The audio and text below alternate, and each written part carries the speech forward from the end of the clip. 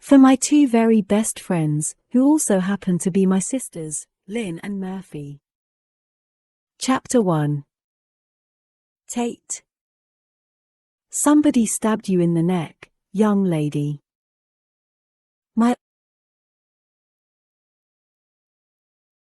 My eyes widen, and I slowly turn toward the elderly gentleman standing at my side.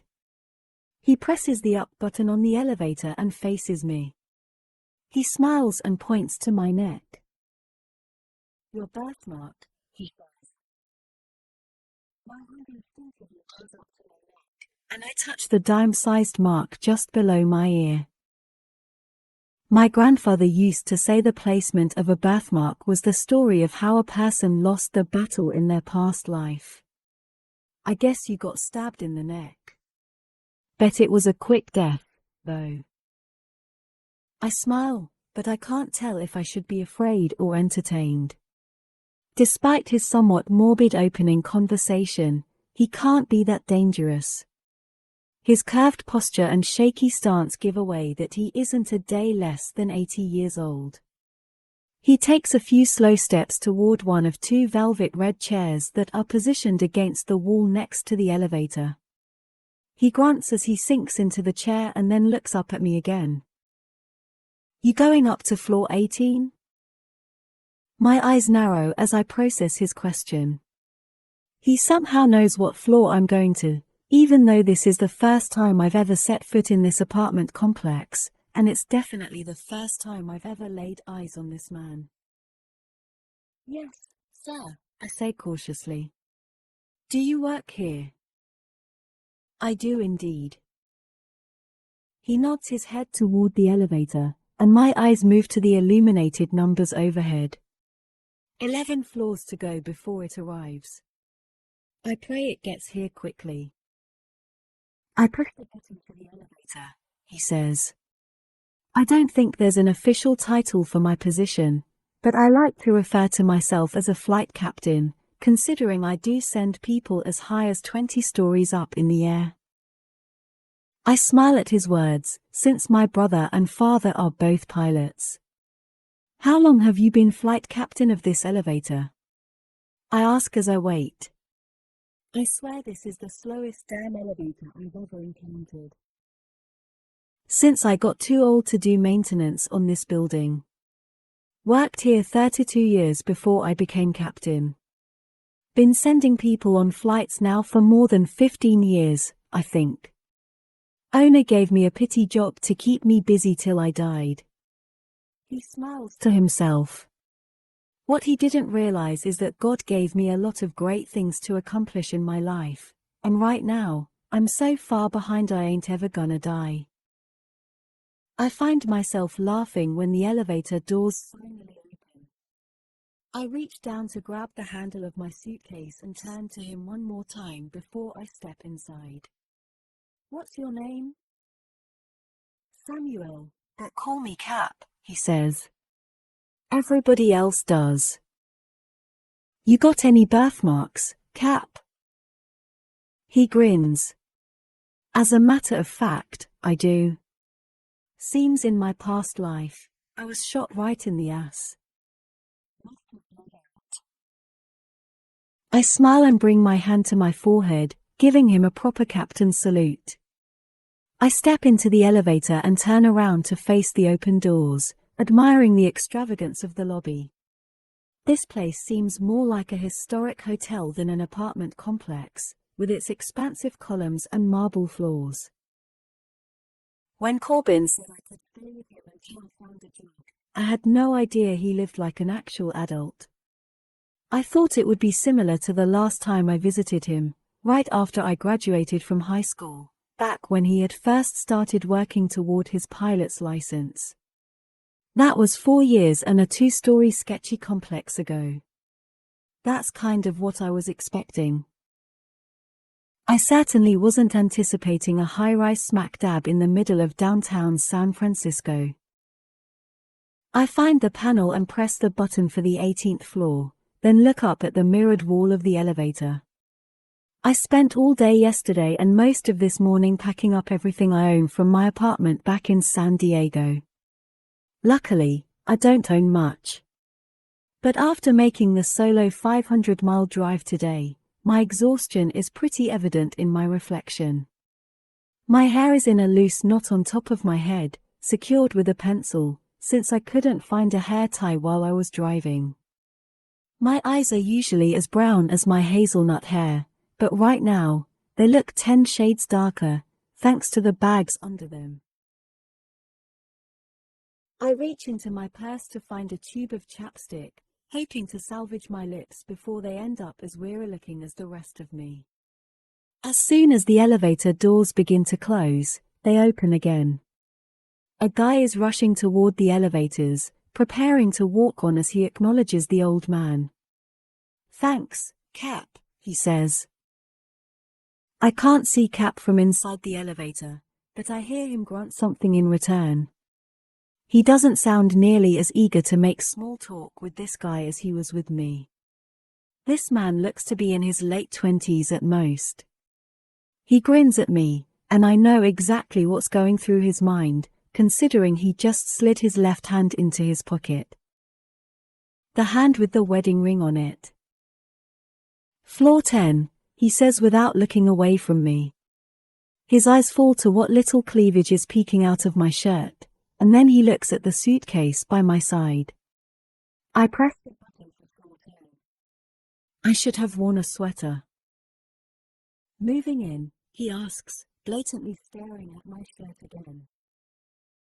I nod, although I doubt he notices, considering his gaze isn't planted anywhere near my face. "What floor?" "Oh, no, you don't." I reach beside me and cover all the buttons on the panel with my hands to hide the illuminated 18th floor button, and then I press every single button between floors 10 and 18. He glances at the panel, confused. "None of your business," I say. He laughs. He thinks I'm kidding. He arches his dark, thick eyebrow. It's a nice eyebrow. It's attached to a nice face, which is attached to a nice head, which is attached to a nice body. A married body. Asshole. He grins seductively after seeing me check him out, only I wasn't checking him out the way he thinks I was. In my mind, I was wondering how many times that body has been pressed against a girl who wasn't his wife. I feel sorry for his wife. He's looking at my cleavage again when we reach floor 10. "I can help you with that," he says, nodding toward my suitcase. His voice is nice. I wonder how many girls have fallen for that married voice. He walks toward me and reaches to the panel, bravely pressing the button that closes the doors. I hold his stare and press the button to open the doors. "I've got it." He nods as if he understands, but there's still a wicked gleam in his eyes that reaffirms my immediate dislike of him. He steps out of the elevator and turns to face me before walking away. "Catch you later, Tate," he says, just as the doors close. I frown, not comfortable with the fact that the only two people I've interacted with since walking into this apartment building already know who I am. I remain alone on the elevator as it stops on every single floor until it reaches the 18th. I step off, pull my phone out of my pocket, and open up my messages to Corbin. I can't remember which apartment number he said was his. It's either 1816 or 1814. Maybe it's 1826. I come to a stop at 1814, because there's a guy passed out on the floor of the hallway, leaning against the door to 1816. Please don't let it be 1816. I find the message on my phone and cringe. It's 1816. Of course it is. I walk slowly to the door, hoping I don't wake up the guy. His legs are sprawled out in front of him, and he's leaning with his back propped up against Corbin's door. His chin is tucked to his chest, and he's snoring. Excuse me, I say, my voice just above a whisper. He doesn't move. I lift my leg and poke his shoulder with my foot. I need to get into this apartment. He rustles and then slowly opens his eyes and stares straight ahead at my legs. His eyes meet my knees, and his eyebrows furrow as he slowly leans forward with a deep scowl on his face. He lifts a hand and pokes my knee with his finger, almost as if he's never seen a knee before. He drops his hand, closes his eyes, and falls back asleep against the door. Great. Corbin won't be back until tomorrow, so I dial his number to see if this guy is someone I should be concerned about. Tate, he asks, answering his phone without a hello. Yep, I reply. Made it safe, but I can't get in because there's a drunk guy passed out at your front door. Suggestions? 1816, he asks. You sure you're at the right apartment? Positive. Are you sure he's drunk? Positive. Weird, he says. What's he wearing? Why do you want to know what he's wearing? If he's wearing a pilot's uniform, he probably lives in the building. The complex contracts with our airline. This guy isn't wearing any type of uniform, but I can't help but notice that his jeans and black t-shirt do fit him very nicely. No uniform, I say. Can you get past him without waking him up? I'd have to move him. He'll fall inside if I open the door. He's quiet for a few seconds while he thinks. Go downstairs and ask for Cap, he says. I told him you were coming tonight. He can wait with you until you're inside the apartment. I sigh, because I've been driving for 6 hours, and going all the way back downstairs is not something I feel like doing right now. I also sigh because Cap is the last person who could probably help in this situation. Just stay on the phone with me until I'm inside your apartment. I like my plan a lot better. I balance my phone against my ear with my shoulder and dig inside my purse for the key Corbin sent me. I insert it into the lock and begin to open the door, but the drunk guy begins to fall backward with every inch the door opens. He groans, but his eyes don't open again. It's too bad he's wasted, I tell Corbin. He's not bad looking. Tate, just get your ass inside and lock the door so I can hang up. I roll my eyes. He's still the same bossy brother he always was. I knew that moving in with him would not be good for our relationship, considering how fatherly he acted toward me when we were younger. However, I had no time to find a job, get my own apartment, and get settled before my new classes started, so it left me with little choice. I'm hoping things will be different between us now, though. Corbin is 25, and I'm 23, so if we can't get along better than we did as kids, we've got a lot of growing up left to do. I guess that mostly depends on Corbin and whether he's changed since we last lived together. He had an issue with anyone I dated, all of my friends, every choice I made, even what college I wanted to attend. Not that I ever paid any attention to his opinion, though. The distance and time apart has seemed to get him off my back for the last few years, but moving in with him will be the ultimate test of our patience. I wrap my purse around my shoulder, but it gets caught on my suitcase handle, so I just let it fall to the floor. I keep my left hand wrapped tightly around the doorknob and hold the door shut so the guy won't fall completely into the apartment. I take my foot and press it against his shoulder, pushing him from the center of the doorway. He doesn't budge. Corbin, he's too heavy. I'm gonna have to hang up so I can use both hands. No, don't hang up. Just put the phone in your pocket, but don't hang up. I look down at the oversized shirt and leggings I have on. No pockets. You're going in the bra. Corbin makes a gagging sound as I pull the phone from my ear and shove it inside my bra. I remove the key from the lock and drop it toward my purse, but it misses and falls to the floor. I reach down to grab the drunk guy so I can move him out of the way. "All right, buddy," I say, struggling to pull him away from the center of the doorway. "Sorry to interrupt your nap, but I need inside this apartment." I somehow manage to prop him up against the doorframe to prevent him from falling into the apartment, and then I push the door open farther and turn to get my things. Something warm wraps around my ankle. I freeze. I look down. "Let go of me," I yell, kicking at the hand that's gripping my ankle so tightly I'm pretty sure it might bruise. The drunk guy is looking up at me now, and his grip sends me falling backward into the apartment when I try to pull away from him. "I need to get in there," he mutters, just as my butt meets the floor.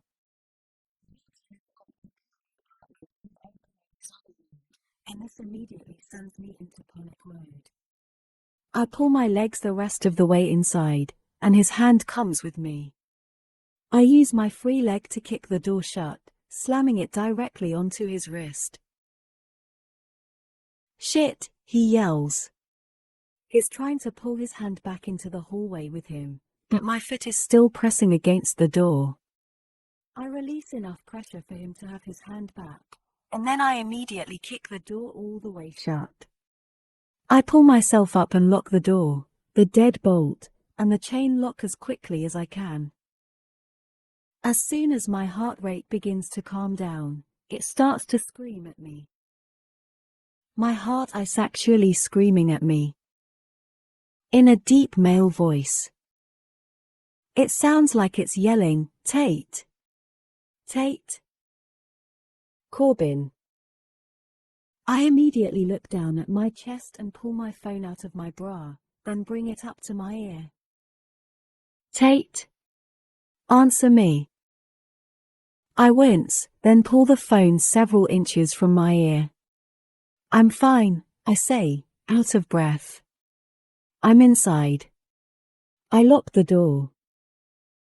"Jesus Christ," he says, relieved. "You scared me to death.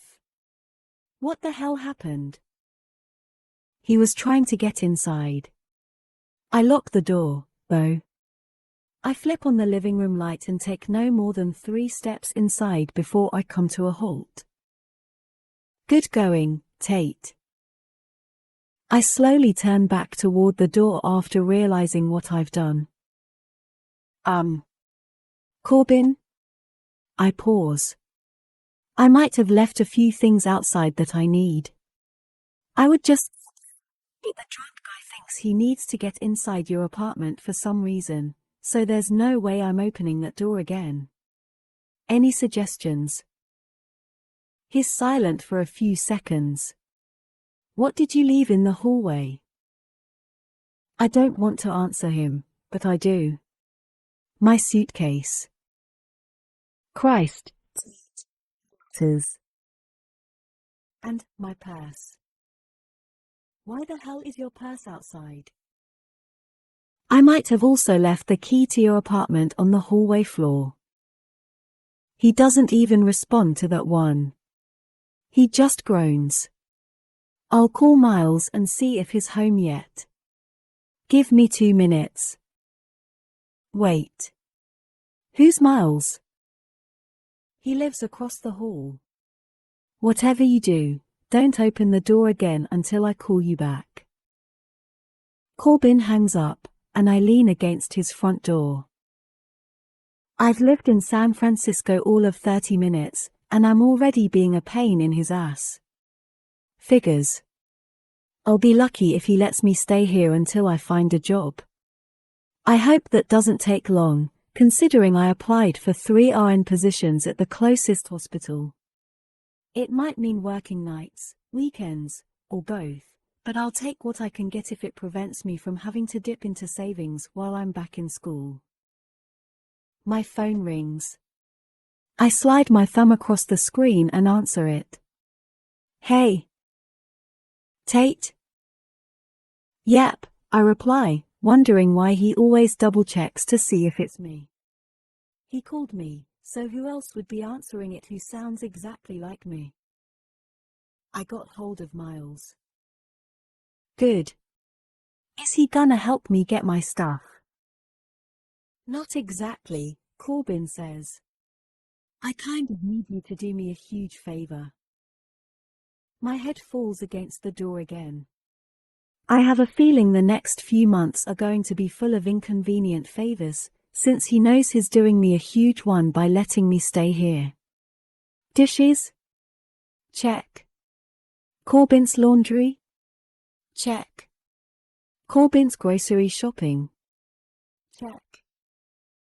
What do you need? I ask him. Miles kind of needs your help. I pause as soon as it clicks, and I close my eyes. Corbin, please don't tell me the guy you called to protect me from the drunk guy is the drunk guy. Corbin sighs. I need you to unlock the door and let him in. Let him crash on the couch. I'll be there first thing in the morning. When he sobers up, he'll know where he is, and he'll go straight home. I shake my head. What kind of apartment complex are you living in? Do I need to prepare to be groped by drunk people every time I come home? Long pause. He groped you. Grope might be a bit strong. He did grab my ankle, though. Corbin lets out a sigh. Just do this for me, Tate. Call me back when you've got him and all your stuff inside. Fine. I groan, recognizing the worry in his voice. I hang up with Corbin and open the door.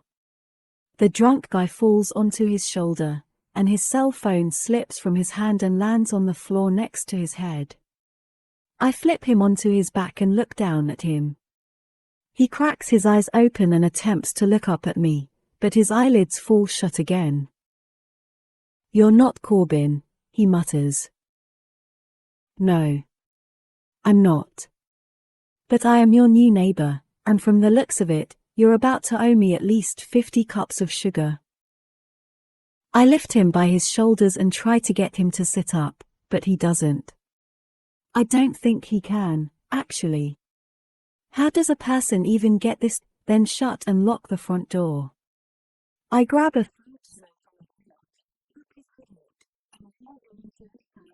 he pukes in his sleep. And that's all the help he's getting from me. When he's comfortably asleep in the middle of the living room floor, I leave him there while I look around the apartment. The living room alone could fit 3 of the living rooms from Corbin's last apartment. The dining area is open to the living room, but the kitchen is separated from the living room by a half wall. There are several modern paintings throughout the room, and the thick, plush sofas are light tan, offsetting the vibrant paintings. The last time I stayed with him, he had a futon, a beanbag chair, and posters of models on the walls. I think my brother might finally be growing up. Very impressive, Corbin, I say out loud as I walk from room to room and flip on all the lights, inspecting what has just become my temporary home. I kind of hate that it's so nice. It'll make it harder to want to find my own place once I get enough money saved up. I walk into the kitchen and open the refrigerator.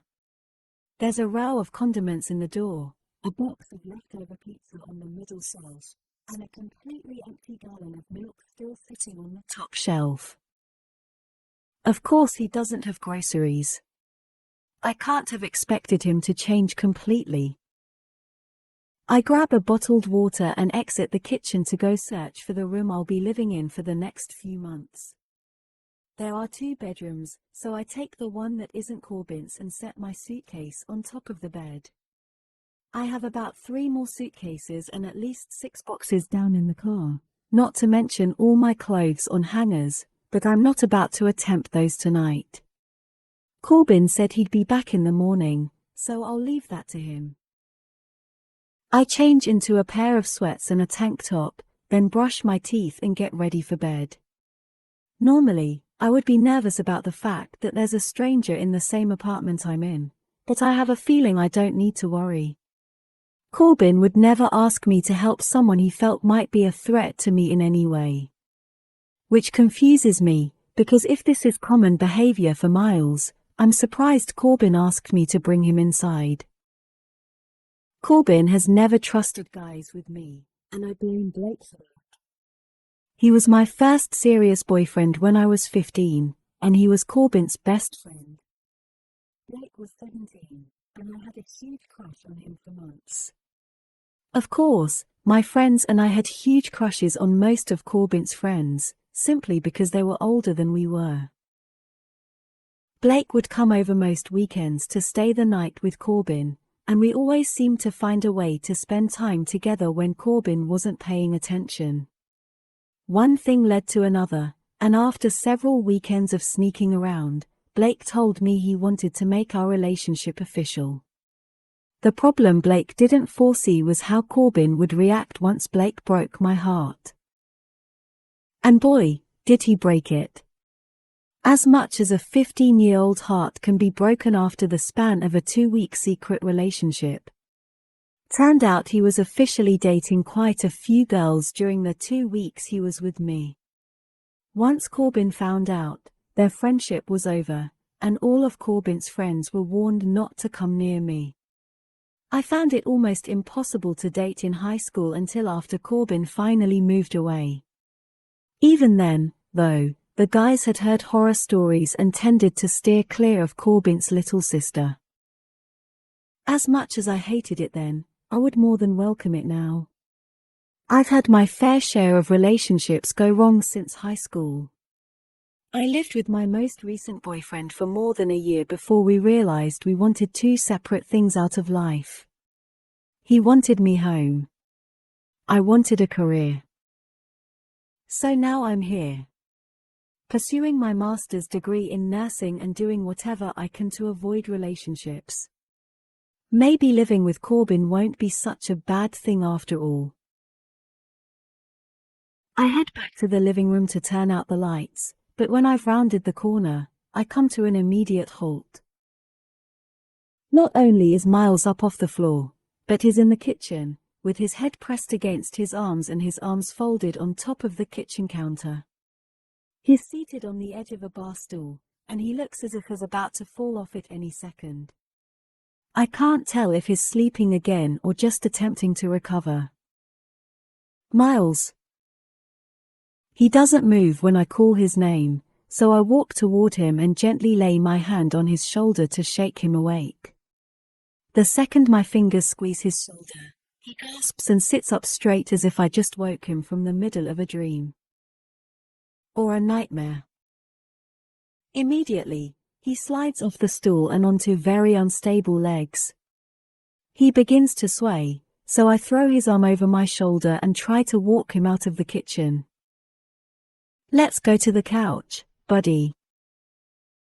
He drops his forehead to the side of my head and stumbles along with me, making it even harder to hold him up. My name isn't Buddy, he slurs. It's Miles. We make it to the front of the couch, and I start to peel him off me. Okay, Miles. Whoever you are. Just go to sleep.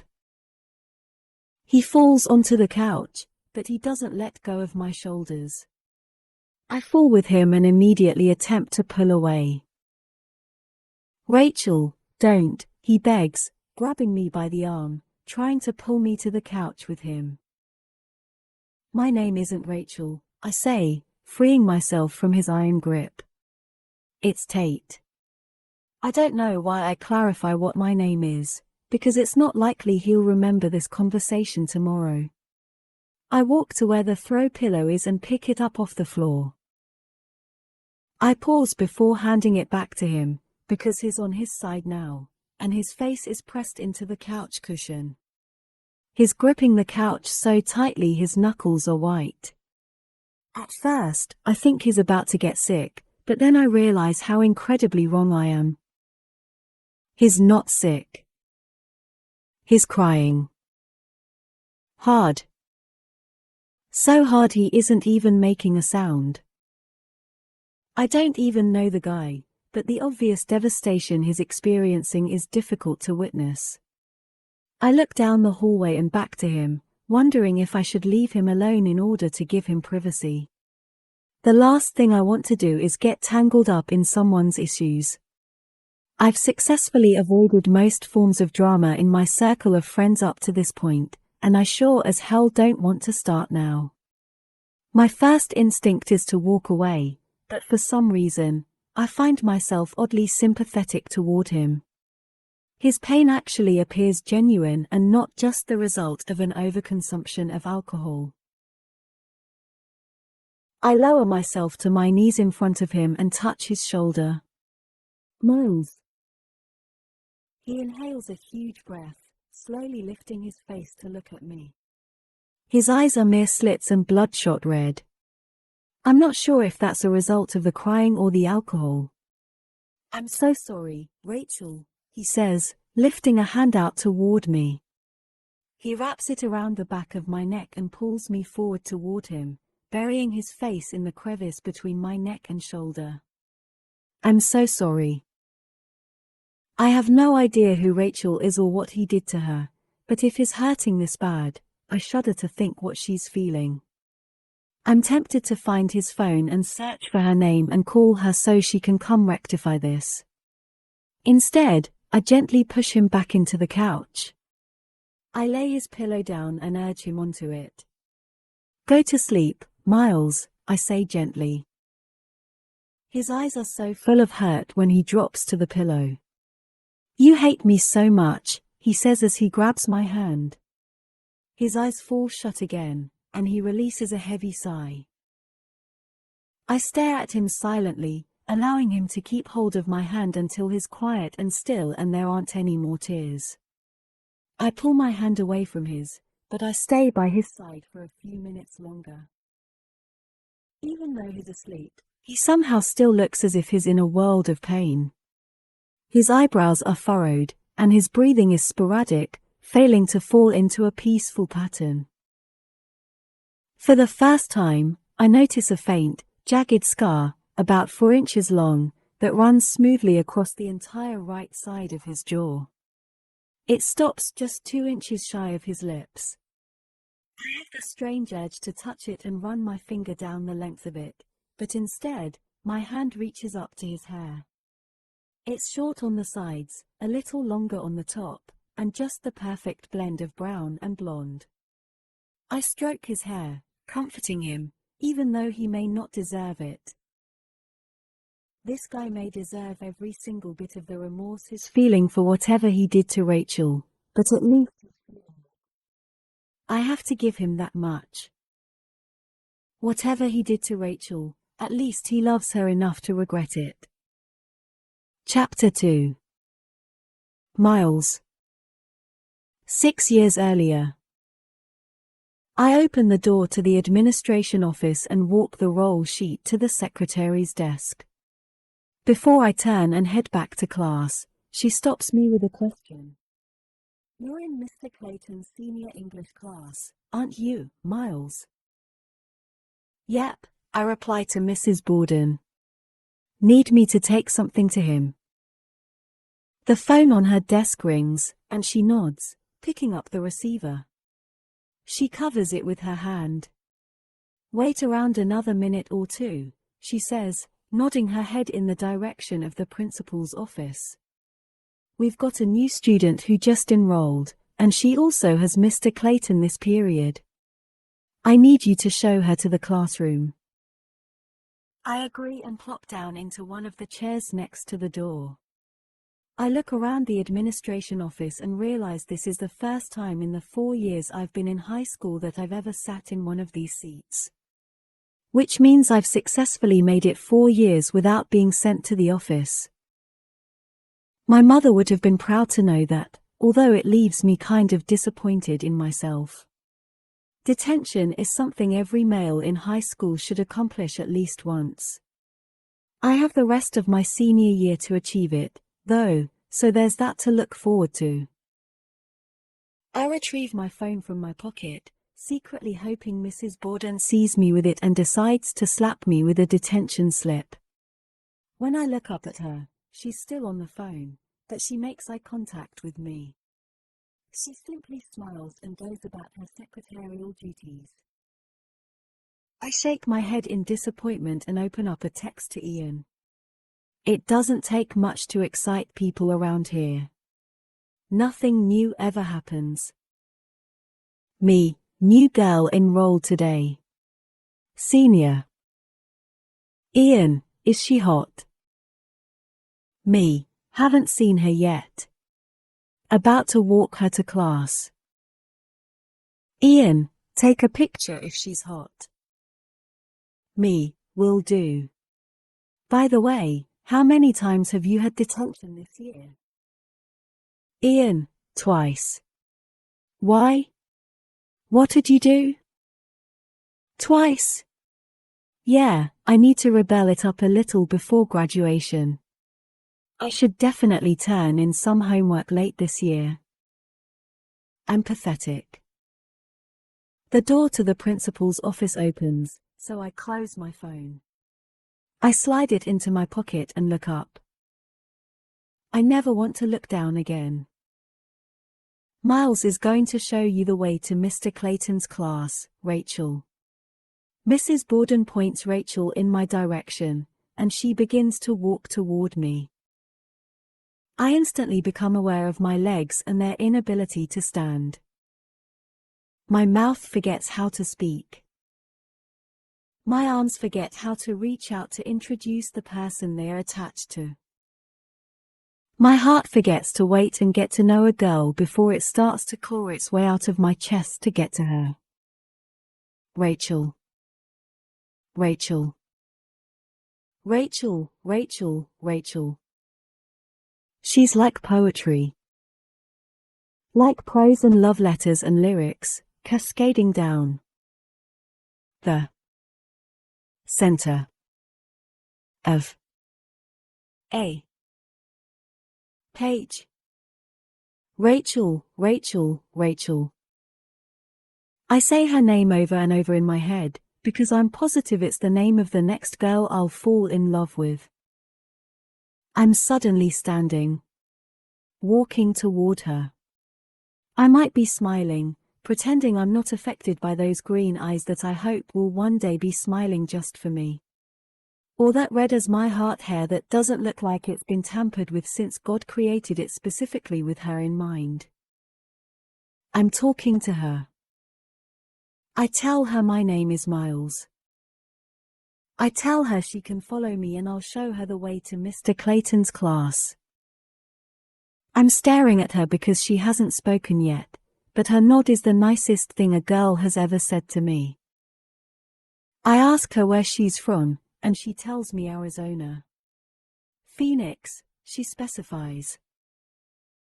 I don't ask her what brought her to California, but I do tell her my father did business in Phoenix a lot because he owns a few buildings there. She smiles. I tell her I've never been there but I'd like to go one day.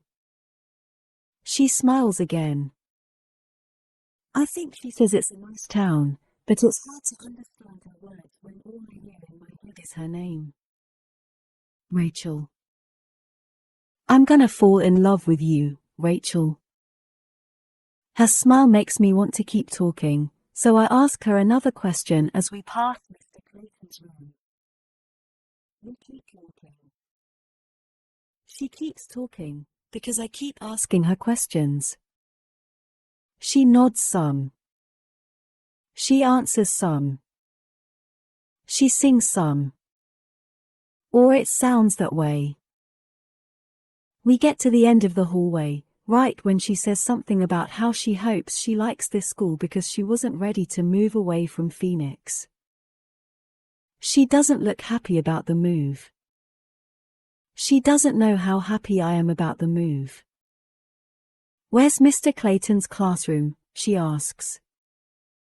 I stare at the mouth that just delivered that question. Her lips aren't symmetrical. Her top lip is slightly thinner than her bottom lip, but you can't tell until she talks.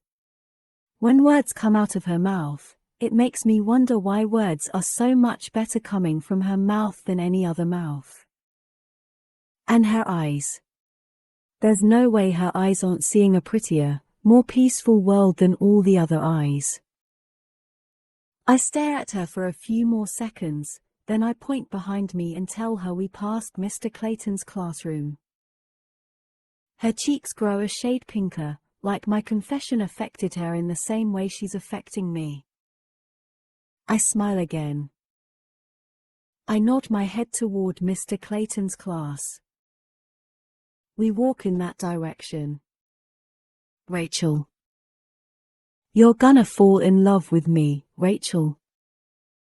I open the door for her and let Mr. Clayton know that Rachel is new here. I also want to add, for the sake of all the other guys in the classroom, that Rachel is not theirs. She's mine. But I don't say anything. I don't have to, because the only one who needs to be aware that I want Rachel is Rachel. She looks at me and smiles again, taking the only empty seat, all the way across the room. Her eyes tell me she already knows she's mine. It's just a matter of time. I want to text Ian and tell her she isn't hot. I want to tell him she's volcanic, but he would laugh at that. Instead, I discreetly take a picture of her from where I'm seated. I send the picture in a message to Ian that says, "She's gonna have all my babies." Mr. Clayton begins class. Miles Archer becomes obsessed. I met Rachel on Monday. It's Friday. I've said nothing to her since the day we met. I don't know why. We have 3 classes together. Every time I see her, she smiles at me like she wants me to talk to her. Every time I work up the courage, I talk myself down. I used to be confident. Then Rachel happened. I gave myself until today. If I didn't work up the courage by today, I'd be giving up my only shot with her. Girls like Rachel aren't available for long. If she's even available. I don't know her story or if she's wrapped up in a blue back in Phoenix, but there's only one way to find out. I'm standing next to her locker, waiting for her. She exits the classroom and smiles at me. I say hi when she walks up to her locker. I notice that same subtle change in her skin color. I like that. I ask how her first week was. She tells me it was fine. I ask her if she's made any friends, and she shrugs as she says, "A few." I smell her, subtly. She notices anyway. I tell her she smells good. She says, "Thank you." I push through the sound of my heart pounding in my ears. I push past the sheen of moisture developing on my palms. I drown out her name, which I keep wanting to repeat out loud, over and over. I push it all down and hold her stare while I ask her if she'd like to do something later. I keep it because it's the only thing I want. I want that nod, actually. The one that doesn't require words. Just a smile. I don't get her nod. She has plans tonight. It all comes back tenfold, spilling over like a flood, and I'm the dam. The pounding, the sweaty palms, her name, a newfound insecurity I never knew existed, burying itself in my chest. All of it takes over and feels like it's building a wall around her. "I'm not busy tomorrow, though," she says, obliterating the wall with her words. I make room for those words. Lots of room. I let them invade me. I soak those words up like a sponge. I pluck them out of the air and swallow them. Tomorrow works for me, I say. I pull my phone out of my pocket. Not even bothering that moment I smile. What's your number? I'll call you. She tells me her number. She's excited. She's excited. I save her contact in my phone, knowing it'll be there for a long, long time. And I'm gonna use it. A lot. Chapter 3. Tate. Normally, if I were to wake up, open my eyes, and see an angry man staring me down from a bedroom doorway, I might scream. I might throw things. I might run to the bathroom and lock myself inside. I don't do any of these things, though. I stare back, because I'm confused about how this is the same guy who was passed out drunk in the hallway. How is this the same guy who cried himself to sleep last night?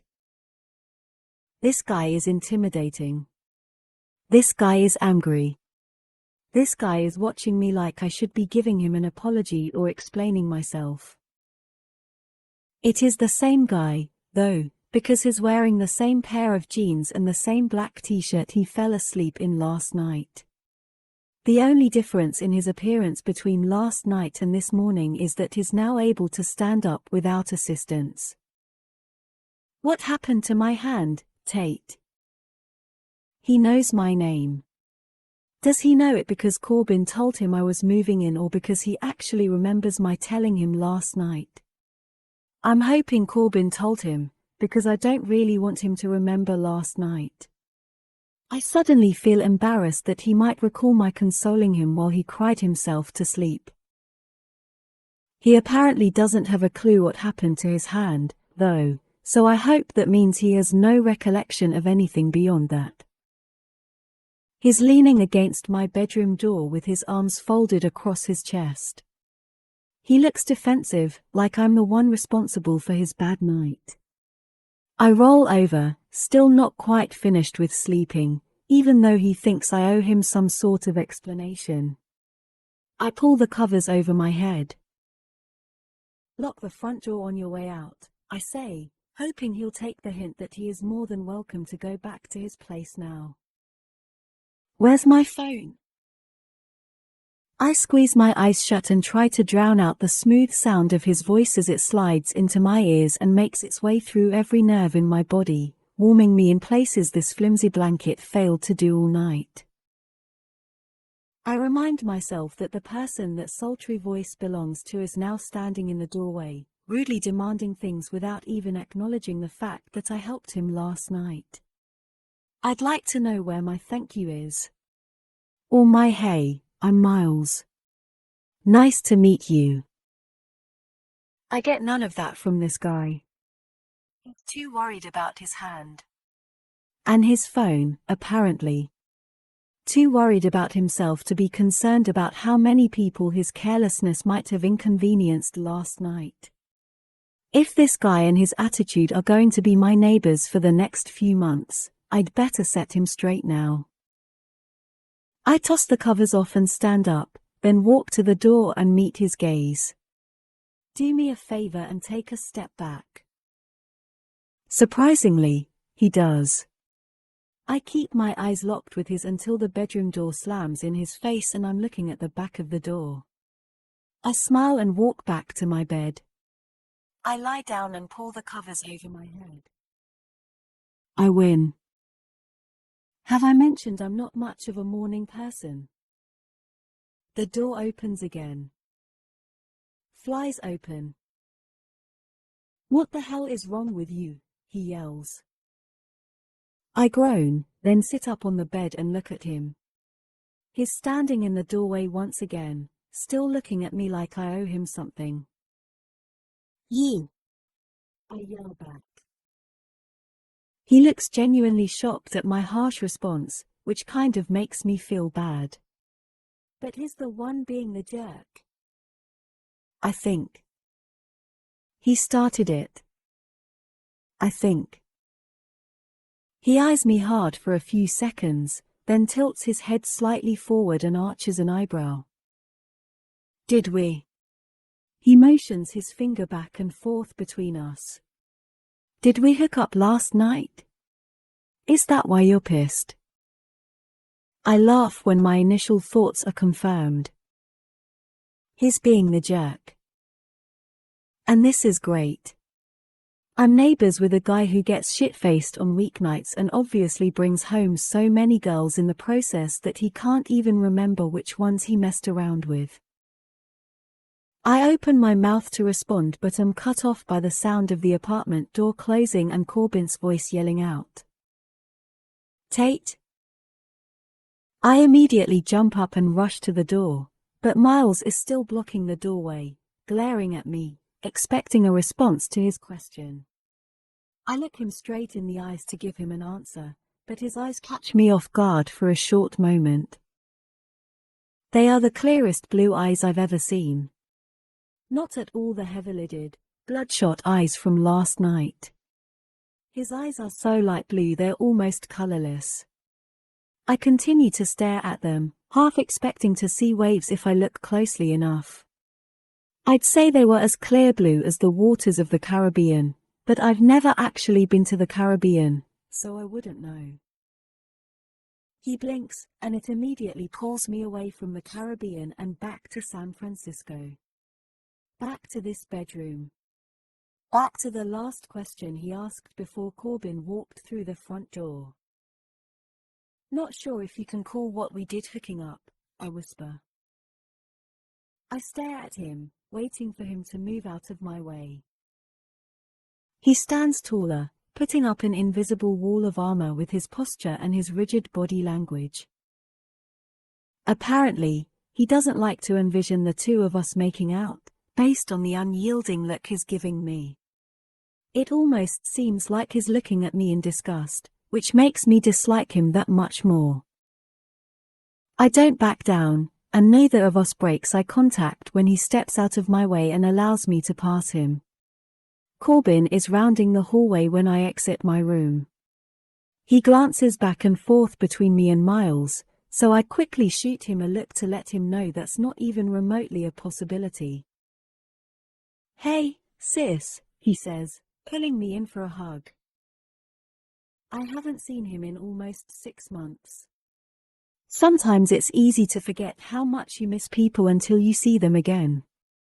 That's not the case with Corbin. I always miss him.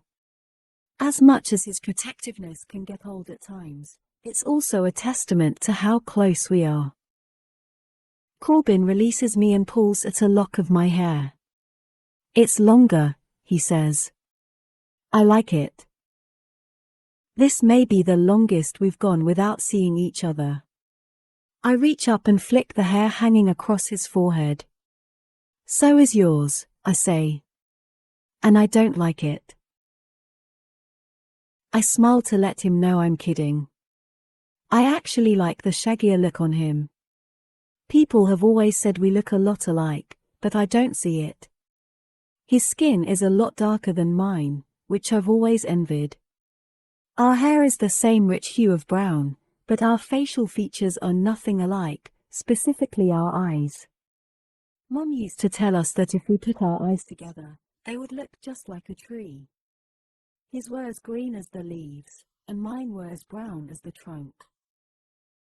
I always envied that he got to be the leaves of the tree, because green was my favorite color growing up. Corbin acknowledges Miles with a nod of his head.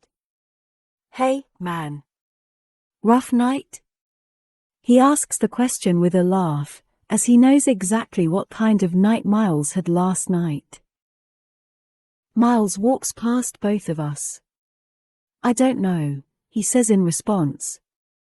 I don't remember it. He walks into the kitchen and opens a cabinet, retrieving a cup like he's comfortable enough here to do so. I don't like that. I don't like comfortable Miles. Comfortable Miles opens another cabinet and takes out a bottle of aspirin, fills his cup with water, and pops 2 of the aspirin into his mouth. "Did you get all your stuff brought up?" Corbin asks me. "Nope," I say, glancing at Miles when I respond. "I was kind of preoccupied with your neighbor most of the night." Miles nervously clears his throat as he washes the glass and places it back in the cabinet. The lapse in memory makes me laugh. I like that he has no idea what happened last night. I even kind of like that the thought of being with me seems to unnerve him. I might keep this facade going for a while for my own sick enjoyment. Corbin looks at me as if he knows what I'm trying to pull. Miles steps out of the kitchen and glances my way, then looks back to Corbin. "I would have gone back to my place by now, but I can't find my keys. You have my spare set?" Corbin nods and walks to a drawer in the kitchen. He opens it, grabs a key, and tosses it to Miles, who catches it in midair. "Can you come back in an hour and help me unload Tate's car? I want to shower first." Miles nods, but his eyes cut briefly to mine as Corbin starts walking to his bedroom. "We'll catch up when it's not too morning," Corbin tells me. It may have been 7 years since we've lived together, but he apparently remembers I'm not much of a talker in the morning. Too bad Miles doesn't know this about me. After Corbin disappears into his bedroom, I turn and face Miles again. He's already looking at me expectantly, like he's still waiting for me to answer whatever questions he asked me earlier. I just want him to leave, so I answer them all at once. "You were passed out in the hallway last night when I got here.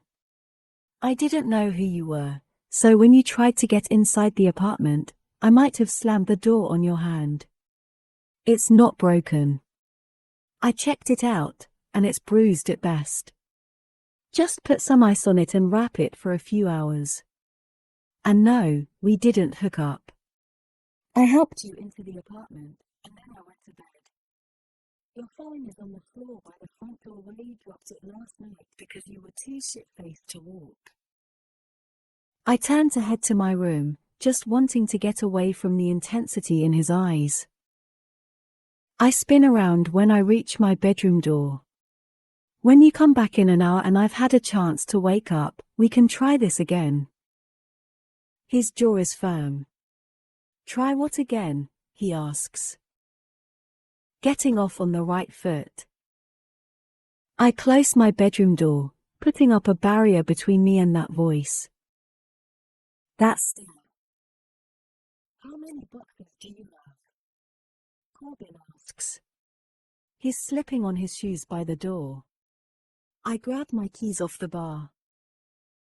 6, plus 3 suitcases and all my clothes on hangers.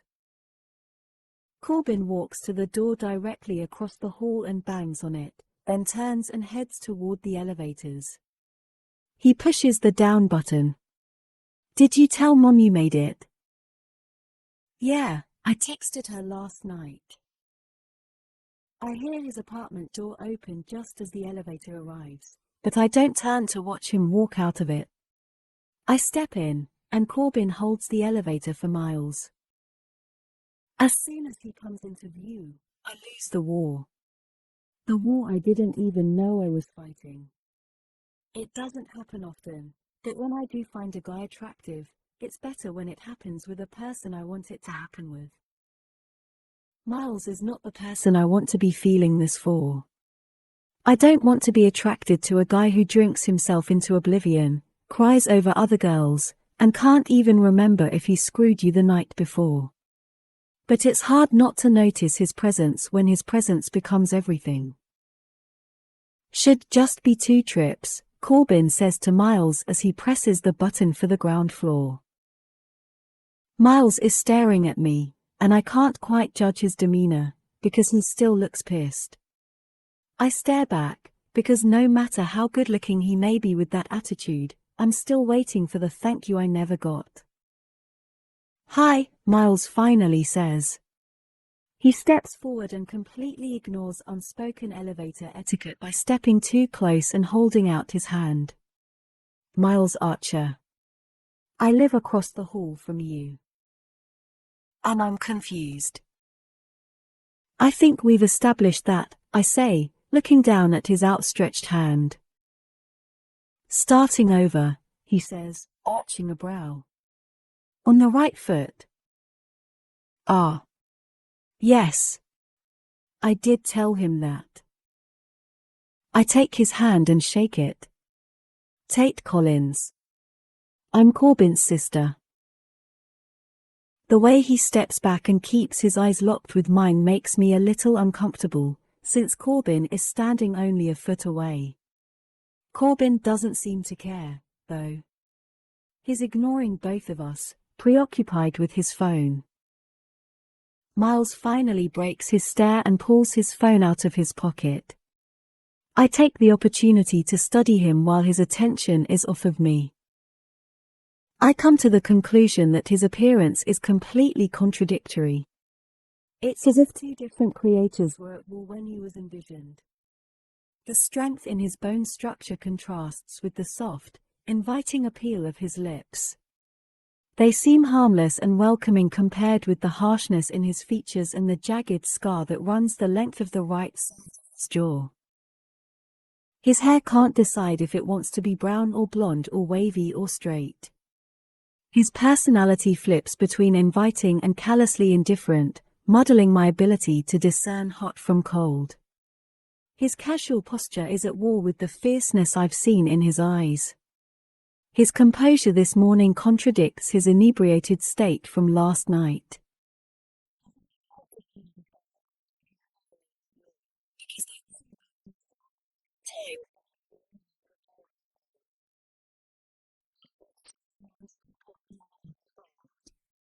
Cap is seated in his chair, ever so vigilant. He glances at the three of us exiting the elevator and pushes up on the arms of his chair, coming to a slow, shaky stand. Corbin and Miles both nod at him and continue walking. How was your first night, Tate? He asks with a smile, stopping me mid-stride. The fact that he already knows my name doesn't surprise me, since he knew what floor I was going to last night. I look at the back of Miles's head as they continue without me. Kind of eventful, actually. I think my brother might have made a poor choice in the company he keeps. I look at Cap, and he's staring at Miles now, too. His wrinkle-lined lips purse into a thin line, and he gives a slight shake of his head. That boy probably can't help it none, he says, dismissing my comment. I'm not sure if he's referring to Corbin or Miles when he says that boy, but I don't ask.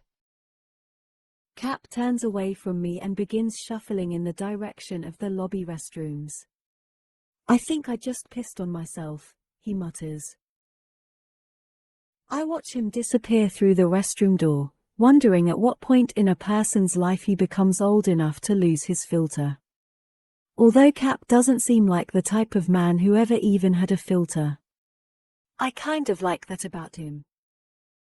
Tate, let's go. Corbin yells from the far end of the lobby. I catch up with them to show them the way to my car. It takes 3 trips to get all my things up, not 2. 3 entire trips where Miles doesn't speak another word to me. Chapter 4.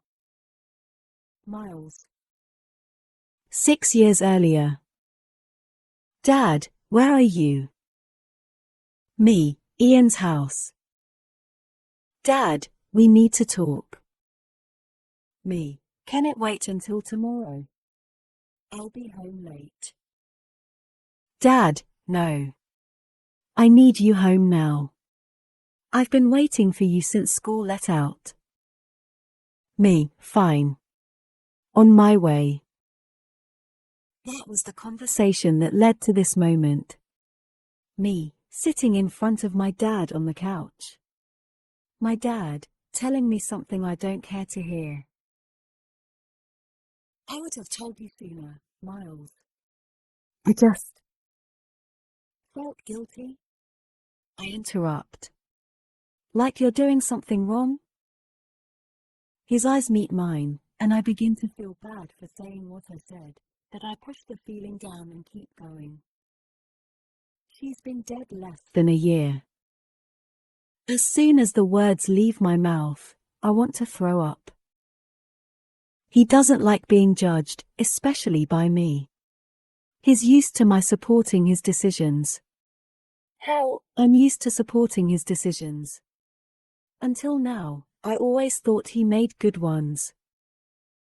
Look, I know this is hard for you to accept, but I need your support. You have no idea how hard it's been for me to move on since she died. Hard? I'm standing. I'm raising my voice. I'm acting like I give a shit for some reason, when I really don't. I could care less that he's already dating again. He can see however he wants. He can screw however he wants. I think the only reason I'm reacting this way is because she can't. It's hard to defend your marriage when you're dead. That's why I'm doing it for her. It's obviously not very hard for you at all, Dad. I walk to the opposite end of the living room. I walk back. The house is too damn small to fit all of my frustration and disappointment. I look at him again, recognizing that it's not so much the fact that he's seeing someone already. It's the look he gets in his eyes when he talks about her that I hate. I never saw him look at my mother that way, so whoever she is, I know it's not a casual thing. She's about to seep into our lives, intertwining around and through and between my relationship with my father like she's poison ivy. It'll no longer be just my father and me. It'll be me, my father, and Lisa. It doesn't feel right, considering my mother's presence is still everywhere in this house. He's sitting with his hands folded in front of him, clasped together. He's looking down at the floor. I don't know if this will go anywhere, but I want to give it a shot. Lisa makes me happy. Sometimes moving on is the only way to move on. I open my mouth to respond to him, but my words are cut off by the doorbell. He looks up at me, hesitantly coming to a stand. He seems smaller, less heroic. I'm not asking you to like her. I'm not asking you to spend time with her. I just want you to be nice to her. His eyes are pleading with me, and it makes me feel guilty for being so resistant. I nod. I will, Dad. You know I will. He hugs me, and it feels good and bad. It doesn't feel like I just hugged the man I've had on a pedestal for 17 years. It feels as though I just hugged my peer. He asks me to get the door while he heads back to the kitchen to finish dinner, so I do.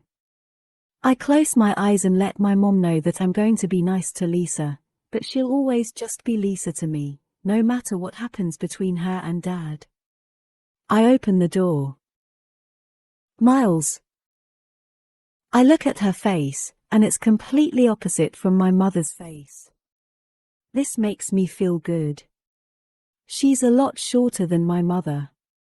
She's not as pretty as my mother, either. There's nothing about her that can be compared to my mother, so I don't even try. I accept her for what she is, our dinner guest. I nod and open the door wider to let her in. You must be Lisa. Good to meet you. I point behind me. My father is in the kitchen. Lisa leans forward and gives me a hug, one that I successfully make awkward after it takes me several seconds to hug her back. My eyes meet the eyes of the girl standing behind her. The eyes of the girl standing behind her meet mine. You're gonna fall in love with me, Rachel. Miles, she says in a broken whisper. Rachel sounds a little bit like her mother, but sadder. Lisa looks back and forth between us. You know each other? Rachel doesn't nod. Neither do I. Our disappointment melts to the floor and combines in a puddle of premature tears at our feet. He. Rachel is stuttering, so I help her finish her words. I go to school with Rachel. I blank out. I regret saying that, because what I really want to say is, Rachel is the next girl I'm gonna fall in love with. I can't say that, though, because it's obvious what's bound to happen. Rachel isn't the next girl I'll fall in love with, because Rachel is the girl who will more than likely become my new stepsister. For the second time tonight, I feel sick. Lisa smiles and clasps her hands together. That's great, she says. I'm so relieved. My father walked into the room. He hugged Lisa. He says hi to Rachel and tells her it's good to see her again. My father already knows Rachel. Rachel already knows my father. My father is Lisa's new boyfriend. My father visits Phoenix a lot. My father has been visiting Phoenix a lot since before my mother died. My father is a bastard. Rachel and Miles already know each other, Lisa says to my father. He smiles, and relief floods his face. Good. Good, he says, repeating the word twice as if it could make things better. No. Bad. Bad. That'll make tonight a lot less awkward, he says with a laugh. I look back at Rachel. Rachel looks at me. I can't fall in love with you, Rachel. Her eyes are sad. My thoughts are sadder. And you can't fall in love with me. She slowly walks inside, avoiding my gaze as she watches her feet with each step. They are the saddest steps I've ever seen taken. I close the door. It's the saddest door I've ever had to close. Chapter 5. Tate. Are you off for Thanksgiving? My mother asks. I switch my cell to my other ear and pull the apartment key out of my purse. Yeah, but not Christmas. I only work weekends for now. Good. Tell Corbin we're not dead yet if he ever gets the urge to call us. I laugh. I'll tell him. Love you. I hang up and put my cell phone into the pocket of my scrub top. It's only a part-time job, but it gets my foot in the door. Tonight was my last night of training before I start weekend rotations tomorrow night. I like the job so far, and I was honestly shocked to land it after my first interview. It works out with my school schedule, too. I'm in school every weekday, doing either clinical or classroom hours, then I work second shift on the weekends over at the hospital. It's been a seamless transition up to this point. I also like San Francisco. I know it's only been 2 weeks, but I could see myself staying here after graduation next spring rather than going back to San Diego.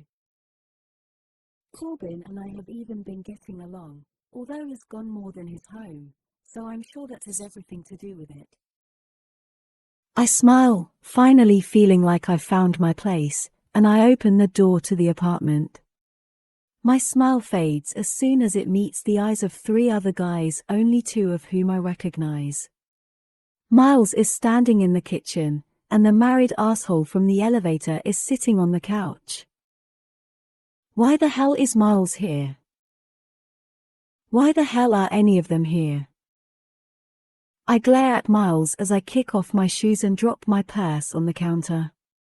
Corbin isn't due back for 2 more days, and I was looking forward to the peace and quiet tonight so I could get some studying done. It's Thursday, Miles says when he sees the scowl on my face, like the day of the week is supposed to be some sort of explanation. He's watching me from his position in the kitchen. He can see I'm not happy. So it is, I reply. And tomorrow is Friday.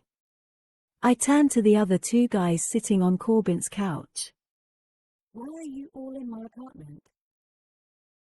The blonde, lanky guy immediately stands up and walks over to me. He extends his hand. Tate, he asks. I'm Ian. I grew up with Miles. I'm a friend of your brother's. He points to the elevator guy, who is still seated on the couch. This is Dylan.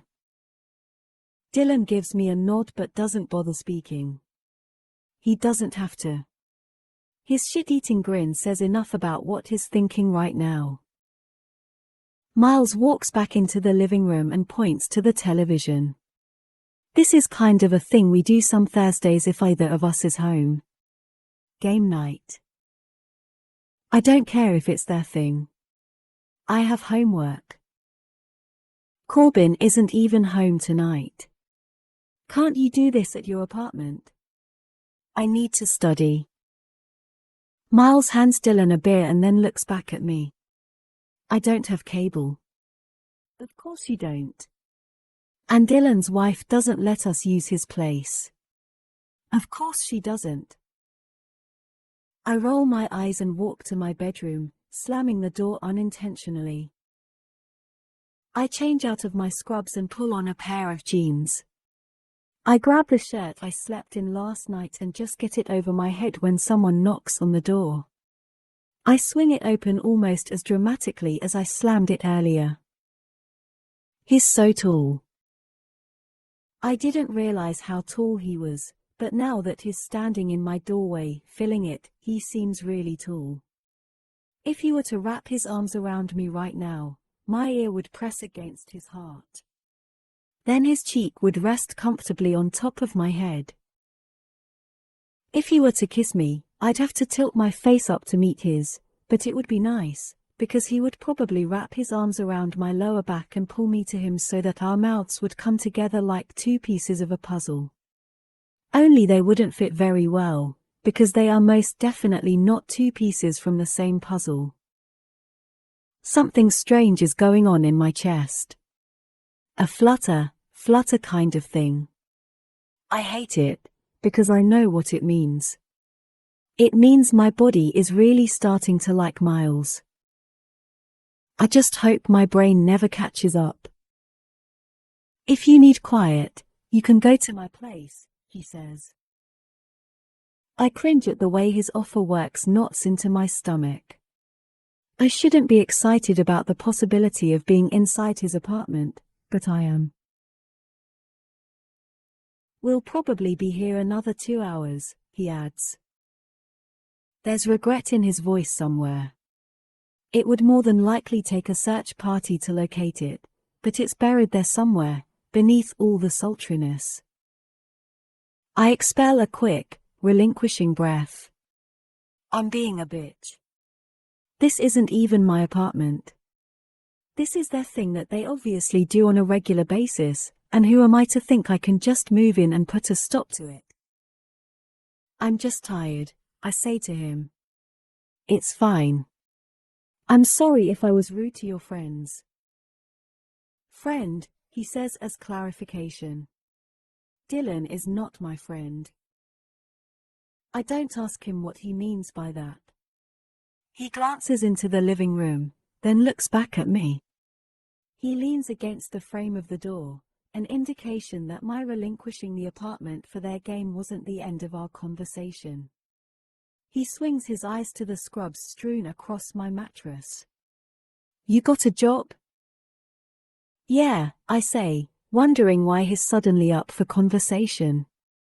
Registered nurse in an ER. A crease appears on his forehead, and I can't tell if it's a result of confusion or fascination. Aren't you still in nursing school? How can you already work as an RN? I'm getting my master's in nursing so I can work as a CRNA. I already have my RN license. His expression is obstinate, so I clarify. It allows me to administer anesthesia.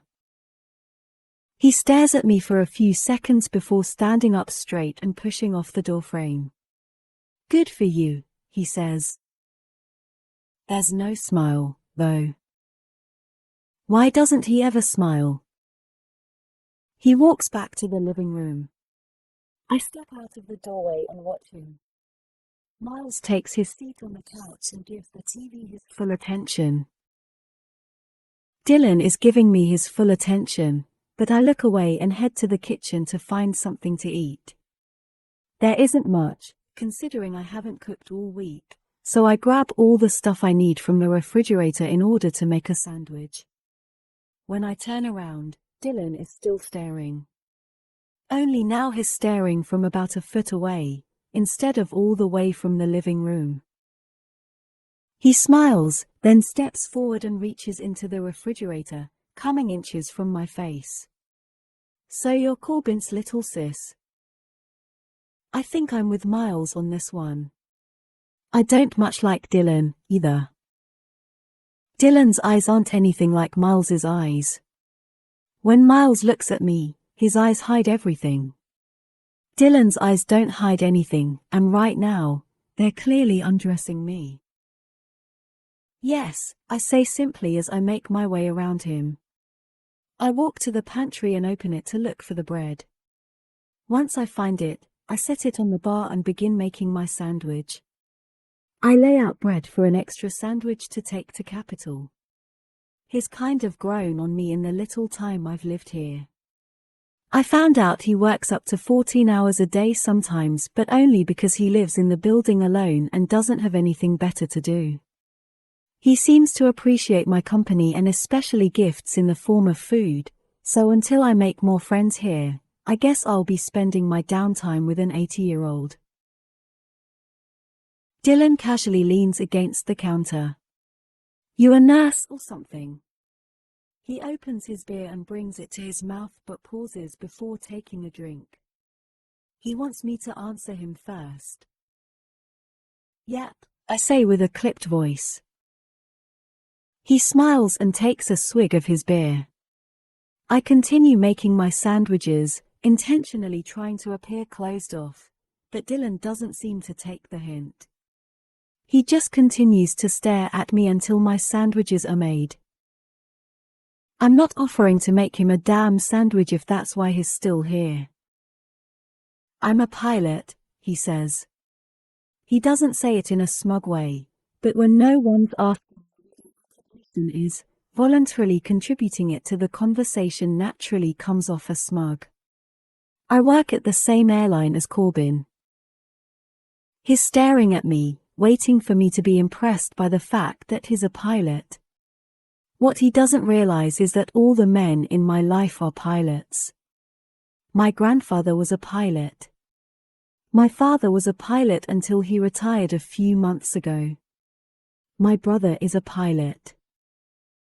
Dylan, if you're trying to impress me, you're going about it the wrong way. I much prefer a guy with a little more modesty and a lot less wife. My eyes flash down to the wedding ring on his left hand. Game just started, Miles says, walking into the kitchen, directing his words toward Dylan. His words might be innocuous, but his eyes are definitely telling Dylan that he needs to return to the living room. Dylan sighs as if Miles just stripped away all his fun. It's good to see you again, Tate, he says, acting as if the conversation would have come to an end whether Miles decided it should or not.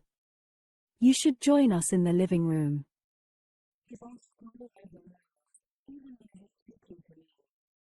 Apparently, the game just started. Dylan straightens up and shoulders past Miles, heading back into the living room. Miles ignores Dylan's display of annoyance and slides his hand into his back pocket, pulling out a key. He hands it to me. Go study at my place. It's not a request. It's a demand. I'm fine studying here. I set the key on the counter and put the lid back on the mayonnaise, refusing to be displaced from my own apartment by 3 boys. I wrap both sandwiches in a paper towel. The TV isn't even that loud. He takes a step forward until he's close enough to whisper. I'm pretty sure I'm leaving finger indentations on the bread, considering every single part of me, right down to my toes, just tensed. I'm not fine with you studying here. Not until everyone leaves. Go. Take your sandwiches with you. I look down at my sandwiches. I don't know why I feel like he just insulted them. They aren't both for me, I say defensively. I'm taking one to Capital. I look back up at him, and he's doing that unfathomable staring thing again. With eyes like his, that should be illegal. I raise my eyebrows expectantly, because he's making me feel really awkward. I'm not an exhibit, yet the way he watches me makes me feel like one. You made a sandwich for Cap? I nod. Food makes him happy, I say with a shrug. He studies the exhibit a little longer before leaning into me again. He grabs the key off the bar behind me and slides it into my front pocket. I'm not even sure if his fingers touched my jeans, but I inhale sharply and look down at my pocket as his hand pulls away, because holy hell, I wasn't expecting that. I'm frozen while he's casually making his way back into the living room, unaffected. It feels like my pocket is on fire. I persuade my feet to move, needing some time to process all of that.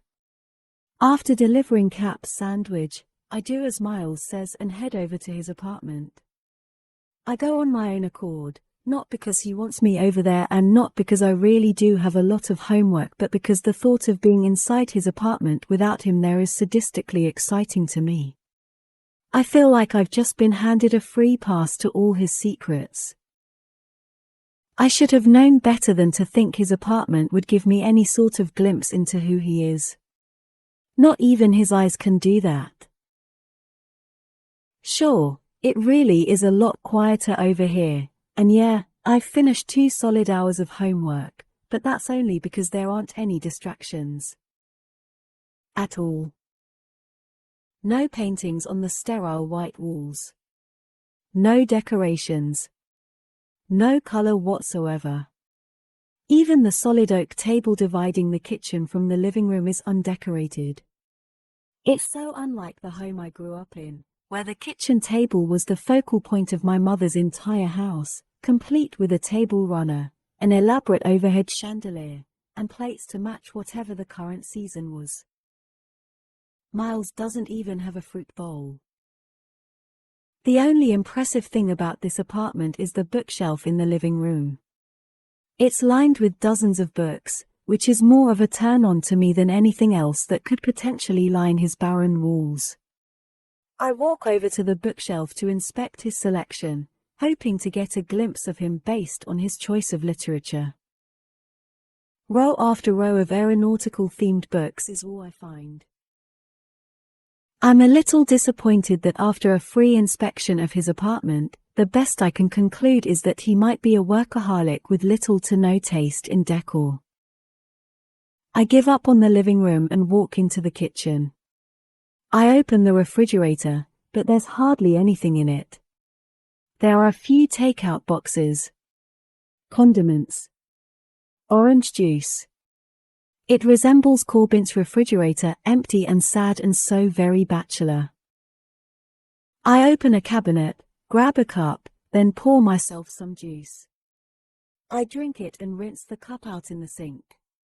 There are a few other dishes piled up on the left side of the sink, so I begin washing those, too. Even his plates and cups lack personality, plain and white and sad. I have the sudden urge to take my credit card straight to the store and buy him some curtains, a new set of vibrant dishes, a few paintings, and maybe even a plant or two. This place needs a little life. I wonder what his story is. I don't think he has a girlfriend. I've yet to see him with one up to this point, and the apartment and obvious lack of a female's touch make it a likely assumption. I don't think a girl could walk into this apartment without decorating it at least a little bit before she left, so I'm assuming girls just never walk into this apartment. It makes me wonder about Corbin, too. All our years growing up together, he's never been open about his relationships, but I'm pretty sure that's because he's never been in a relationship. Every time I've ever been introduced to a girl in his past, she never seems to make it through an entire week with him. I don't know if that's because he doesn't like keeping someone around or if it's a sign that he's too difficult to be around. I'm sure it's the former, based on the number of random phone calls he receives from women. Considering his abundance of one-night stands and lack of commitment, it confuses me how he could be so protective of me growing up. I guess he just knew himself too well. He didn't want me dating guys like him. I wonder if Miles is a guy like Corbin. Are you washing my dishes? His voice catches me completely off guard, making me jump in my skin. I spin around and catch sight of a looming Miles, almost dropping the glass in my hands in the process. It slips, but I somehow manage to catch it before it crashes to the floor. I take a calming breath and set it down gently in the sink. Finished my homework, I say, swallowing the thickness that just swelled in my throat. I look at the dishes that are now in the strainer. They were dirty. He smiles. I think. Just as soon as his lips start to curl up, they mash back into a straight line. False alarm. Everyone's gone, Miles says, giving me the all-clear to vacate his premises. He notices the orange juice still out on the counter, so he picks it up and puts it back in the refrigerator. Sorry, I mutter. I was thirsty. He turns to face me and leans his shoulder into the refrigerator, folding his arms over his chest. I don't care if you drink my juice, Tate. Oh, wow. That was an oddly sexy sentence. So was his presence in delivering it. Though. Jesus Christ, this man. Does he not realize that facial expressions are supposed to accompany speech? I don't want him to see my disappointment, so I turn back toward the sink. I use the sprayer to wash the remaining suds down the drain. I find it quite fitting, considering the weird vibes floating around his kitchen. How long have you lived here? I ask, attempting to alleviate the awkward silence as I turn and face him again. For years. I don't know why I laugh, but I do. He raises an eyebrow, confused about why his answer caused me to laugh. It's just that your apartment. I glance toward the living room, then back to him. It's kind of bland. I thought maybe you just moved in and haven't had a chance to decorate. I didn't mean for that to come out like an insult, but that's exactly how it sounded. I'm just trying to make conversation, but I think I'm only making this awkwardness worse. His eyes move slowly around his apartment as he processes my comment. I wish I could take it back, but I don't even try. I'd probably just make it worse. I work a lot, he says. I never have company, so I guess it just hasn't been a priority. I want to ask him why he never has company, but certain questions seem off limits to him. Speaking of company, what's up with Dylan?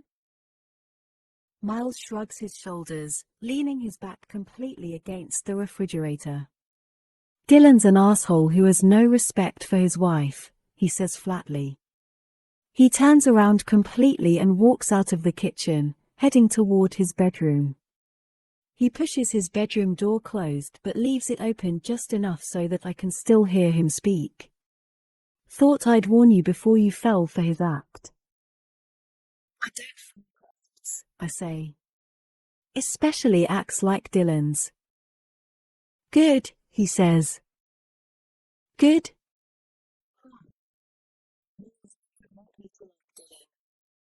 I love that Miles doesn't want me to like Dylan. Corbin wouldn't like it if you started something up with him. He hates Dylan. Oh.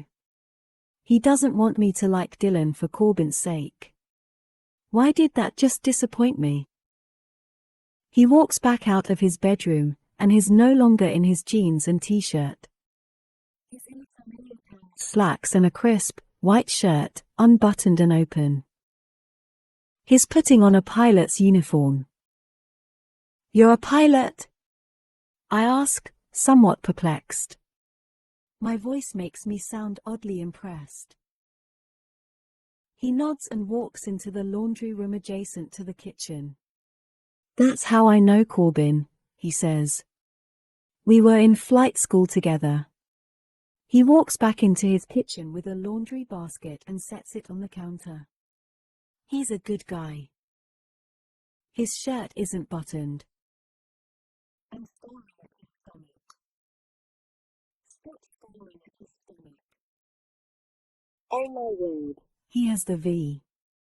Those beautiful indentations on men that run the length of their outer abdominal muscles, disappearing beneath their jeans as if the indentations are pointing to a secret bullseye. Jesus Christ, Tate, you're staring at his damn crotch.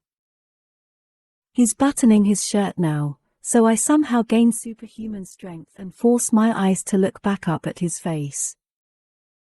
Thoughts. I should have some of those, but I can't find them. Maybe it's because I just found out he's an airline pilot. But why would that impress me? It doesn't impress me that Dylan's a pilot, but then again, I didn't find out Dylan was a pilot while he was doing laundry and flaunting his abs. A guy folding laundry while flaunting his abs and being a pilot is seriously impressive. Miles is fully dressed now. He's putting on his shoes, and I'm watching him like I'm in a theater and he's the main attraction. Is that safe? I ask, finding a coherent thought somehow. You've been drinking with the guys, and now you're about to be at the controls of a commercial jet. Miles zips his jacket, then picks up an already packed duffel bag from the floor. I've only had water tonight, he says, right before exiting the kitchen. I'm not much of a drinker. And I definitely don't drink on work nights. I laugh and follow him toward the living room. I walk to the table to grab my things. I think you're forgetting how we met, I say. Move-in day. Someone passed out drunk in the hallway day. He opens the front door to let me out. I have no idea what you're talking about, Tate, he says. We met on an elevator. Remember? I can't tell if he's kidding, because there's no smile or gleam in his eyes.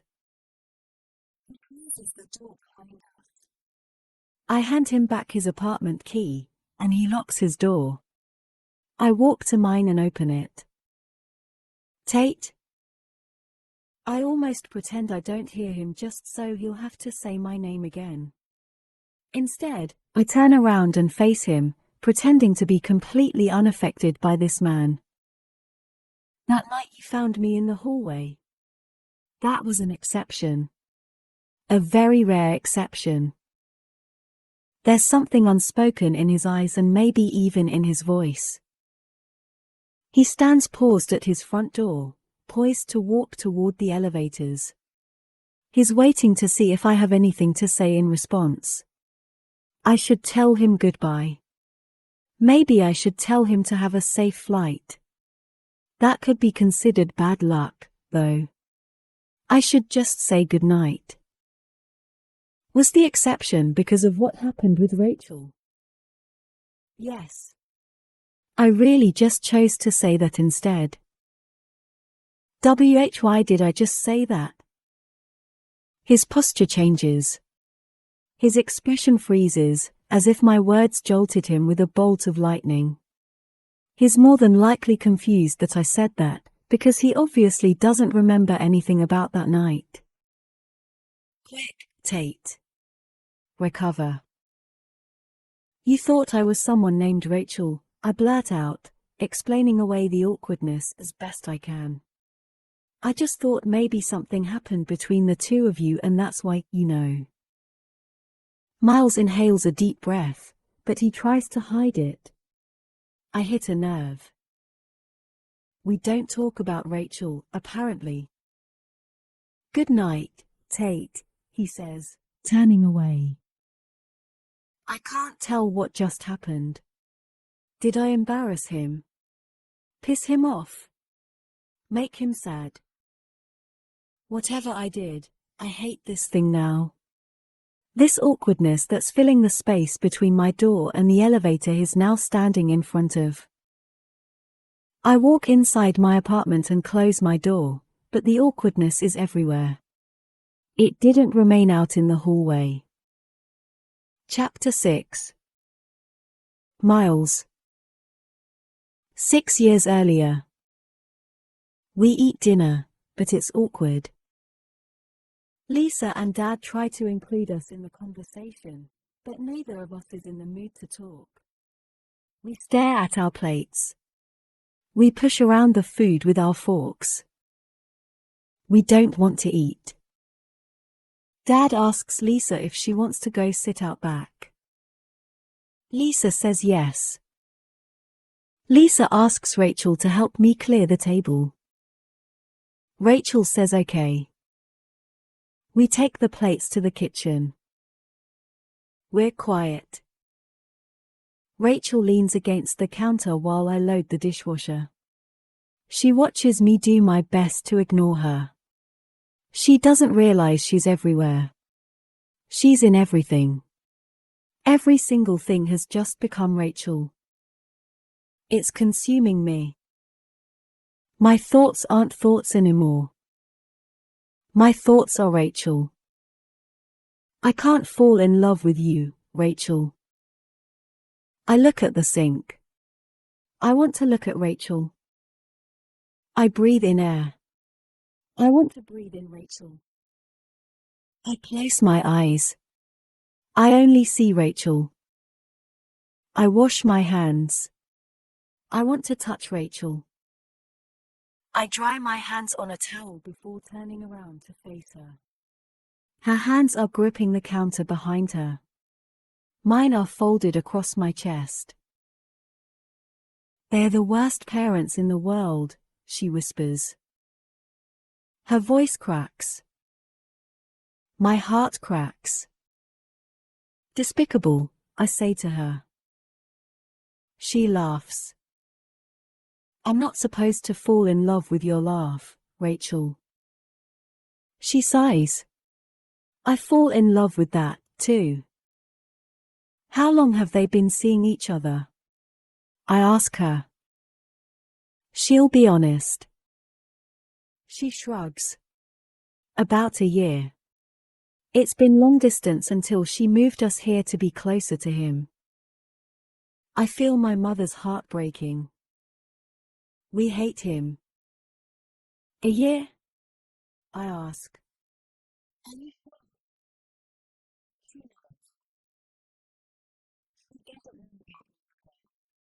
I can tell. Rachel? I say her name out loud, just like I've wanted to do since the second I met her. She continues to look directly at me. She swallows, then breathes out a shallow yeah. I step toward her. Her body reacts. She stands taller but not by much. She breathes heavier but not by much. Her cheeks grow redder but not by much. It's all just enough. My hand fits her waist.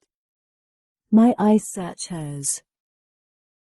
They don't tell me no, so I do. When my lips touch hers, it's so many things.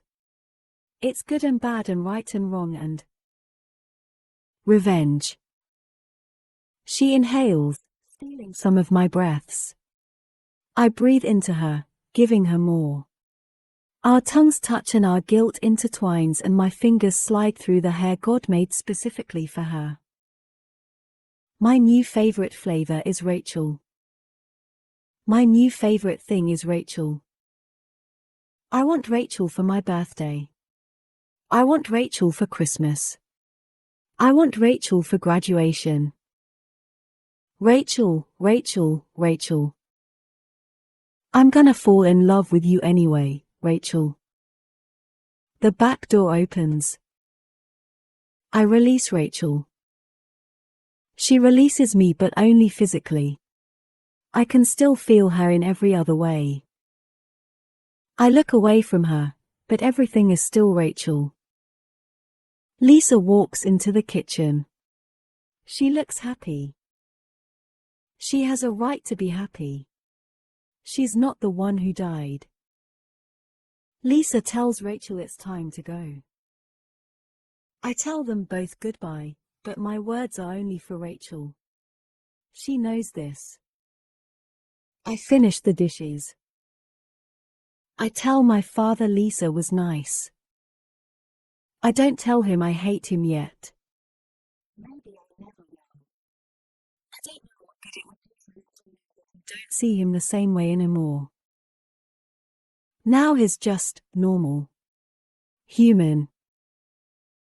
Maybe that's the rite of passage before you become a man, realizing your father doesn't have life figured out any more than you do. I go to my room. I take out my phone, and I text Rachel. Me, what do we do about tomorrow night? Rachel, we lie to them. Me, can you meet me at 7? Rachel, yes. Me, Rachel? Rachel, yeah? Me, good night. Rachel, good night, Miles. I turn off my phone, because I want that to be the last text I receive for the night. I close my eyes. I'm falling, Rachel. Chapter 7. Tate. It's been 2 weeks since I've seen Miles, but only 2 seconds since the last time I've thought about him. He seems to work just as much as Corbin does, and while it's nice to have the place to myself occasionally, it's also nice when Corbin isn't working and there's actually someone to talk to. I would say it's nice when Corbin and Miles are both off work, but that hasn't happened since I've lived here. Until now. His dad is working, and he's off until Monday, Corbin says. I had no idea he'd invited Miles to come back home with us for Thanksgiving until just now. He's knocking on Miles's apartment door.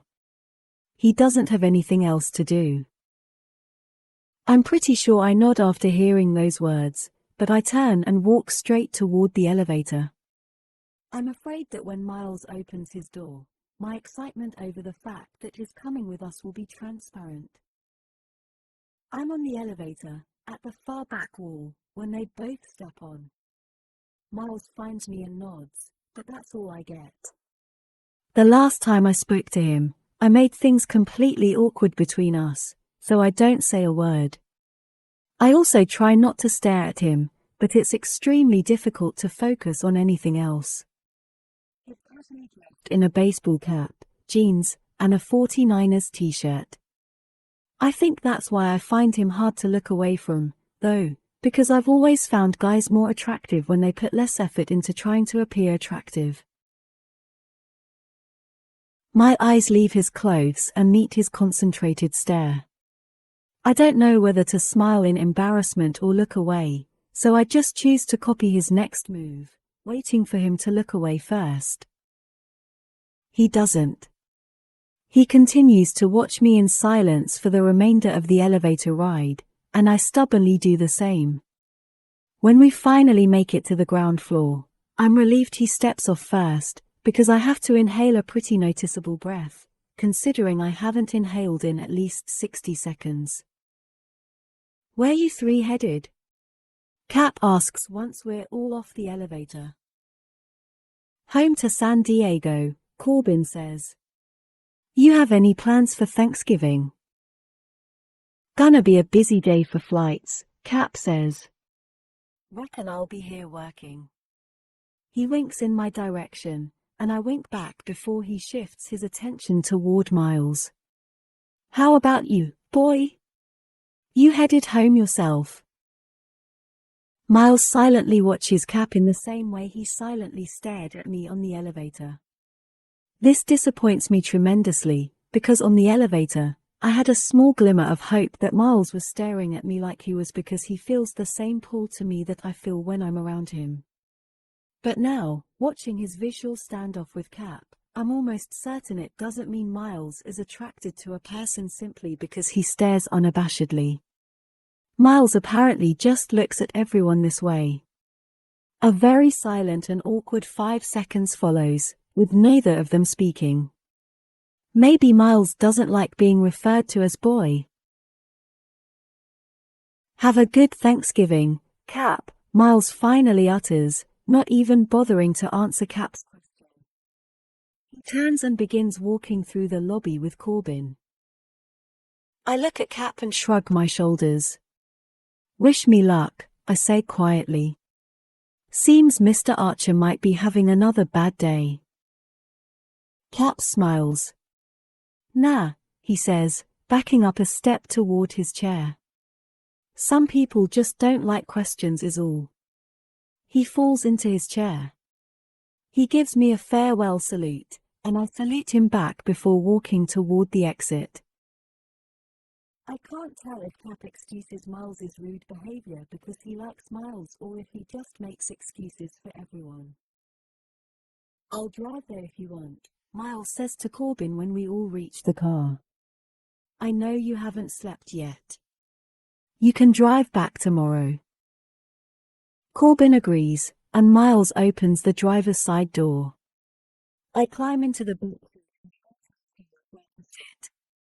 I don't know if I should sit directly behind Miles, in the middle, or behind Corbin. Anywhere I sit, I'll feel him. He's everywhere. Everything is Miles. That's how it is when a person develops an attraction towards someone. He's nowhere, then suddenly he's everywhere, whether you want him to be or not. It makes me wonder if I'm anywhere to him, but the thought doesn't last long. I can tell when a guy is attracted to me, and Miles definitely does not fall into that category. Which is why I need to figure out how to stop whatever this is I feel when I'm around him. The last thing I want right now is a silly crush on a guy when I've barely got time to focus on both work and school. I pull a paperback out of my purse and begin to read. Miles turns on the radio, and Corbin lays his seat back and kicks his feet up on the dash. "Don't wake me up until we're there," he says, pulling his cap over his eyes.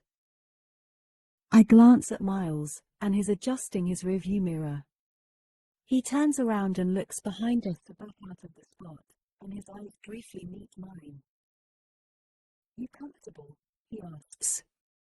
He turns around before getting my answer and puts the car in drive, then glances at me in the rearview mirror.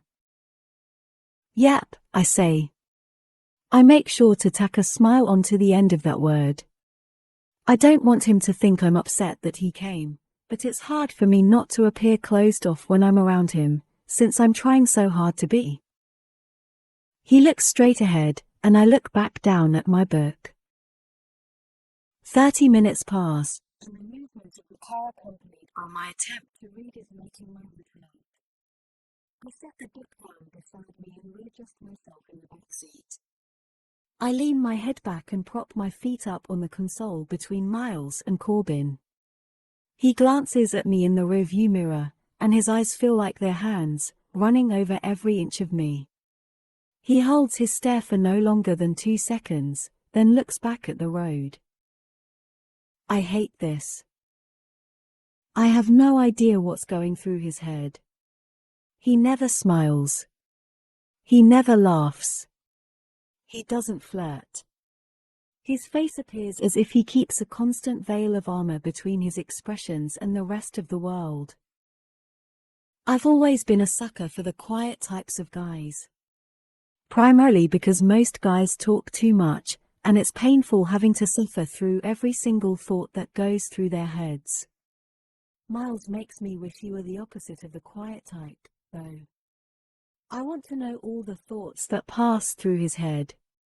Especially the one thought that's in there right now, hiding behind that unwavering, stoic expression. I'm still staring at him in the rearview mirror, trying to figure him out, when he glances at me again. I look down at my phone, a little embarrassed that he caught me staring at him. But that mirror is like a magnet, and damn it if my eyes don't shoot back up to it. The second I look into the mirror again, so does he. I look back down. Shit. This drive is about to be the longest drive of my entire life. I make it 3 minutes, then I look again. Shit. So does he. I smile, amused by whatever game this is we're playing. He smiles, too. He smiles, too. Miles looks back at the road, but his smile remains for several seconds. I know, because I can't stop staring at it. I want to take a picture of it before it disappears again, but that would be weird. He lowers his arm to rest it on the console, but my feet are in his way. I push up on my hands. Sorry, I say, as I begin to pull them back. His fingers wrap around my bare foot, stopping me. You're fine, he says. His hand is still wrapped around my foot. I'm staring at it. Holy hell, his thumb just moved. Deliberately moved, stroking the side of my foot. My thighs clench together and my breath halts in my lungs and my legs tense, because I'll be damned if his hand didn't just caress my foot before he pulled it away. I have to chew on the inside of my cheek to keep from smiling. I think you're attracted to me, Miles. As soon as we arrive at my parents' place, my father puts Corbin and Miles to work hanging Christmas lights.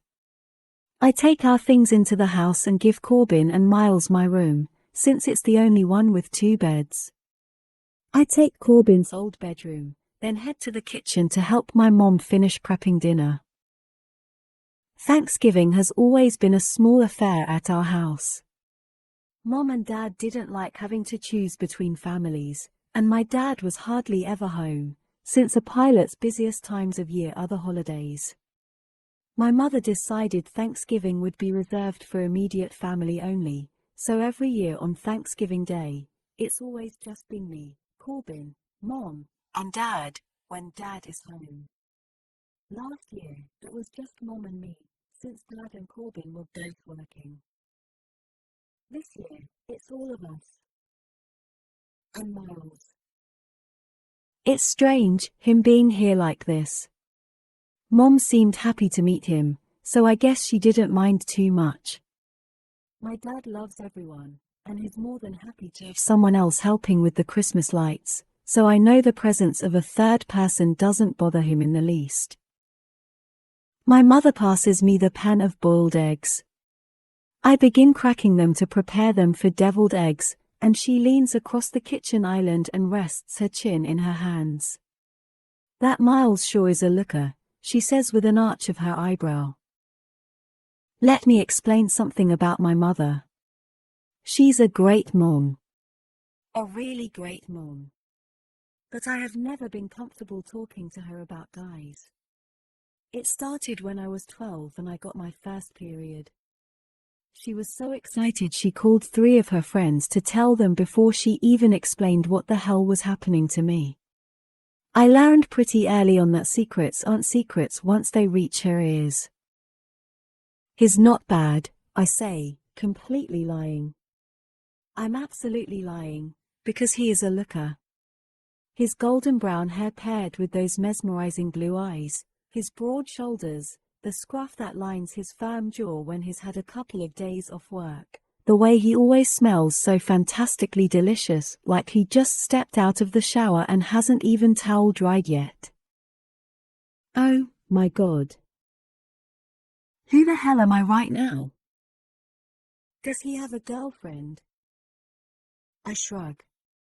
I don't really know him, Mom. I take the pan to the sink and run water over the eggs to loosen the shells. How is Dad liking retirement? I ask, attempting to change the subject. My mother grins. It's a knowing grin, and I absolutely hate it. I guess I never have to tell her anything, because she's my mom.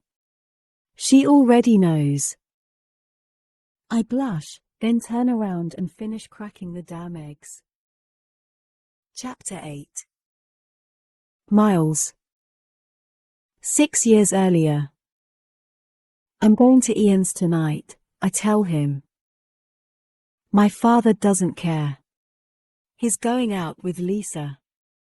His mind is on Lisa. His everything is Lisa. His everything used to be Carol. Sometimes his everything was Carol and Miles. Now his everything is Lisa. That's okay, because my everything used to be him and Carol. Not anymore. I text her to see if she can meet me somewhere. She says Lisa just left to come to my house. She says I can come to her house and pick her up. When I get there, I don't know if I should get out of the car. I don't know if she wants me to. I do. I walk to her door, and I knock. I'm not sure what to say when she opens the door. Part of me wants to tell her I'm sorry, that I shouldn't have kissed her. Part of me wants to ask her a million questions until I know everything about her. Most of me wants to kiss her again, especially now that the door is open and she's standing right in front of me. Want to come in for a little while? She asks. She won't be back for a few hours, at least. I nod. I wonder if she loves my nod as much as I love hers. She shuts the door behind me, and I look around. Their apartment is small. I've never lived in a place this small. I think I like it. The smaller the house, the more a family is forced to love one another. They have no extra space not to. It makes me wish my dad and I would get a smaller place. A place where we'd be forced to interact. A place where we'd stop having to pretend that my mother didn't leave way too much space in our house after she died. Rachel walks to the kitchen. She asks me if I want something to drink. I follow her and ask her what she has. She tells me she has pretty much everything except milk, tea, soda, coffee, juice, and alcohol. I hope you like water, she says. She laughs at herself. I laugh with her. Water is perfect. Would have been my first choice. She gets us each a glass of water. We lean against opposite counters. We stare at each other. I shouldn't have kissed her last night. I shouldn't have kissed you, Rachel. I shouldn't have let you, she tells me. We stare at each other some more. I'm wondering if she would let me kiss her again. I'm wondering if I should leave. It'll be easy to stop this, I say. I'm lying. No, it won't, she says. She's telling the truth. You think they'll get married? She nods. For some reason, I don't love this nod as much. I don't love the question it's answering. Miles. She looks down at her feet. She says my name like it's a gun and she's firing a warning shot and I'm supposed to run. I sprint. What? We only rented the apartment for a month. I overheard her on the phone with him yesterday. She looks back up at me. We're moving in with you in 2 weeks. I trip over the hurdle.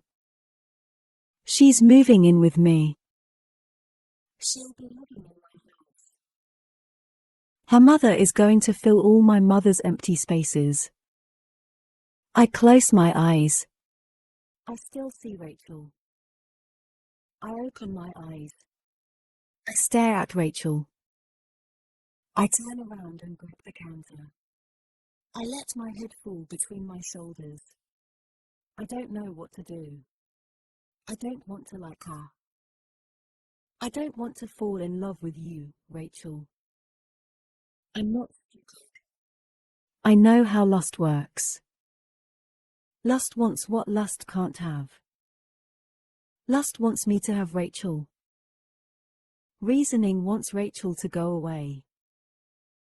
I take reasoning's side, and I turn to face Rachel again. This won't go anywhere, I tell her. This thing with us. It won't end well. I know, she whispers. How do we stop it?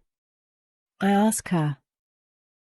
She looks at me, hoping I'll answer my own question. I can't. Silence. Silence. Silence. Loud, deafening silence. I want to cover my ears with my hands. I want to cover my heart with armor. I don't even know you, Rachel. I should leave, I say. She tells me. I can't, I whisper. She tells me okay. We stare at each other. Maybe if I stare at her enough, I'll get tired of staring at her. I want to taste her again.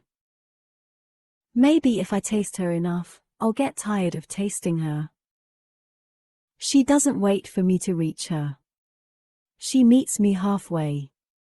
I grab her face and she grabs my arms, and our guilt collides when our mouths collide. We lie to ourselves about the truth. We tell ourselves we've got this when we don't have it at all. My skin feels better with her touching it. My hair feels better with her hands in it. My mouth feels better with her tongue inside of it. I wish we could breathe like this. Live like this. Life would feel better with her like this. Her back is against the refrigerator now. My hands are beside her head. I pull away and look at her. I want to ask you a million questions, I say to her. She smiles. I guess you'd better get started.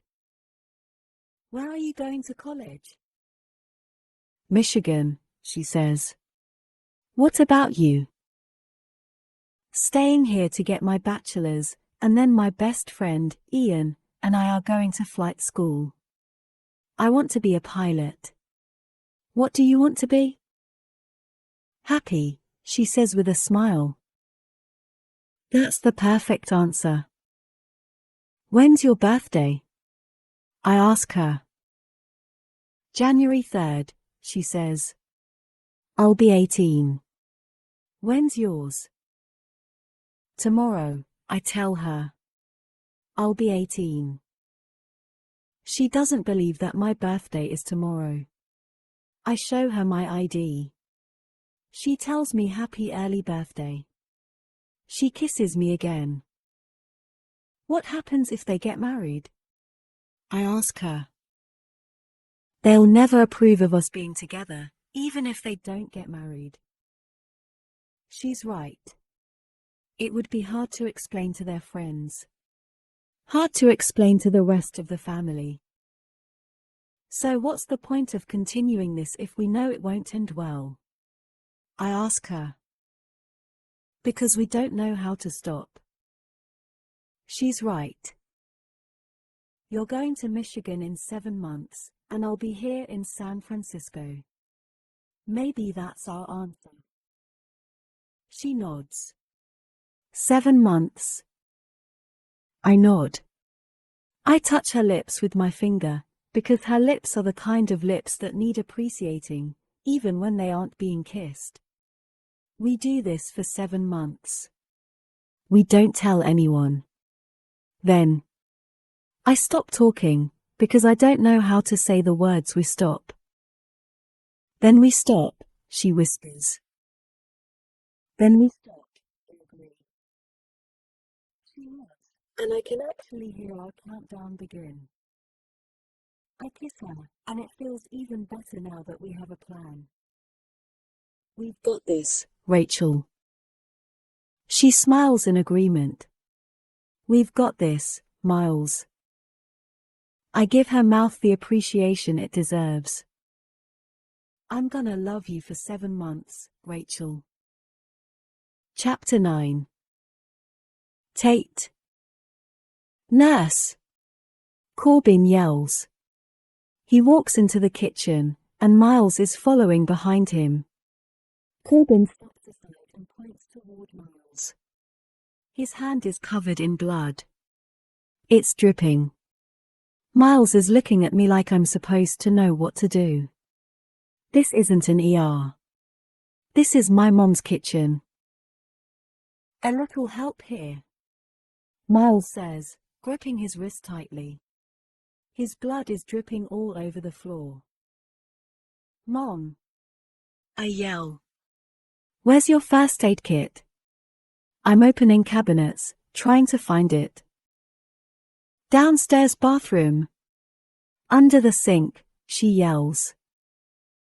I point toward the bathroom, and Miles follows me. I open the cabinet and pull out the kit.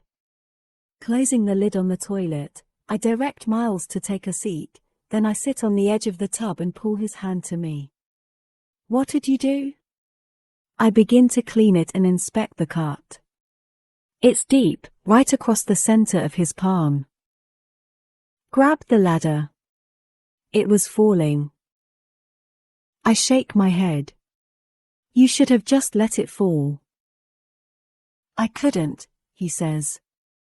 Corbin was on it. I look up at him, and he's watching me with those contrasting, intense blue eyes of his. I look back down at his hand. You need stitches. You sure? Yeah, I say. I can drive you to the ER. Can't you just stitch it up here? I shake my head. I don't have the right supplies. I need sutures. It's pretty deep. He uses his other hand to rifle through the first aid kit. He pulls out a spool of thread and hands it to me. Do your best. It's not like I'm sewing on a damn button, Miles. I'm not spending the whole day in an emergency room for a cut. Just do what you can. I'll be fine. I don't want him to spend the day in an emergency room, either. That means he wouldn't be here. If your hand gets infected and you die, I'm denying any part in this. If my hand gets infected and I die, I'd be too dead to blame you. Good point, I say. I clean his wound again, then take the supplies I'll need and lay them out on the counter. I can't get a good angle with how we're positioned, so I stand up and prop my leg on the edge of the tub. I put his hand on my leg. Oh, hell. This isn't gonna work with his arm draped across my leg like this. If I want my hands to remain calm and not shake, I'm going to need to reposition us. This won't work, I say, turning to face him. I take his hand and rest it on the counter, then stand directly in front of him. The other way worked better, but I can't have him touching my leg while I do this. It's gonna hurt, I warn. He laughs as though he knows pain, and to him, this isn't pain. I pierce his skin with the needle, and he doesn't even flinch. He doesn't make a sound. He watches me work quietly. Every now and then, he looks up from my hand and watches my face. We don't speak, like always. I try to ignore him. I try to focus on his hand and his wound and how it desperately needs to be closed. But our faces are so close, and I can feel his breath on my cheek every time he exhales. And he begins to exhale a lot. You'll have a scar, I say in a quiet whisper. I wonder where the rest of my voice went. I push the needle in for the 4th time. I know it hurts, but he doesn't let it show. Every time it pierces his skin, I have to stop myself from wincing for him. I should be focusing on his injury, but the only thing I can sense is the fact that our knees are touching. The hand of his that I'm not stitching is resting on top of his knee. One of the tips of his fingers is stitching.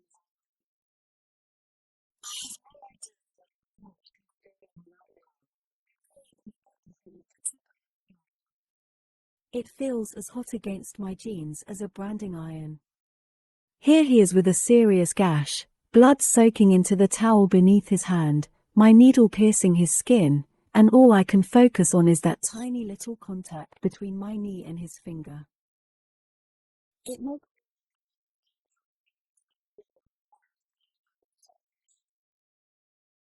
my eyes lock for 2 seconds, and then I quickly look back down at his hand. He's not looking at his hand at all now. He stares at me, and I do my best to ignore the way he's breathing. I can't tell if his breathing has sped up because of how close I'm standing to him or because I'm hurting him. 2 of the tips of his fingers are touching my knee. 3. I inhale again and try to focus on finishing his stitches. I can't. This is deliberate. This touch isn't an accidental graze. He's touching me because he wants to be touching me. His fingers trail around my knee, and his hand slips to the back of my leg. He lays his forehead against my shoulder with a sigh, and he squeezes my leg with his hand. I have no idea how I'm still standing. Tate, he whispers. He says my name painfully, so I pause what I'm doing and wait for him to tell me it hurts. I wait for him to ask me to give him a minute. That's why he's touching me, isn't it? Because I'm hurting him. He doesn't speak again, so I finish the last stitch and knot the thread. It's over, I say, replacing the items on the counter. He doesn't release me, so I don't back away. His hand begins to slide up the back of my leg, all the way up my thigh, around to my hip and up to my waist. Breathe, Tate. His fingers grip my waist, and he pulls me closer, still with his head pressed against me. My hands find his shoulders, because I have to grab onto something in order to steady myself. Every muscle in my body somehow just forgot how to do its job. I'm still standing, and he's still sitting, but I'm positioned between his legs now that he's pulled me so close. He slowly begins to lift his face from my shoulder, and I have to close my eyes, because he's making me so nervous I can't look at him. I feel him tilt his face up to look at me, but my eyes are still closed. I squeeze them a little tighter. I don't know why. I don't know anything right now. I just know Miles. And right now, I think Miles wants to kiss me. And right now, I'm pretty damn sure I want to kiss Miles. His hand slowly trails all the way up my back until he's touching the back of my neck. I feel like his hand has left marks on every single part of me it touched. His fingers are at the base of my neck, and his mouth is no more than half an inch from my jaw. So close I can't distinguish if it's his lips or his breaths that are feathering my skin. I feel like I'm about to die, and there isn't a damn thing in that first aid kit that could save me. He tightens his grip on my neck, and then he kills me. Or he kisses me. I can't tell which, since I'm pretty sure they would feel the same.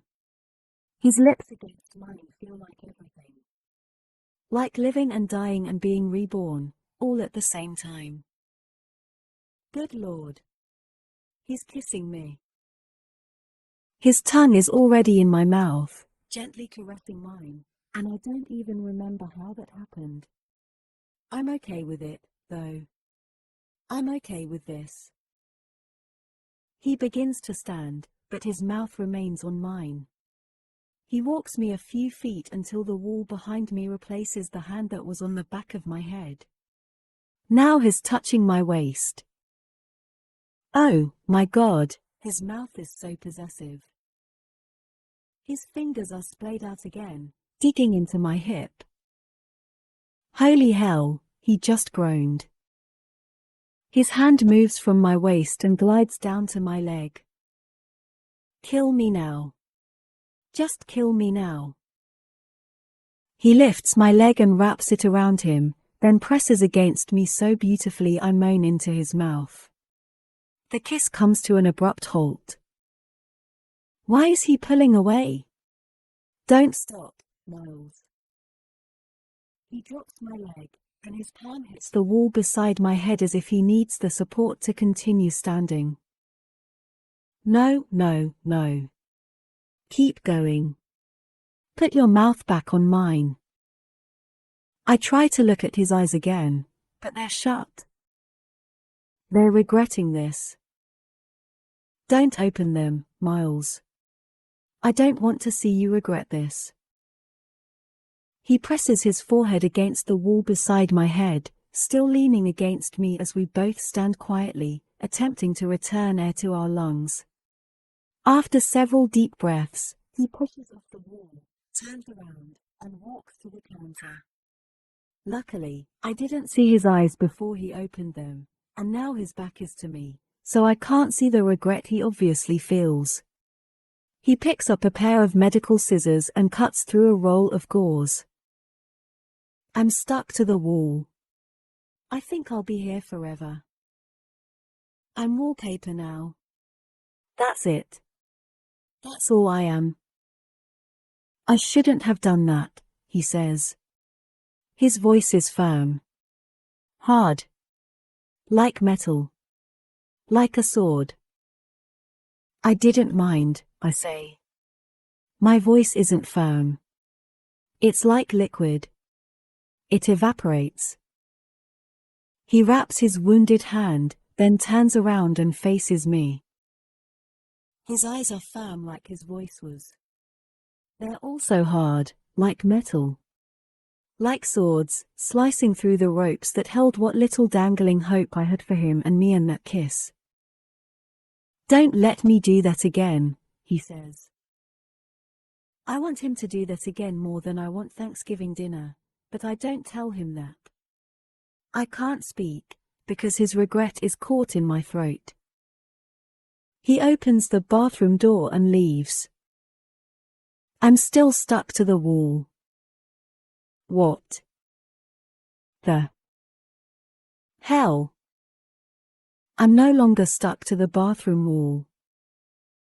Now I'm stuck to my chair, conveniently seated at the dinner table next to Miles. Miles, whom I haven't spoken to since he referred to himself or us or our kiss as that. Don't let me do that again. I couldn't stop him if I wanted to. I want that so much I don't even want to eat, and he probably doesn't realize how much I love Thanksgiving dinner. Which means I want that a lot, and that isn't referring to the plate of food in front of me. That is Miles. Us. Me kissing Miles. Miles kissing me. I'm suddenly very thirsty. I grab my glass and down half of my water in 3 huge gulps. Do you have a girlfriend, Miles? My mother asks. Yes, Mom. Keep asking him questions like that, since I'm too scared to do it myself. Miles clears his throat. No, he says. Corbin laughs under his breath, which stirs up a cloud of disappointment in my chest. Apparently, Miles has the same view on relationships as Corbin does, and Corbin finds it amusing that my mother would assume he's capable of commitment. I suddenly find the kiss we shared earlier a lot less impactful. Well, aren't you quite the catch, then, she says. Airline pilot, single, handsome, polite. Miles doesn't respond. He smiles faintly and shovels a bite of potatoes into his mouth. He doesn't want to talk about himself. That's too bad. Miles hasn't had a girlfriend in a long time, Mom, Corbin says, confirming my suspicion. Doesn't mean he's single, though. My mom tilts her head in confusion. So do I. So does Miles. What do you mean? She says. Her eyes immediately grow wide, though. Oh. I'm so sorry. That's what I get for being nosy. She says the last part of her sentence like she just came to some realization that I still haven't come to. She's apologizing to Miles now. She's embarrassed. Still confused. Am I missing something? My dad asks. My mother points her fork at Miles. He's gay, honey, she says. Is not, my dad says firmly, laughing at her assumption. I'm shaking my head. Don't shake your head, Tate. Miles isn't gay, I say defensively, looking at my mother. Why did I say that out loud? Now Corbin looks confused. He looks at Miles. A spoonful of potatoes is paused in midair in front of Miles, and his eyebrow is cocked. He's staring at Corbin. Oh, shit, Corbin says. I didn't know it was a secret. Dude, I'm so sorry. Miles lowers a spoonful of mashed potatoes to his plate, still eyeing Corbin with a perplexed look about him. I'm not gay. Corbin nods. He holds up his palms and mouths, I'm sorry, like he didn't mean to reveal such a big secret. Miles shakes his head. Corbin. I'm not gay. Never have been and pretty sure I never will be. What the hell, man? Corbin and Miles are staring at each other, and everyone else is watching Miles. But, Corbin stutters. You said one time you told me. Miles drops his spoon and covers his mouth with his hand, stifling his loud laughter. Oh, my God, Miles. Laugh. Laugh, laugh, laugh. Please think this is the funniest thing that's ever happened, because your laugh is also so much better than Thanksgiving dinner. What did I say to you that made you think I was gay? Corbin sits back in his chair. I don't remember, exactly. You said something about not being with a girl in more than 3 years. I just thought that was your way of telling me you were gay. Everyone is laughing now. Even me. That was more than 3 years ago. You thought I was gay. Corbin is still confused. But tears. Miles has tears. He's laughing so hard. It's beautiful. I feel bad for Corbin. He's kind of embarrassed. I do like how Miles thinks it's funny, though. I like that it didn't embarrass him. 3 years, my dad says, still stuck on the same thought I'm still kind of stuck on. That was 3 years ago, Corbin says, finally laughing along with Miles. It's probably been 6 by now. The table slowly grows quiet. This embarrasses Miles. I keep thinking about that kiss in the bathroom earlier and how I know for a fact it hasn't been 6 years since he's been with a girl. A guy with a mouth as possessive as that one knows how to use it, and I'm sure it gets used a lot. I don't want to think about it. I don't want my family thinking about it. You're bleeding again, I say, looking down at the blood-soaked gauze that's still wrapped around his hand. I turn to my mother. Do you have any liquid bandage? No, she says. That stuff scares me. I look at Miles. After we eat, I'll check it, I say. Miles nods but never looks at me. My mother asks me about work, and Miles is no longer the center of attention. I think he's relieved about that.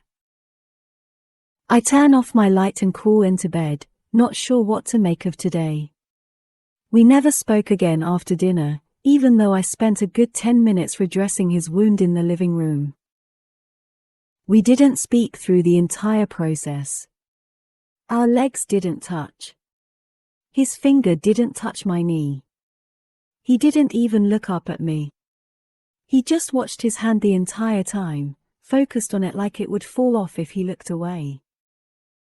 I don't know what to think about Miles or that kiss. He's obviously attracted to me, or he wouldn't have kissed me. Sadly, that's enough for me. I don't even care if he likes me. I just want him to be attracted to me, because the liking can come later. I close my eyes and try to fall asleep for the 5th time, but it's pointless. I roll onto my side and face the door just in time to see the shadow of someone's feet approach it. I watch the door, waiting for it to open, but the shadows disappear, and footsteps continue down the hall. I'm almost positive that was Miles, but only because he's the only person on my mind right now. I release a few controlled breaths in order to calm myself down enough to decide whether I want to follow him. I'm only on the 3rd breath when I hop out of bed. I debate brushing my teeth again, but it's only been 20 minutes since I last brushed them. I check my hair in the mirror, then open my bedroom door and walk as quietly as I can into the kitchen. When I round the corner, I see him. All of him. He's leaning against the bar, facing me, almost like he was expecting me. God, I hate that. I pretend it's just a coincidence that we ended up here at the same time, even though it's midnight. Can't sleep? I walk past him to the refrigerator and reach for the orange juice. I take it out, pour myself a glass, then lean against the counter across from him. He's watching me, but he doesn't answer my question. Are you sleepwalking? He smiles, soaking me up from head to toe with his eyes like a sponge. You really love orange juice, he says, amused. I look down at my glass, then back up to him, and shrug. He takes a step toward me and motions for the glass. I hand it to him, and he brings it to his lips, takes a slow sip, and hands it back to me. All these movements are completed without his ever breaking eye contact with me. Well, I definitely love orange juice now. I love it, too, he says, even though I never answered him. I set the glass down beside me, grip the edges of the counter, and push myself up until I'm seated on it. I pretend he isn't invading my entire being, but he's still everywhere. Filling the kitchen. The entire house. It's way too quiet. I decide to make the first move. Has it really been 6 years since you've had a girlfriend? He nods without hesitation, and I'm both shocked and extremely pleased by that answer. I'm not sure why I like it. I guess it's just so much better than what I was imagining his life was like. Wow. Have you at least? I don't know how to finish this sentence. Had sex, he interjects. I'm glad the only light on is the one over the kitchen stove, because I'm absolutely blushing right now. Not everyone wants the same things out of life, he says. His voice is soft, like a down comforter. I want to roll around in it, wrap myself up in that voice. Everyone wants love, I say. Or at least sex. It's human nature. I can't believe we're having this conversation. He folds his arms across his chest. His feet cross at the ankles. I've noticed this is his form of personal armor. He's putting up his invisible shield again, guarding himself from giving too much away. Most people can't have one without the other, he says. So I find it easier to just give up both. He's studying me, gauging my reaction to his words. I do my best not to give him one. So which of the two do you not want, Miles? My voice is embarrassingly weak. Love or sex? His eyes remain the same, but his mouth changes. His lips curl up into a barely there smile. I think you already know the answer to that, Tate. Wow.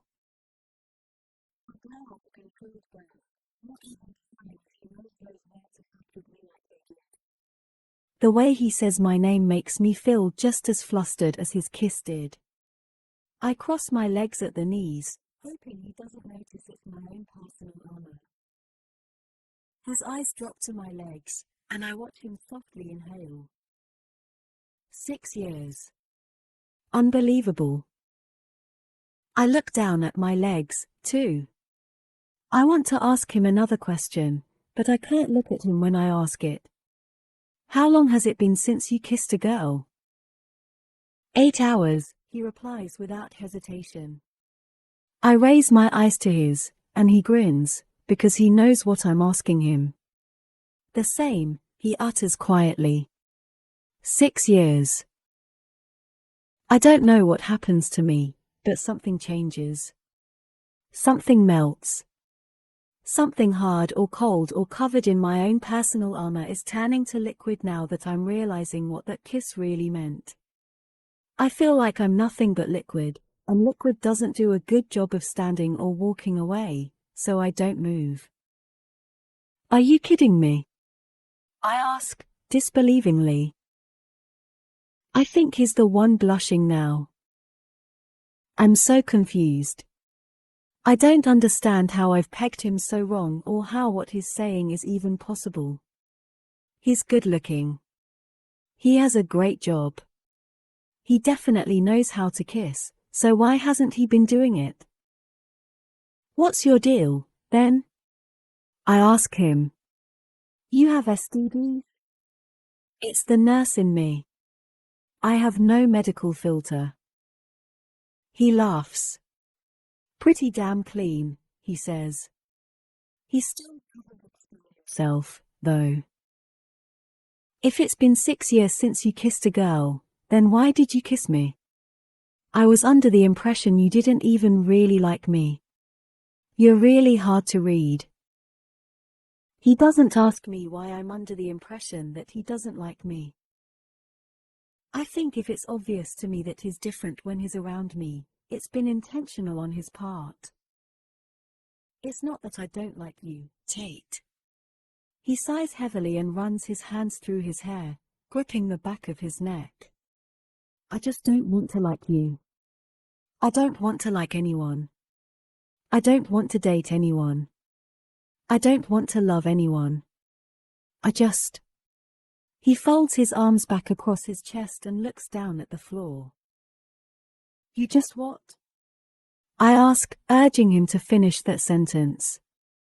His eyes slowly lift back to mine, and it takes all I have to stay seated on this counter with the way he's looking at me right now, like I'm Thanksgiving dinner. I'm attracted to you, Tate, he says, his voice low. I want you, but I want you without any of that other stuff.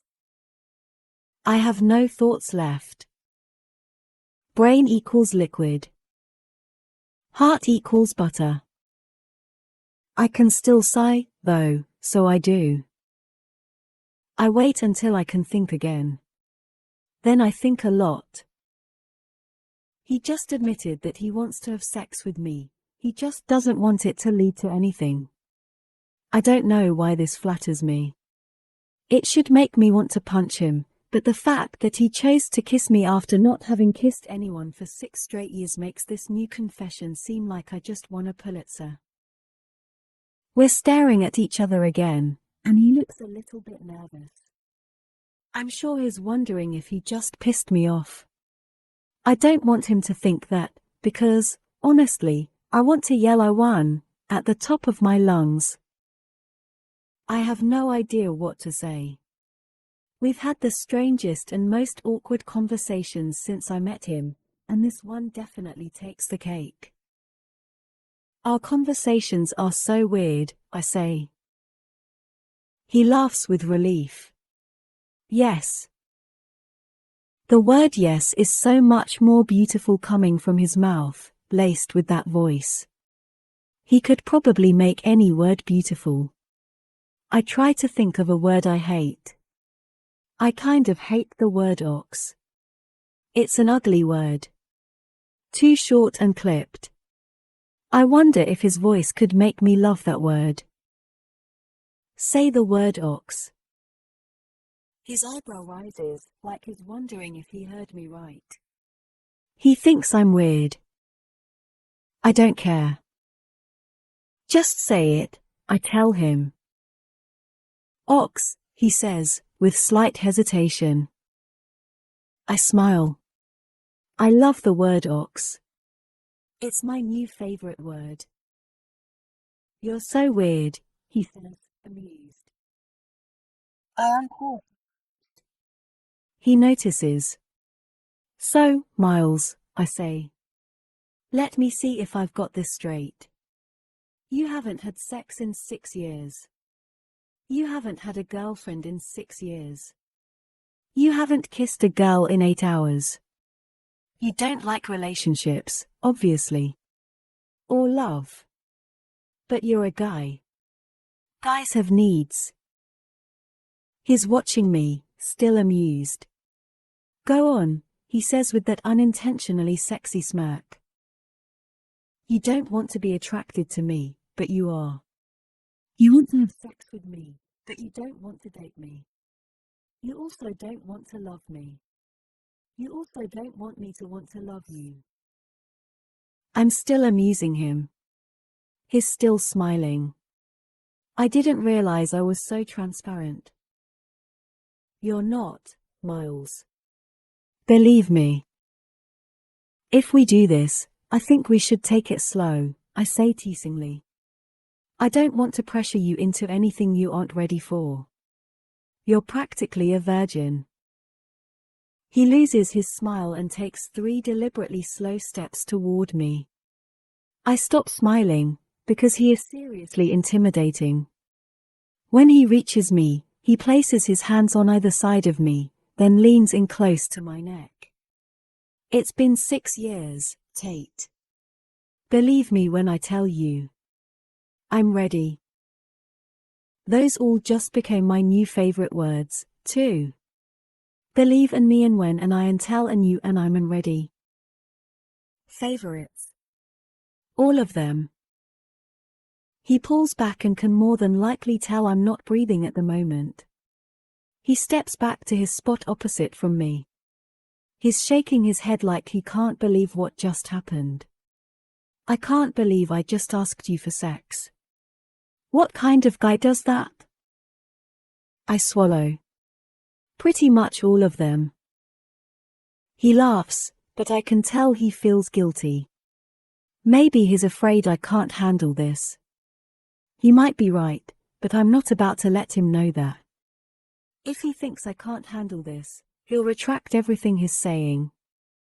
If he retracts everything he's saying, that means I don't get to experience another kiss like the one he gave me earlier. I'd agree to anything if it means I get to be kissed by him again. Especially if it means I get to experience more than just his kiss. Simply thinking about it makes my throat dry. I pick up my glass and take another slow sip of my juice while I silently work this out in my head. He wants me for sex. I kind of miss sex. It's been a while. I know I'm definitely attracted to him and can't think of anyone else in my life I'd rather have casual, meaningless sex with than my airline pilot, laundry folding neighbor. I set the cup of juice back down, then press my palms into the counter and lean slightly forward. Listen to me, Miles. You're single. I'm single. You work way too much, and I'm focused on my career in an almost unhealthy way. Even if we wanted a relationship out of this, it would never work. Our lives wouldn't fit one. We also aren't really friends, so we don't have to worry about our friendship being ruined. You want to have sex with me? I'll totally let you. ALOT.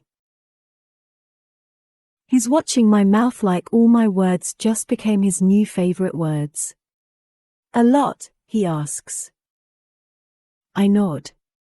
Yes. ALOT. He looks me in the eyes with a challenging stare. Okay, he says, almost like it's a dare. Okay. We're still several feet apart. I just told this guy I would have sex with him without any expectations, and he's still way over there, and I'm way over here, and it's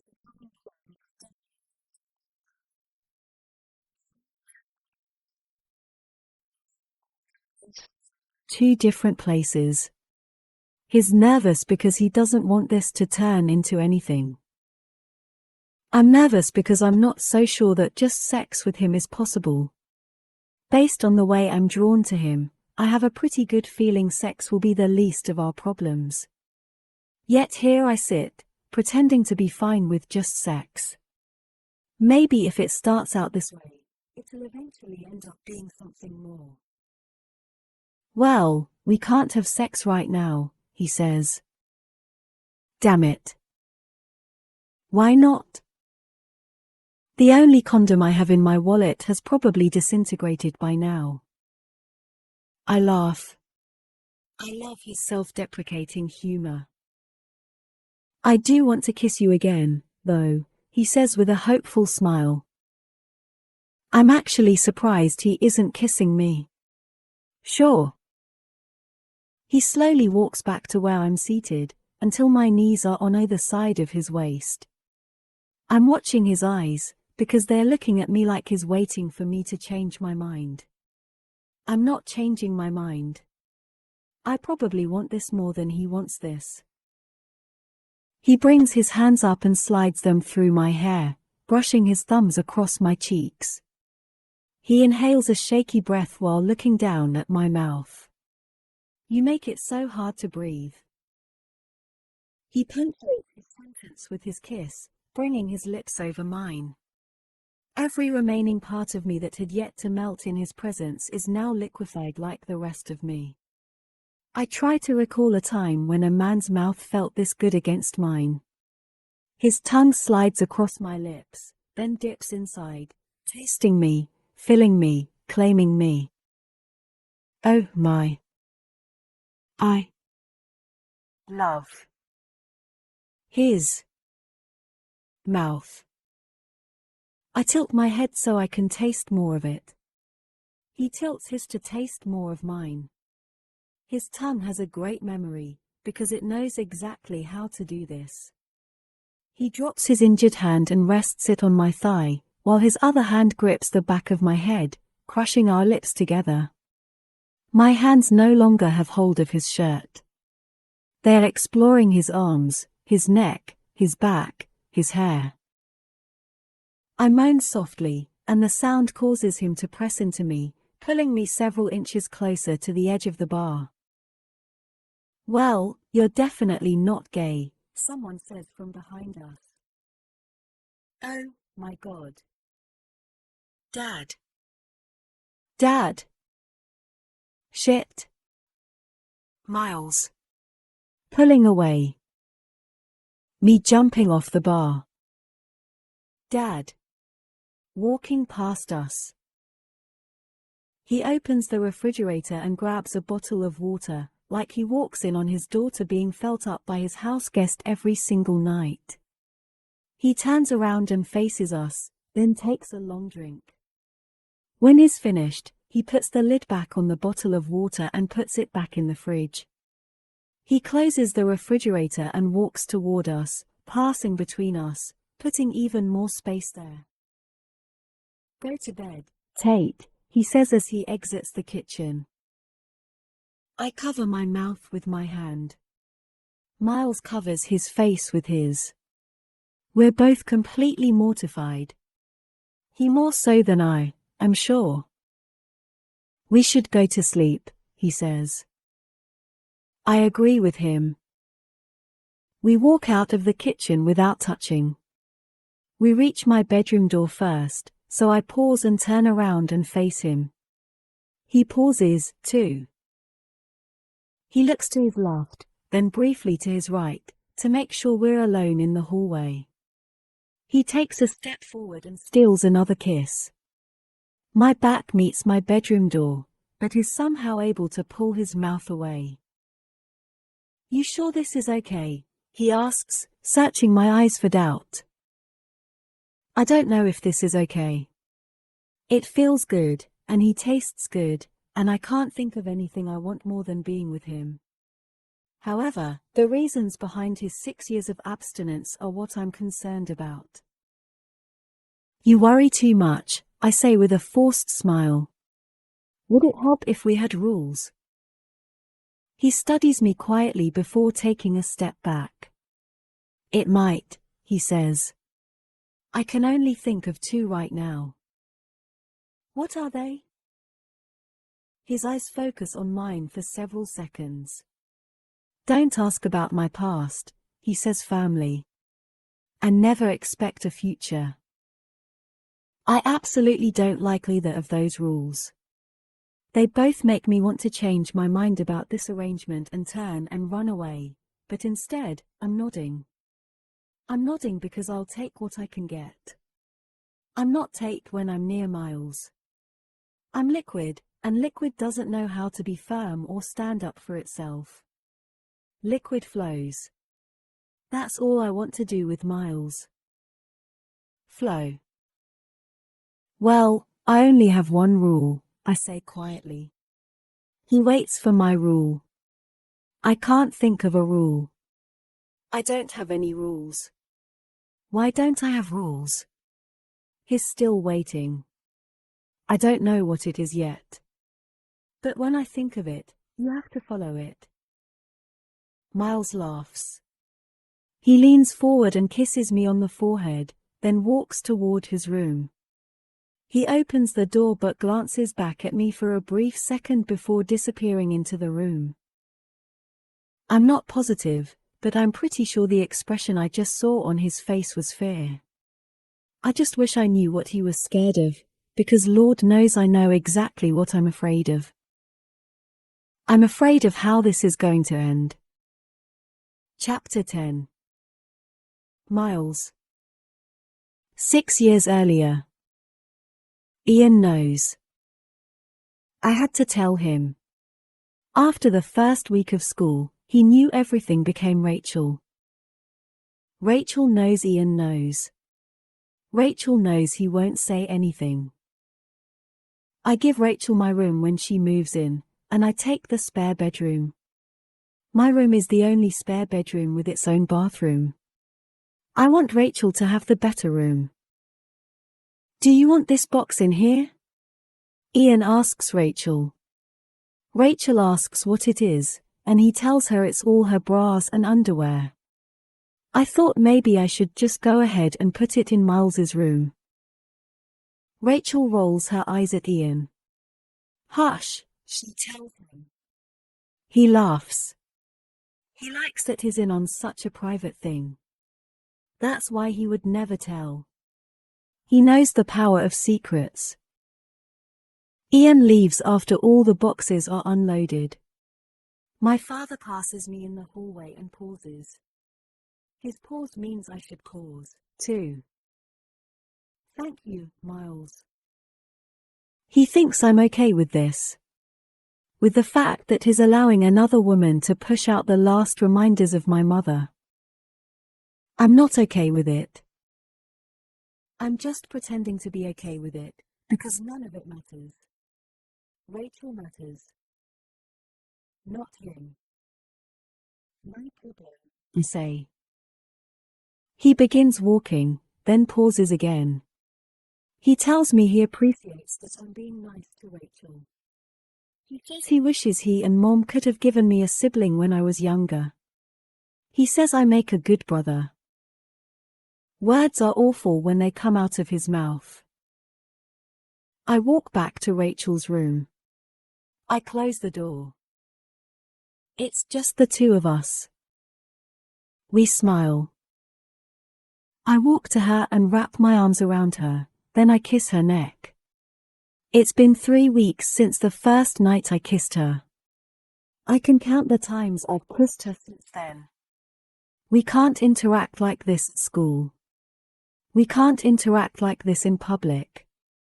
We can't interact like this in front of our parents. I can only touch her when we're alone, and we haven't been able to be alone much in the last 3 weeks.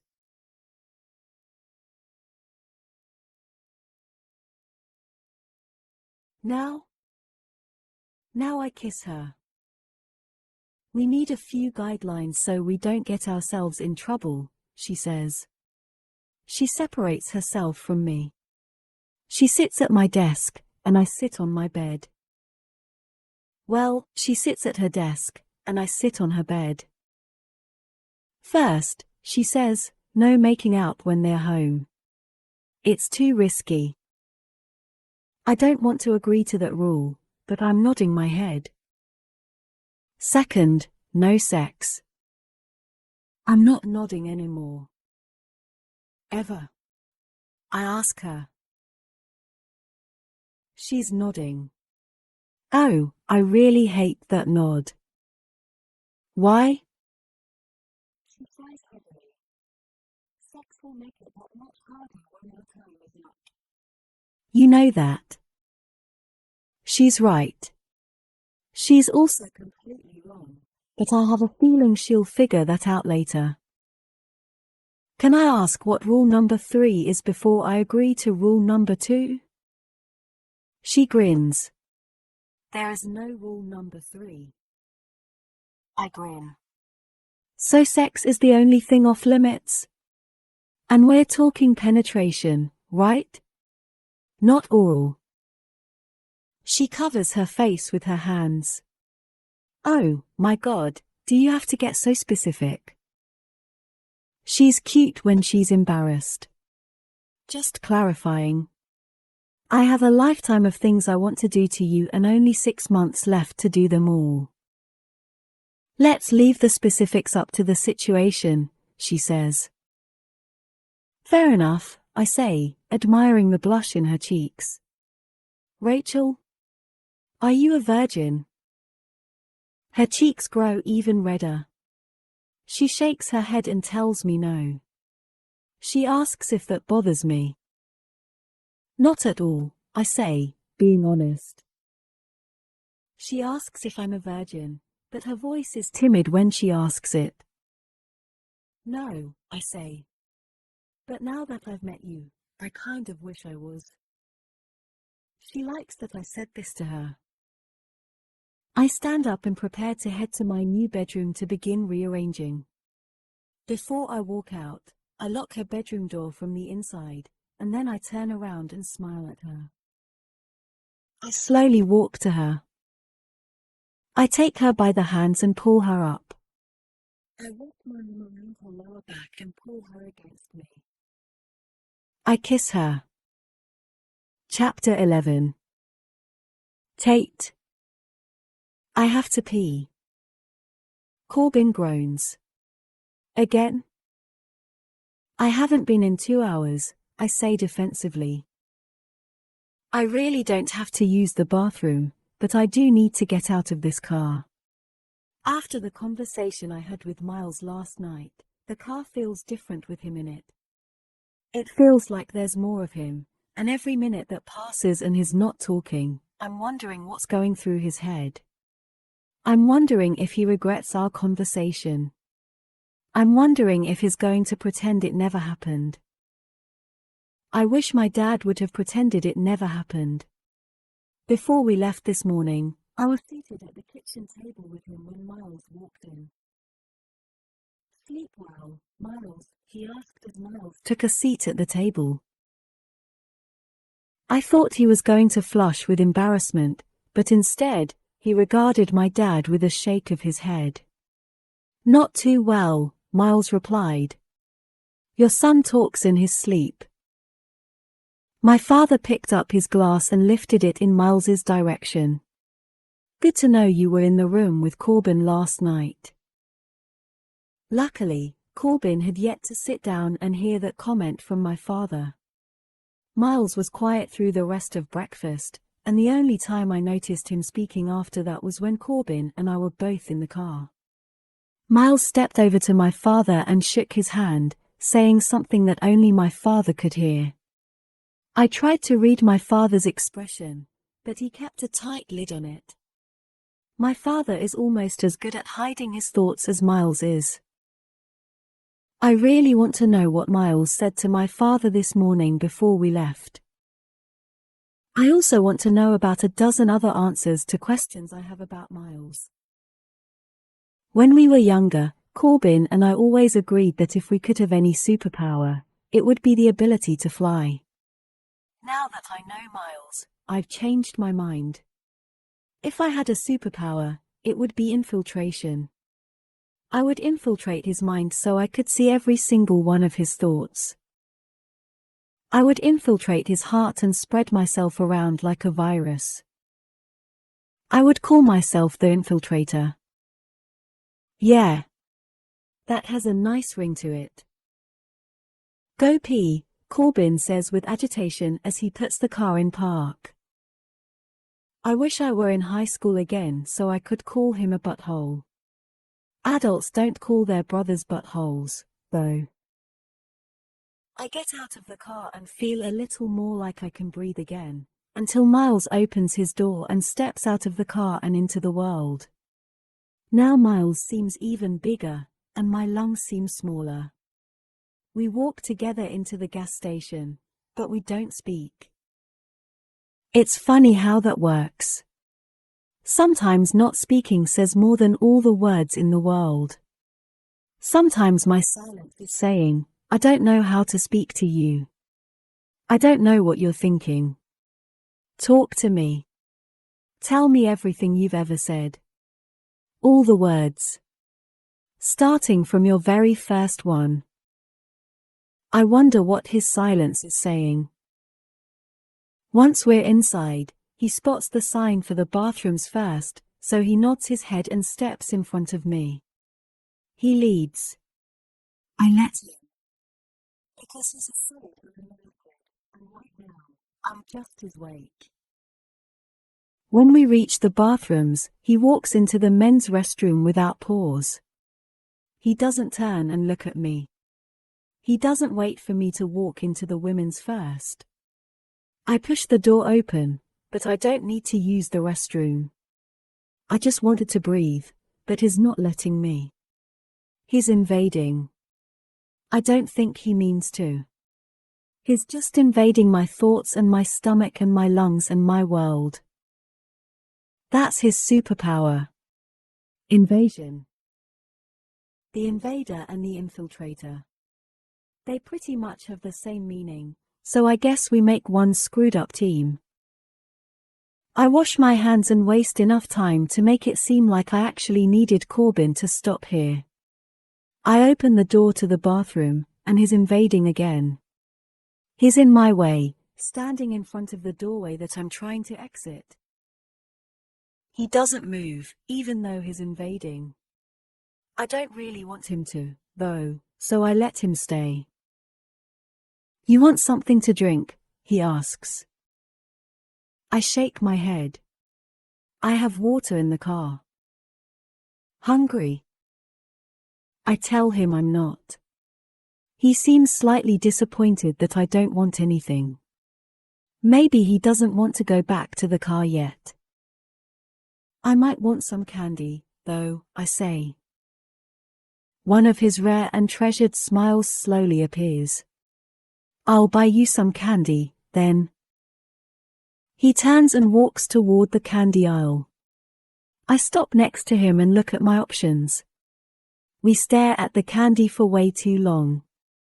I don't even really want any, but we both stare at it anyway and pretend we do. This is weird, I whisper. What's weird? He asks. Picking out candy or having to pretend we don't both want to be in the backseat right now. Wow. I feel like I really did infiltrate his thoughts somehow. Only they were words that he willingly spoke. Words that made me feel really good. Both, I say steadily. I turn to face him. Do you smoke? He gives me the look again. The look that tells me I'm weird. I don't care.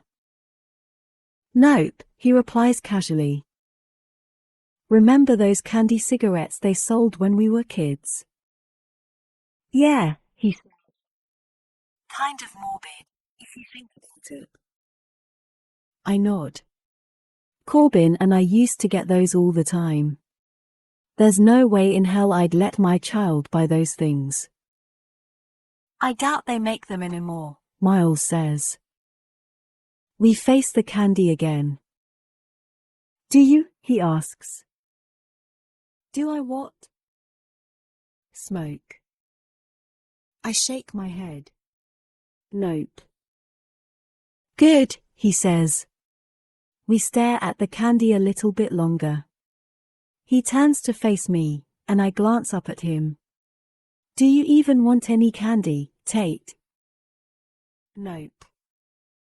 He laughs. Then I guess we should get back to the car.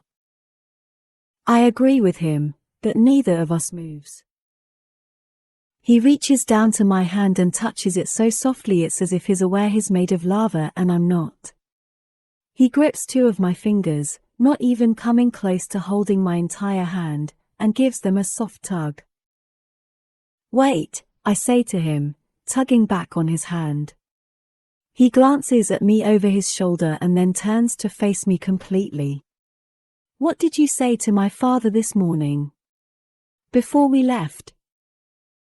His fingers tighten around mine, and his expression doesn't deviate from the poignant look he's perfected. I apologize to him. He turns toward the door once again, and I follow him this time. He doesn't release my hand until we're close to the exit. When he finally does let my hand fall, I evaporate again. I follow him toward the car and hope I don't really believe I'm capable of infiltration. I remind myself he's made of armor. He's impenetrable. I don't know if I can do this, Miles. I don't know if I can follow rule number 2, because I suddenly want to climb into your future more than I want to climb into the back seat with you. Long line, Miles says to Corbin once we're both inside the car. Corbin puts the car in drive and changes the radio station. He doesn't care how long the line was. He wasn't suspicious, or he would have said something. Besides, there's nothing to be suspicious of yet. We drive for a good 15 minutes before I realize I'm not thinking about Miles anymore. For the last 15 minutes of the drive, my thoughts have just been memories. Remember when we were kids and we wished our superpower could be to fly? Yeah, I remember, Corbin says. You have your superpower now. You can fly. Corbin smiles at me in the rearview mirror. Yeah, he says. I guess that makes me a superhero. I lean back in the seat and stare out the window, a little envious of both of them. Envious of the things they've seen.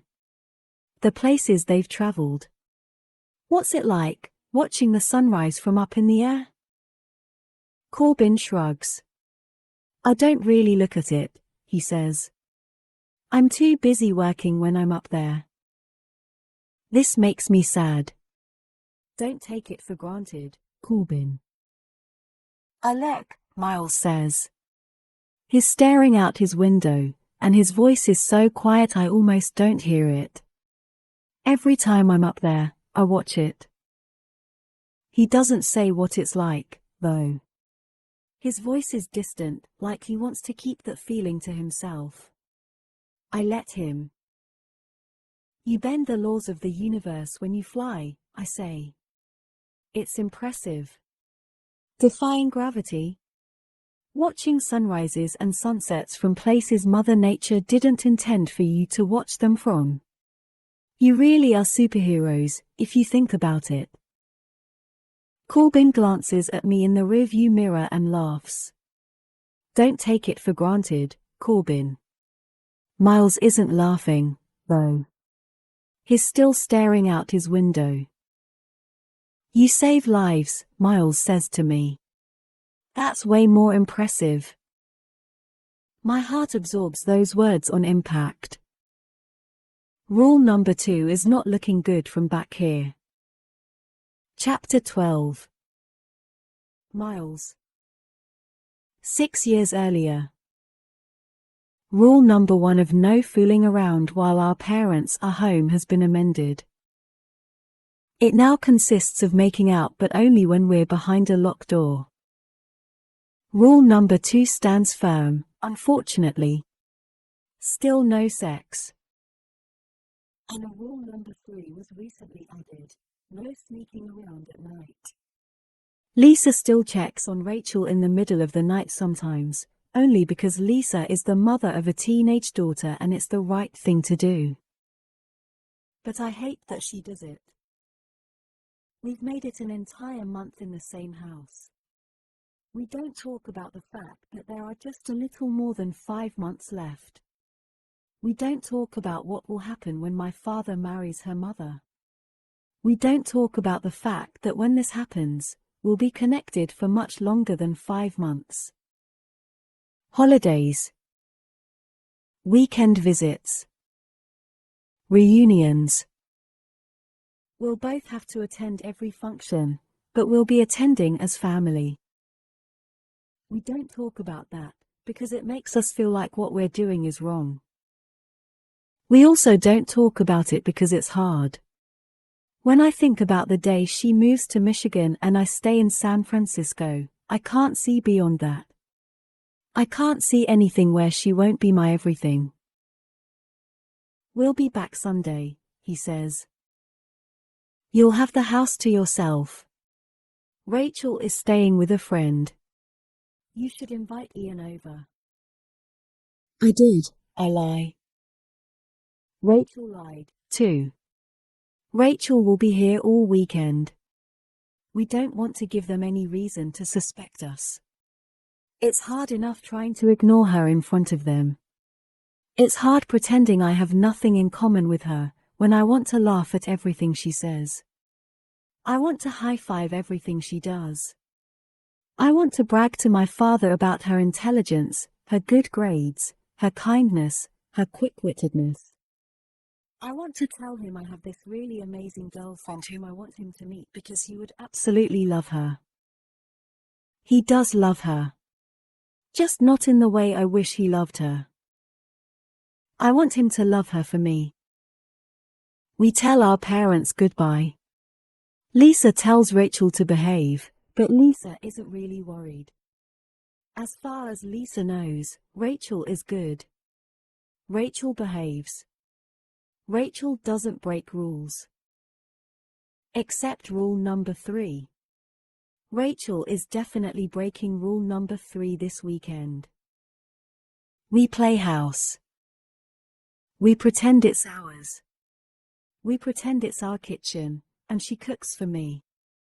I pretend she's mine, and I follow her around while she cooks, holding on to her, touching her, kissing her neck, pulling her away from the tasks. She likes it, but she pretends not to.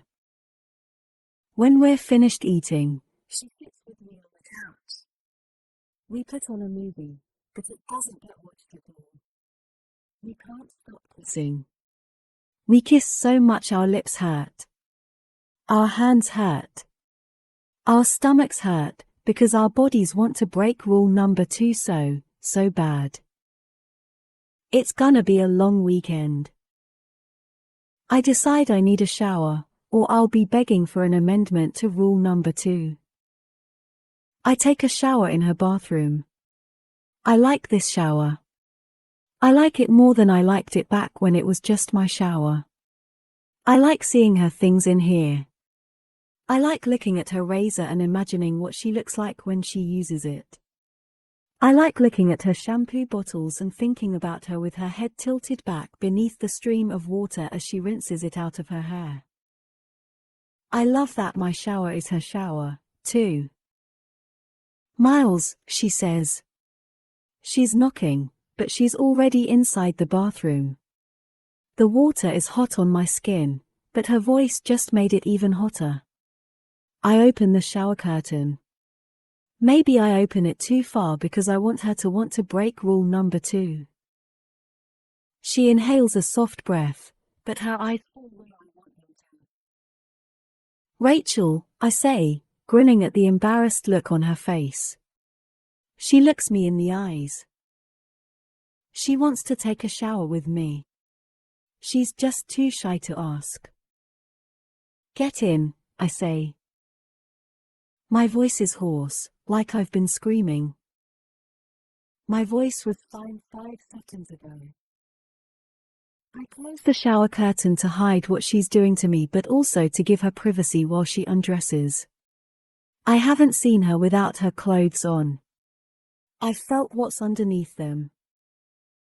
I'm suddenly nervous. She turns the light off. Is that fine? She asks timidly.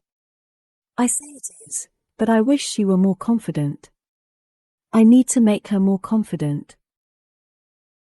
She opens the shower curtain, and I see one of her legs make its way in first. I swallow when the rest of her body follows. Luckily, there's just enough light from the nightlight to cast a faint glow over her. I can see her enough. I can see her perfectly. Her eyes lock with mine again.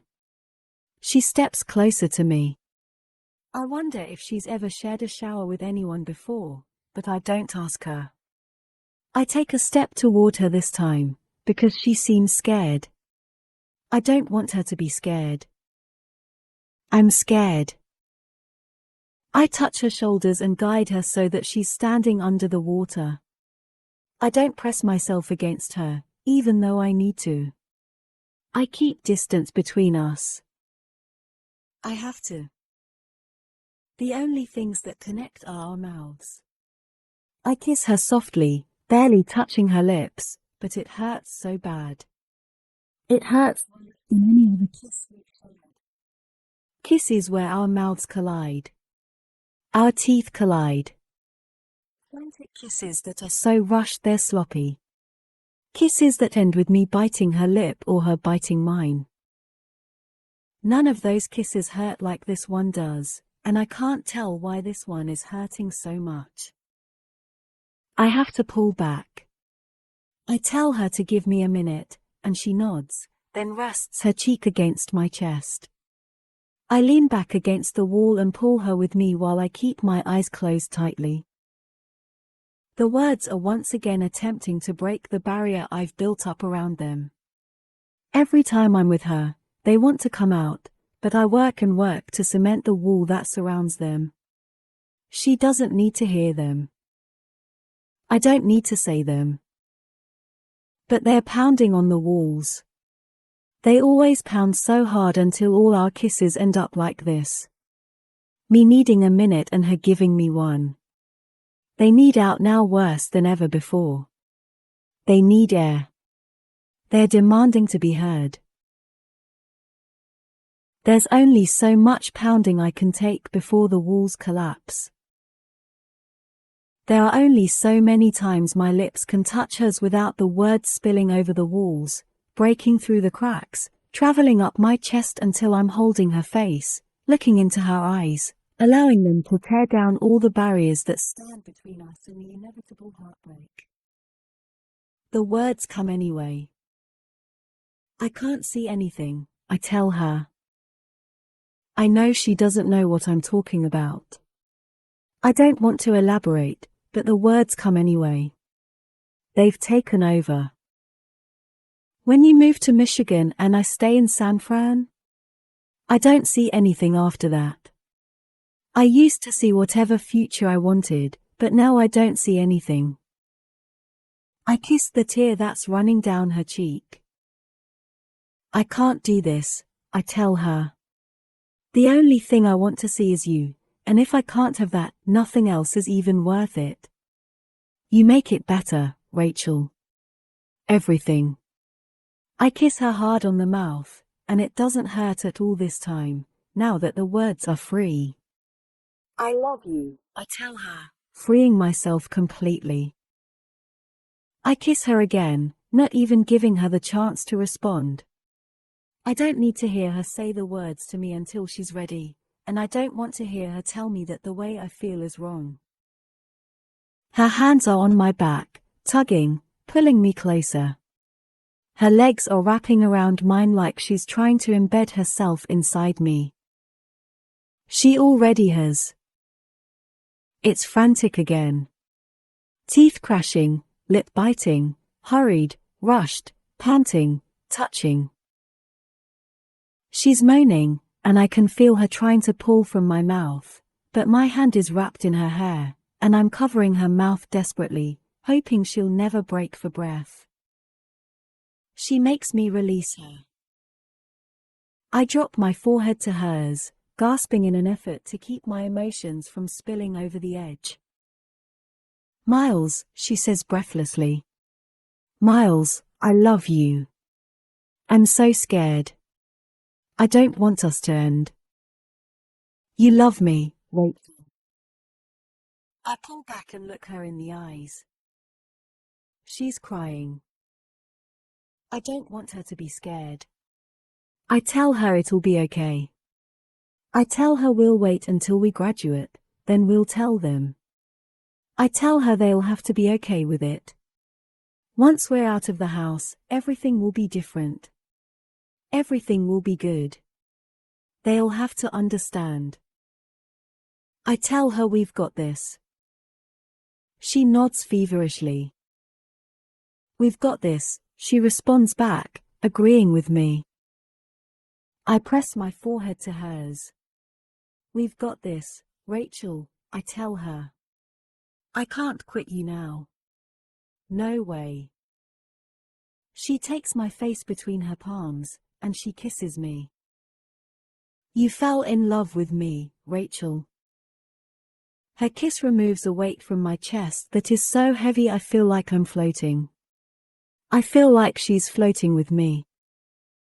I turn her until her back is against the wall. I bring her arms above her head and link my fingers through hers, pressing her hands into the tile wall behind her. We look into each other's eyes and we completely shatter rule number 2. Chapter 13. Tate. Thanks for making me go, Miles says to Corbin. Aside from another hand injury and finding out you thought I was gay, I had a good time. Corbin laughs and turns to unlock our door.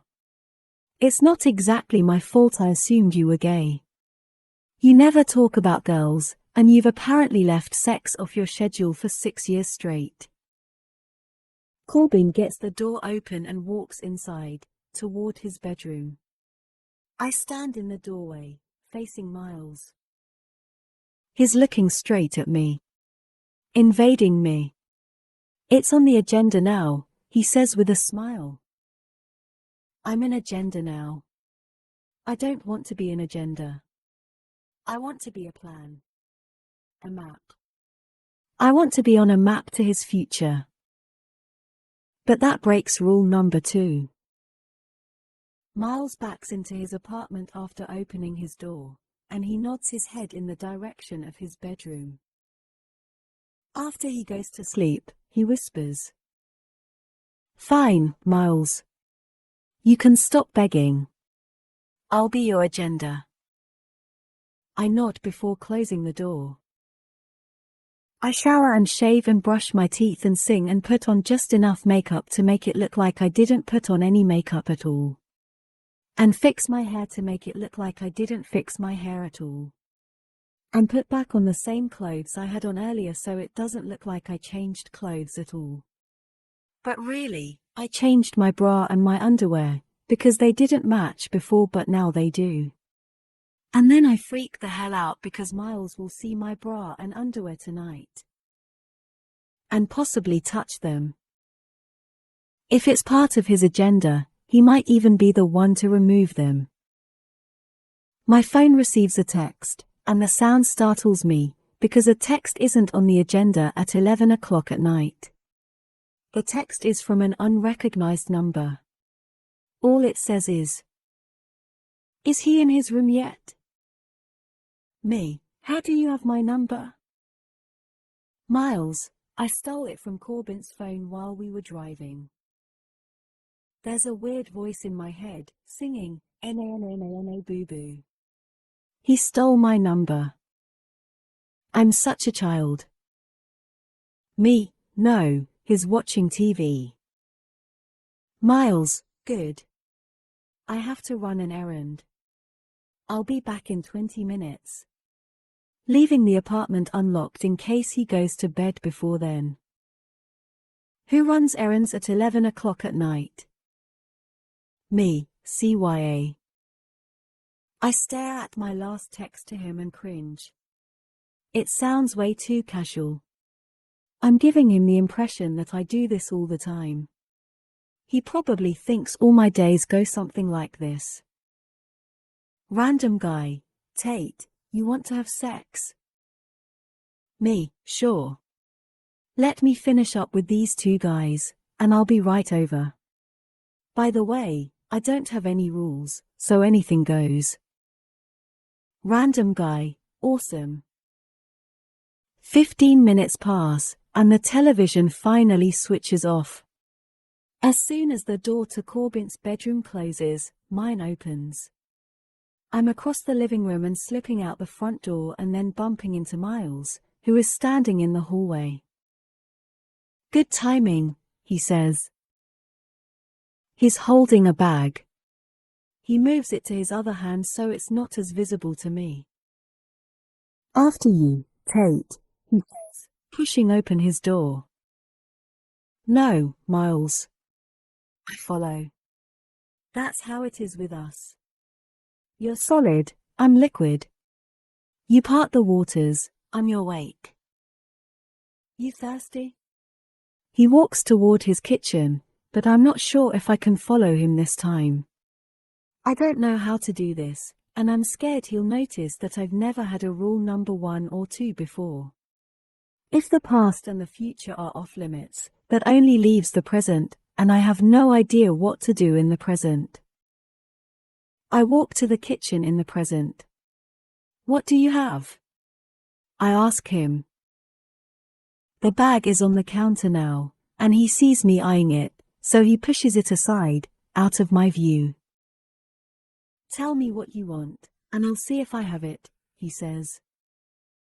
Orange juice. He grins, then reaches toward the bag.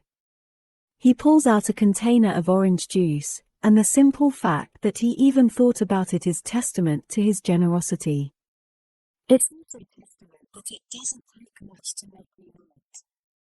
I should tell him my one rule has just become stop doing things that make me want to break your rules. I take the orange juice from him with a smile. What else is in the bag? He shrugs. Stuff. He watches me open the juice. He watches me take a drink of the juice. He watches me put the lid back on the juice. He watches me set the juice on his kitchen counter, but he doesn't watch me closely enough to notice how fast I can lunge for the bag.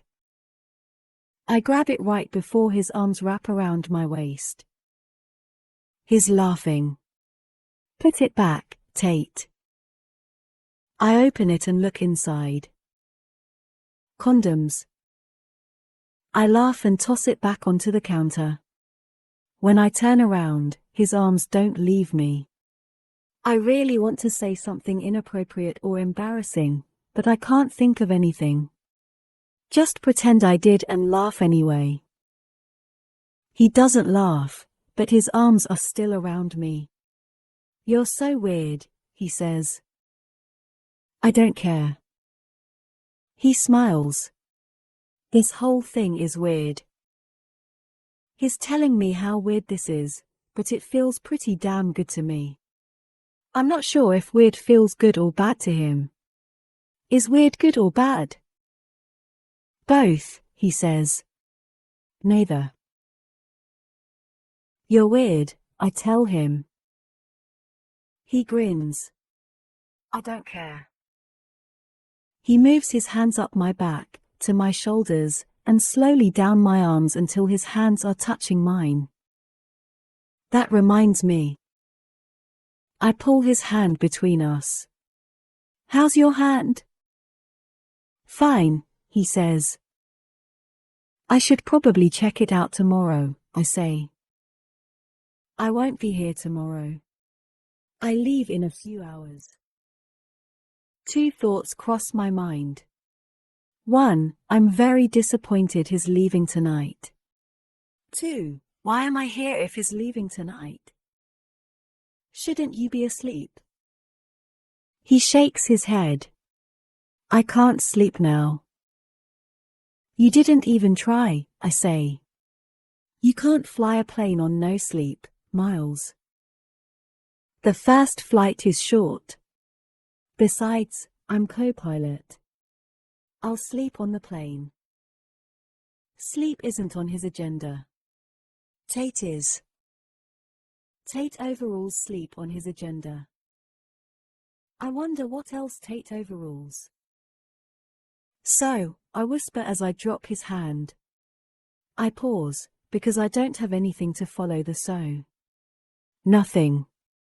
Not even a la-ti-do. It's quiet. It's getting awkward. So, he says. His fingers move through mine and spread them apart. My fingers like his fingers. Do you want to know how long it's been for me, since I know such an intimate detail about you? I ask him. It's only fair, considering my entire family knows how long it's been for him. No, he says simply. But I do want to kiss you. Not sure how to take that, but I'm not about to analyze his no when it's followed up with a statement like that. Then kiss me, I say. His fingers leave mine and move to the sides of my head, and he holds me still. I hope you taste like orange juice again. 1, 2, 3, 4, 5, 6, 7, 8. I count the words in that last sentence, then search around in my head for a place to store those 8 words forever. I want to hide them in a mind drawer and label it things to pull out and read when his stupid rule number 2 becomes a sad and lonely present. Miles is in my mouth. He's invading me again. I shut the mind drawer and get out of my head and come back to him. Invade me, invade me, invade me. I must taste like orange juice, because he's certainly acting as though he's enjoying the taste. I must enjoy tasting him, too, because I'm pulling him to me, kissing him, doing my best to infiltrate him with nothing but Tate. He pulls away to catch his breath and speak. I forgot how good this feels. He's comparing me. I don't like that he's comparing me to whoever else once made him feel to know something, he says. I do. I want to know everything, but for some reason, I pick this moment to get revenge on that one word he spoke to me. No. I pull him back to my mouth. He doesn't kiss me back right away, because he doesn't know what to think about what just happened. His mouth catches up pretty quickly, though. I think he hated my clipped response as much as I hated his, and now he's using his hands to get his own revenge. I can't tell where he's touching me, because as soon as he touches me in one spot, his hands move to another. He's touching me everywhere, nowhere, not at all at once. My favorite part about kissing Miles is the sound. The sound of his lips when they close over mine. The sound of our breaths being swallowed by each other. I love the way he groans when our bodies join together. Guys usually tend to hold back their sounds more than girls do. Not Miles. Miles wants me, and he wants me to know it, and I love that. God, I love that. Tate, he mutters against my mouth. Let's go to my bedroom. I nod, so he pulls away from my mouth. He reaches across the bar to get the box of condoms.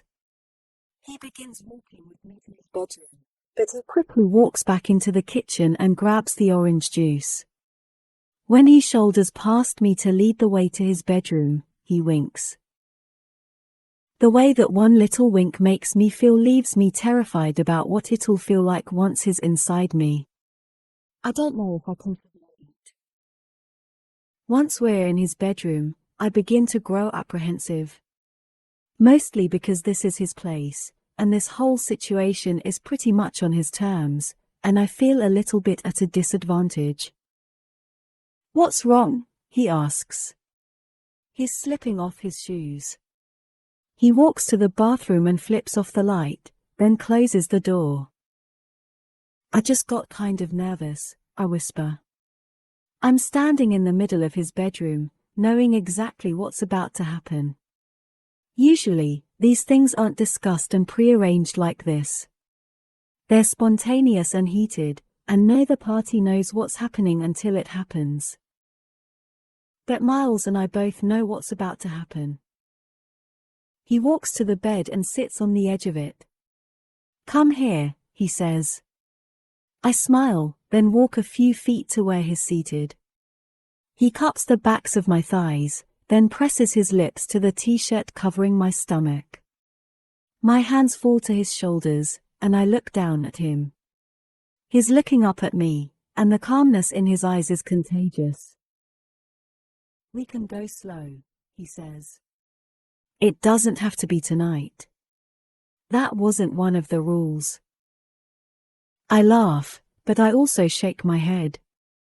No, it's fine. You're leaving in a few hours and won't be back for, what, 5 days? 9 this time, he says. I hate that number. I don't want to make you wait 9 days after getting your hopes up, I say. His hands slide up the backs of my thighs and come around to the front of my jeans. He flicks the button open effortlessly. Being able to imagine doing this with you is in no way torture for me, he says as his fingers touch my zipper. He begins to pull it down, and my heart is hammering away in my chest so hard it feels like it's building something. Maybe my heart is building a stairway for himself all the way to heaven, since he knows he'll explode and die the second these jeans slide off. It'll for sure be torture for me, I whisper. My zipper is undone, and his hand is sliding inside my jeans.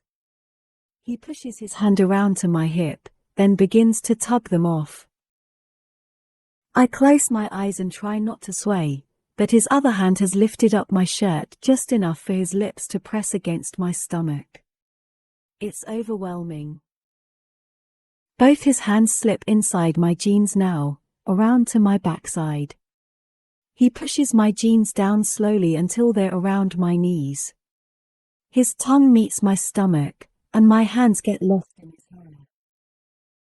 When my jeans are finally around my ankles, I step out of both them and my shoes at the same time. His hands slide back up my thighs and to my waist. He pulls me to him, straddling him. He adjusts my legs on either side of him, then cocks my rear and pulls me flush against him. I gasp. I don't know why it seems like I'm the inexperienced one here. I certainly expected him to be a little less take charge, but I'm not complaining. Not at all. I lift my arms for him when he attempts to pull off my shirt. He throws it to the floor behind me, and his lips reconnect with mine as his hands work the clasp of my bra. It's not fair. I'm about to be left with one article of clothing, and he hasn't removed anything yet. You're so beautiful, he whispers, pulling back to slide off my bra. His fingers slip beneath the straps, and he begins to slide them down my arms. I'm holding my breath, waiting for him to take it off. I want his mouth on me so bad I can't think straight. When the bra lowers, revealing all of me, he exhales. Wow, he says with shaky breath. He tosses the bra onto the floor and looks back up at me. He smiles and briefly presses his lips to mine, kissing them softly. When he pulls back, he brings his hands up to my cheeks and looks me in the eyes. You having fun? I bite my bottom lip to keep from smiling as much as I want to smile right now. He leans forward and takes my lip into his mouth, pulling it away from my teeth. He kisses it for a few seconds, then releases it. Don't bite that again, he says. I like seeing you smile. Of course, I smile again. My hands are on his shoulders, so I slide them lower on his back and begin to tug on his shirt. He releases my face and lifts his arms so I can take it off of him. I lean back and take him in, just as he's taking me in right now. I run my hands over his face, touching every contour of every muscle. You're beautiful, too. He presses his palms into my back, urging me to sit up straight. As soon as I do, he lowers his mouth to my breast and softly glides his tongue across my nipple. I moan, and he covers it with his mouth completely. One of his hands moves to my hip and slides beneath the hem of my underwear. I want you on your back, he whispers. He keeps one hand on my back as he seamlessly switches positions, pulling me from his lap to his bed. He's bent over me now, pulling on my underwear as his tongue dips inside my mouth. My hands immediately fall to the button on his jeans, and I unbutton them, but he pulls away quickly. I wouldn't do that yet, he warns. Otherwise this will be even faster than it started. I kind of don't care how long it lasts. I just really want his clothes off of him. He begins to solid my underwear off of me. He bends one of my legs and slips it off my foot, then does the same for the other. He's definitely not looking me in the eyes anymore. He rolls my lips back to the bed as he stands up straight and backs 2 feet away from me. Wow, he whispers, staring down on me. He's just standing here, staring at me as I lie naked on his bed, while he's still in the comfort of his jeans. This feels a little unfair, I say. He shakes his head and pulls his fist against his mouth, biting his knuckles. He turns around until his back is to me and takes a long, deep breath. He faces me again, scrolling up the length of my body until he meets my eyes. It's too much, Tate. I feel the disappointment seeping with his words. He's still shaking his head, but is walking to the nightstand. He picks up the box of condoms and opens it, then pulls one out and puts it between his teeth, ripping it open. I'm sorry, he says, frantically stepping out of his jeans. I wanted this to be good for you. I wanted it to be memorable, at least. He's out of his jeans now. He's looking me in the eyes, but I'm finding it hard to keep eye contact with him, because now his boxers are off. But if I'm not inside you in 2 seconds, this is going to be really embarrassing for me. He walks swiftly to me and somehow slides the condom on at the same time as he's pushing my knees apart with his other hand. I'll make it up to you in a few minutes. Promise, he says, pausing between my legs, waiting for my approval. Miles, I say, I don't care about any of that. I just want you inside me. Thank God. He sighs. He takes my leg behind the knee with his right hand, and then his lips meet mine. He thrusts himself inside me so unexpectedly hard and fast I practically scream into his mouth. He doesn't stop to ask me if it hurts. He doesn't slow down. He pushes harder and deeper until there isn't any way we could possibly get any closer. It does hurt, but in the best possible way. I'm moaning into his mouth, and he's groaning against my neck, and his lips are everywhere, along with his hands. It's rough. It's carnal and heavy and hot, and it's not quiet at all. It's fast, and I can tell by the tensing of his back beneath my hands that he was right. This won't take him long. Tate, he breathes. God, Tate.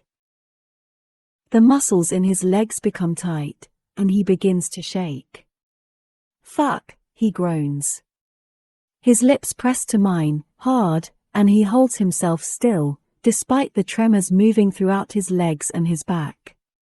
He pulls his lips from mine and exhales a huge breath, dropping his forehead to the side of my head. Jesus fucking Christ, he says.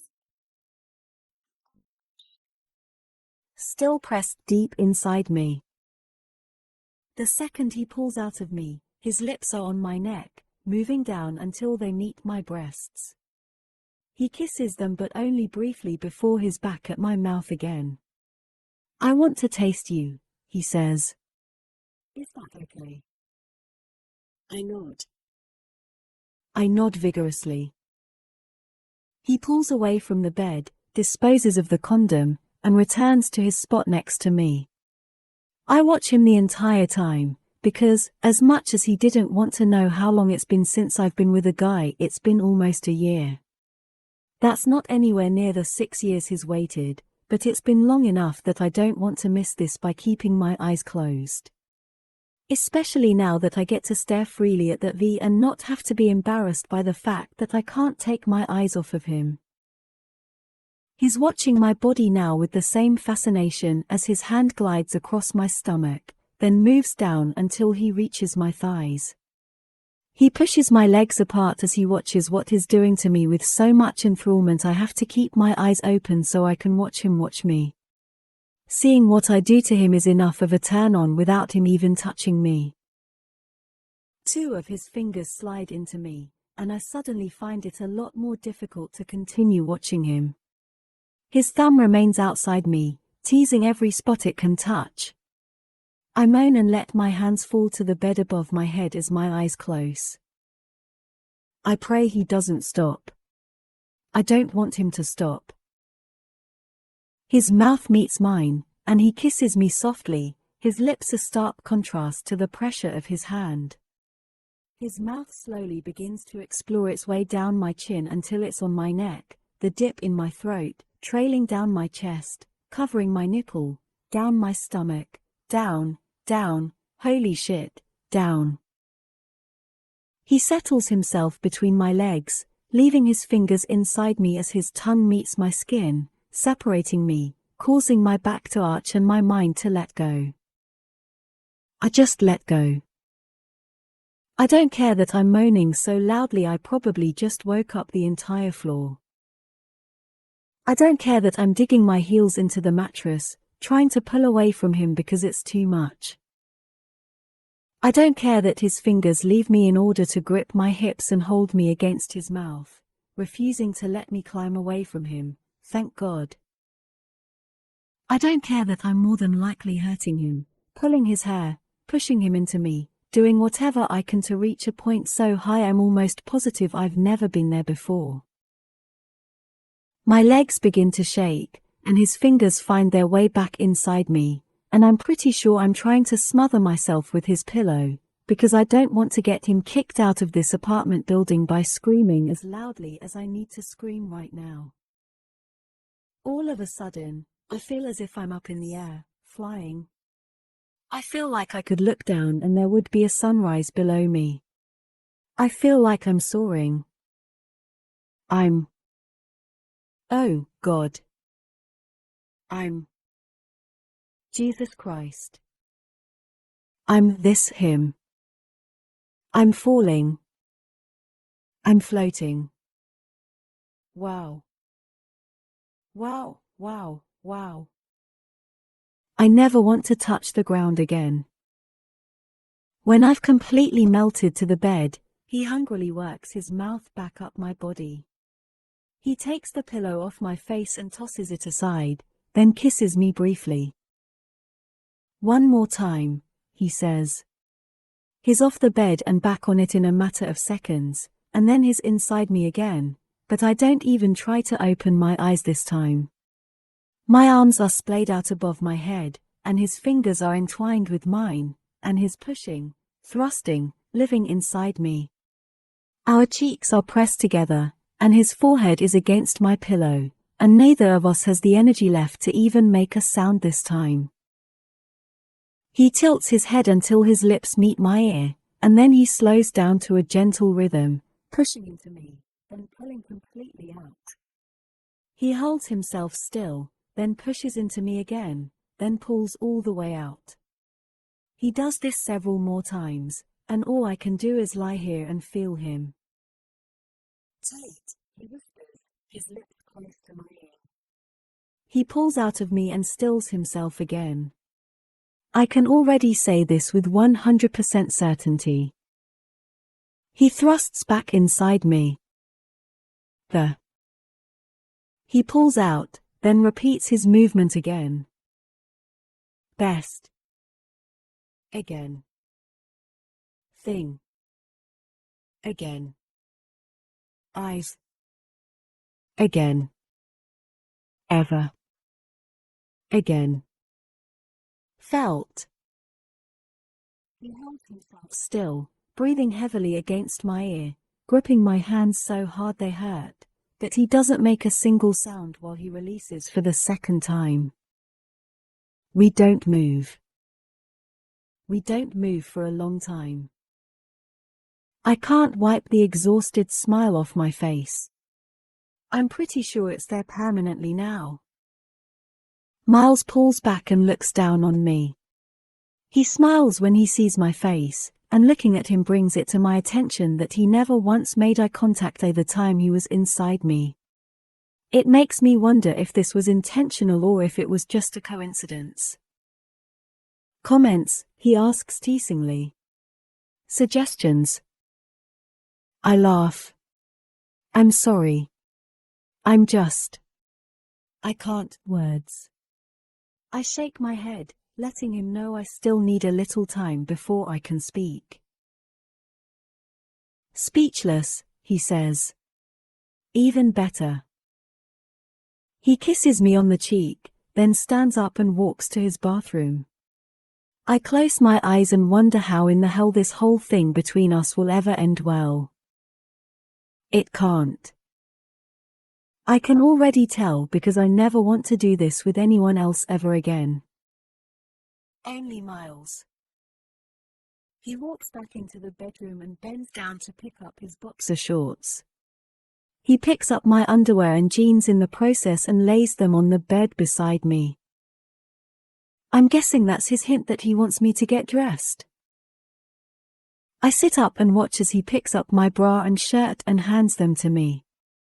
Every time his eyes meet mine, he smiles, but I'm finding it hard to smile back.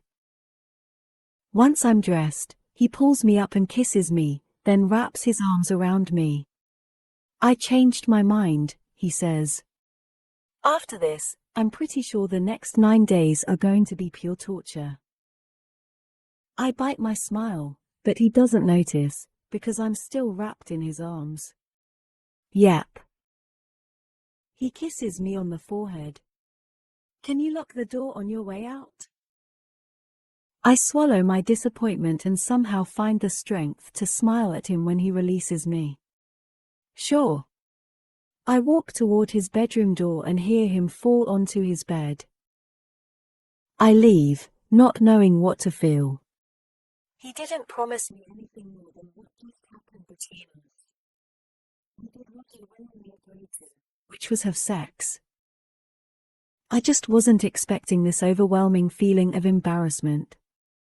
Not because of the way he dismissed me immediately after we had sex, but rather for the way that dismissal made me feel. I thought I would want this to be strictly sex between us just as much as he does, but based on the beating my heart took in the last 2 minutes, I'm not so sure I'm capable of anything simple with him. There's a small voice in the back of my head, warning me to pull away from this situation before things become too complicated with him. Unfortunately, there's a much louder voice urging me to just go for it, telling me I deserve a little fun in my life with all the work I've got going on.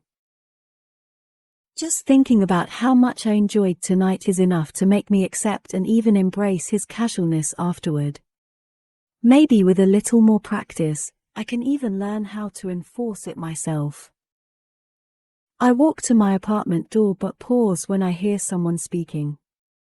I press my ear to the door and listen. Corbin is having a one-sided conversation in the living room, presumably with someone on the other end of his cell phone. I can't walk in now. He thinks I'm in bed. I look back at Miles's apartment door, but I'm not about to knock on it. Not only would that be awkward, but it would also mean he'd get even less sleep than he's already about to get. I walk to the elevator and decide to sit out the next half hour in the lobby, hoping Corbin will go back to his bedroom.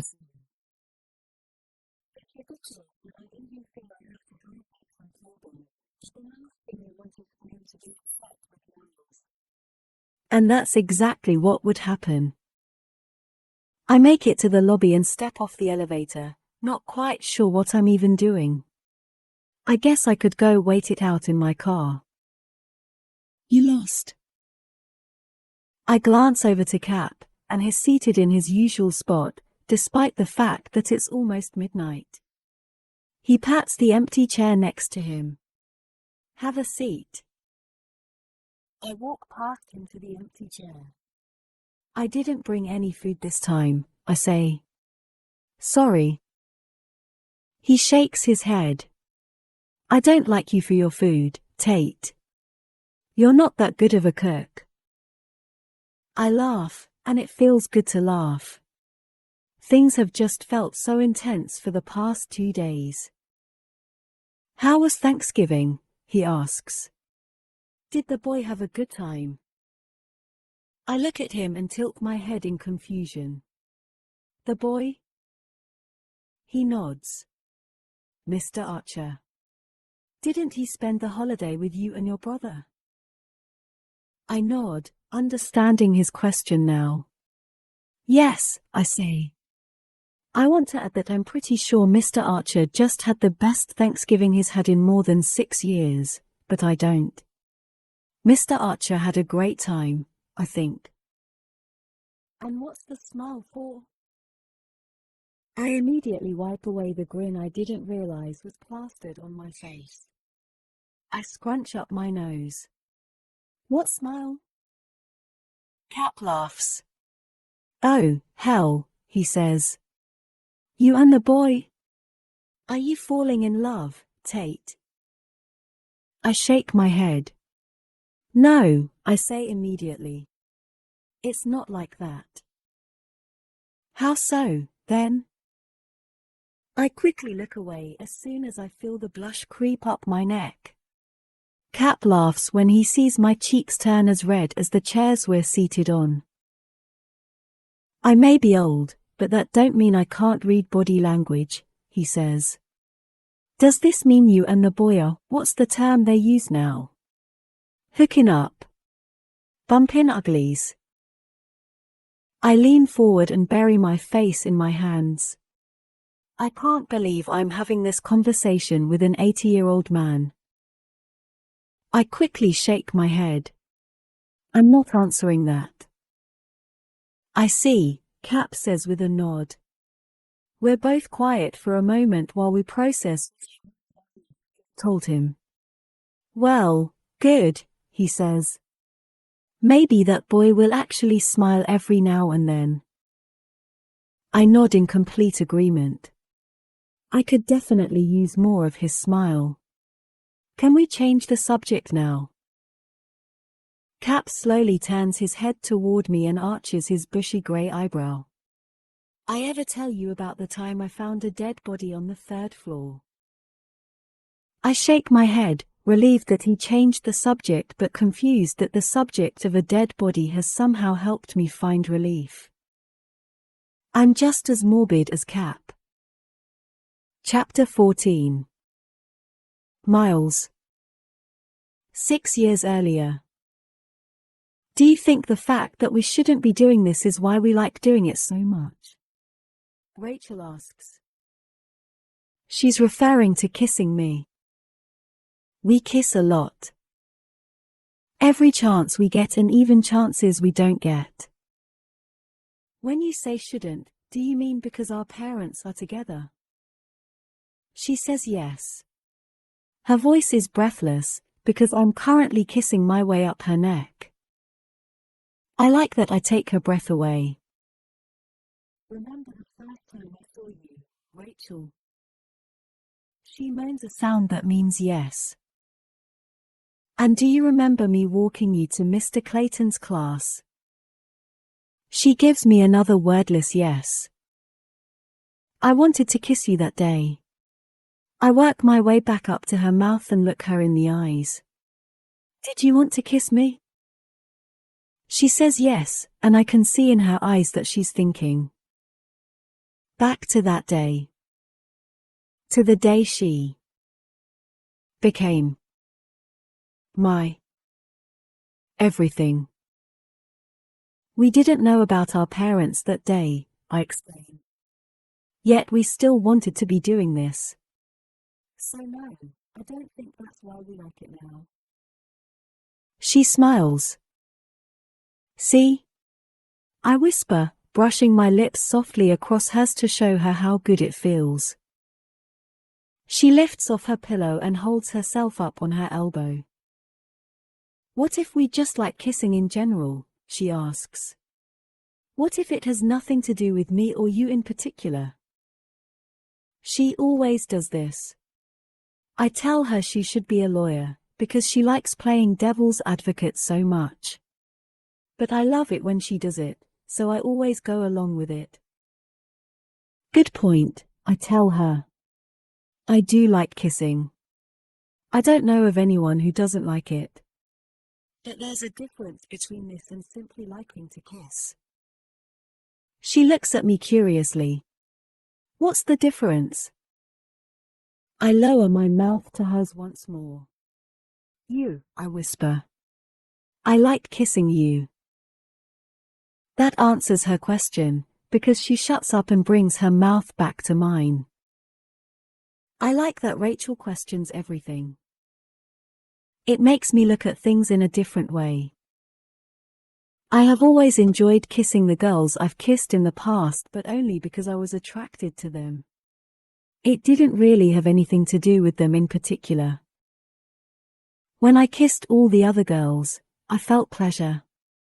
That's why people enjoy kissing, because it feels good. But when you like to kiss someone because of who she is, the difference isn't found in the pleasure. The difference is found in the pain you feel when you're not kissing her. It doesn't hurt when I'm not kissing any of the other girls I've kissed. It only hurts when I'm not kissing Rachel. Maybe this explains why falling in love is so damn painful. I like kissing you, Rachel. Chapter 15. Tate. Miles, are you busy? Me, always busy. What's up? Miles, I need your help. Won't take long. Me, be there in 5. I should have given myself 10 minutes rather than 5, because I haven't had a shower today. After a 10-hour shift last night, I'm sure I need one. If I knew he was home, a shower would have been my top priority, but I thought he wasn't due back until tomorrow. I pull my hair up into a loose bun and change from my pajama bottoms into a pair of jeans. It's not quite noon yet, but I'm embarrassed to admit I was still in bed. He yells for me to come in after I knock on his door, so I push it open. He's standing on a chair next to one of the living room windows. He glances down at me, then nods his head toward a chair. Grab that chair and push it right there, he says, pointing to a spot a few feet away from him. I'm trying to measure these, but I've never bought curtains before. I don't know if I'm supposed to measure the outside frame or the actual window itself. Well, I'll be damned. He's buying curtains. I scoot the chair to the other side of the window and climb up onto it. He hands me one end of the measuring tape and begins to pull. It all depends on what kind of curtains you want, so I'd get measurements for both, I suggest. He's dressed casually again in a pair of jeans and a dark blue t-shirt. Somehow the dark blue in his shirt make his eyes look less blue. It makes them look clear. See-through, almost, but I know that's impossible. His eyes are anything but see-through with that wall he keeps up behind them. He enters the measurement into his phone, and then we take a second measurement. Once he's got both entered into his phone, we step down and push the chairs back under the table. What about a rug? He asks, staring at the floor beneath the table. You think I should get a rug? I shrug. Depends on what you like. He nods his head slowly, still staring down at the bare floor. I don't know what I like anymore, he says quietly. He tosses the tape measure onto the couch and looks at me. You want to come? I refrain from immediately nodding. Where to? He brushes his hair off his forehead and reaches for his jacket tossed over the back of his couch. Wherever people buy curtains. I should say no. Picking out curtains is something couples do. Picking out curtains is something friends do. Picking out curtains is not something Miles and Tate should do if they want to stick to their rules. But I absolutely, positively, most definitely don't want to do anything else. I shrug to make my answer appear much more casual than it is. Sure. Let me lock my door. What's your favorite color? I ask him once we're on the elevator. I'm trying to stay focused on the task at hand, but I can't deny the desire I have for him to reach out and touch me. A kiss, a hug, anything.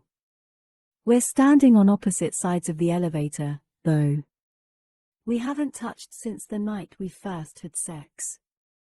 We haven't even spoken or texted since then, either. Black, he says, unsure of his own answer. I like black.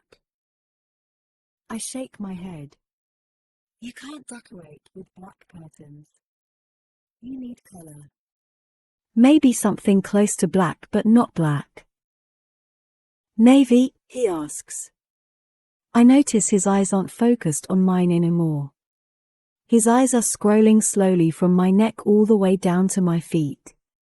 Everywhere his eyes focus, I can feel it.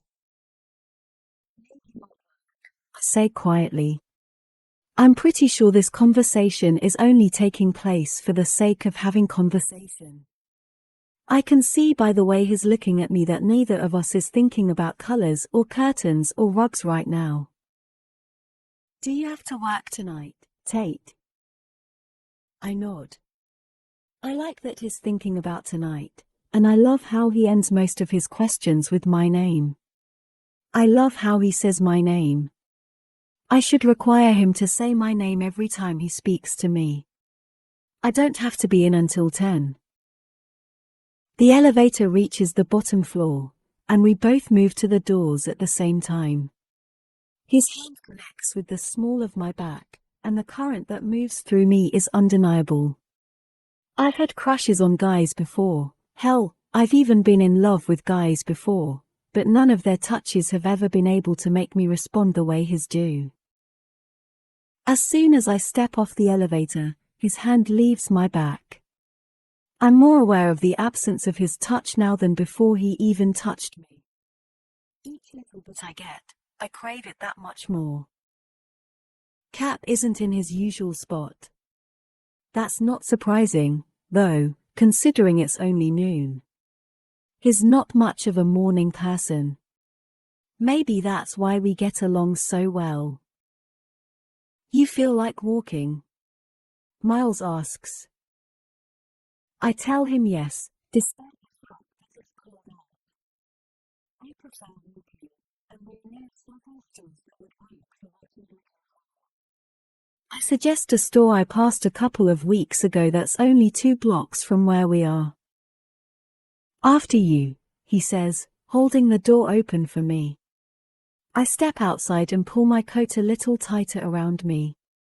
I highly doubt Miles is the type of guy who holds hands in public, so I don't even worry about making my hands available to him. I hug myself to keep warm, and we begin walking side by side. We're quiet most of the way, but I'm fine with it. I'm not someone who feels the need for constant conversation, and I'm learning that he might be the same way. It's right up here, I say, pointing to the right when we reach a crosswalk. I glance down at an elderly man seated on the sidewalk, bundled up in a tattered, thin coat. His eyes are closed, and the gloves on his shivering hands are rifled with holes. I've always been sympathetic to people who have nothing and nowhere to go. Corbin hates that I can never pass homeless people without giving them money or food. He says the majority of them are homeless because they have addictions and that when I give them money, it only feeds those addictions. Honestly, I don't care if that's the case. If someone is homeless because he has a need for something that is stronger than his need for a home, it doesn't deter me in the least. Maybe it's because I'm a nurse, but I don't believe addiction is a choice. Addiction is an illness, and it pains me to see people forced to live this way because they're unable to help themselves. I would give him money if I had brought my purse. I realize I'm no longer walking when I feel Miles steal a glance back in my direction. He's watching me watch the old man, so I pick up my pace and catch back up with him. I don't say anything to defend the troubled expression on my face. It's pointless. I've been through it enough with Corbin to know that I don't have the desire to try to change all the opinions I disagree with. This is it, I say, coming to a pause in front of the store. Miles stops walking and inspects the display inside the store window. Do you like that? He asks, pointing at the window. I take a step closer and look at it with him. It's a bedroom display, but there are elements in it that he's looking for. The rug on the floor is grey with several geometric shapes in various shades of blue and black. It actually looks like something that would fit his taste. The curtains aren't navy, though. They are slate grey, with one solid white line running vertically down the left side of the panel. I do like it, I reply. He steps in front of me and opens the door to let me walk in first.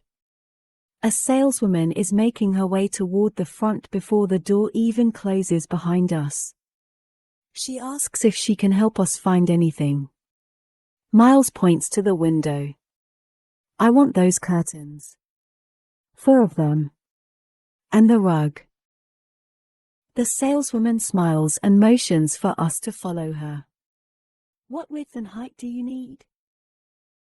Miles pulls his phone out and reads off the measurements to her. She helps him pick out curtain rods and then tells us she'll be a few minutes. She heads to the back and leaves us alone at the register. I look around, suddenly developing the urge to pick out decorations for my own place. I plan on staying with Corbin for a couple more months, but it wouldn't hurt to have an idea of what I'll want for my own place when I do finally move out. I'm hoping it'll be just as easy to shop when that time comes as it was for Miles today. I've never seen anyone shop this fast, I tell him. Disappointed? I quickly shake my head. If there's one thing I don't do well as a girl, it's shop. I'm actually relieved it only took him a minute. You think I should look around longer? He asks. He's leaning against the counter now, watching me. I like the way he looks at me like I'm the most interesting thing in the store. If you like what you already picked out, I wouldn't keep looking. When you know, you know. I meet his gaze, and the second I do, my mouth gets dry.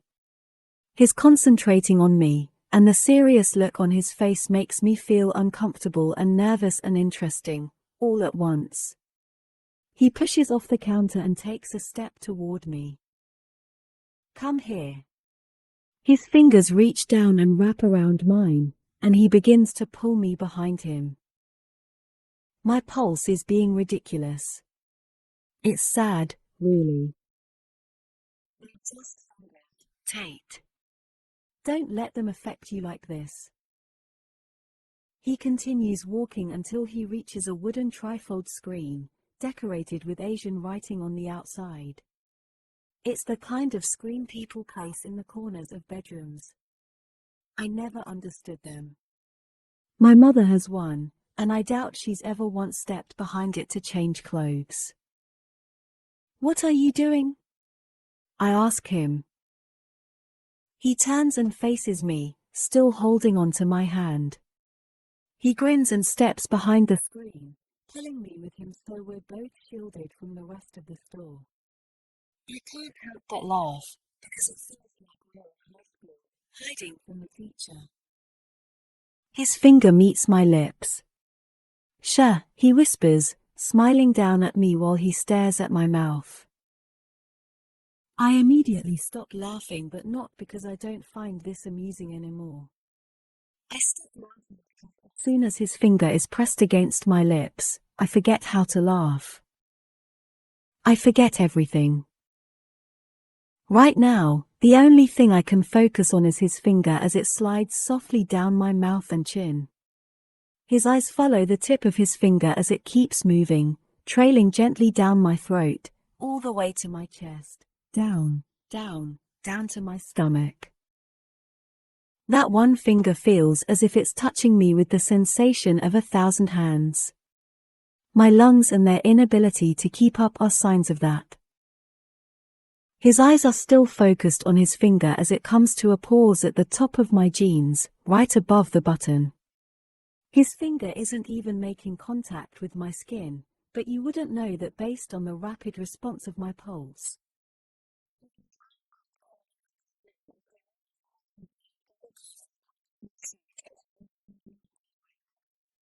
Both of his hands grip my hips and pull me forward, securing me against him. His eyes close briefly, and when he opens them again, he's no longer looking down. He's looking straight at me. I've been wanting to kiss you since you walked through my front door today, he says. His confession makes me smile. You have incredible patience. His right hand leaves my hip, and he brings it up to the side of my head, touching my hair as softly as possible. He begins to shake his head in slow disagreement. If I had incredible patience, you wouldn't be with me right now. I latch onto that sentence and immediately try to figure out the meaning behind it. But the second his lips touch mine, I'm no longer interested in the words that left his mouth. I'm only interested in his mouth and how it feels when it invades mine. His kiss is slow and calm, the complete opposite of my pulse. His right hand moves to the back of my head, and his left hand slips around to my lower back.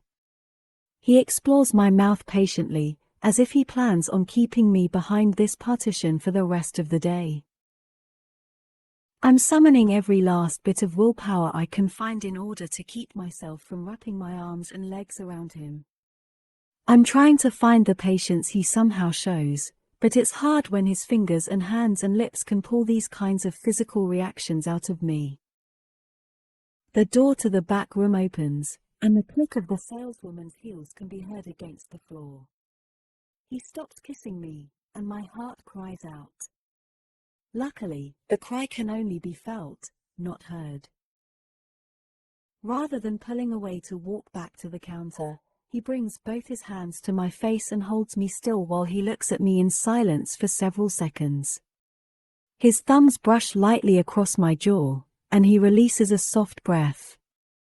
His brows furrow, and his eyes close.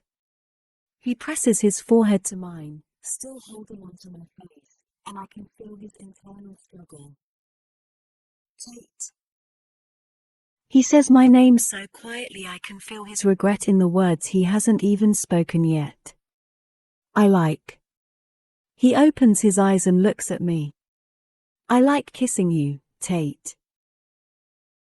I don't know why that sentence seemed hard for him to say, but his voice trailed off toward the end as though he was attempting to stop himself from finishing his words. As soon as the sentence leaves his mouth, he releases me and quickly steps around the partition as if he's trying to escape from his own confession. I like kissing you, Tate. Despite the regret I think he feels for saying them, I'm pretty sure I'll be silently repeating those words for the rest of the day. I spend a good 10 minutes mindlessly browsing, running his compliment through my head over and over while I wait for him to finish his transaction. He's handing over his credit card when I reach the counter. We'll have these delivered within the hour, the saleswoman says. She hands him back his credit card and begins to take the bags off the counter to place them behind her. He takes one of the bags from her when she begins to lift it. I'll take this one, he says. He turns and faces me. Ready? We make our way outside, and it somehow feels as if it dropped 20 degrees since we were last out here. That may just be because he made things seem a lot warmer inside. We reach the corner, and I begin to head back in the direction of the apartment complex, but I notice he's stopped walking. I turn around, and he's pulling something out of the bag he's holding. He tears away a tag, and a blanket unfolds. No, he didn't. He holds the blanket out to the old man still there bundled up on the sidewalk. The man looks up at him and takes the blanket. Neither of them says a word. Miles walks to a nearby trash can and tosses the empty bag into it, then heads back toward me while staring down at the ground. He doesn't even make eye contact with me when we both begin walking in the direction of the apartment complex. I want to tell him thank you, but I don't. If I tell him thank you, it would seem like I assume he did that for me. I know he didn't do it for me. He did it for the man who was cold. Miles asked me to go home as soon as we returned. He said he didn't want me to see his apartment until he had everything decorated, which was good, because I had a lot of homework to catch up on anyway. I didn't really have time carved out of my schedule to hang up curtains, so I appreciated that he didn't expect my help. He seemed a little bit excited about hanging up new curtains. As excited as Miles can seem, anyway. It's been several hours now. I have to be at work in less than 3 hours, and as soon as I begin to wonder if he's even going to ask me to come back over, I receive a text from him. Miles, have you eaten yet? Me, yes. I'm suddenly disappointed that I already ate dinner. But I got tired of waiting for him, and he never said anything about dinner plans. Me, Corbin made meatloaf last night before he left. You want me to bring you a plate? Miles, I'd love that. Starving. Come look now. I make him a plate and wrap it in foil before heading across the hall. He's opening the door before I even knock. He takes the plate out of my hands. Wait here, he says. He steps inside his apartment and returns seconds later without the plate. Ready? I have no idea how I know he's excited, because he's not smiling. I can hear it in his voice, though. There's a subtle change, and it makes me smile, knowing something as simple as hanging up some curtains makes him feel good. I don't know why, but it seems as if there isn't a lot in his life that makes him feel good, so I like that this does. He opens the door all the way, and I take a few steps into the apartment. The curtains are up, and even though it's a small change, it feels huge. Knowing he's lived here for 4 years and he's just now putting up curtains gives the whole apartment a different feel. You made a good choice, I tell him, admiring how well the curtains match what little I know about his personality. I look down at the rug, and he can see the confusion as it crosses my face. I know it's supposed to go under the table, he says, looking down at it. It will. Eventually. It's positioned in an odd spot. It's not in the center of the room or even in front of the couch. I'm confused about why he placed it where he did if he knows where it would look the best. I left it there because I was hoping we could christen it first. I look back up at him and see the adorably hopeful expression on his face. It makes me smile. I like that idea, I say, looking back down at the rug. A long silence passes between us. I'm not sure if he wants to christen the rug right this minute or if he wants to eat first. I'm fine with either. As long as his plan fits within my 3-hour time frame. We're both still staring at the rug when he speaks again. I'll eat later, he says, answering the question that was silently running through my head. He pulls off his shirt, and I kick off my shoes, and the rest of our clothes eventually end up together, next to the rug. Chapter 16. Miles. 6 years earlier. Everything is better now that I have Rachel. Falling asleep is better, knowing Rachel is falling asleep right across the hall. Waking up every morning is so much better, knowing Rachel is waking up right across the hall. Going to school is better, now that we go together. Let's skip today, I tell Rachel when we pull into the parking lot of the school. I'm sure skipping school is even better with Rachel. What if we get caught? She doesn't sound like she really cares if we get caught. I hope we get caught, I tell her. That means we'd be grounded. Together. In the same house. My words make Rachel smile. She leans across the seat and slides her hand around my neck. I love it when she does that. Being grounded with you sounds really fun. Let's do it. She leans forward and gives me a simple, quick peck on the lips. Simple kisses are better when they're from Rachel. You make everything better, I tell her. My life. It's better with you in it. My words make Rachel smile again. Rachel doesn't know this, but every word I speak is voiced for that sole reason. To make her smile. I pull out of the parking lot and tell Rachel we're going to the beach.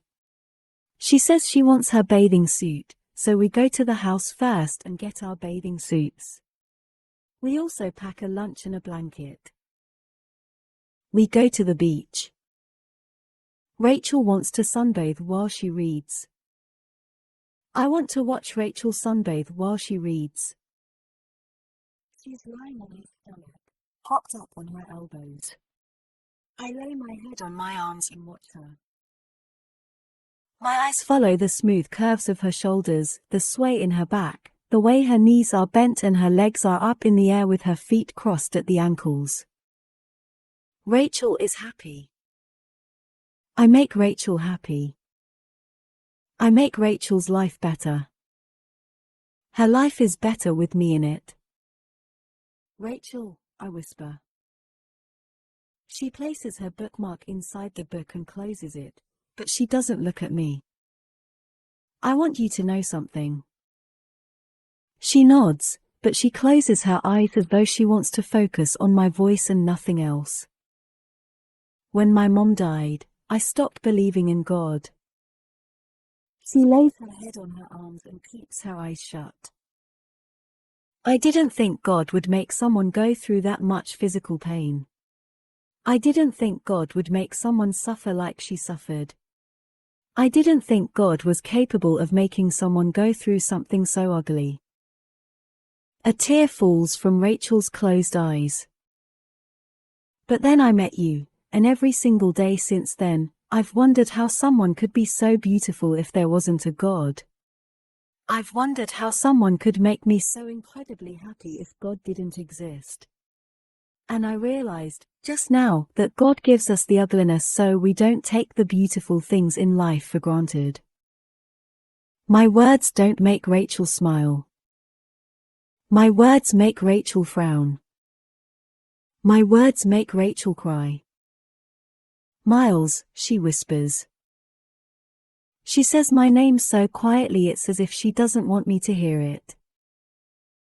She looks at me, and I can see that this moment isn't one of the beautiful moments for her. Not like it is for me. Miles. I'm late. Chapter 17. Tate. Corbin, want to grab dinner? What time do you get off work? Me, 10 minutes.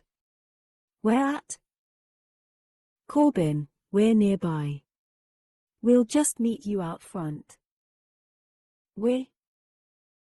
I can't ignore the excitement that just flooded me with that text. Surely the we means him and Miles. I can't think of anyone else who would be coming with him, and I know Miles came home last night. I finish up the last of my paperwork, then make a stop in the restroom to check my hair. I hate that I care, before heading outside to meet them. The three of them are standing near the entrance when I walk outside. Ian and Miles are both with Corbin.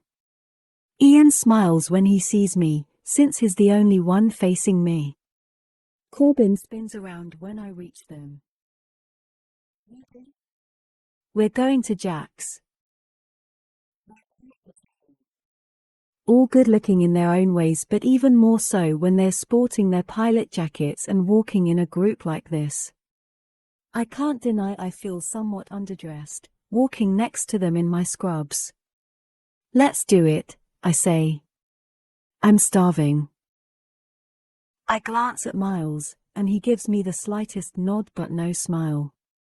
His hands are planted firmly in the pockets of his jacket, and he looks away as we all begin walking. He stays a step ahead of me the entire time, so I walk next to Corbin. What's the occasion? I ask as we head toward the restaurant. Are we celebrating the fact that all three of you are off on the same night? A silent conversation passes around me. Ian looks at Miles. Corbin looks at Ian. Miles looks at no one. He keeps his eyes forward, focused on the sidewalk ahead of us. Remember when we were kids and Mom and Dad took us to La Capri's? Corbin asks. I remember that night. I've never seen my parents happier. I couldn't have been older than 5 or 6, but it's one of the few memories I have from that young an age. It was the day my father made captain with his airline. I stop in my tracks and immediately look at Corbin. You made captain? You can't get captain. You're too young. I know for a fact how hard it is to make captain and how many hours a pilot has to put in to be considered. Most pilots in their 20s are co-pilots. Corbin shakes his head. I didn't get captain. I've changed airlines too much. He cuts his eyes to Miles. But Mr. Sign me up for more hours over. He got a nice little promotion today. Broke the company record. I look at Miles, and he's shaking his head at Corbin. I can tell he's embarrassed that Corbin just called him out, but his modesty is just one more thing I find appealing about him. I have a feeling that if their friend Dylan were ever to make captain, he'd be on top of a bar somewhere, announcing it to the entire world with a megaphone. It's not that big a deal, Miles says. It's a regional airline. Not many people to promote. Ian shakes his head. I didn't get promoted. Corbin didn't get promoted. Dylan didn't get promoted. You've been at this a year less than any of us, not to mention the fact that you're only 24. He spins around and walks backward, facing all three of us. Abandon the modesty for once, man. Rub it in our faces a little. We'd do it to you if the roles were reversed. I don't know how long they've been friends, but I like Ian. I can tell he and Miles are close, because Ian is genuinely proud of him and not at all jealous. I like that these are Corbin's friends. It makes me happy for Corbin that he has this support. I've always pictured him living here, working too much, spending all his time alone and away from home. I don't know why, though. Our father was a pilot, and he was home a fair amount of time, so I shouldn't have misconceptions when it comes to Corbin's life as a pilot. I guess Corbin isn't the only one to worry unnecessarily about his sibling. We reach the restaurant, and Corbin holds the door open for us. Ian walks in first, and Miles steps back, allowing me to walk in ahead of him. I'm going to the restroom, Ian says. I'll find you guys. Corbin walks to the hostess stand, and Miles and I are both behind him. I steal a glance in Miles's direction. Congratulations, Captain. I say it under my breath, but I don't know why. It's not as if Corbin would become suspicious if he heard me congratulating Miles. I guess I feel if I say it in a tone only Miles can hear, there's more meaning behind it. Miles cuts his eyes to mine and smiles, then glances at Corbin. When he sees Corbin's back is still to us, he leans over and plants a quick kiss on the side of my head. I should be ashamed of my weakness. A man should not be allowed to make me feel the way that stolen kiss just made me feel. It's as if I'm suddenly floating or sinking or flying. Anything that doesn't require support from my legs, because they've just become useless to me. Thank you, he whispers, still sporting that gorgeous yet somehow modest grin. He nudges my shoulder with his and looks down at his feet. You look pretty, Tate. I want to plaster those 4 words on a billboard and require myself to pass it on my drive to work every day. I would never take another day off work again. As much as I want to believe he's being sincere with his compliment, I frown down at the scrubs I've been wearing for 12 hours straight. I'm wearing Minnie Mouse scrubs. He leans into me again until our shoulders are touching. I've kind of always had a thing for Minnie Mouse, he says quietly. Corbin turns around, so I immediately wipe the grin off my face. Booth or table? Miles and I both shrug. Either, he says to Corbin. Ian returns from the restroom just as the hostess begins to lead us to our seats. Corbin and Ian lead the way, and Miles follows close behind me. Really close. His hand grips my waist as he leans forward toward my ear from behind me. Kind of have a thing for nurses, too, he whispers. I raise my shoulder to rub the ear he just whispered his admission into, because my entire neck is now covered in chills. He releases my waist and puts distance between us when we reach the booth. Corbin and Ian scoot into each side of the booth. Miles sits next to Ian, so I sit next to Corbin, directly across from Miles. Miles and I both order sodas, compared with Ian and Corbin's beer. His drink choice is just one more thing to mull over. Several weeks ago, he admitted he doesn't usually drink, but considering he was beyond wasted the first night I met him, I figured he would at least have one drink tonight. He certainly has reason to celebrate. When the drinks are brought to the table, Ian raises his glass. To showing us up, he says. Again, Corbin adds. To working twice as many hours as either of you, Miles says in mock defensiveness. Corbin and I actually have sex lives that interfere with working overtime, Ian retorts. Corbin shakes his head. No discussing my sex life in front of my sister. Why not? I pipe up. It's not like I don't notice all the random nights you spend away from the apartment when you aren't working. Corbin groans. I'm serious. Change of subject.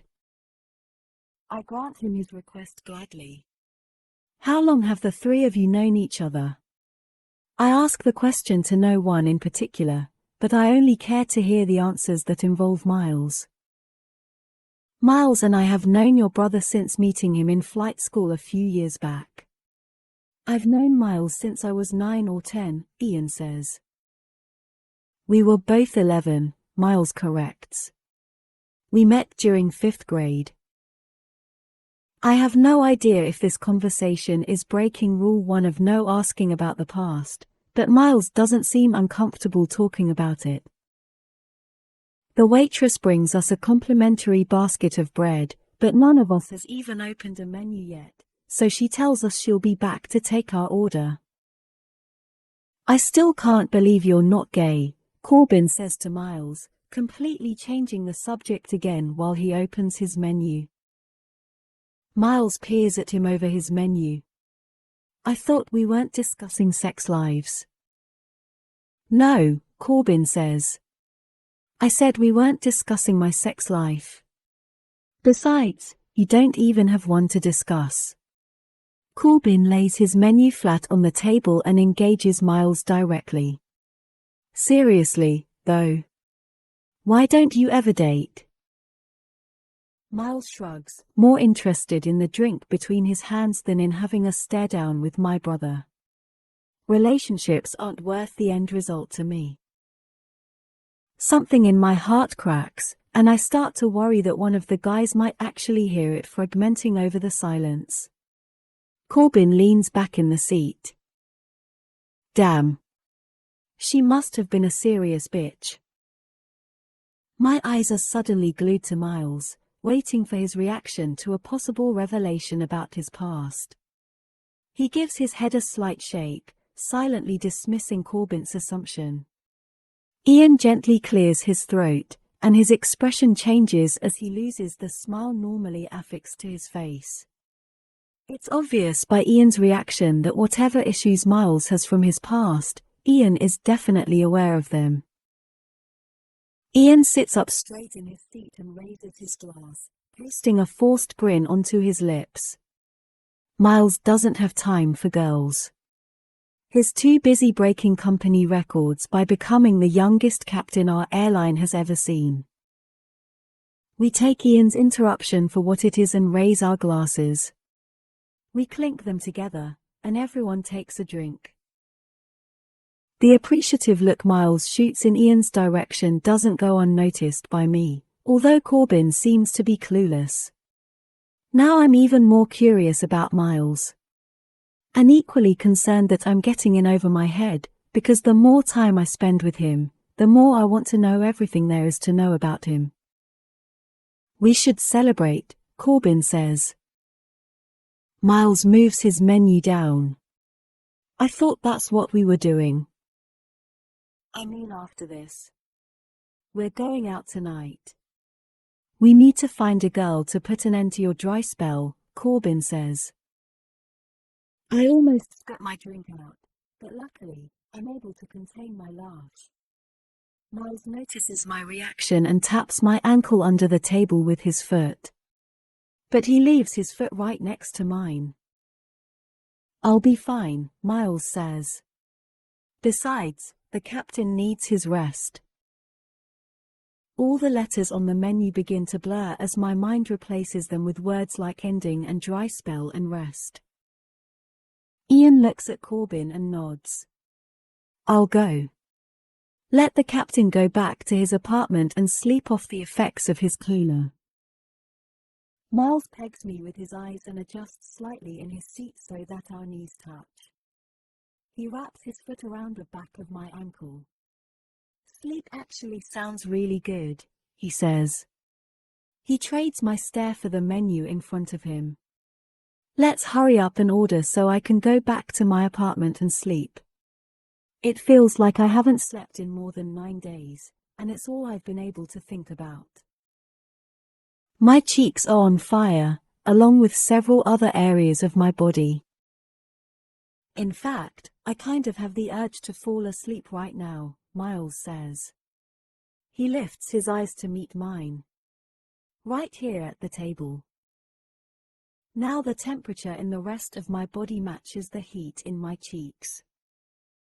God, you're lame, Corbin says, laughing. We should have brought Dylan instead. No, we should not have, Ian immediately says with an exaggerated roll of his eyes. What's the deal with Dylan? I ask. Why do you all hate him so much? Corbin shrugs. It's not that we hate him. We just can't stand him, and none of us realized it until after we had already invited him to our game nights. He's a prick. Corbin shoots me that all too familiar glare. And I don't ever want you alone with him. Being married doesn't stop him from being an asshole. And there's that possessive, brotherly love I've been missing all these years. Is he dangerous? No, Corbin says. I just know how he treats his marriage, and I don't want you getting involved with that. But I've already made it clear to him that you're off limits. I laugh at his absurdity. I'm 23, Corbin. You can stop acting like Dad now. His face pinches together, and for a second, he even starts resembling our dad. The hell I will, Corbin growls. You're my little sister. I have standards for you, and Dylan doesn't come close to meeting even one of them. He hasn't changed a bit. As annoying as it was in high school, and still kind of is, I do love that he wants the best for me. I'm just afraid his version of what's best for me doesn't exist. Corbin, no guy will ever come close to the standards you've set for me. He nods, getting all righteous. Damn right. If he warned Dylan to stay away from me, it makes me wonder if he warned Miles and Ian, too. Then again, he did think Miles was gay, so he probably didn't see a possibility there. I wonder if Miles would meet Corbin's standards. My eyes want to look at Miles so incredibly much right now, but I'm afraid I'd be too obvious. Instead, I force a smile and shake my head. Why couldn't I have been born first? Wouldn't have made a difference, Corbin replies. Ian smiles at the waitress and motions for the check. It's on me tonight. He lays down enough cash to cover the bill and tip, and we all stand and stretch. So who's going where? Miles asks. Bar, Corbin replies immediately, blurting it out like he's calling dibs. I just got off a 12-hour shift, I say. I'm beat. Mind if I catch a ride with you? Miles asks as we all make our way outside. I don't feel like going out tonight. I just want sleep. I like how he doesn't disguise the emphasis in front of Corbin when he says sleep. It's like he wants to ensure that I'm aware he has no intentions of actually sleeping. Yeah, my car is back at the hospital, I say, pointing in that general direction. All right, then, Corbin says, clasping his hands together. You lame asses go sleep. Ian and I are going out. Corbin turns, and he and Ian waste no time heading in the other direction. Corbin spins around, walking backward in pace with Ian. We'll drink a shot in your honor, El Capitan. Miles and I remain motionless, boxed into a circle of light cascading down from a street lamp as we watch them walk away. I look down at the sidewalk below us and scoot one of my shoes to the edge of the circle of light, watching as it disappears into the darkness. I look up at the street lamp, wondering why it's shining down on us with the intensity of a spotlight. Feels like we're on a stage, I say, still looking up at the light. He tilts his head back and joins my inspection of the odd lighting. The English patient, he says. I look at him questioningly. He gestures to the street lamp above our heads. If we were on a stage, it would probably be a production of The English Patient. He flicks his hand back and forth between us. We're already dressed the part. A nurse and a pilot. I mull over what he says, probably a little too much. I know he says he's the pilot, but if this really were a stage production of The English Patient, I think he would be the soldier rather than the pilot. The soldier is the character who is sexually involved with the nurse, not the pilot. But the pilot is the one with the secretive past. That movie is the reason I became a nurse, I say, looking at him with a straight face. He returns his hands to his pockets, shifting his gaze from the light overhead back to me. For real? My laugh escapes. No. Miles smiles. That rhymes. We both turn at the same time to head back toward the hospital. I find myself using the lull in our conversation to construct a really bad poem in my head. Miles smiles. For no one else. Miles only smiles. For me. Why are you grinning? He asks. Because I'm reciting embarrassing third-grade level rhymes about you. I pin my lips together. I answer him. Just thinking about how tired I am. Looking forward to a really good, I cut my eyes to his sleep tonight.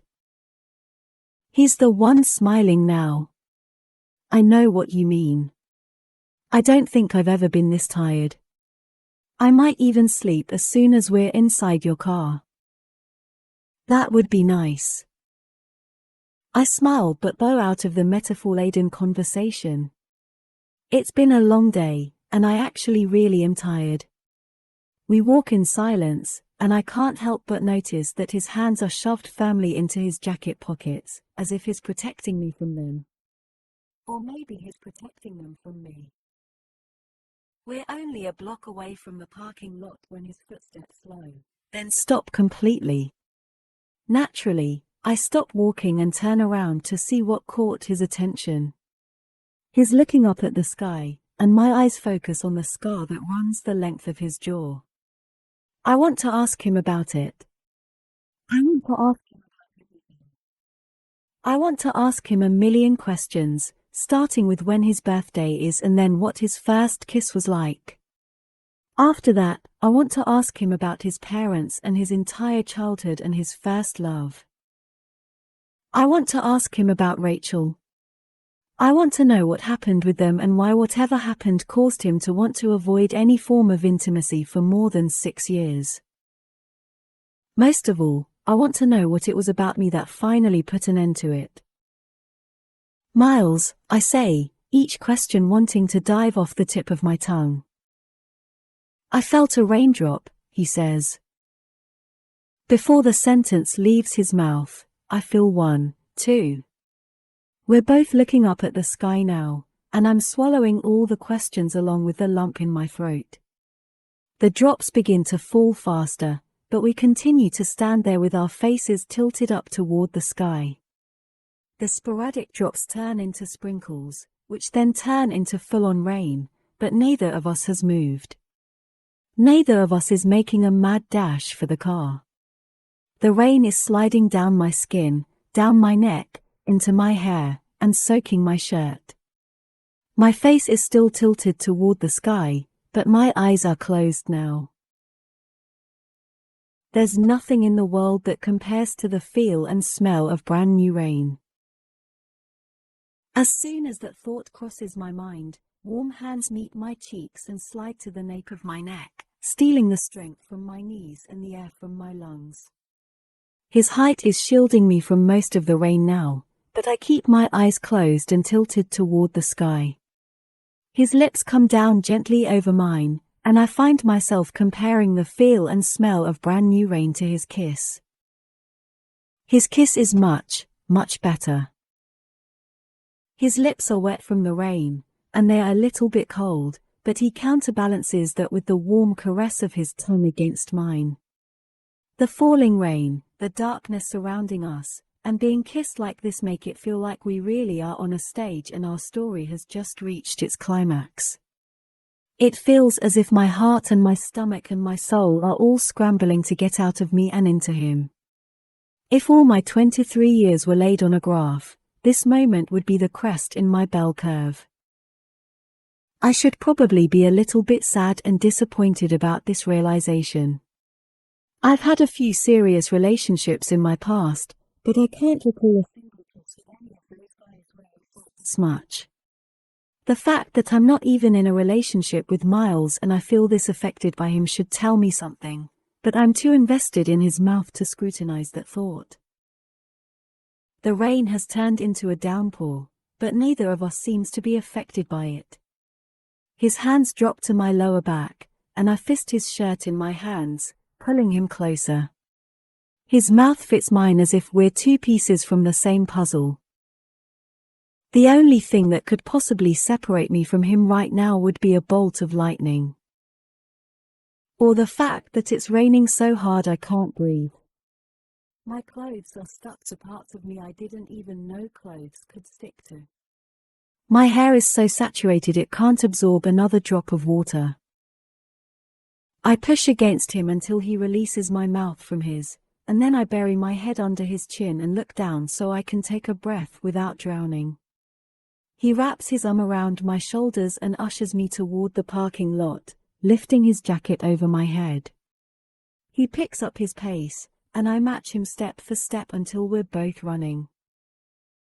We finally reach my car, and he approaches the driver's side door with me, still shielding me from the rain. Once I'm inside the car, he rushes around to the passenger side. When both of our doors are shut, the silence inside the car magnifies the intensity of our heavy breathing. I reach my hands behind my head and gather my hair, then squeeze the excess water from it. It runs down my neck, my back, and my seat. It's the first time I'm relieved to have leather seats in California. I drop my head back and sigh heavily, then steal a glance in his direction. I don't think I've ever been this wet in my life. I watch as a slow grin spreads across his face. His thoughts obvious will climb up into the statement. Pervert, I whisper playfully. He cocks his eyebrow and smirks. Your fault. He reaches across the seat and wraps his fingers around my wrist, pulling me toward him. Come here. I make a quick inventory of our surroundings, but the rain is falling so hard I can't even see outside. Which means no one can see in. I adjust myself on top of him and straddle his lap as he scoots the seat as far back as it goes. He doesn't kiss me, though. His hands slide down my arms and come to rest on my hips. I've never had sex in a car before, he says with a little bit of hope in his confession. I've never had sex with a captain before, I offer. He runs his hands under my scrub top, sliding them up my stomach until they meet my bra. He cups both breasts, then leans forward and kisses me. His kiss doesn't last long, because he breaks it to speak again. I've never had sex as a captain before. I smile. I've never had sex in scrubs before. His hands slide around to my back, and he dips them inside my waistband. He pulls my hips toward him at the same time as he lifts himself ever so slightly, immediately causing my grip to tighten around his shoulders and a gasp to pass my lips. His mouth moves to my ear as his hands recreate the sensual rhythm between us by pulling my hips forward again. As hot as you look in uniform, I'd much rather have sex with you in nothing at all. I'm embarrassed at how easily his words alone can make me moan. I'm also embarrassed at how quickly his voice can undo me, to the point where I probably want my clothes to come off more than he does. Please tell me you came prepared, I say, my voice already heavy with want. He shakes his head.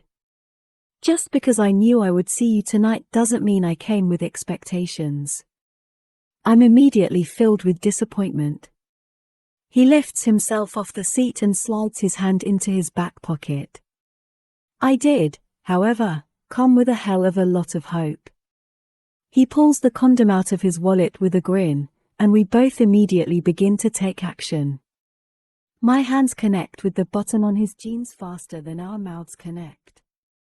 He slides his hands up the back of my top and begins to unclasp my bra, but I shake my head. Just leave it on, I say breathlessly. The less clothes we take off, the faster we'll be able to get dressed if we get caught. He continues to unfasten it, despite my protest. I don't want to be inside you unless I can feel you against me. Wow. Okay, then. When my bra is undone, he lifts my shirt over my head, and his fingers slide under the straps of my bra. He pulls them down my arms until the bra falls away. He tosses it into the back seat and then pulls his own shirt over his head. After his shirt joins my bra in the back seat, he wraps his arms around me and pulls me against him until our bare chests meet. We both immediately inhale sharp breaths. The warmth of his body creates a sensation that I don't want to pull away from. He begins kissing his way down my neck, his breath coming in rough waves against my skin. You have no idea what you do to me, he whispers against my throat. I smile, because that same exact thought just went through my own head. Oh, I think I have an idea, I reply. His left hand palms one of my breasts, and he groans as his right hand dips into my pants.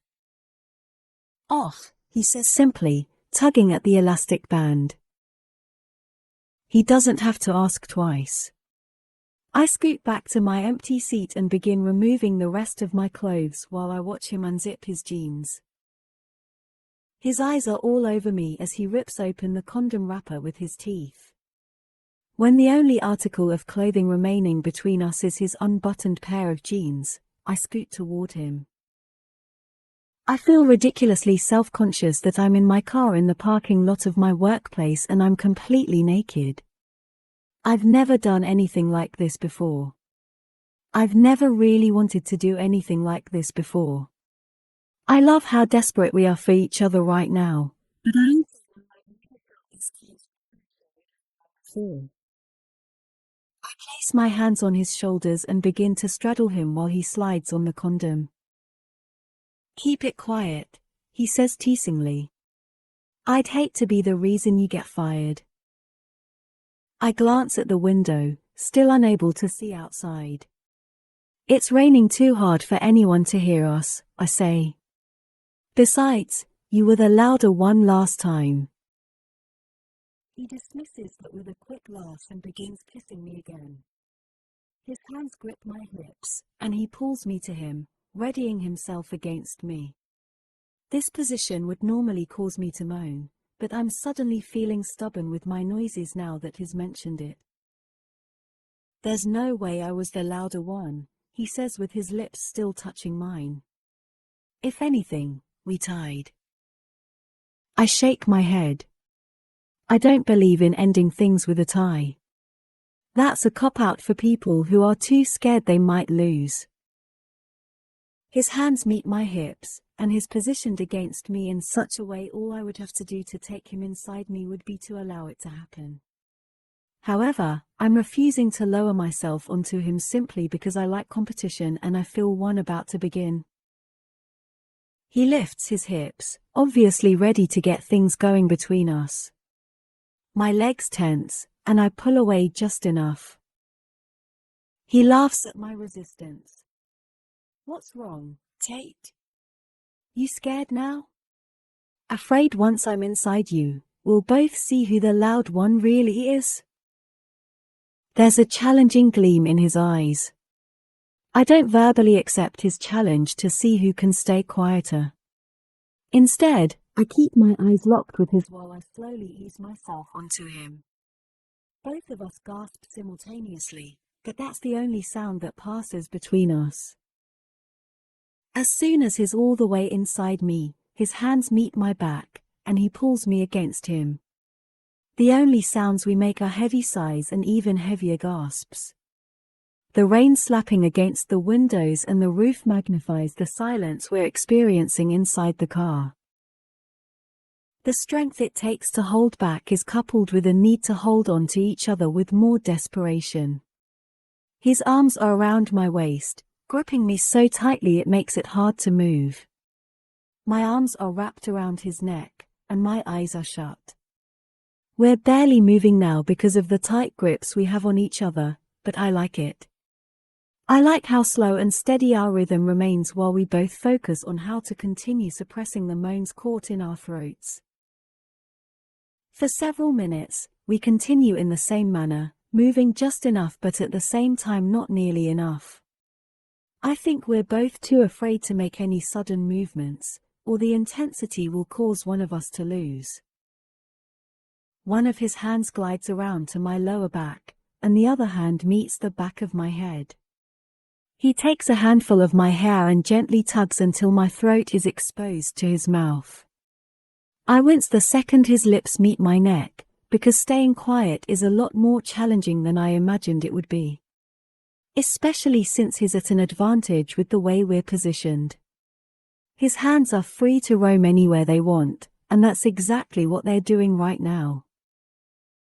Roaming, caressing, trailing down my stomach so that he can touch the one place that could make me cede victory. I feel like he's cheating somehow. As soon as his fingers find the exact spot that would normally make me scream his name, I tighten my hold around his shoulders and reposition my knees so that I have more control of my movements.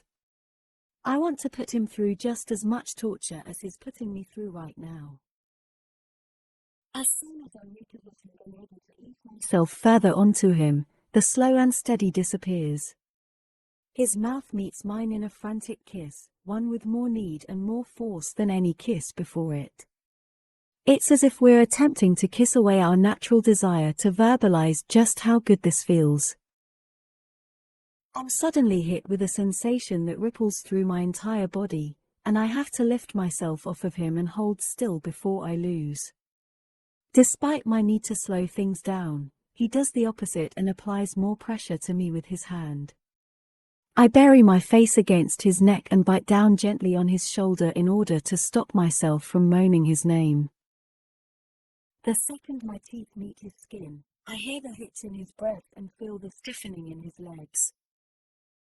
He almost loses. Almost. If he moves inside me even an inch more while he's touching me this way, he'll win. I don't want him to win. Then again, I kind of do want him to win, and I'm thinking he wants to win with the way he breathes against my neck, gently lowering me back down onto him. Miles, Miles, Miles. He can sense that this isn't about to end in a tie, so he adds more pressure against me with his fingers at the same time as his tongue meets my ear. Oh, wow. I'm about to lose. Any second now. Oh, my word. He lifts his hips when he pulls me against her, forcing an involuntary Miles out of my mouth, along with a gasp and a moan. I lift off of him, but as soon as he realizes he just won, he exhales heavily and pulls me back onto him with more force. Finally, he says breathlessly against my neck, I didn't think I could last another second. Now that the competition is over, both of us let loose completely until we're being so loud we have to kiss again to stifle our sounds. Our bodies are moving in sync, speeding up, crashing harder together.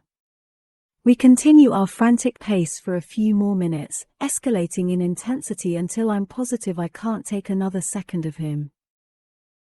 Tate, he says against my mouth, slowing the rhythm of my hips with his hands.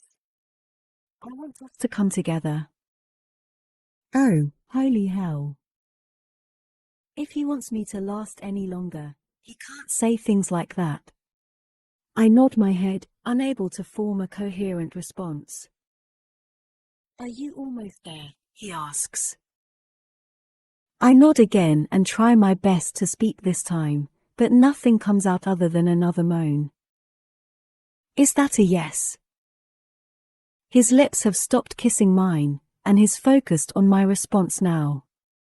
I bring my hands to the back of his head and press my cheek to his. Yes, I somehow utter. Yes, Miles. Yes. I feel myself begin to tense at the same time as he sucks in a sharp breath. I thought we were holding each other tightly before, but that doesn't begin to compare to this moment. It feels as if all our senses have magically melded together and we're feeling the exact same sensations, making the exact same noises, experiencing the exact same intensity, and sharing the exact same response.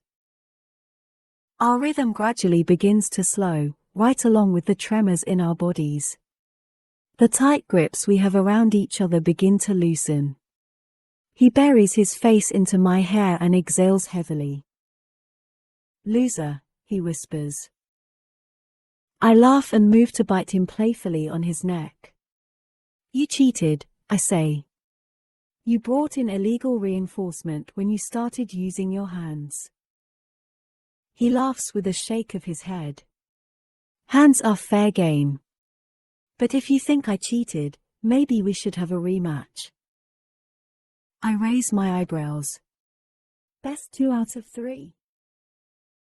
He lifts me by my waist and begins to push me toward the passenger door as he struggles to get behind the steering wheel. He hands me my clothes, pulls his shirt back over his head, and buttons his jeans. Once he's situated, I adjust myself in the passenger seat and finish dressing while he cranks the car. He throws it in reverse and begins backing out. Buckle up, he says with a wink. We barely made it out of the elevator, much less to his bed.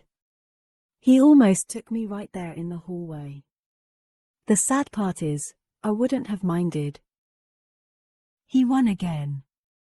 I'm beginning to realize that competing for who can stay the quietest isn't really a good idea when my competitor is naturally the quietest person I've ever met. I'll get him in round 3. Just not tonight, because Corbin will more than likely be heading home soon. Miles is staring at me. He's on his stomach, with his hands folded across his pillow and his head resting on his arms.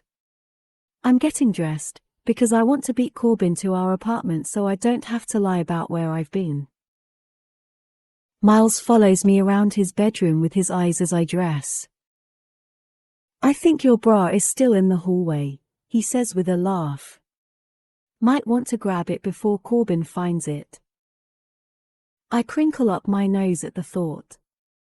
Good idea, I say. I kneel down on the bed and kiss him on the cheek, but he wraps his arm around my waist and pulls me forward as he rolls onto his back. He gives me an even better kiss than the one I was just giving him. Can I ask you a question? He nods, but it's a forced nod. He's nervous about my questions. Why don't you ever make eye contact when we're having sex? My question throws him for a loop. He regards me for several silent moments until I pull even farther away and sit next to him on the bed, waiting for his answer. He pushes himself up and leans back against his headboard, staring down at his hands. People are vulnerable during sex, he says with a shrug. It's easy to confuse feelings and emotions for something they aren't, especially when eye contact is involved. He lifts his eyes to mine. Does it bother you? I'm shaking my head no, but my heart is crying yes. I'll get used to it, I guess. I was just curious. I love being with him but hate myself more and more with each new lie that passes my lips. He smiles and pulls me back to his mouth, kissing me with more finality this time. Good night, Tate. I back away and walk out of his room, feeling his eyes on me the entire time. It's funny how he refuses to make eye contact during sex yet can't seem to keep his eyes off me the rest of the time. I don't feel like going back to the apartment yet, so after retrieving my bra, I walk to the elevators and make my way down to the lobby to see if Cap is still around. I barely had a chance to wave at him earlier before Miles shoved me onto the elevator and ravished me. Sure enough, Cap is still planted in his chair, despite the fact that it's after 10 o'clock at night. Do you ever sleep? I ask as I make my way to the chair next to him. People are more interesting at night, he says. I like to sleep late. Avoid all the fools who are in too much of a rush in the mornings. I sigh a lot louder than I intend to when I lean my head back into the chair. Cap notices and turns to look at me. Oh, no, he says. Trouble with the boy? Looked like the two of you were getting along fine a couple of hours ago. Think I might have even seen a hint of a smile on his face when he walked in with you. Things are fine, I say. I pause for a few seconds, gathering my thoughts. Have you ever been in love, Cap? A slow smile spreads across his face. Oh, yes, he says. Her name was Wanda. How long were you married? He looks at me and cocks an eyebrow. I ain't never been married, he says. I think Wanda's marriage lasted about 40 years before she passed, though. I tilt my head, trying to understand what he's saying. You have to give me more than that. He sits up straighter in his chair, the smile still on his face. She lived in one of the buildings I did maintenance for. She was married to a bastard of a man who was only home about 2 weeks out of the month. I fell in love with her when I was around 30 years old. She was in her mid-20s. People just didn't get divorced back then once they got married. Especially women like her who came from the type of family she came from. So I spent the next 25 years loving her as hard as I could for 2 weeks out of every month. I stare at him, not sure how to respond to that. It's not the typical love story people usually tell. I'm not even sure if it can be considered a love story. I know what you're thinking, he says. Sounds depressing. More like a tragedy. I nod, confirming his assumption. Love isn't always pretty, Tate. Sometimes you spend all your time hoping it'll eventually be something different. Something better. Then, before you know it, you're back to square one, and you lost your heart somewhere along the way. I stop looking at him and fast forward. I don't want him to see the frown that I can't seem to remove from my face. Is that what I'm doing? Waiting for things with Miles to become something different? Something better? I contemplate his words for way too long.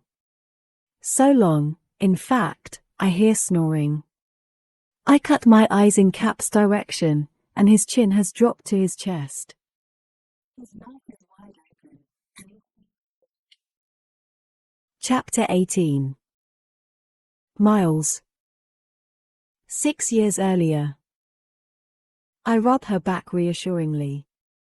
2 more minutes, I tell her. She nods but keeps her face pressed into the palms of her hands. She doesn't want to look. I don't tell her we don't actually need the 2 minutes.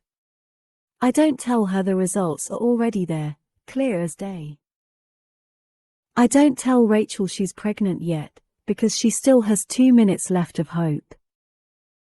I continue to rub her back. When the timer goes off, she doesn't move. She doesn't turn to look at the results. I drop my head to the side of hers until my mouth is close to her ear. I'm so sorry, Rachel, I whisper. I'm so sorry. She bursts into tears. My heart is crushed at the sound.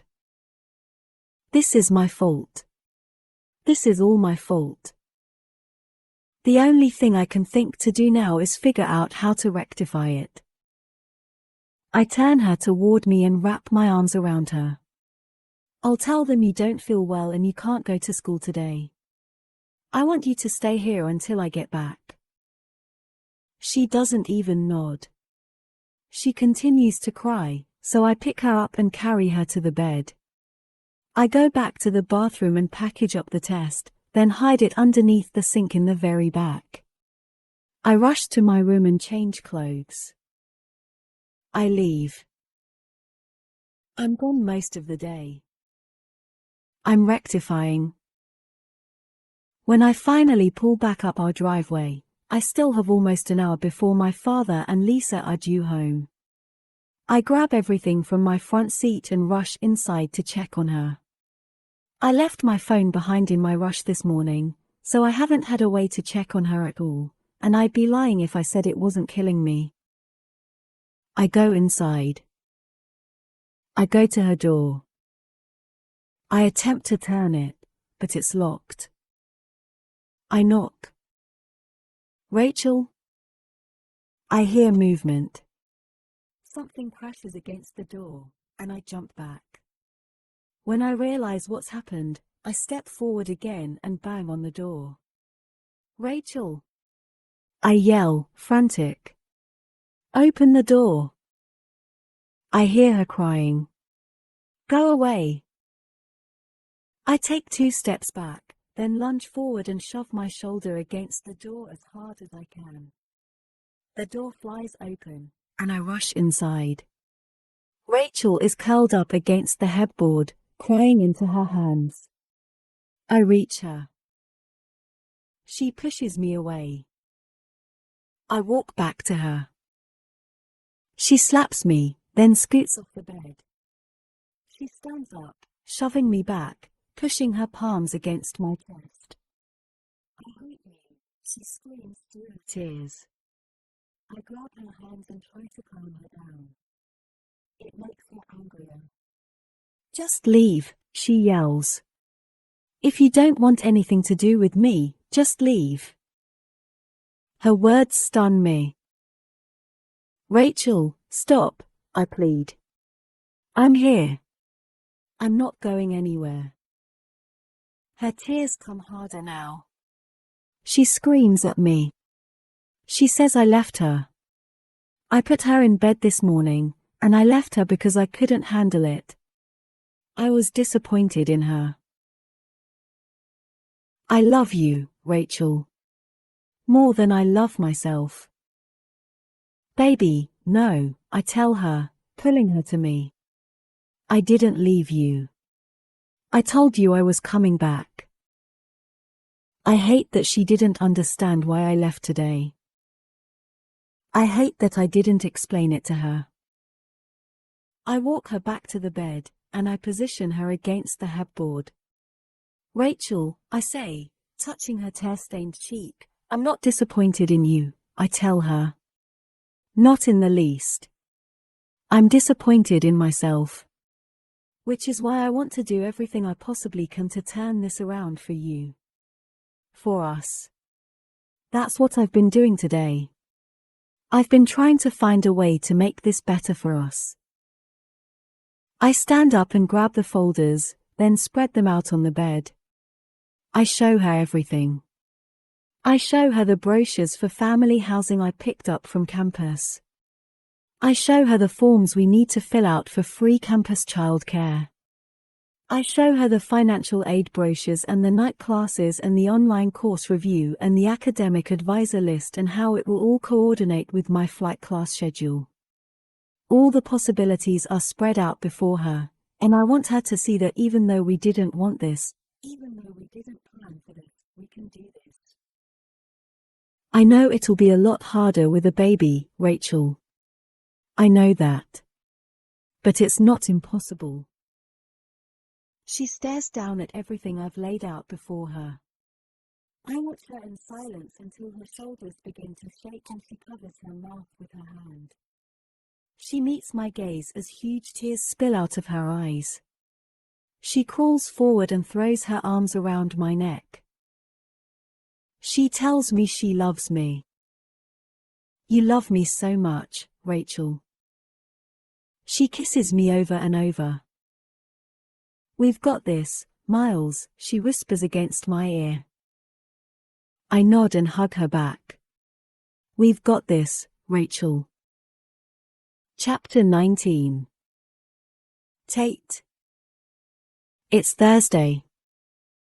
Game night. Normally, the sound of their Thursday night game gets under my skin. Tonight it's music to my ears, knowing that Miles should be home. I have no idea what to expect from him or this arrangement we've got going on. I haven't texted or spoken to him in the 5 days since he's been gone. I know that with as much as I'm thinking about him, I shouldn't be doing this. For something that's supposed to be a casual thing, it's felt anything but casual. For me, it's been extremely involved. Intense, even. He's pretty much all I've thought about since that night in the rain, and it's quite pathetic that I'm reaching for the doorknob to walk inside my apartment and my damn hand is shaking, knowing he might be in there. I open the door to the apartment, and Corbin is the first to look up. He nods but doesn't even say hi. Ian waves from his seat on the couch, then looks back at the TV. Dylan's eyes roam up and down my body, and I do what I can to stop myself from rolling my eyes. Miles doesn't do anything, because Miles isn't here. My whole body sighs from disappointment. I drop my purse onto the empty chair in the living room and tell myself it's a good thing he isn't here, because I've got way too much homework to do anyway. There's pizza in the fridge, Corbin says. Nice. I walk into the kitchen and open the cabinet to remove a plate. I hear footsteps closing in on me, and my heart rate kicks up a notch.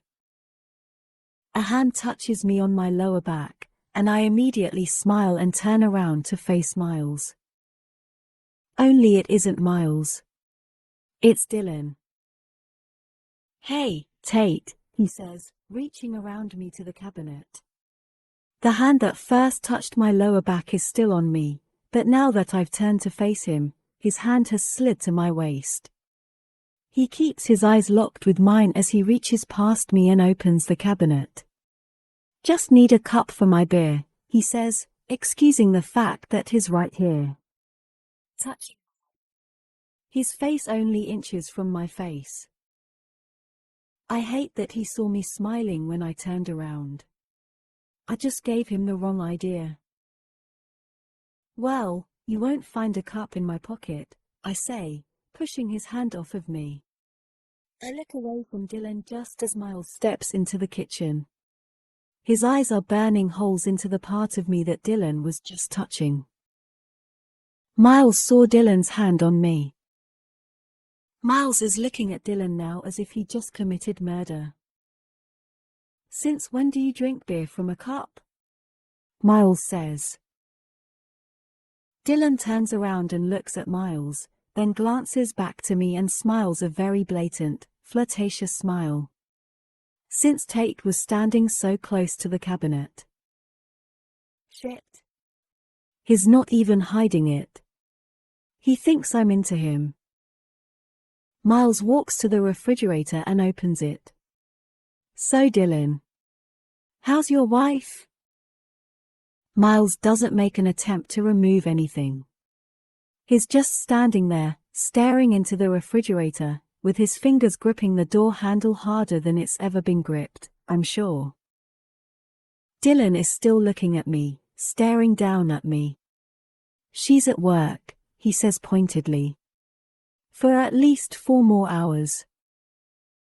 Miles slams the refrigerator and takes 2 quick steps toward Dylan.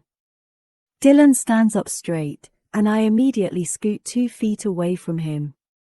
Corbin specifically instructed you to keep your hands off his sister. Show him some fucking respect. Dylan's jaw twitches, and he doesn't back down or look away from Miles. In fact, he takes a step toward him, closing the space between them. Sounds to me like this isn't really about Corbin, Dylan says, seething. My heart is pounding in my chest. I feel guilty that I gave Dylan the wrong idea and even guiltier that they're arguing about it now. But damn it, I love that Miles hates him so much. I just wish I knew if it was because he doesn't like that Dylan is flirting when he's got a wife at home or if he doesn't like that Dylan is flirting with me. And now Corbin is standing in the doorway. Shit. What isn't really about me? Corbin asks, watching the 2 of them in their standoff. Miles backs up a step and turns so that he can face Dylan and Corbin at the same time. His eyes remain locked hard with Dylan's. He's trying to fuck your sister. Jesus Christ, Miles. Ever hear of sugarcoating? Corbin doesn't even flinch. Go home to your wife, Dylan, he says firmly. As embarrassing as this is, I don't do anything to step in and defend Dylan, because I get the feeling that Miles and Corbin have been looking for an excuse to defriend him for a while now. I would also never defend a man who has no respect for his marriage. Dylan stares at Corbin for several painstakingly long seconds, then turns to face me with his back to both Miles and Corbin. This boy seriously has a death wish. I live in 1012, he whispers with a wink. Stop by some time. She works weeknights. He turns away and walks between Corbin and Miles. The 2 of you can go fuck yourselves. Corbin turns, and his fists are clenched. He begins to stalk after Dylan, but Miles grabs his arm and pulls him back into the kitchen. He doesn't release Corbin's arm until the front door slams shut. Corbin turns to face me, and he looks so angry I'm surprised steam isn't coming from his ears. His face is red, and he's popping his knuckles. I forgot how insanely protective he is of me.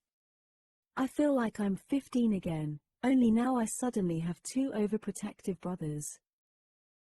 Erase that apartment number from your head, Tate, Corbin says.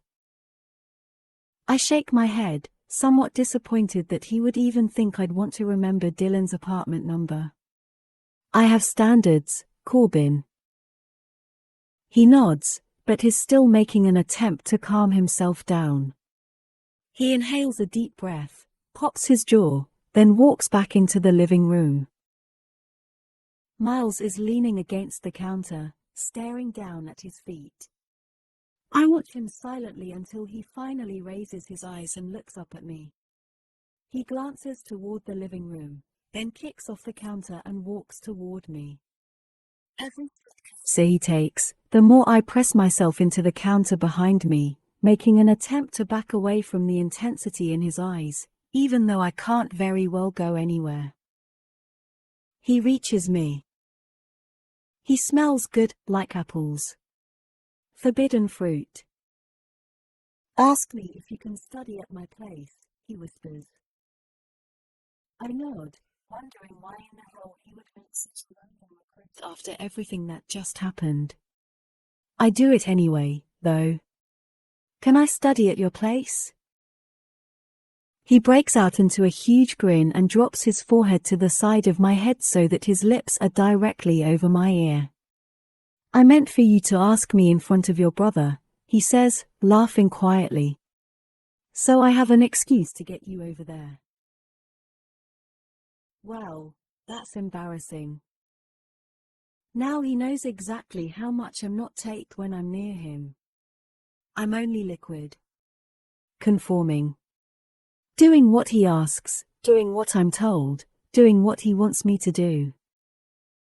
Oh, I say quietly as I watch him ease away from me. That makes a lot more sense. He's still smiling, and I didn't realize how much I missed seeing that smile. He should smile all the time. Forever. At me. He walks out of the kitchen and heads back to the living room, so I go to my room and shower in record time. I didn't realize I was such a good actress. I had practice, though. 5 minutes of practice. I stood in my room, trying to think of the best, most casual line for when I walked into the living room to ask Miles for his key. I decided to wait until a particularly loud moment during the game, and then I burst out of the room and yelled at all of them. You guys either need to mute the damn TV or go watch it next door, because I'm trying to study. Miles looked at me and tried to hide his smile. Ian looked at me with suspicion, and Corbin rolled his eyes. You go next door, Corbin said. We're watching the game. He looked at Miles. She can use your place, right? Miles stood up immediately and said, Sure. I'll let her in. I grabbed my things, followed him out of my apartment, and now here we are. Miles opens his apartment door for me, even though it isn't locked.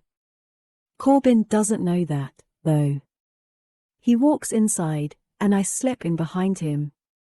He shuts the door, and we turn and face each other. I really do have homework, I say. I don't know what is expecting to happen right this second, but I feel like I need to let him know that just because he shows up after a few days away, that doesn't mean he's my number one priority.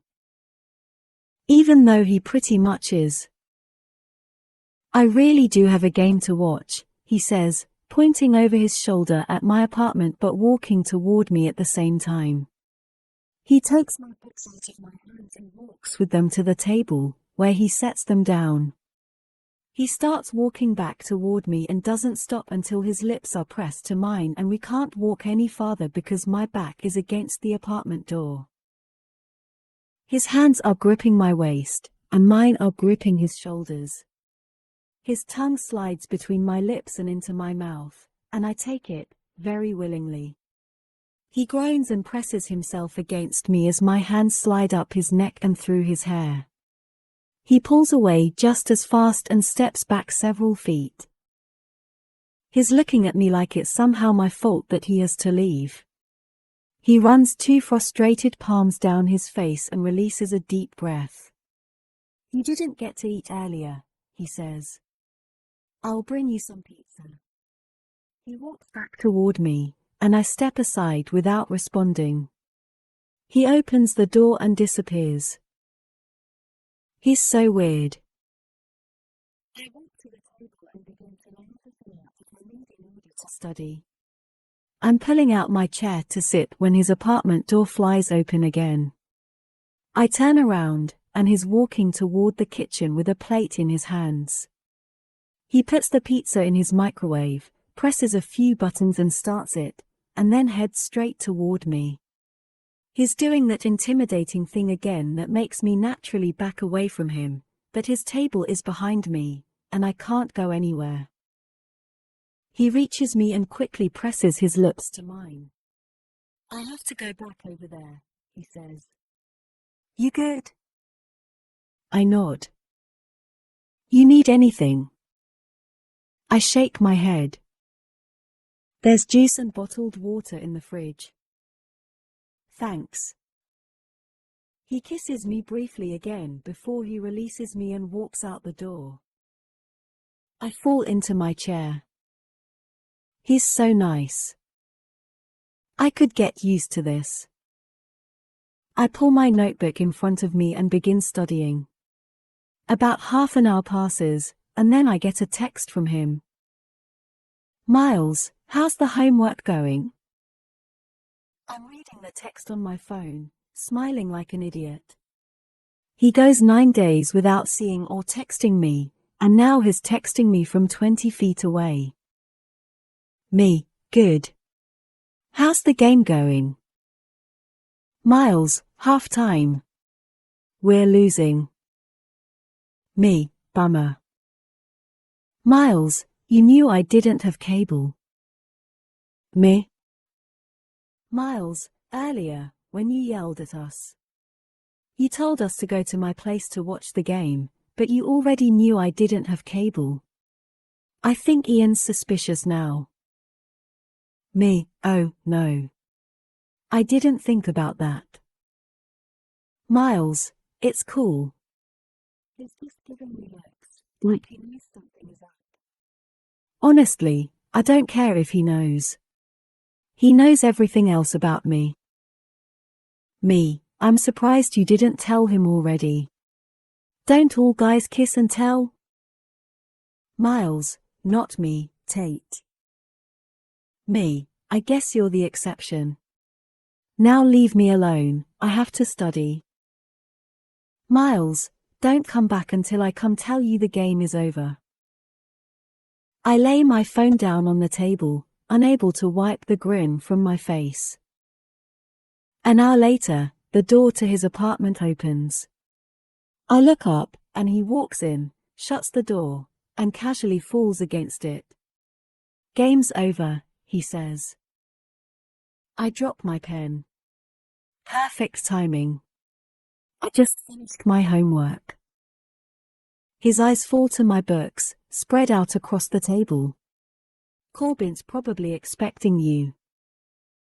I don't know if that's his way of telling me I should leave or if he's just making conversation. I stand up anyway and begin to gather my books, attempting to hide the disappointment on my face. He walks straight to me and takes the books out of my hands, setting them back down. He gives them a shove, sliding them a foot away, and then he grabs my waist and pushes me onto the table. That doesn't mean I want you to leave, he says firmly, looking me hard in the eyes. I don't smile this time, because he just made me nervous again. Every time he looks at me with this much intensity, I get nervous. He slides me to the very edge of the table and stands between my legs. His hands are still on my waist, but his lips are now on my jaw. I was thinking, he says softly, his breath caressing my neck, covering me in chills. About tonight and how you've been in class all day. He slides his hands beneath me, lifting me off the table. And how you work all weekend, every weekend. My legs are wrapped around him now. He's carrying me to his bedroom. Now he's laying me on his bed. Now he's on top of me, brushing my hair back, looking me in the eyes. And I realized that you never have a day off. His mouth is back to my jaw again, kissing it softly between each sentence. You haven't had a day off since Thanksgiving, have you? I shake my head, not understanding why he's talking so much but loving it just the same. His hand slides up under my shirt, and his palm meets my stomach, continuing upward until he's cupping my breast. You must be really tired, Tate. I shake my head.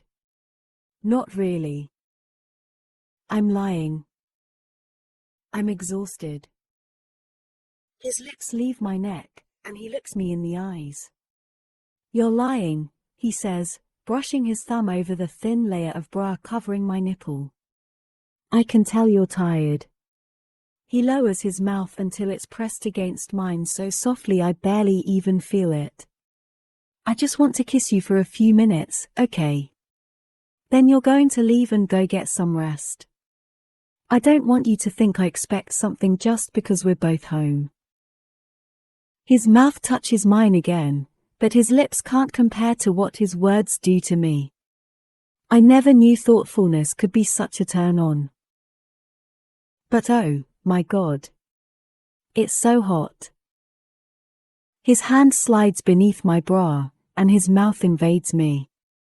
Every time his tongue caresses mine, it makes my head spin. I wonder if that will ever get old. I know he said he just wanted to kiss me for a few minutes, but his definition of kiss and my definition of kiss are written in two different languages. His mouth is everywhere. So are his hands. He pushes my shirt up above my bra, pulling one side of it down until my breast is exposed. He teases me with his tongue, looking up at me while he does it. His mouth is warm, and his tongue is even warmer, causing soft whimpers to escape from me. He runs his hand down my stomach and lifts slightly off of me, holding his weight up on his elbow. His hand trails over my jeans until he reaches the insides of my thighs. He runs his fingers against the material between my legs, and I let my head fall back and my eyes close. Good Lord, I love his version of kissing. He begins to rub his hand over me, pressing firmly against my jeans until my entire body is silently begging for him. His mouth is no longer on my breast. It's on my neck now, and his kissing, nibbling, sucking, all in one spot, as if he's trying to brand me. I'm trying to be quiet, but it's impossible when he's creating this amazing friction between us. But that's fine, because he's not being quiet, either. Every time I moan, he groans or sighs or whispers my name. Which is why I'm being so loud, because I love his sounds. Love them. His hand quickly moves to the button on my jeans, and he unbuttons them, but he doesn't switch positions or move away from my neck. He pulls my zipper down and slides his hands on top of my panties. He resumes the same movements, only this time they are 1,000,000 times more intense, and I can instantly tell he isn't going to have to do it for much longer. My back arches off the bed, and it takes all I have not to pull away from his hand. It's as if he knows exactly the right places to touch that will make me react. Christ, Tate. You're so wet. Two of his fingers pull my panties aside. I want to feel you. And that's it. I'm a goner. His finger slips inside me, but his thumb remains outside, coaxing moans and oh, my gods, and don't stops out of me like I'm a broken record. He kisses me, swallowing all my sounds while my body begins to tremble beneath his hand. The sensation lasts so long and is so intense I'm afraid to let go of him when it's over. I don't want his hand to leave me. I want to fall asleep like this. I'm completely still, but we're both breathing so heavily we're unable to move. His mouth is still on mine, and our eyes are closed, but is not kissing me. After a few moments, he finally pulls his hand out of my pants, then zips and buttons them back up. When I open my eyes, he's slowly sliding his fingers out of his mouth with a grin. Holy shit. I'm so glad I'm not standing up right now, or seeing him do that would have made me fall straight to the floor. Wow, I say as I exhale. You're pretty damn good at this. He smiles even wider. Why, thank you, he says. He leans forward and kisses my forehead. Now, go home and get some sleep, girl. He begins to lift off the bed, and I grab his arms and pull him back down. Wait, I tell him. I push him onto his back and slide on top of him. That's not really fair to you. I'm not keeping score, he says, rolling me onto my back. Corbin's probably wondering why you're still over here. He stands up and grabs my wrists to pull me up with him. He pulls me against him close enough for me to tell he isn't at all ready for me to leave yet. If Corbin says anything, I'll just tell him I didn't want to leave until I was finished with my homework.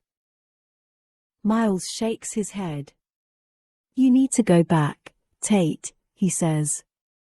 He thanked me for protecting you from Dylan earlier. How do you think he'd feel if he knew I only did that because I was being selfish and wanted you all to myself? I shake my head. I don't care how he'd feel. It's not his business. Miles brings his hands to my cheeks. I care. He's my friend. I don't want him to find out what a hypocrite I am. He kisses my forehead and pulls me out of the bedroom before I can respond. He gathers my books and hands them to me when I reach the front door, but before I walk out, he grabs my elbow and stops me. He's staring down at me, but there's something else in his expression this time. Something in his eyes that isn't desire or want or disappointment or intimidation. It's something unspoken. Something he wants to say to me that he's too afraid to say. His hands cup my cheeks, and he presses his mouth to mine so hard I hit the frame of the door behind me. He kisses me so possessively and desperately it would make me sad if only I didn't love it so much. He inhales deeply and pulls away, exhaling slowly, staring me hard in the eyes. He drops his hand and steps back, waiting for me to step into the hallway before he closes his door. I have no idea what that was, but I need more of it. I somehow make my legs move, and I walk into Corbin's apartment. Corbin isn't in the living room, so I set my books down on the counter. I hear Corbin's shower running. Corbin's in the shower. I immediately walk out the door and back across the hall and knock. His door swings open so quickly it's as if Miles was still standing in the same spot. He glances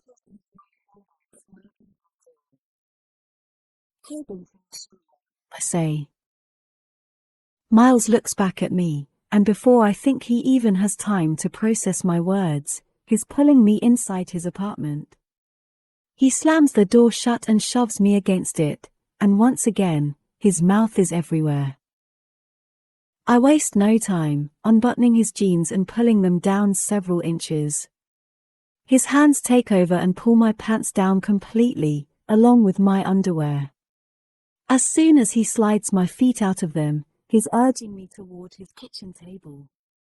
He spins me around, positioning me until I'm leaning across the table on my stomach.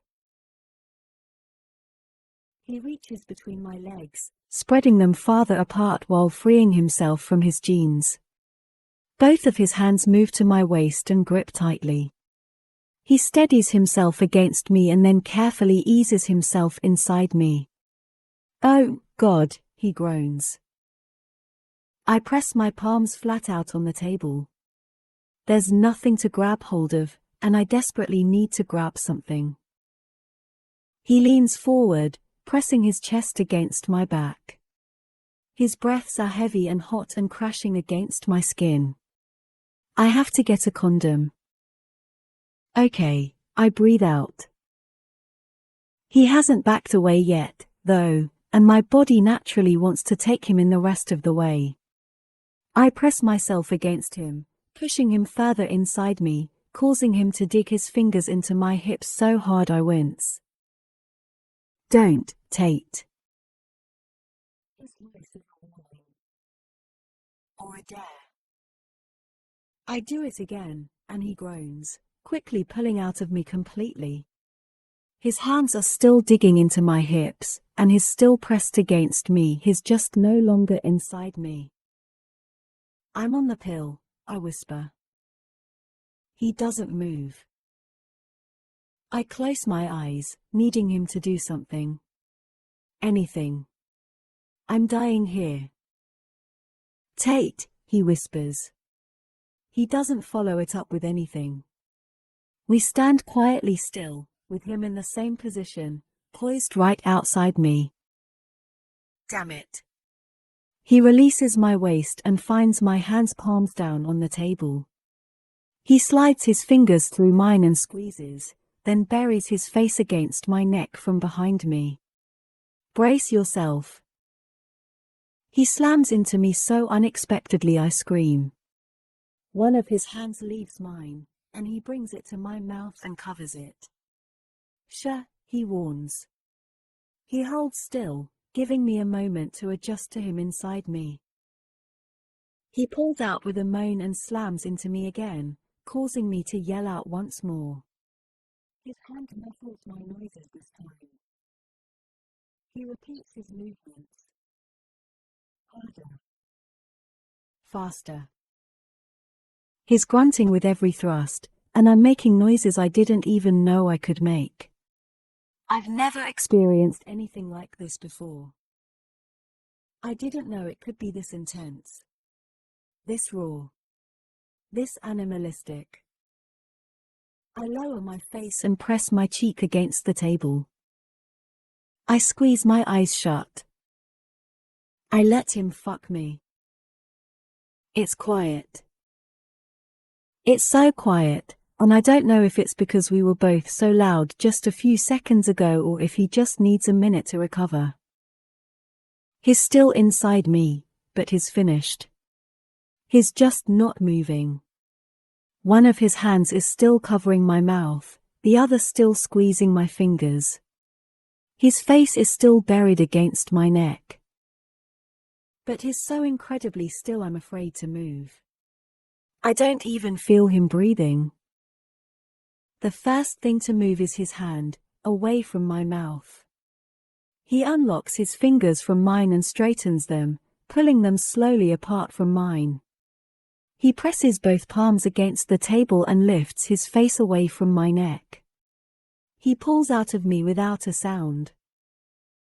It's still too quiet, so I don't move. I hear him as he pulls his pants back into position and zips them. I hear his footsteps as he walks away. He's walking away.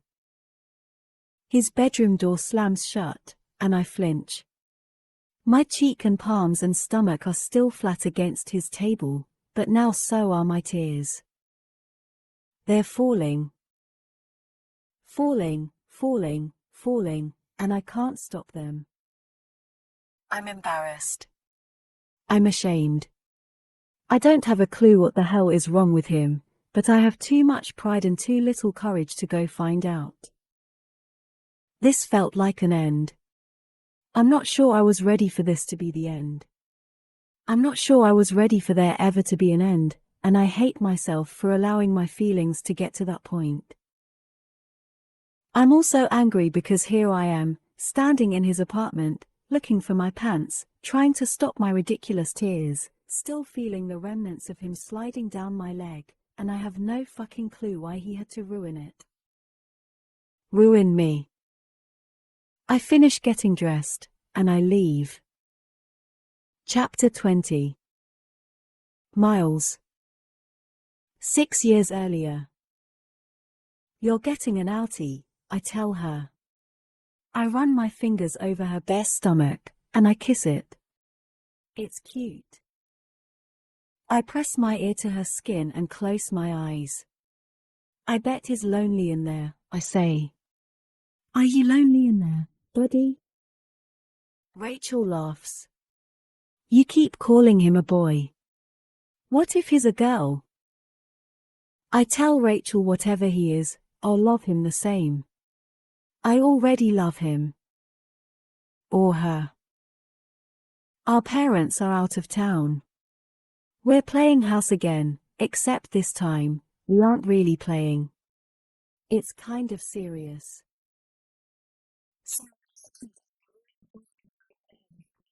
She asks. I tell her not to worry. I tell her he's not proposing. He would ask me first before he did it. I know that much about him. We have to tell them, I say to her. She nods. She knows we have to tell them. It's been 3 months. We graduate in 2. She's starting to show. She's getting an outie. It's cute. We should tell them tomorrow, I say. She says okay. I move away from her stomach and lie beside her. I pull her against me. I touch her face. I love you, Rachel, I tell her. She's not as scared now. She tells me she loves me, too. You're doing a good job, I say. She doesn't know what I'm talking about, so I grin and touch her stomach. You're doing a good job growing him. I'm pretty sure you're gonna grow the best baby any woman has ever grown. She laughs at my silliness.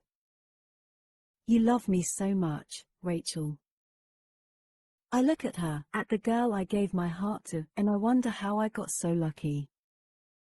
I wonder why she loves me just as much as I love her. I wonder what my dad is going to say when he finds out about us. I wonder if Lisa will hate me. I wonder if she'll want to take Rachel back to Phoenix. I wonder how I can convince them that we've got this. What are we going to name him? I ask her. She's excited when I ask her this. She likes talking about names. She says if it's a girl, she wants to name her Claire, after her grandmother. I tell her I wish I knew her grandmother. I want to know the woman my daughter will be named after. She tells me her grandmother would have loved me. I tell her I love the name Claire. What if he's a boy? I ask. You can pick the boy name, she says. I tell her that's a lot of pressure. I tell her he'll have to live with his name the rest of his life. She says, then you'd better pick a good one. I'd better pick a good one.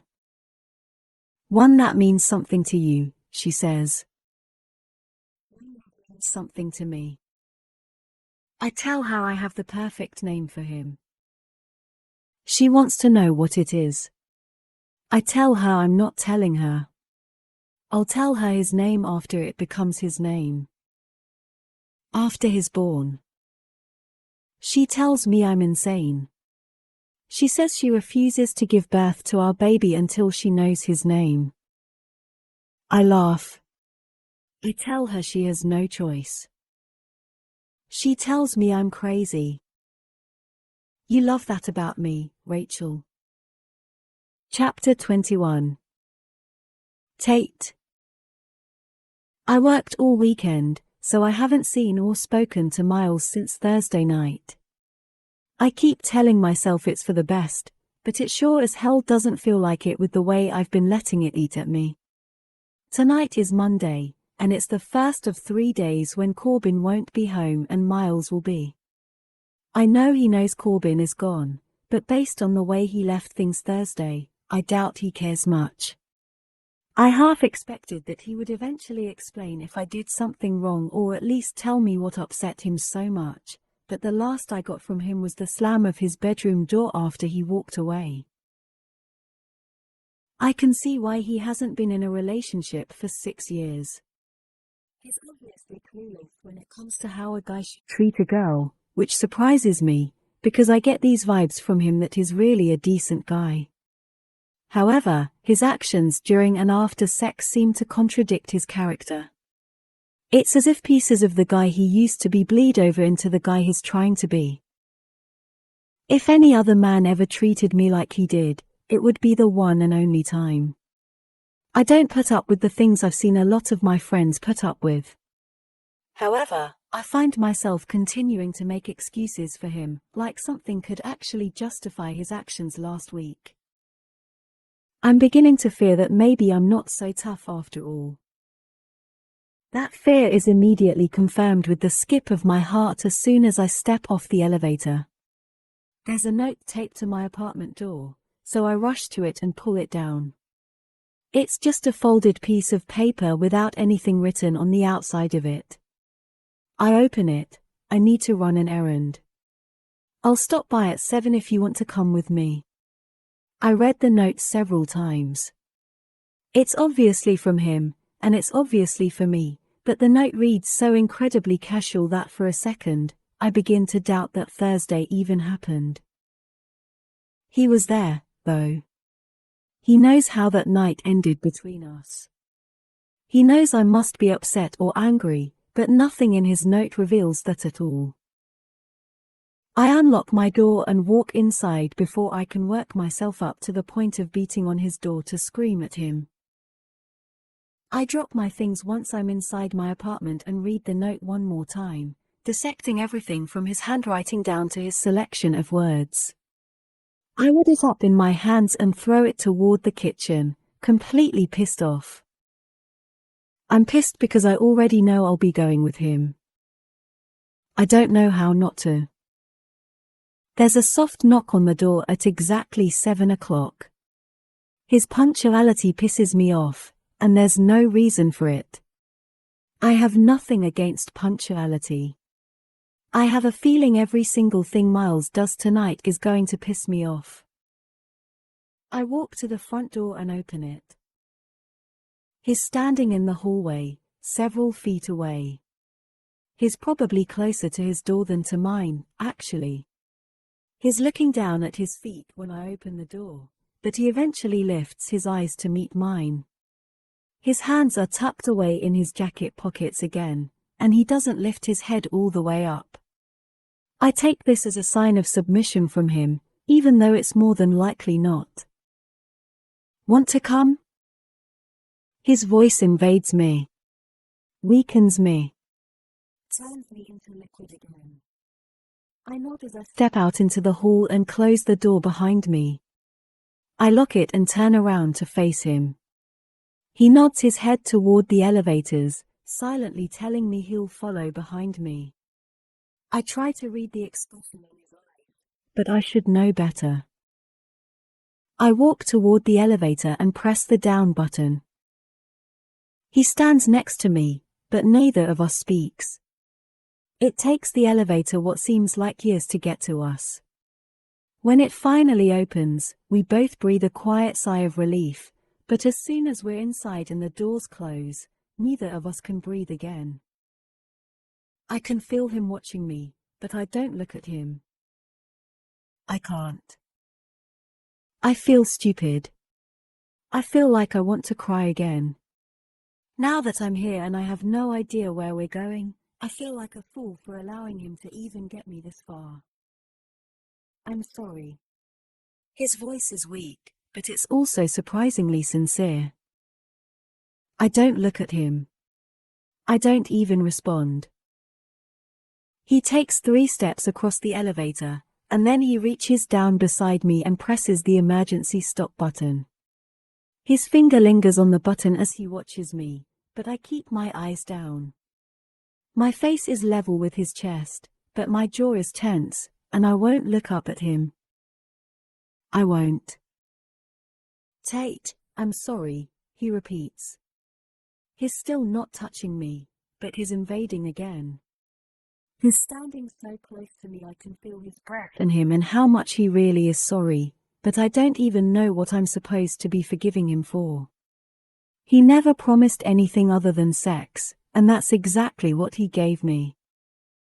Sex. Nothing less and definitely nothing more. I'm sorry, he says again. You didn't deserve that.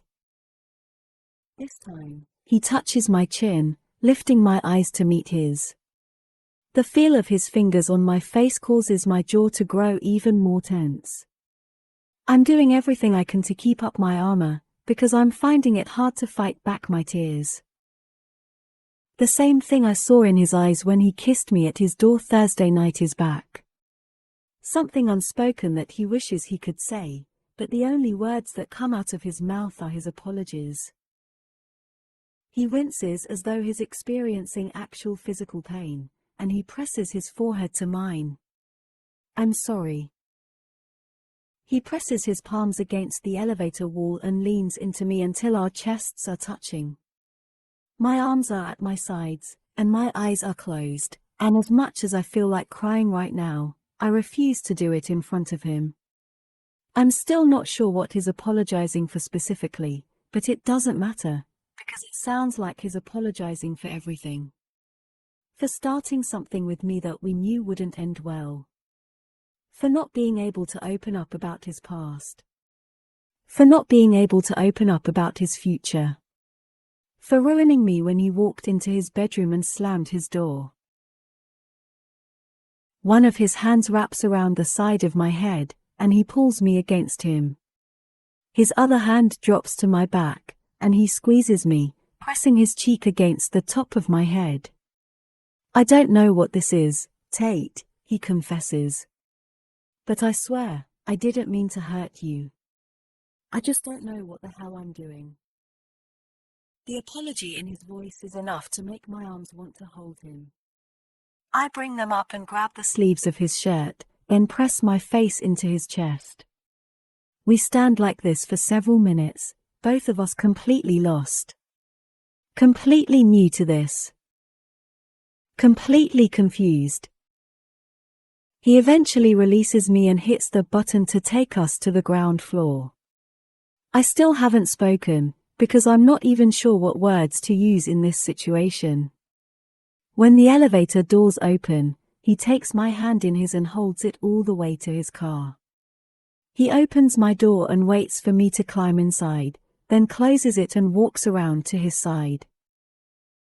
I've never been inside his car before. I'm surprised by the simplicity of it. I know Corbin makes a decent amount of money and usually likes to spend it on nice things. This car is understated, just like Miles. He exits the parking garage, and we drive in silence for several miles. I'm tired of the quiet and tired of the curiosity, so the first thing I say to him since he ruined me is, "Where are we going?" It's as if my voice makes the awkwardness completely disintegrate, because he exhales like he's relieved to hear it. To the airport, he says. Not for work, though. I go there sometimes to watch the planes take off. He reaches across the console and takes my hand in his. It's comforting and scary all at once. His hands are warm, and it makes me want him to hold my entire body in them, but it scares me how much I want that. It's completely quiet again until we reach the airport. There are restricted access signs, but he passes them like he knows exactly where he's going. We finally pull into a parking lot overlooking the runway. Several jets are lined up, waiting to take off. He points to the left, and I look, just as one of the planes begins to accelerate. His car fills with the sound of the engines as it zooms past us. We both watch it make its ascent, until the landing gear disappears and the plane is swallowed up by the night. You come here a lot? I ask him while I continue to stare out my window. He laughs, so naturally, I turn to face him. That sounded like a pickup line, he says, smiling. His smile makes me smile. His eyes drop to my mouth, and my smile makes his smile disappear. Yeah, I do, he says as he looks out his window again to watch the next jet prepare for takeoff. I realize in this moment that things aren't the same between us. Something huge changed, and I can't tell if it's good or bad. He brought me here because he wants to talk. I just don't know what he wants to talk about. Miles, I say, wanting him to look at me again. He doesn't. It's not fun, he says quietly. This thing we're doing. I don't like that sentence. I want him to take it back, because it feels like it's cutting me. But he's right. I know, I say. If we don't stop now, it'll just get worse. I don't verbally agree with him this time. I know he's right, but I don't want to stop. The thought of not being with him again makes my stomach feel hollow. What did I do to upset you so much? He cuts his eyes to mine, and I hardly recognize them from the ice built up behind them. That was all me, Tate, he says firmly. Don't think for a second that my issues are because of anything you do or don't do. I find a slight amount of relief from his answer but still have no idea what went wrong with him. We keep our eyes locked, waiting for the other to fill the silence again.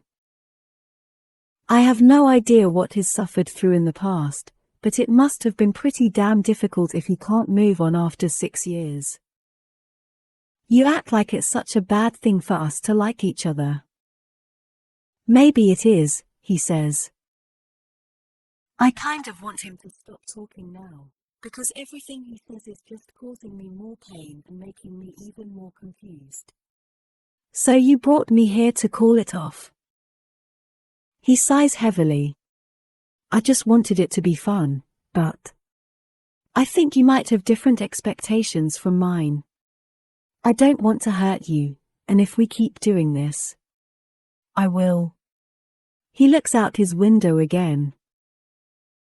I want to hit something, but instead, I run 2 frustrated hands down my face and fall back heavily against my seat. I've never met anyone who can say so little when they speak. He's definitely perfected the art of evasiveness. You have to give me more than that, Miles. A simple explanation, maybe. What the hell happened to you? His jaw tightens as firmly as the grip he still has on his steering wheel. I asked you to do 2 things for me. Don't ask about my past, and never expect a future. You're doing both. I nod. Yes, Miles. You're right. I am.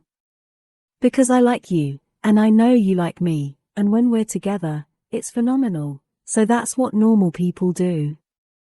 When they find someone they're compatible with, they open up to them. They let them in. They want to be with them.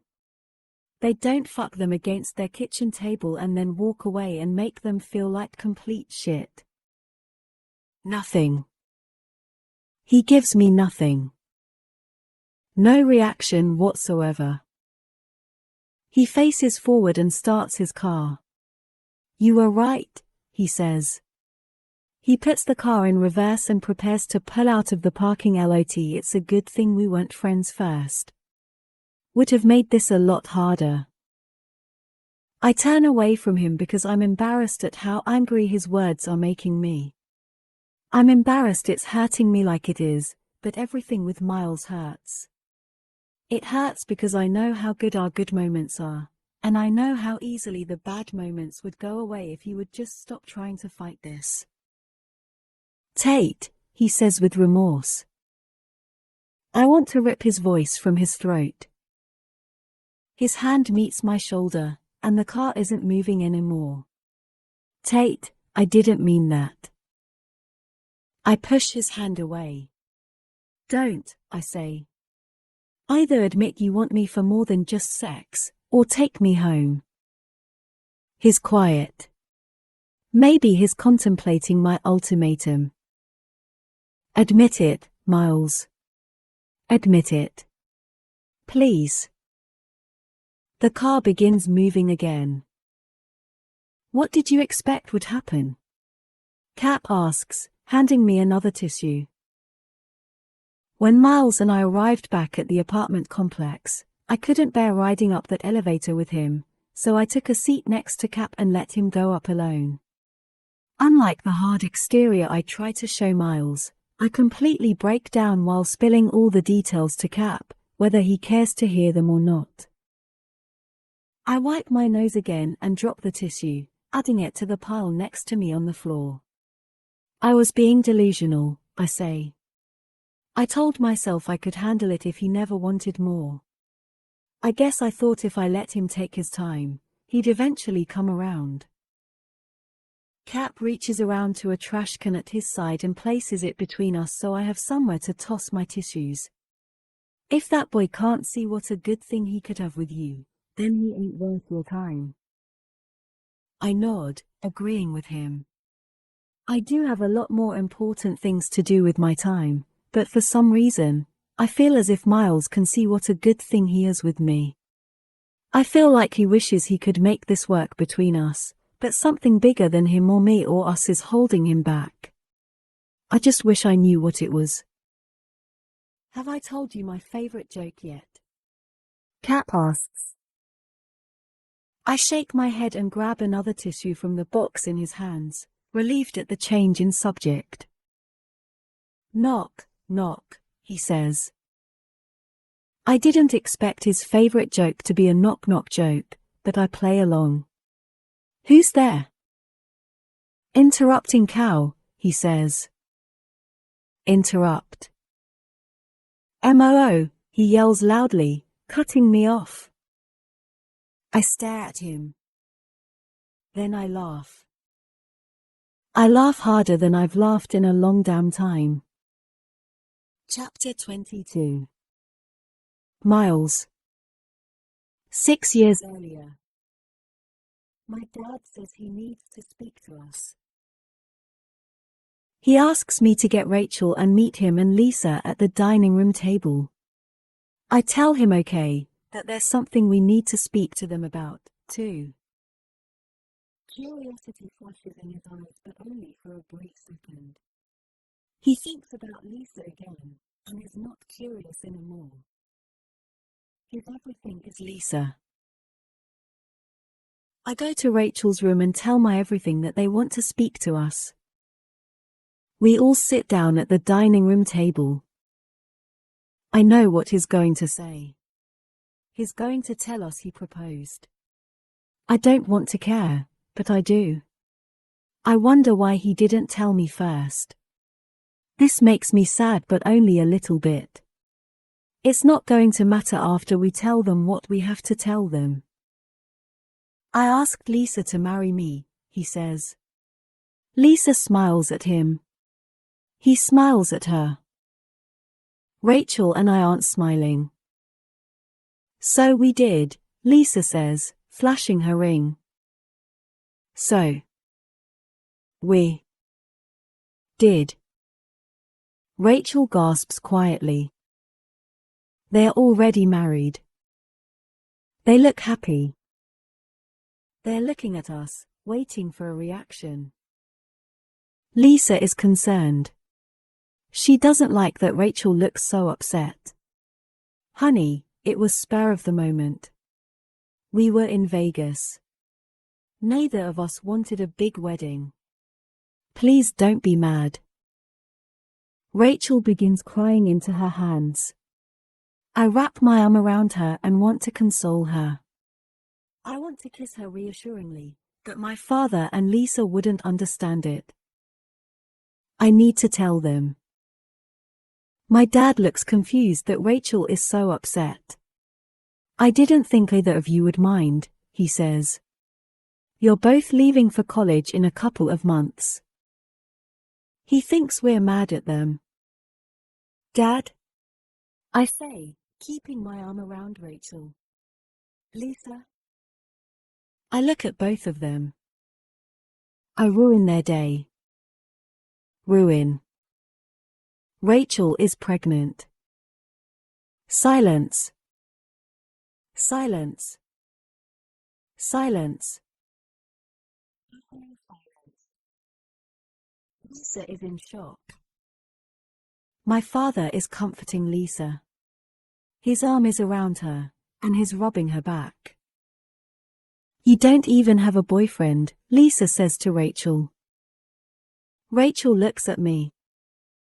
My father stands. He's angry now. Who's responsible? He yells. He looks at me. Tell me who he is, Miles. What kind of guy knocks a girl up and doesn't have the balls to be with her when she tells her own mother? What kind of guy would let a girl's brother be the one to break the news? I'm not her brother, I say to my father. I'm not. He ignores my comment. He's pacing the kitchen now. He hates the person who did this to Rachel. Dad, I say. I stand up. He stops pacing. He turns and looks at me. Dad. I'm suddenly not as confident as I was when I sat down to do this. I've got this. Dad, it was me. I'm the one who got her pregnant. My words are hard for him to swallow. Lisa is looking back and forth between Rachel and me. She can't swallow what I'm saying, either. That's not possible, my father says, trying to push away all the thoughts that are telling him it is possible. I wait for it to process. His expression changes from confusion to anger. He looks at me like I'm not even his son. He's looking at me like I'm the guy who knocked up his new stepdaughter. He hates me. He hates me. He really hates me. Get out of this house. I look at Rachel. She grabs my hand and shakes her head, silently pleading for me not to leave. Get out, he says again. He hates me. I tell Rachel I should go. Just for a little while. She begs me not to go. My father walks around the table and shoves me. He pushes me toward the door. I release Rachel's hand. I'll be at Ian's, I tell her. I love you. Those words are obviously too much for my father, because his fist immediately comes at me. He pulls his hand back and looks almost as shocked as I do that he just punched me. I step outside, and my father slams the door. My father hates me. I walk to my car and open the door. I sit in the driver's seat, but I don't crank the engine. I look in the mirror. My lip is bleeding. I hate my father. I get out of my car and slam the door. I walk back into the house. My father rushes to the door. I hold my palms up. I don't want to hit him, but I will. If he touches me again, I'll hit him. Rachel isn't at the table anymore. Rachel is in her room. I'm sorry, I say to both of them. We didn't mean for it to happen, but it happened, and now we have to deal with it. Lisa is crying. My father hugs her. I look at Lisa. I love her, I say. I'm in love with your daughter. I'll take care of them. We've got this. Lisa can't even look at me. They both hate me. This started before I even met you, Lisa. I met her before I knew you were with my father, and we tried to stop it. That's kind of a lie. My father steps forward. The entire time. This has been going on the entire time she's lived here. I shake my head. It's been going on since before she lived here. He hates me even more now. He wants to hit me again, but Lisa. She tells him they'll figure it out. She tells him she can get it taken care of. She tells him it'll be okay. It's too late for that, I tell Lisa. She's too far along. I don't wait for my father to hit me again. I rush down the hallway and go to Rachel. I lock the door behind me. She meets me halfway. She throws her arms around my neck and cries into my shirt. Well, I say. The hard part is over with. She laughs with her cry. She tells me the hard part isn't over yet. She tells me the hard part is getting him out. I laugh. I love you so much, Rachel. I love you so much, Miles, she whispers. Chapter 23. Tate. I miss you so much, Miles. Thoughts like that are why I'm drowning my sorrows in chocolate. It's been 3 weeks since he brought me home. It's been 3 weeks since I've laid eyes on him. Christmas came and went, but I barely noticed because I worked through it. 2 Thursday game nights that Miles didn't show up to. New Year's came and went. Another semester of school began. And Tate still misses Miles. I take my chocolate chips and my chocolate milk and walk to the kitchen to hide them from the person knocking at the apartment door. I already know it's not Miles, because the knock at my door belongs to Chad and Taryn. They're the only friends I've made here, as busy as I am, and they're only my friends because we're in study group together. Which is why they're knocking on my door right now. I open it, and Chad is standing in the doorway sans Taryn. Where's Taryn? She got called in to cover a shift, he says. She can't make it tonight. I hold the door open further to let him in. As soon as he steps over the threshold, Miles opens his apartment door across the hall. He freezes when our eyes meet.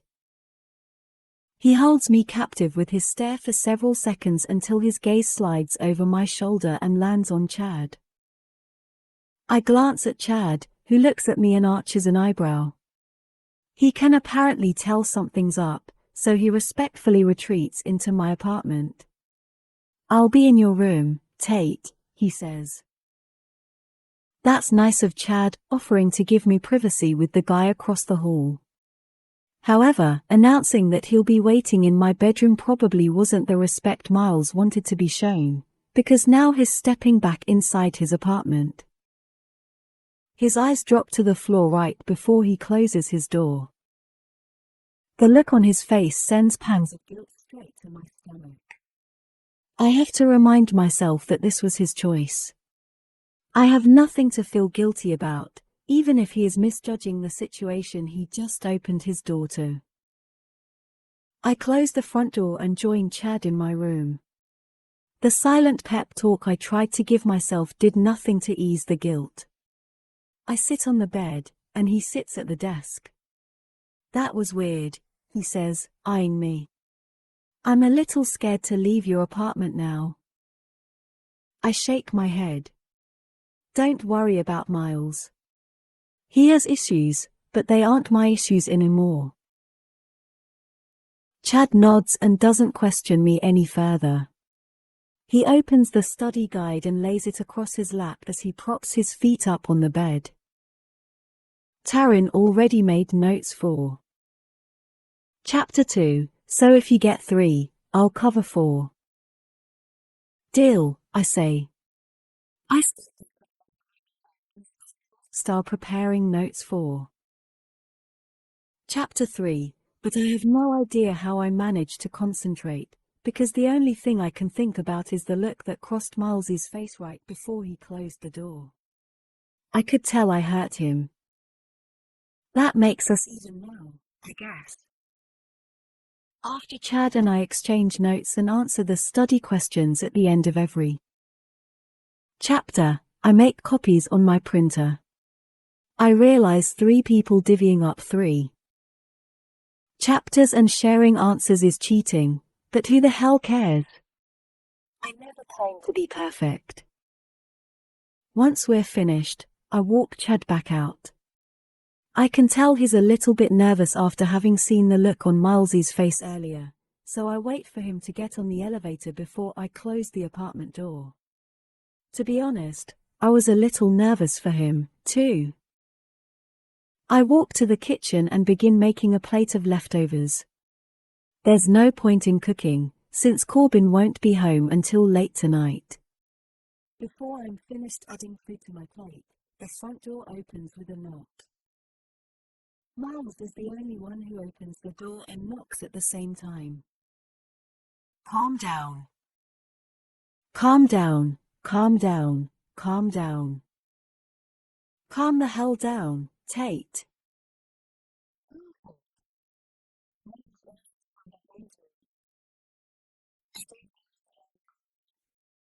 I continue making my plate of food as if his being here after weeks of silence isn't filling me with a storm of emotions. Anger being the most prominent one. He's in my class, I say. We were studying. I can feel the tension rolling off him, and I'm not even facing him. For 3 hours? I spin around and face him, but the expletives I want to scream get caught in my throat when I see him. He's standing in the doorway to the kitchen, gripping the door frame over his head. I can tell he hasn't worked in a few days, because his jaw is lined with a thin layer of stubble. He's barefoot, and his shirt has risen up with his arms, revealing that V. At first, I stare at him. Then I yell at him. If I want to screw a guy in my bedroom for 3 hours, then good for me. You aren't at all entitled to have an opinion about what goes on in my life. You're a jerk, and you have serious issues, and I don't want to be a part of them anymore. I'm lying. I really do want to be a part of his issues. I want to immerse myself in his issues and become his issues. But I'm supposed to be this independent, headstrong girl who doesn't cave just because she likes a guy.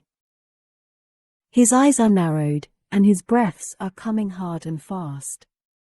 He drops his arms and walks swiftly to me, grabbing my face, forcing me to look up at him. His eyes are frantic, and knowing that he's scared that I've moved on feels way too good. He waits several seconds before speaking, allowing his eyes to roam over my face. His thumbs brush lightly across my cheekbones, and his hands feel protective and good, and I absolutely hate that I want them everywhere right now. I don't like who he turns me into. Are you sleeping with him? He asks, finally resting his eyes on mine as they search for truth. That's none of your business, Miles. No, I say instead. Have you kissed him? Still not your business, Miles. No. He closes his eyes and exhales, relieved. He drops his hands to the bar on either side of me and lowers his forehead to my shoulder. He doesn't ask me another question.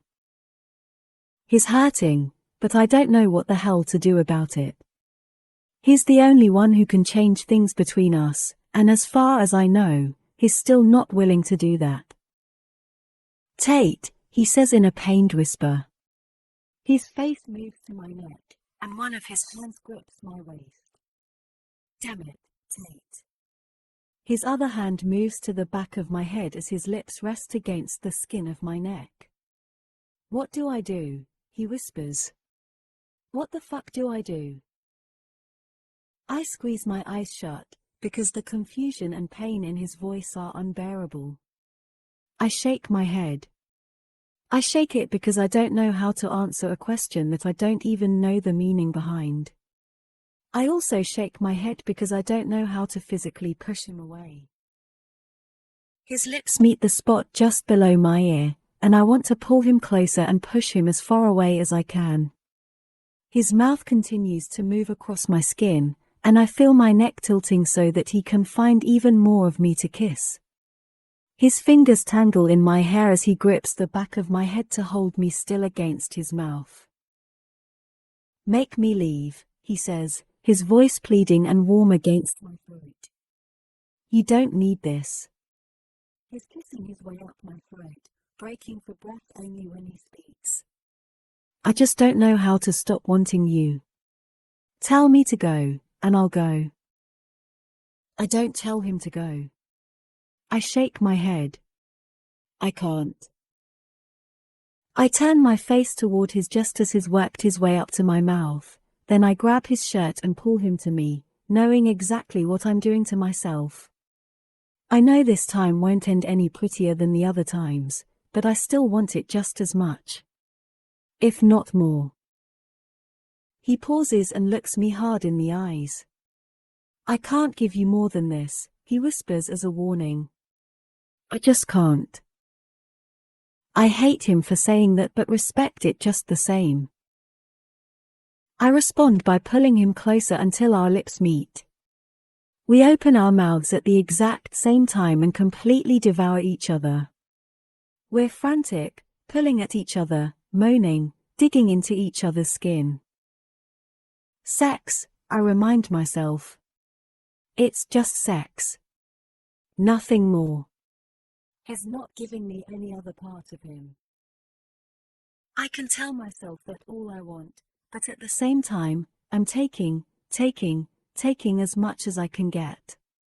Deciphering every sound he makes and every touch, attempting to convince myself that what he's giving me is so much more than what it probably is. I'm a fool. At least I'm a self-aware fool.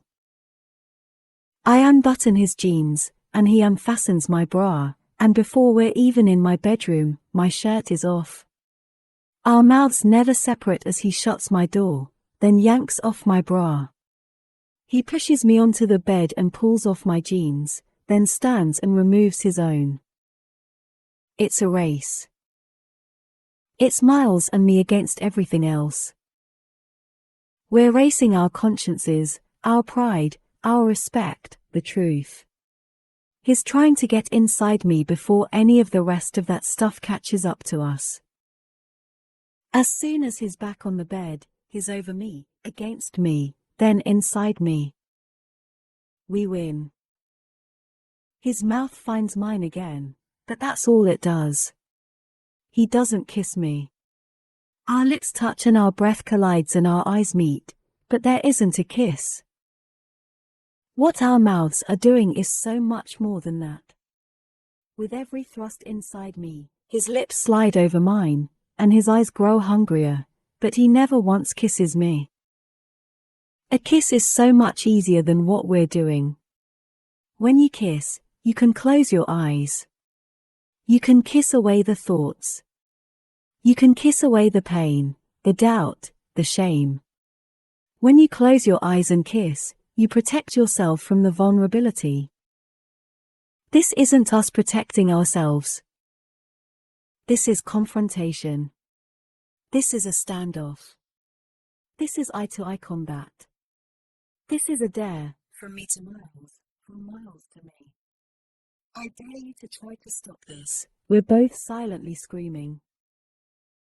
His eyes remain focused on mine the entire time as he moves in and out of me.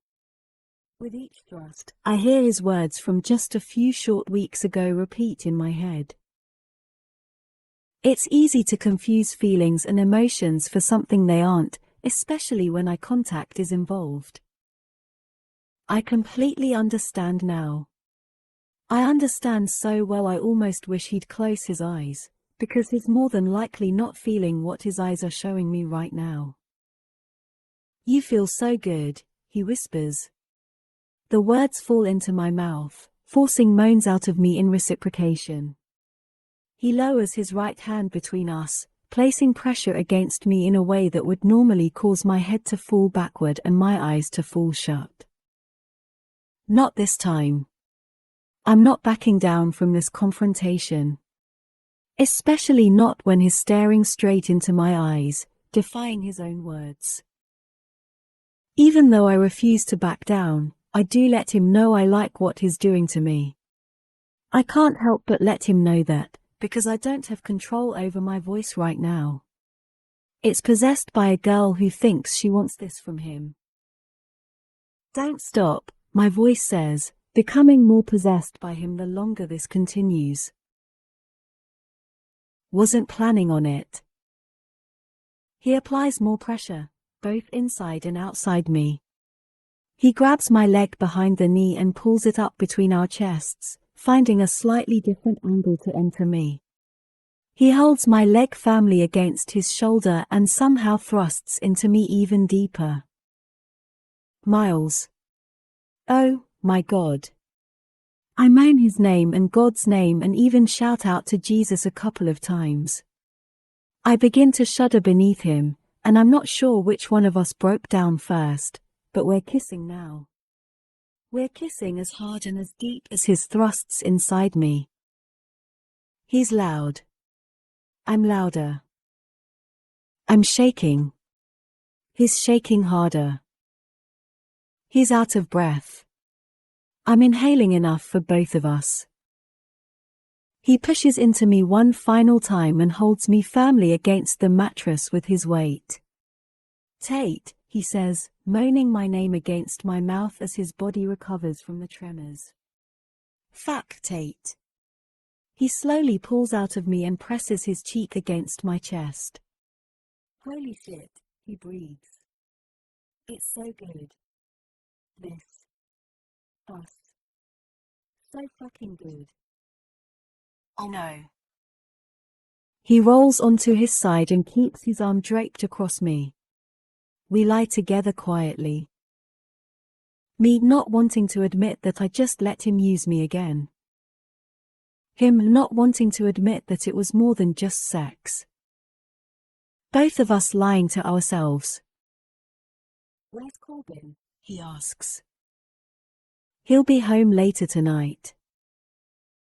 He lifts his head and looks down at me, his brows furrowed in a line of worry. I should go. He rolls off the bed and pulls his jeans back on. Come over later. I nod as I stand up and slide into my own jeans. Grab my shirt from the kitchen, I tell him. I pin on my bra and fasten it. He opens my bedroom door, but he doesn't walk out. He pauses in the doorway. He's looking at someone. Shit. I don't have to see him to know that Corbin is standing there. I immediately rush to the door to stop whatever's about to happen. When I hold it open further, Corbin is standing in his doorway across the hall, glaring at Miles. I make the first move. Corbin, before you say anything. He holds up his hand to shut me up. His eyes drop for a second to my bra, and he winces as if he was hoping that what he heard didn't really happen. He looks away, and I immediately cover myself, embarrassed that he heard everything. He looks back at Miles, and his eyes are an equal mixture of anger and disappointment. How long? Don't answer that, Miles, I say. I just want him to leave. Corbin has no right to be questioning him like this.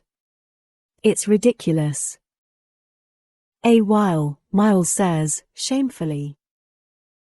Corbin nods slowly, letting it sink in. Do you love her? Miles and I look at each other. He looks back at Corbin as if he's trying to decide which one of us he wants his answer to please. I'm positive the slow shake of his head pleases neither of us. Are you at least planning to? Corbin asks. I continue to study Miles as if someone is asking him what the meaning of life is. I think I want his answer to Corbin's question more than Corbin does. Miles exhales and shakes his head again. No, he whispers. No. He's not even planning to love me. I knew his answer. I expected it. However, it still hurts like hell. The fact that he can't even lie about it to save himself from disappointing Corbin proves that this isn't some game he's playing. This is Miles. Miles isn't capable of love. Not anymore, anyway. Corbin grips the frame of his door and presses his forehead against his arm, inhaling a slow, steady breath. He looks back up at Miles with eyes like arrows aimed at a target. In all my life, I've never seen Corbin this angry. You just fucked my sister. I'm waiting for Miles to fall backward from the impact of Corbin's words, but he takes a step toward him instead. Corbin, she's a grown woman. Corbin takes a quick step toward Miles. Get out. Miles glances back at me, and his eyes are apologetic and full of regret. I'm not sure if it's for me or for Corbin, but he does what Corbin asks. He leaves. I'm still standing in my bedroom doorway, looking at Corbin like I could fly across this hall and deck him. Corbin pierces me with a stare as firm as his stance. You're not a brother, Tate, he says. Don't you dare tell me I'm not allowed to be pissed. He steps back into his bedroom and slams his door. I blink rapidly, fighting back tears of anger because of Corbin, tears of hurt because of Miles, and tears of shame because of the selfish choices I made for myself. I refuse to cry in front of either of them. I walk to the kitchen and retrieve my shirt, then pull it over my head as I make my way toward the front door and across the hall. I knock on his door, and Miles opens it immediately. He looks behind me as if he expects Corbin to be standing there, then he steps aside and lets me in. He'll get over it, I say to him after he closes his door. I know, he says quietly. But it won't be the same. Miles walks to his living room and sits on his couch, so I follow him and sit down beside him. I don't have any words of advice, because he's right. Things more than likely won't be the same between him and Corbin. I feel shitty that I'm the reason for that. Miles sighs as he pulls my hand to his lap. He threads his fingers through mine. Tate, he says. I'm sorry. I look at him, and his eyes come up and meet mine. For what? I don't know why I'm pretending not to know what he's talking about. I know exactly what he's talking about. When Corbin asked if I planned on loving you, he says. I'm sorry I couldn't say yes. I just didn't want to lie to either of you. I shake my head. You've been nothing but honest about what you want from me, Miles. I can't be mad at you for that. He inhales a deep breath as he stands and begins pacing the living room. I remain on the couch and watch him as he works to gather his thoughts. He eventually pauses and locks his hands behind his head. I had no right to question you about that guy, either.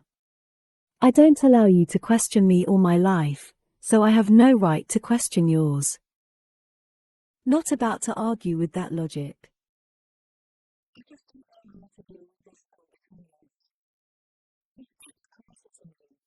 Stand up. He wraps his arms around my shoulders and holds me against his chest. I don't know an easy or even polite way to say this, but what I said to Corbin is the truth. I'll never love anyone again. It's not worth it to me. But I'm being unfair to you. I know I'm messing with your head, and I know I've hurt you, and I'm sorry for that. I just like being with you, but every time I'm with you, I'm scared you're seeing it for more than it really is. I know I should have some sort of reaction to everything he just said, but I'm still processing his words. Every single one of his admissions should be a red flag, since they were all also coupled with the hard truth that he doesn't plan on loving me or having a relationship with me, but the red flag doesn't rise. The green one does. Is it me specifically you don't want to love, or is it love in general you don't want to experience? He pulls me away from his chest so he can look at me while he answers my question. It's love in general I don't want, Tate. Ever. It's you specifically that I just want. I fall in and out and back in love with that answer. I'm so screwed up. Everything he says should send me running, but instead, it makes me want to wrap my arms around him and give him whatever it is he's willing to take from me. I'm lying to him, and I'm lying to myself, and I'm not doing either of us any good, but I can't stop the words that come out of my mouth. I can handle this as long as it stays simple, I tell him. When you pull the shit you pulled a few weeks ago by walking away and slamming your door. That's not keeping it simple, Miles. Things like that make it complicated. He nods, contemplating what I've said. Simple, he says, rolling the word around in his mouth. If you can do simple, I can do simple. Good, I say. And when it becomes too hard for either of us, we'll end it for good. I'm not worried about it becoming too hard for me, he says. I'm worried about it becoming too hard for you. I'm worried about me, too, Miles. But I want the here and now with you a whole lot more than I care about how it will affect me in the end. With that thought, I suddenly figure out what my one rule is. He's had his boundaries this entire time, protecting himself from the vulnerability that I've been subjected to. I think I finally have my one rule, I say. He looks at me and raises a brow, waiting for me to talk. Don't give me false hope for a future, I say. Especially if you know in your heart we'll never have one. His posture immediately stiffens. Have I done that? He asks, genuinely concerned. Have I given you false hope before? Yes. About 30 minutes ago, when you looked me in the eyes the entire time you were inside me. No, I said quickly. Just make sure you don't do or say things that would make me believe otherwise. As long as we both see this for what it is, I think we'll be fine. He stares at me silently for a while, studying me. Evaluating my words. I can't tell if you're really mature for your age or really delusional. I shrug, guarding my delusions deep inside my chest. An unhealthy mixture of both, I'm sure. He presses his lips against the side of my head. This feels really fucked up to say out loud, but I promise I won't give you hope for us, Tate. My heart frowns at his words, but my face forces a smile.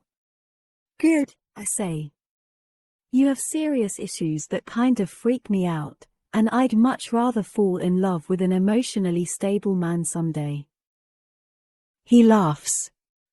Probably because he knows the odds of finding someone who can put up with this kind of relationship, if you can even call it that, are extremely low. Yet somehow, the one girl who might be fine with it just happened to move in across the hall from him. And he actually likes her. You like me, Miles Archer. Corbin found out, I say as I take what has become my usual seat next to Cap. Oh, he says. Is the boy still alive? I nod.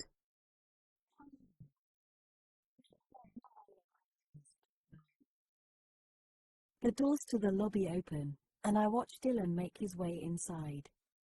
He pulls a hat off his head and shakes rain out of it as he walks toward the elevator.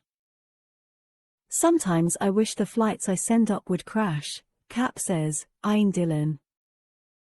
I guess Cap doesn't like Dylan, either. I'm beginning to feel a little bad for Dylan. He spots us just before he reaches the elevators. Cap is moving to press the up button, but Dylan reaches it before him. I'm pretty capable of fetching my own elevator, old man, he says. I vaguely remember having a brief thought 10 seconds ago about Dylan and how I felt sorry for him. I take that thought back now. Dylan looks at me and winks. "What you doing, Tate?" "Washing elephants," I say with a straight face. Dylan shoots me a confused look, not at all understanding my random response. "If you don't want a sarcastic answer," Cap says to him, "don't ask a stupid question." The elevator doors open, and Dylan rolls his eyes at both of us before walking onto the elevator. Cap cuts his eyes to mine, and he grins. He holds a palm up in the air, and I high-five him. Chapter 24. Miles. 6 years earlier. Why is everything yellow? My dad is standing in the doorway to Rachel's bedroom, looking at the few items we've collected in the months since he's known about the pregnancy. "It looks like Big Bird threw up in here." Rachel laughs. She's standing at the bathroom mirror, putting the finishing touches on her makeup. I've been lying on her bed, watching her. We don't want to know if it's a boy or a girl, so we're buying gender-neutral collars. Rachel answers my dad's question as if it were one of many, but we both know it's the first. He hasn't asked about the pregnancy.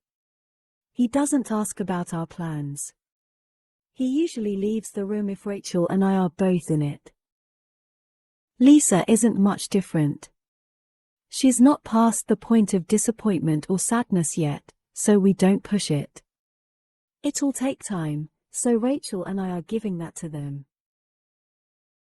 Right now, Rachel only has me to talk to about the baby, and I only have her, and even though that seems like too little, it's more than enough for both of us.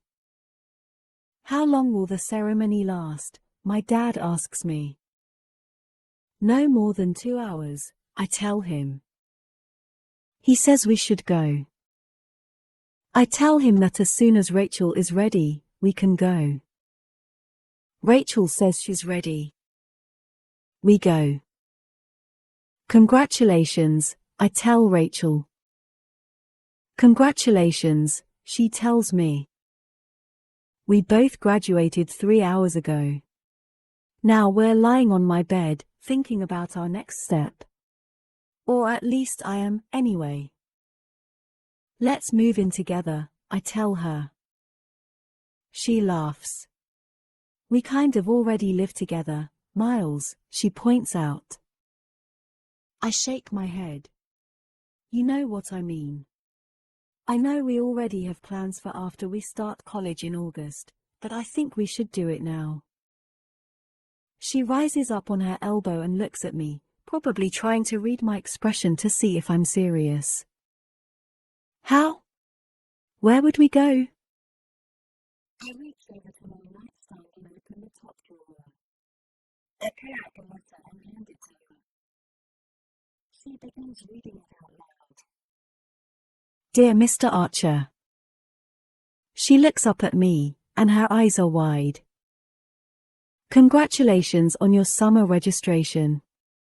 We are pleased to inform you that your application for family housing has been processed and approved." Rachel smiles. "Enclosed you will find a return envelope and the final paperwork which will need to be returned by the postmark date." Rachel looks at the envelope and quickly flips through the attached paperwork. She pulls the letter back to the top. "We look forward to receiving the completed forms. Our contact information is below should you have any questions.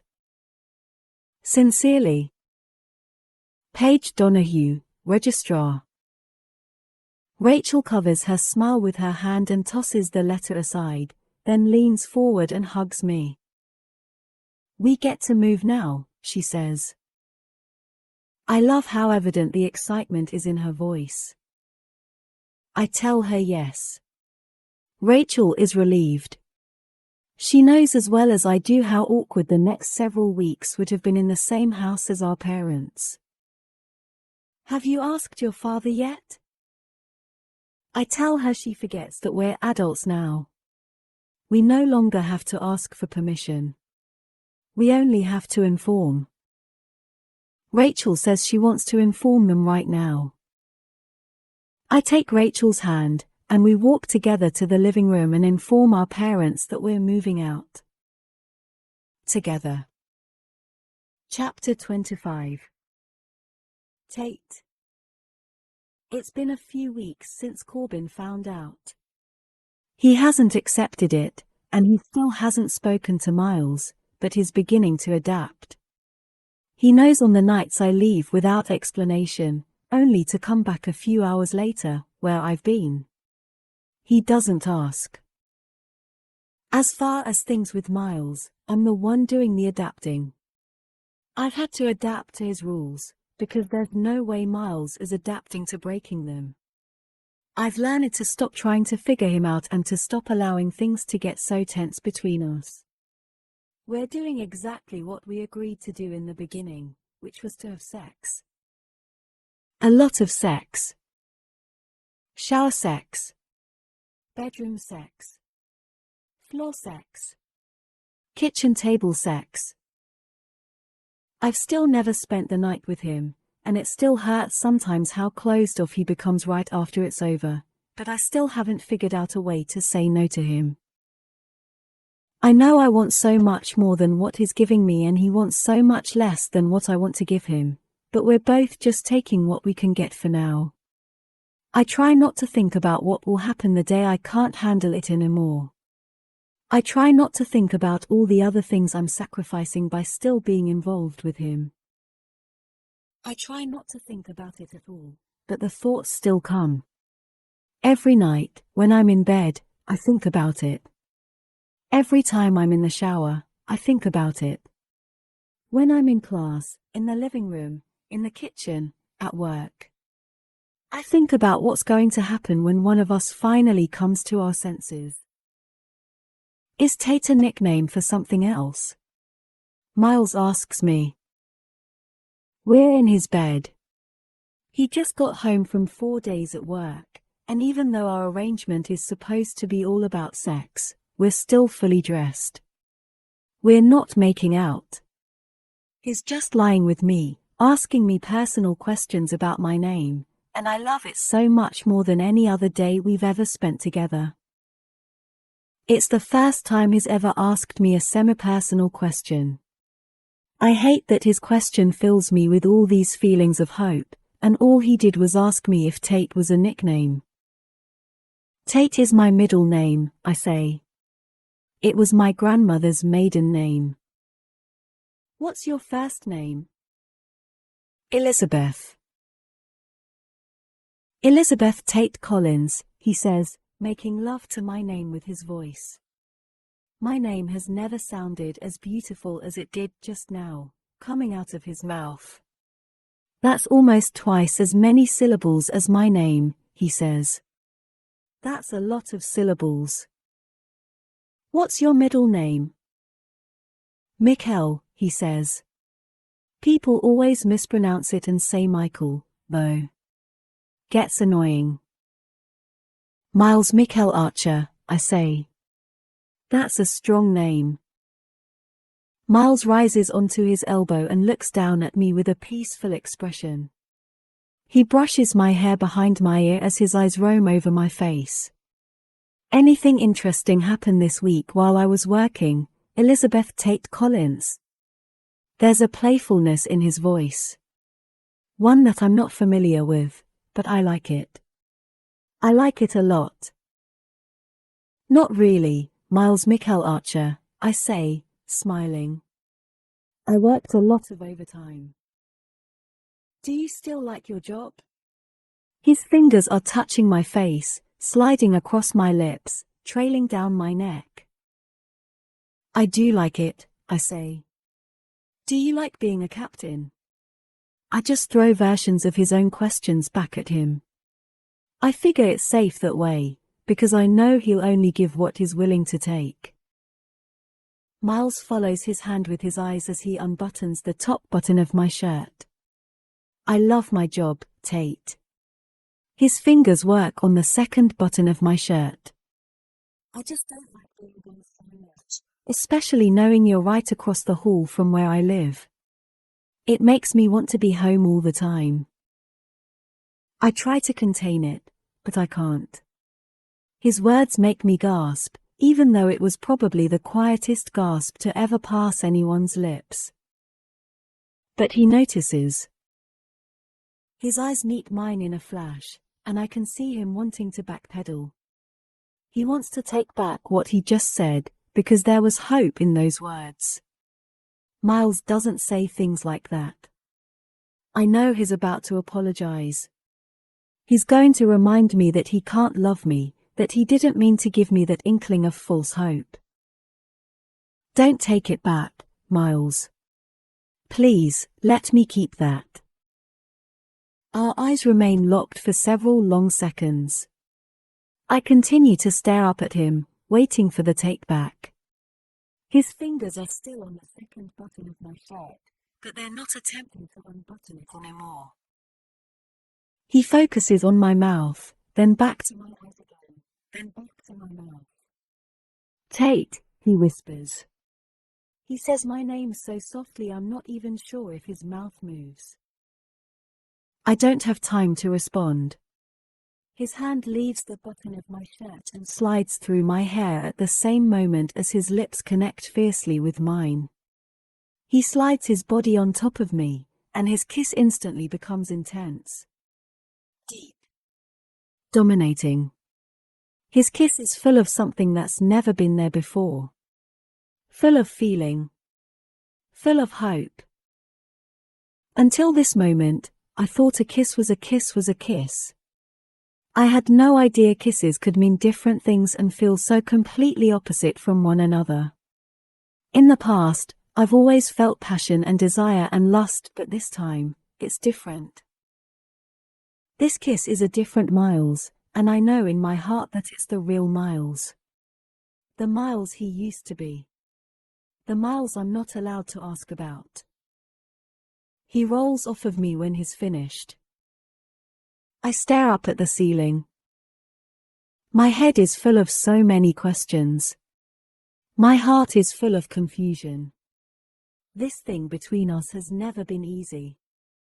One would think limiting oneself to just sex would be the simplest thing in the world, but it makes me question every move and every word that comes out of my mouth. I find myself analyzing every look he gives me. I don't even know what move I'm supposed to make next. Do I lie here until he asks me to leave? I've never stayed the night with him before. Do I roll over and put my arms around him, hoping he'll hold me in return until we fall asleep? I'm too scared he'll reject me. I'm stupid. I'm a stupid, stupid girl. Why can't this just be sex for me, too? Why can't I come over here, give him what he wants, get what I want, and leave? I roll onto my side and slowly sit up. I reach down for my clothes, then stand up and dress myself. He's watching me. He's quiet. I avoid looking at him until I'm fully dressed and slipping on my shoes. As much as I want to crawl back into the bed with him, I walk toward the door instead. I don't turn around to face him when I say, "See you tomorrow, Miles." I make it all the way to his front door. He doesn't speak. He doesn't tell me he'll see me tomorrow, and he doesn't tell me goodbye. I'm hoping his silence is proof that he doesn't like how it feels to be walked away from. I open the door and walk across the hall and into my apartment. Corbin is seated on the couch, watching TV. He glances up at the door when he hears me enter, then shoots me a condescending look of disapproval. "Lighten up," I say as I make my way inside. I slip off my shoes by the door. "You have to get over this eventually." I see him shake his head, but I ignore it and walk toward my bedroom. "He was screwing you behind my back and lying to me," Corbin says. That's not something I'll get over. I face the living room again and see that Corbin is looking at me. Did you expect him to be open with you about it? My God, Corbin. You kicked Dylan out of your apartment for looking at me the wrong way. Corbin stands up, angry now. Exactly, he shouts. I thought Miles was protecting you from Dylan, when in reality, he was laying claim. He's a goddamn hypocrite, and I'll be pissed at him for as long as I want to be pissed at him, so you get over it. I laugh, because Corbin has no right to point fingers. What's funny, Tate? He snaps. I walk back to the living room and stand directly in front of him. Miles has been nothing but honest with me about what he wants. He hasn't once fed me a line of bullshit. I'm the only girl he's been with in 6 years, and you're going to call him a hypocrite? I don't even try to keep my voice down anymore. You might want to look in the mirror, Corbin. How many girls have you been with since I've moved in here? How many of them do you think have brothers who would love to kick your ass if they found out about you? If anyone's the hypocrite here, it's you. His hands are on his hips, and he's watching me with a hardened look in his eyes. When he fails to respond, I turn to walk back toward my room, but the front door opens with a knock. Miles. Corbin and I both turn, just as he peeks his head inside. Everything good over here? He asks, stepping into the living room. I glance at Corbin, and Corbin glares at me. I'm not an idea, waiting for him to respond to the question Miles posed, since he's the one with the issue. You okay, Tate? Miles asks, addressing only me now. I look back over at him and nod. I'm fine, I say. I'm not the one with unrealistic expectations of my sibling. Corbin groans loudly, then turns around and kicks the couch. Miles and I watch him as he slides his hands through his hair and grips the back of his neck tightly. He turns to face Miles again, then exhales heavily. Why couldn't you have just been gay? Miles looks at him with careful concentration. I'm waiting for either of them to have a reaction, so I'll know whether or not I can breathe.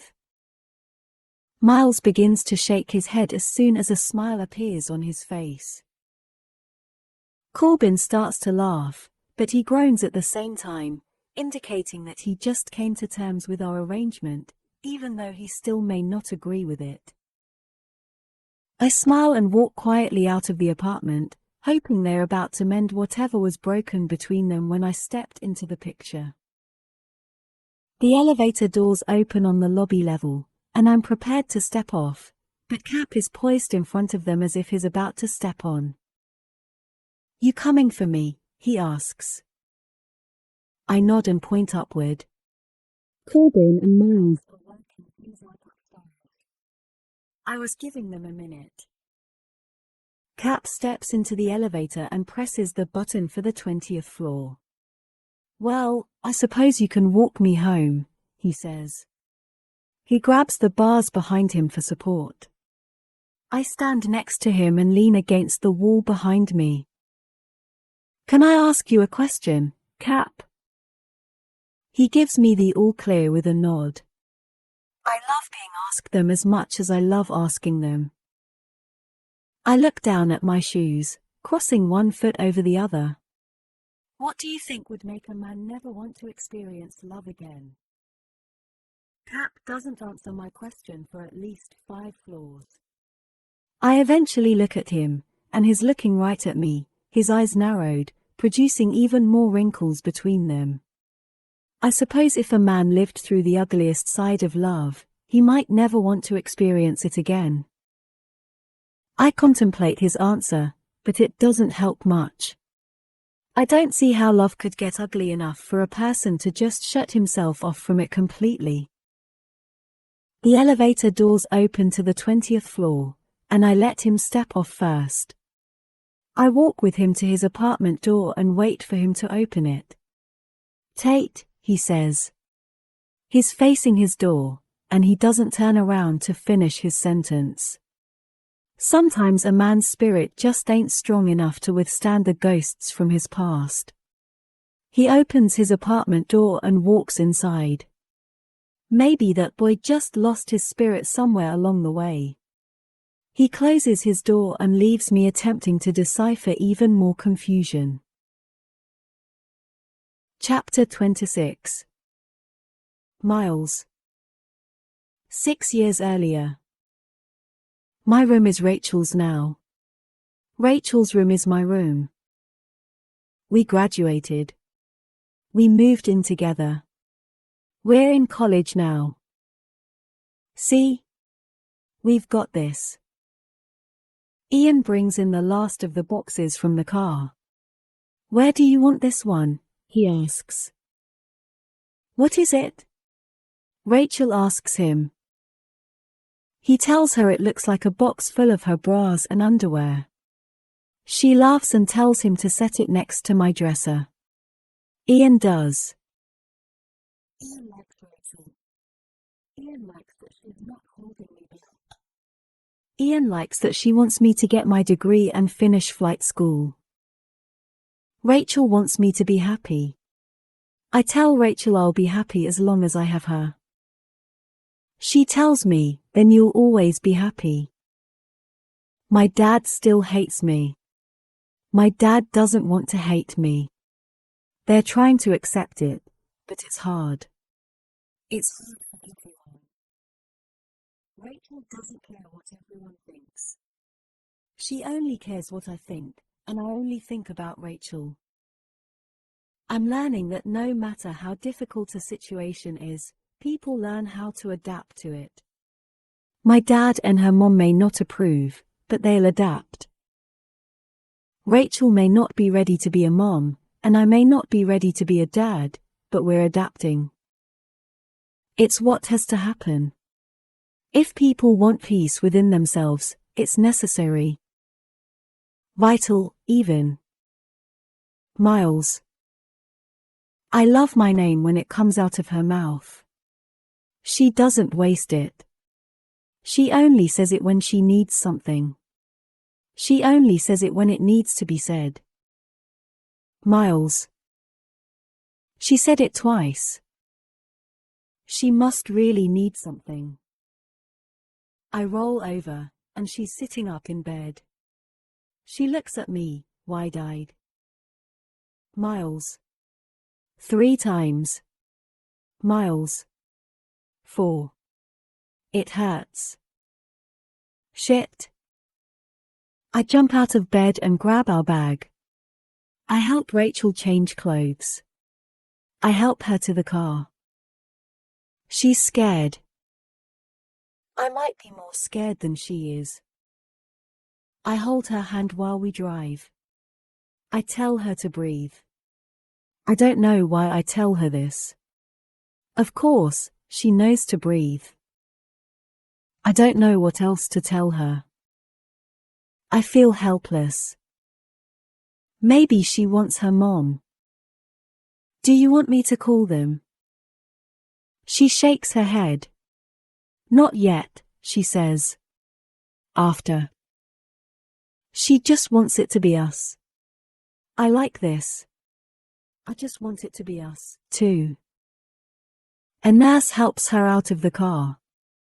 They take us to a room. I get Rachel whatever she needs. Do you need ice? I get it for her. Do you want a cold rag? I get it for her. Do you want me to turn off the TV? I turn it off. Do you want another blanket, Rachel? You look cold. I don't get her a blanket. She's not cold. Do you want more ice? She doesn't want more ice. She wants me to shut up. I shut up. Give me your hand, Miles. I give it to her.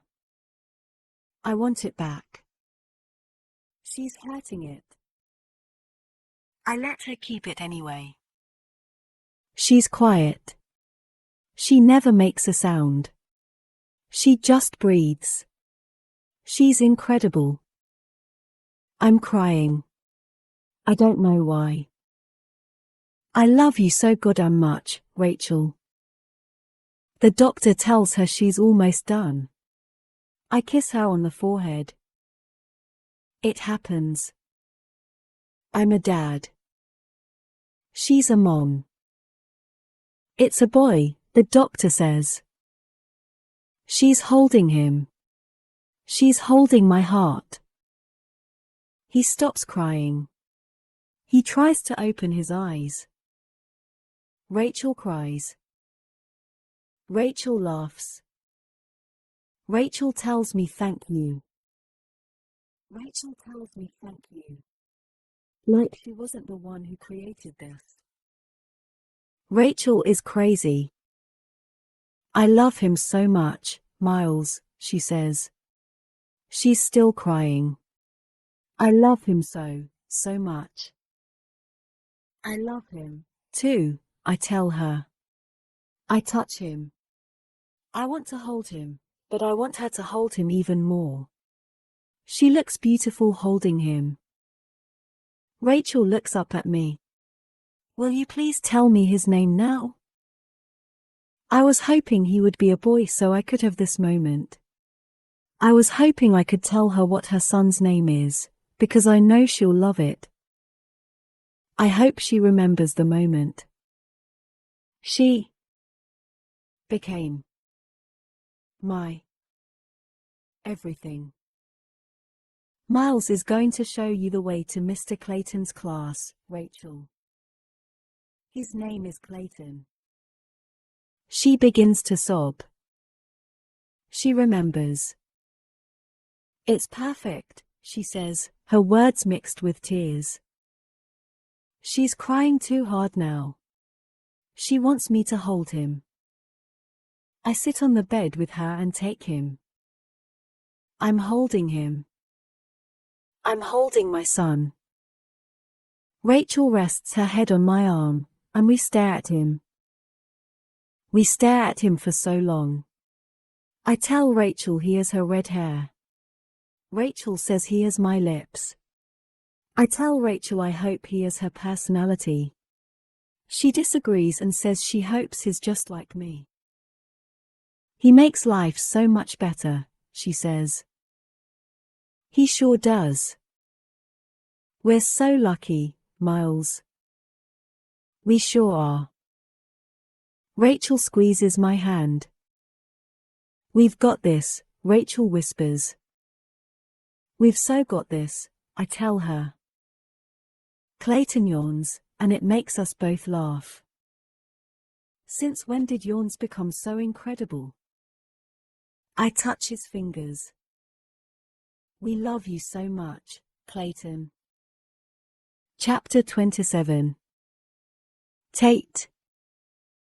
I drop down into the chair beside Cap, still dressed from head to toe in my scrubs. As soon as I got home from work, I studied for 2 hours straight. It's already after 10, and I haven't even had supper yet, which is why I'm sitting next to Cap right now, because he's getting to know my habits and had a pizza ordered for the two of us. I hand him a slice and grab my own, then shut the lid and set it on the floor in front of me. I shove a huge bite into my mouth, but Cap is staring down at the slice in his hand. It's really sad when pizza can make it to you faster than the police, he says. I just ordered this 10 minutes ago. He takes a bite and closes his eyes like it's the best thing he's ever tasted.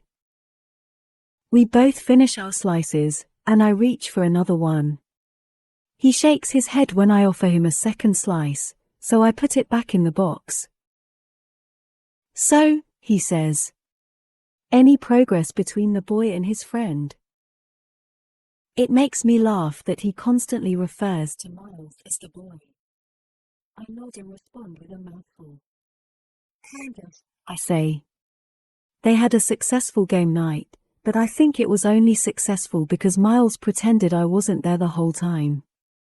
I know he's trying to respect Corbin, but it kind of makes me feel like shit in the process, you know? Cap nods like he understands. I'm not sure that he does, but I like that he always listens so attentively anyway. Of course, he texted me the entire time he was in the living room sitting next to Corbin, so I guess I have that. But then there are weeks like this week when he's not even in the same state, and it's like I don't even exist to him. No texts. No phone calls. I'm pretty sure he only thinks about me when I'm within 10 feet of him. Cap shakes his head. I doubt that. I bet that boy thinks about you a lot more than he lets on. I'd like to believe those words to be true, but I'm not so sure they are. But if he doesn't, Cap says, you can't be mad at him for it. Wasn't part of the agreement, now, was it? I roll my eyes. I hate that he always brings me back to the fact that Miles isn't the one breaking rules or agreements. I'm the one with the problems in our arrangement, and that's no one's fault but my own. How did I get myself into this mess? I ask, not even needing an answer. I know how I got myself into this mess. I also know how to get out of it. I just don't want to. You ever heard that expression, when life gives you lemons? Make lemonade, I say, finishing his quote. Cap looks at me and shakes his head. That's not how it goes, he says. When life gives you lemons, make sure you know whose eyes you need to squeeze them in. I laugh, grab another slice of pizza, and wonder how in the hell I ended up with an 80-year-old man as my best friend. Corbin's home phone never rings. Especially after midnight. I throw the covers off and grab a t-shirt, then pull it over my head. I don't know why I bother getting dressed. Corbin's gone, and Miles isn't due back until tomorrow. I make it to the kitchen on the 5th ring, right as the answering machine picks up. I cancel the message, then put the phone to my ear. Hello? Tate, my mother says. Oh, my God, Tate. Her voice is panicked, which immediately causes me to panic. What is it? A plane. A plane crashed about half an hour ago, and I can't get through to the airline. Have you talked to your brother? My knees meet the floor. Are you sure it was his airline? I asked him. My voice sounds so terrified I don't even recognize it. It sounds as terrified as hers did the last time this happened. I was only 6, but I remember every single detail as if it happened yesterday, down to the moon and star pajamas I was wearing. My father was on a domestic flight, and we had turned on the news right after dinner and saw that one of the planes had gone down due to engine failure. Everyone on board was killed.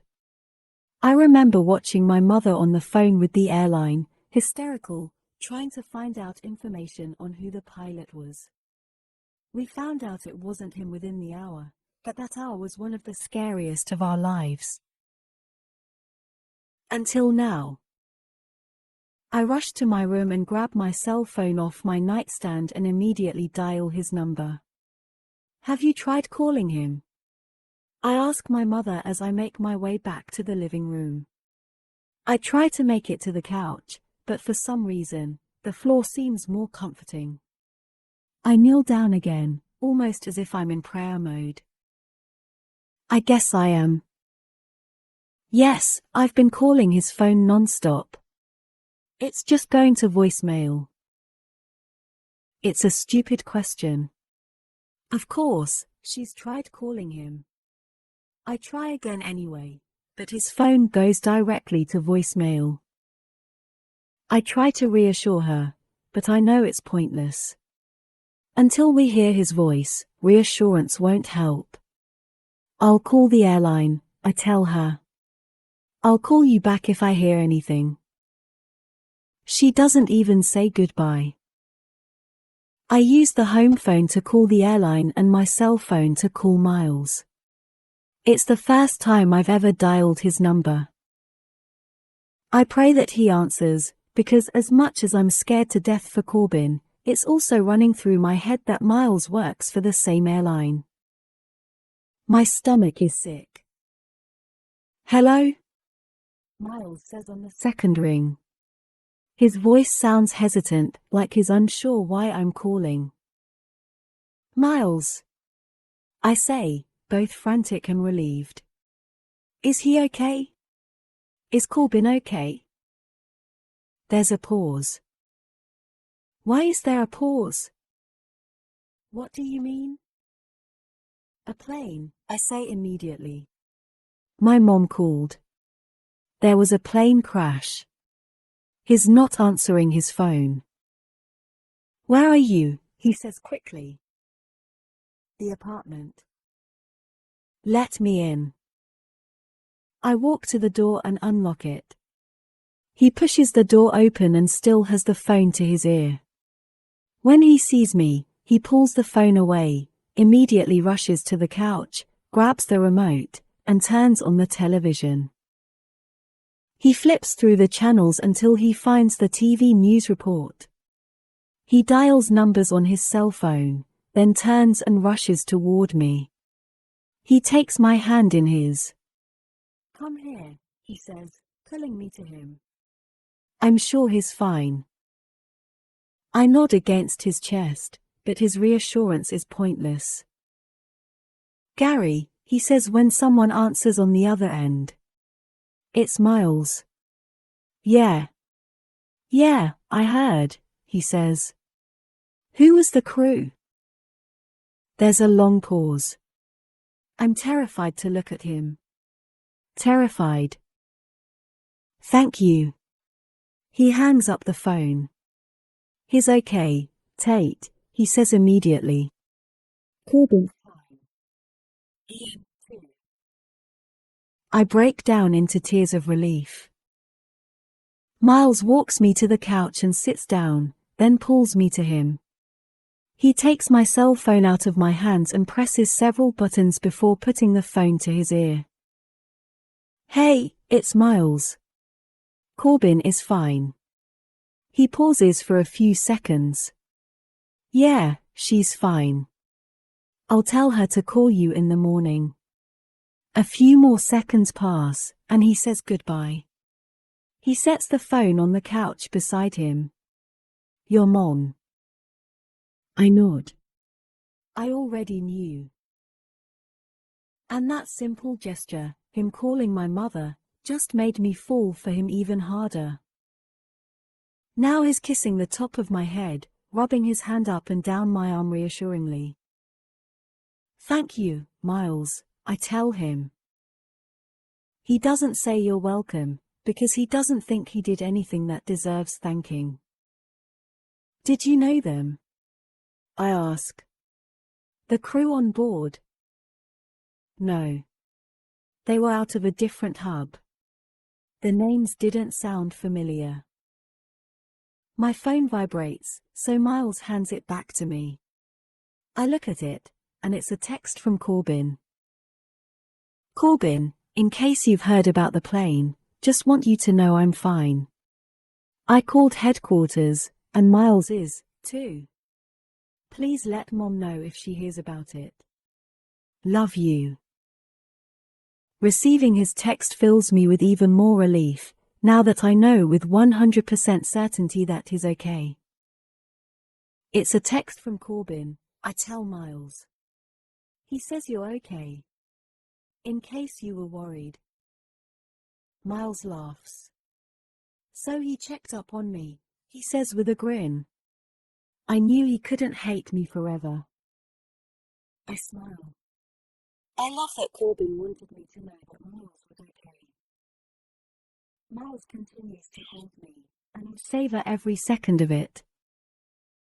When is he scheduled to come home? Not for 2 more days, I say. How long have you been home? About 2 minutes, he says. I had just plugged my phone into charge when you called. I'm glad you're back. He doesn't respond. He doesn't tell me he's glad to be back. Instead of saying something that might give me false hope, he just kisses me. You know, he says, pulling me onto his lap, I hate the circumstances surrounding the reason you probably didn't have time to put on pants, but I love that you don't have on pants. His hands slide up my thighs, and he pulls me closer until we're flush together. He kisses the tip of my nose, then kisses my chin. Miles. I run my hands through his hair and down his neck, then pause with them on his shoulders. I was also scared it could have been you, I whisper. That's why I'm glad you're back. His eyes grow soft, and the worry lines between them disappear.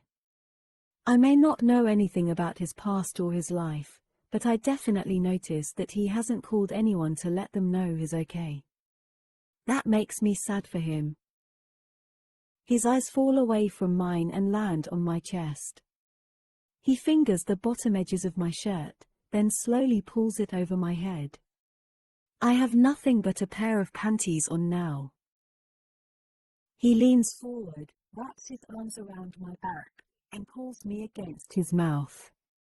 His lips close softly over my nipple, and my eyes shut involuntarily. Chills erupt over my skin as his hands begin to explore every bare part of my back and my thighs. His mouth works its way to my other breast, just as his hands slip inside my panties at my hips. I think I have to rip these off you, because I sure don't want you to move off my lap, he says. I smile. Fine with me. I have more where these came from. I can feel him grin against my skin as his hands pull at the elastic band of my underwear. He pulls on one side but fails to tear them. He tries ripping the other side to pull them off me, but nothing gives. You're giving me a wedgie, I say, laughing. He lets out a frustrated sigh. It's always so much sexier when they do this on TV. I readjust myself and sit up straighter. Try it again, I encourage. You can do it, Miles. He grabs the left side of my panties and yanks them hard. Ouch! I yell, scooting in the direction of his pull to lessen the pain of the elastic digging into my right side. He laughs again and drops his face to my neck. Sorry, he says. Got any scissors? I cringe at the thought of him coming at me with a pair of scissors. I scoot off of him and stand up, then pull my underwear down, kicking them off and away from me. Watching you do that was totally worth my failed attempt at being sexy, he says. I smile. Your failed attempt at being sexy actually made you sexy. My comment makes him laugh again. I walk toward him and climb back onto his lap. He repositions me so that I'm straddling him again. My failures are a turn on for you, he asks.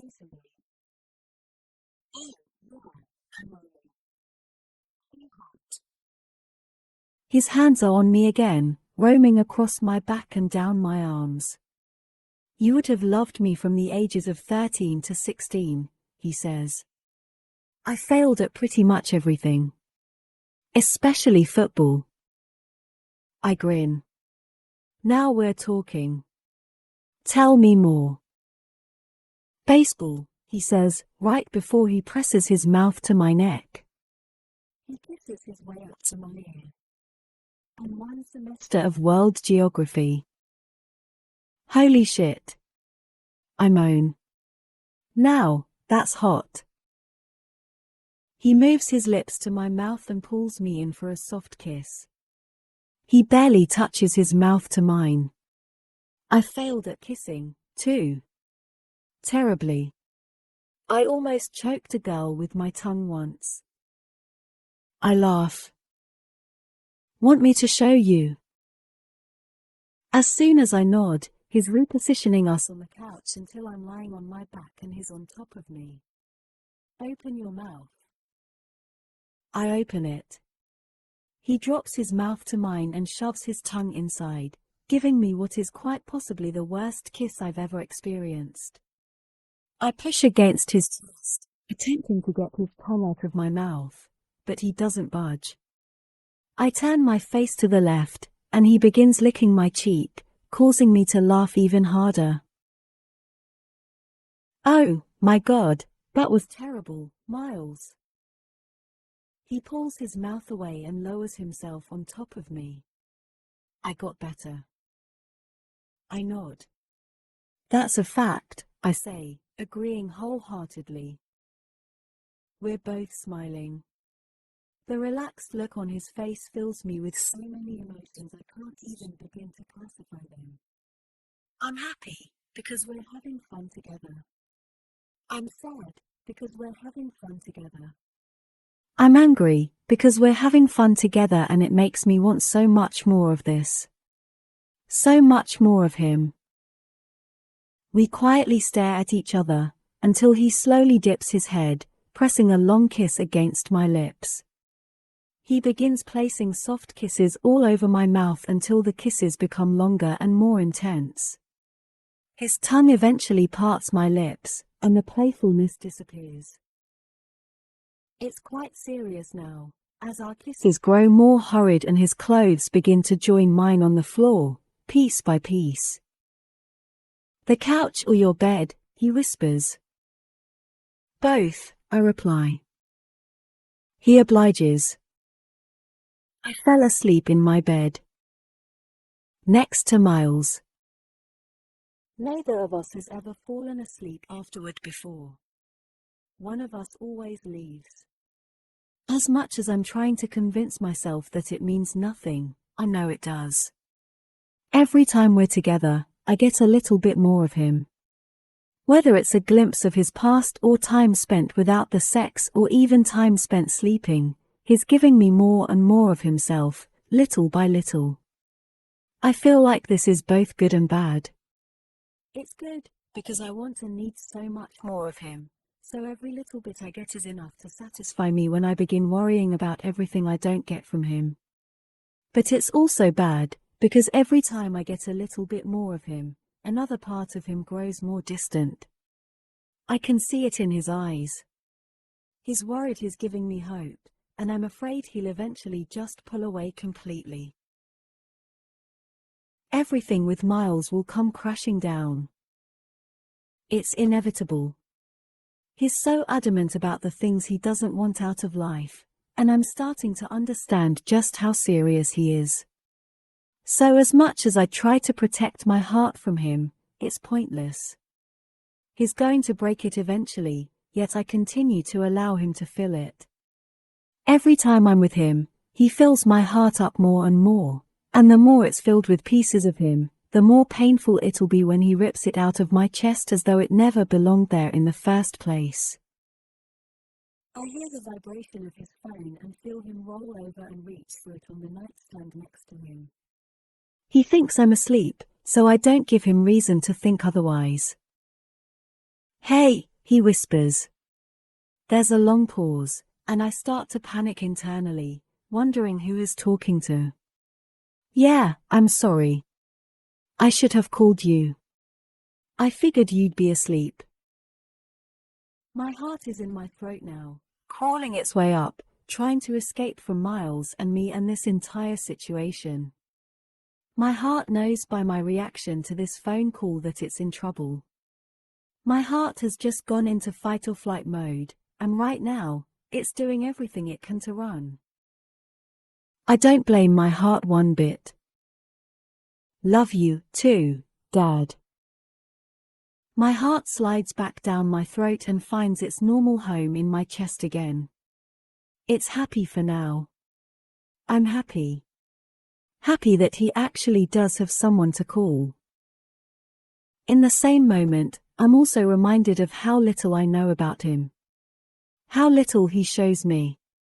How much he hides himself from me, so that when I finally break, it won't be his fault. It won't be a quick break, either. It'll be slow and painful, filled with so many moments like these that tear me up from the inside out. Moments when he thinks I'm asleep and he slides out of my bed. Moments when I keep my eyes closed but listen as he puts on his clothes. Moments when I make sure my breathing remains regular in case he's watching me when he leans over to kiss me on the forehead. Moments when he leaves. Because he always leaves. Chapter 28. Miles. 6 years earlier. What if he turns out to be gay? Rachel asks me. Would that bother you? She's holding Clayton, and we're both sitting on the hospital bed. I'm on the foot of the bed facing her, watching her stare at him. She keeps asking me random questions. Playing devil's advocate again. She says we need to work these things out now so we don't run into any problems in the future. It would only bother me if he felt like he couldn't talk to us about it. I want him to know he can talk to us about anything. Rachel smiles at Clayton, but I know her smile is for me. Because she loved my answer. What if he doesn't believe in God? She asks. He can believe whatever he wants. I just want his beliefs, or lack thereof, to make him happy. She smiles again. What if he commits an awful, heinous, heartless crime and gets sent to prison for life? I tell her. She looks up at me. Well, based on this interrogation, I'm convinced he'll never commit a crime, because you're already the best dad I've ever known. Now she's making me smile. We both look at the door when it opens and a nurse walks in. She flashes a regretful smile. It's time, she says. Rachel groans, but I have no idea what the nurse is referring to. Rachel sees the confusion on my face. His circumcision. My stomach clenches. I know we discussed this during the pregnancy, but I'm suddenly having second thoughts, knowing what he's about to go through. It's not so bad, the nurse says. We numb him first. She walks over to Rachel and begins to lift him from Rachel's arms, but I lean forward. Wait, I tell her. Let me hold him first. The nurse backs up a step, and Rachel hands Clayton to me. I pull him in front of me and look down on him. I'm so sorry, Clayton. I know it'll hurt, and I know it's emasculating, but... He's a day old, Rachel interjects with a laugh. There's hardly anything that can emasculate him yet. I tell her to hush. I tell her I'm having a father-son moment, and she needs to pretend she's not here. Don't worry, your mom left the room, I say to Clayton, giving Rachel a wink. I was saying, I know it's emasculating, but you thank me later for it. Especially when you're older and you get involved with girls. Hopefully not until after you're 18, but it'll more than likely be around the age of 16. It was for me anyway. Rachel leans forward and holds her arms out for him. That's enough bonding, she says, laughing. I think we need to review the boundaries of father-son conversation while he's being emasculated. I give him a quick kiss on his forehead and hand him back to Rachel.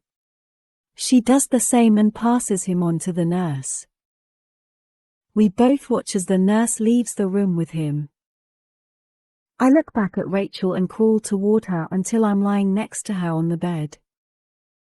We have the place to ourselves, I whisper. Let's make out. She grimaces. I don't feel sexy right now, she says. My stomach is flabby, and my boobs are engorged, and I need a shower so bad, but it hurts too much to try to take one right now.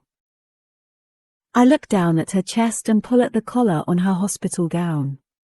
I peer down her shirt and grin. How long do they stay like this? She laughs and pushes my hand away. Well, how does your mouth feel? I ask her. She looks at me like she doesn't understand my question, so I elaborate. I'm just wondering if your mouth hurts like the rest of you hurts, because if it doesn't, I want to kiss you. She grins. My mouth feels great. I rise up on my elbows so she doesn't have to roll toward me. I look down on her, and seeing her beneath me feels different now. It feels real. Until yesterday, it really did feel like we had been playing house. Of course, our love is real, and our relationship is real, but until I witnessed her give life to my son yesterday, everything I felt before that moment was like child's play compared to what I feel for her now. I love you, Rachel. More than I loved you yesterday. Her eyes are looking up at me like she knows exactly what I'm talking about. If you love me more today than you loved me yesterday, then I can't wait for tomorrow, she says. My lips fall to hers, and I kiss her. Not because I should, but because I need to. I'm standing outside Rachel's hospital room. She and Clayton are both in the room, napping. The nurse said he hardly even cried. I'm sure she tells all the parents that, but I believe her anyway. I take out my phone to text Ian. Me, he got snipped a few hours ago. Took it like a champ. Ian, out. I'm coming to meet him tonight. I'll be there after 7. Me, see you then. My father is walking toward me with 2 coffees in his hands, so I slide my phone into my back pocket. He hands me one of the coffees. He looks like you, he says. He's trying to accept it. Well, I look just like you, I say. Cheers to strong genes. I hold my coffee up, and my dad bumps his against it, smiling. He's trying. He leans against the wall for support and looks down at his coffee.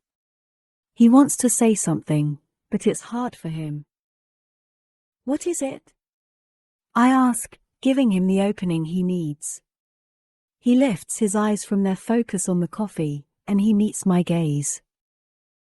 I'm proud of you, he says with sincerity. It's a simple statement. 4 words. 4 of the most impactful words I've ever heard. Of course, it's not what I wanted for you.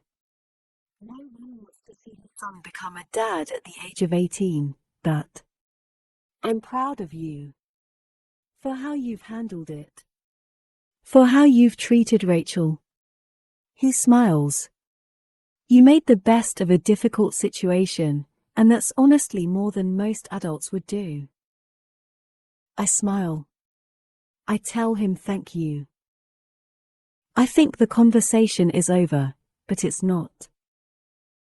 Miles, he says, wanting to add more. About Lisa and your mom? I hold my hand up to stop him. I don't want to have this conversation today. I don't want this day to become his defense for what he did to my mother. It's fine, Dad. We'll discuss it another time. He tells me no. He says he needs to discuss it with me now. He tells me it's important. I want to tell him it's not important. I want to tell him Clayton is important. I want to focus on Clayton and Rachel and forget all about the fact that my father is human and makes awful choices like the rest of us. But I don't say any of that. I listen. Because he's my father. Chapter 29. Tate. Miles, what are you doing? Me, homework. Miles, feel like taking a swim break. Me. Stop pool is heated. It doesn't close for another hour. I stare at the text, then immediately look up at Corbin. There's a rooftop pool here. Corbin nods his head but doesn't look away from the TV. Yup. I sit up straight. Are you kidding me? I've lived here this long, and you fail to tell me there's a heated rooftop pool. He faces me now and shrugs. I hate pools. Ah. I could slap him. Me, Corbin never mentioned there was a pool. Let me change, and I'll head over there. Miles, winky face. I realize I forgot to knock as soon as I closed the door to his apartment. I always knock. I guess my mentioning in a text that I was coming over after I changed seemed good enough to me, but the way Miles is staring at me from the doorway of his bedroom makes me think he doesn't like the fact that I didn't knock. I pause in his living room and look at him, waiting to see what mood he's in today. You're in a bikini, he says pointedly. I look down at my attire. And shorts, I say defensively. I look back up at him. What are people supposed to wear when they swim in February? He's still standing frozen in his doorway, staring at my attire. I fold my towel across my arms and over my stomach. I suddenly feel extremely awkward and underdressed. He shakes his head and finally begins moving toward me. He's still staring at my bikini. I hope no one is up there, because if you're wearing that bikini, these swim shorts are going to be really embarrassing. He looks down at his shorts. At the obvious bulge in them. I laugh. So he actually likes the bikini. He takes another step forward and slides his hands around to the back of my shorts, then pulls me against him. I changed my mind, he says with a grin. I want to stay here. I immediately shake my head. I'm going swimming, I say. You can stay here if you want, but you'll be alone. He kisses me, then backs me toward his apartment door. Then I guess I'm going swimming, he says. Miles enters the passcode for rooftop access, then opens the door for me. I'm relieved to see that no one else is out here, and I am taken by how breathtakingly beautiful it is. It's an infinity pool, overlooking the city, and it's lined with patio chairs, all the way to the opposite end, where it's capped off with an attached hot tub. I can't believe neither of you thought to mention this before now, I say. All these months, and I've been missing out. Miles takes my towel and lays it on one of the tables surrounding the pool. He walks back over to me and drops his hands to the button on my shorts. This is actually the first time I've ever been out here. He unzips my shorts and pushes them over my hips. His lips are close to mine, and his expression is playful. Come on, he whispers. Let's get wet. I kick off the shorts at the same time as he takes off his shirt. The air is incredibly cold, but the steam rising from the water is promising. I walk to the shallow end to descend the steps, but Miles dives headfirst into the deep end of the pool.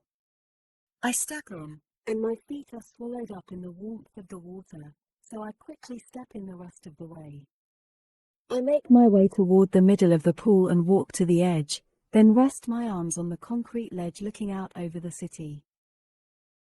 Miles swims up behind me and cages me in by pressing his chest against my back and placing his hands on either side of the ledge. He rests his head against mine as we both take in the view. It's beautiful, I whisper. He's quiet.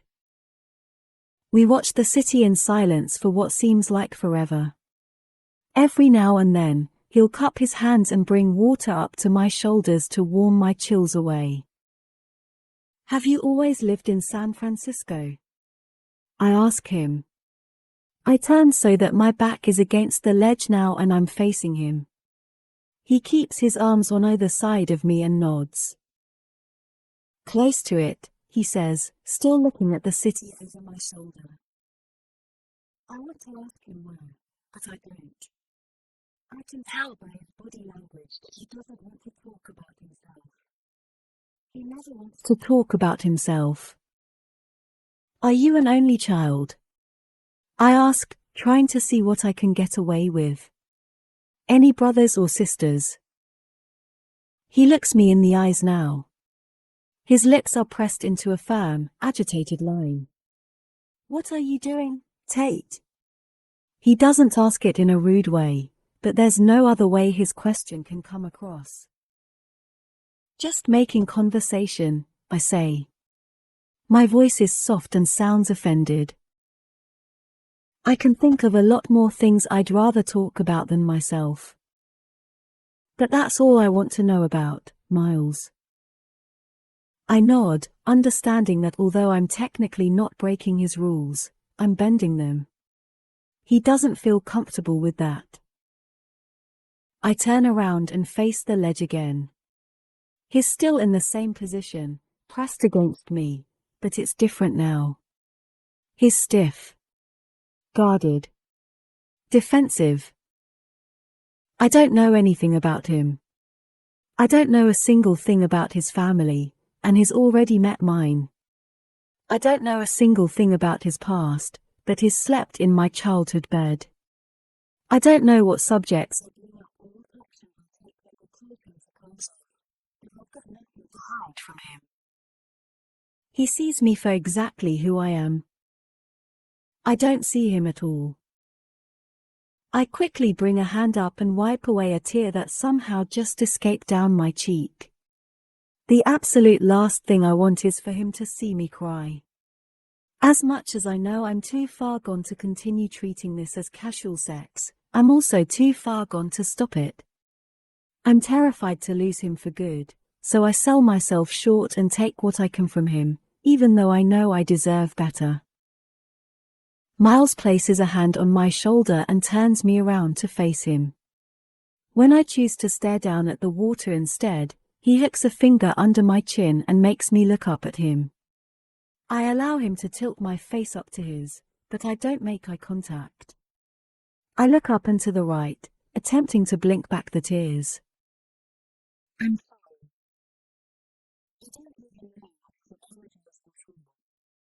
I don't even know what he's apologizing for. But we both know my tears have everything to do with him, so he's more than likely just apologizing for that simple reason alone. Because he knows he's incapable of giving me what I want. He stops making me look at him and instead pulls me to his chest. I rest my ear against his heart, and he rests his chin on top of my head. Do you think we should stop? He asks quietly. His voice is fearful, like he's hoping my answer is no, yet he feels compelled to ask me anyway. No, I whisper. He sighs heavily. It sounds like it could be a thing, but I'm not sure. Will you be honest with me? I shrug, because there's no way I'm answering that with a yes until I hear his question first. Are you still doing this with me because you think I'll change my mind? Because you think there's a chance I'll fall in love with you? That's the only reason I'm still doing this, Miles. I don't say that out loud, though. I don't say anything. Because I can't, Tate. I just... His voice fades away, and he grows quiet.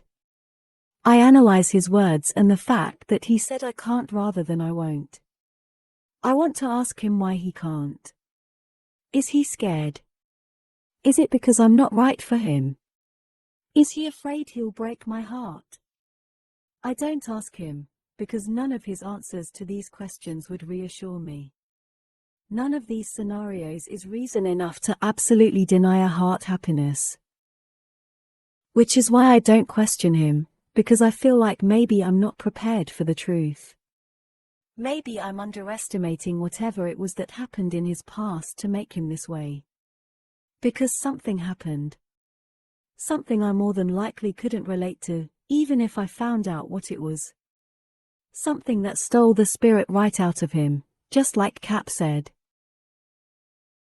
His arms pull me in tighter, and the hold he has on me speaks volumes. It's more than an embrace. More than a hug. He's holding me like he's terrified I'd drown if he were to release me. Tate, he whispers. I know I'll regret saying this, but I want you to. He pulls back just enough for his lips to meet my hair, then grips me tightly again. If I were capable of loving someone, it would be you.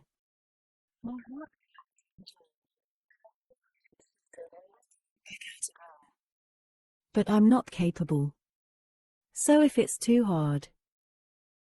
It's not, I interrupt, doing whatever I can to stop him from ending this. I somehow find it in me to look him in the eyes and tell the best lie I've ever told in my whole life. I like things exactly how they are. He knows I'm lying. I can see the doubt in his concerned eyes, but he nods anyway. I try to get his mind off of it before he sees right through me. I wrap my arms loosely around his neck, but his attention is pulled to the door, which is now opening. I turn, too, and see Cap slowly shuffling his way onto the rooftop deck. He walks toward the switch on the wall that turns off the jets to the hot tub. He flips it off and slowly turns back toward the door, but not before noticing us out of the corner of his eye. He turns and faces us full on, standing no more than 5 feet away. That you, Tate, he says, squinting. It's me, I say, still in the same position with Miles. Cap says, taking us both in. Anyone ever told the two of you that you make a pretty darn good-looking couple? I wince, because I know this isn't the best moment for Miles to hear that, especially after the awkward conversation we just had. I also know what Cap is up to with that comment. We'll shut the lights off when we leave, Cap, Miles says, ignoring Cap's question and redirecting the conversation. Cap narrows his eyes at him, shakes his head as though he's disappointed, and begins to turn back to the door. It was a rhetorical question anyway, he mumbles. I see his hand go up to his forehead, and he salutes the air in front of him. Good night, Tate, he says loudly. Good night, Capital. Miles and I both watch until the door closes behind Capital. I pull my hands away from his neck and gently push against his chest until he steps back in order for me to make my way around him. I swim backward toward the other side of the pool. Why are you always so rude to him? I asked.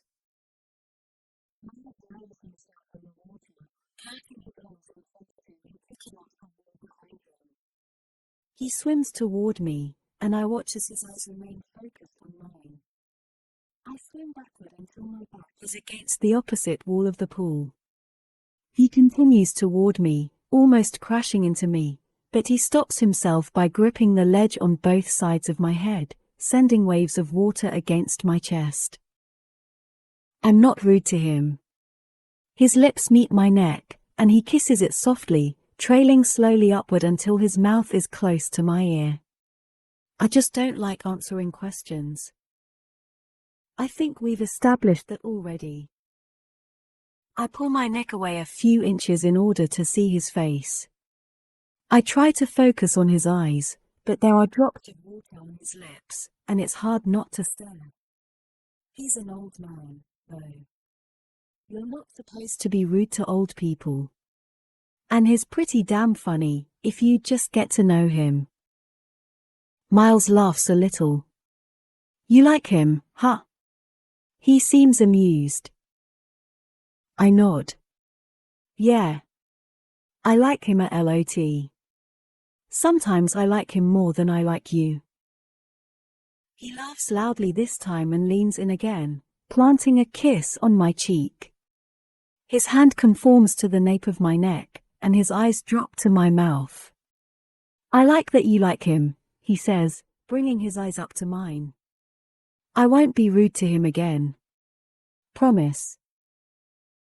I bite my lip so that he doesn't see how much I want to smile at the fact that he just made me a promise. It was a simple promise. But it still feels good.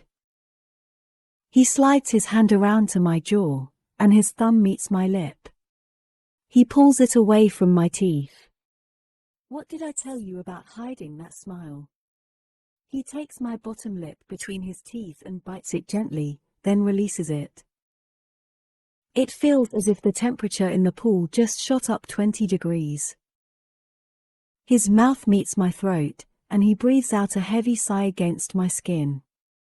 I tilt my head back and let it rest against the ledge of the pool as he kisses his way down my neck. I don't want to swim anymore, he says, sliding his lips from the base of my throat all the way up to my mouth again. Well, then, what do you want to do? I whisper weakly. He says without hesitation. In my shower. From behind. I swallow a huge gulp of air and feel it fall all the way to the pit of my stomach. Wow. That's very specific. And also in my bed, he whispers. With you on top, still soaking wet from the shower. I inhale sharply, and we can both hear the tremble of my breath as I exhale. Okay, I try to say, but his mouth is on mine before the word is even all the way out. And once again, what should have been an eye-opening conversation for me is shoved aside to make room for the only thing he's willing to give me. Chapter 30. Miles. 6 years earlier. We quietly walk to an empty waiting area. My father sits first, and I reluctantly sit across from him.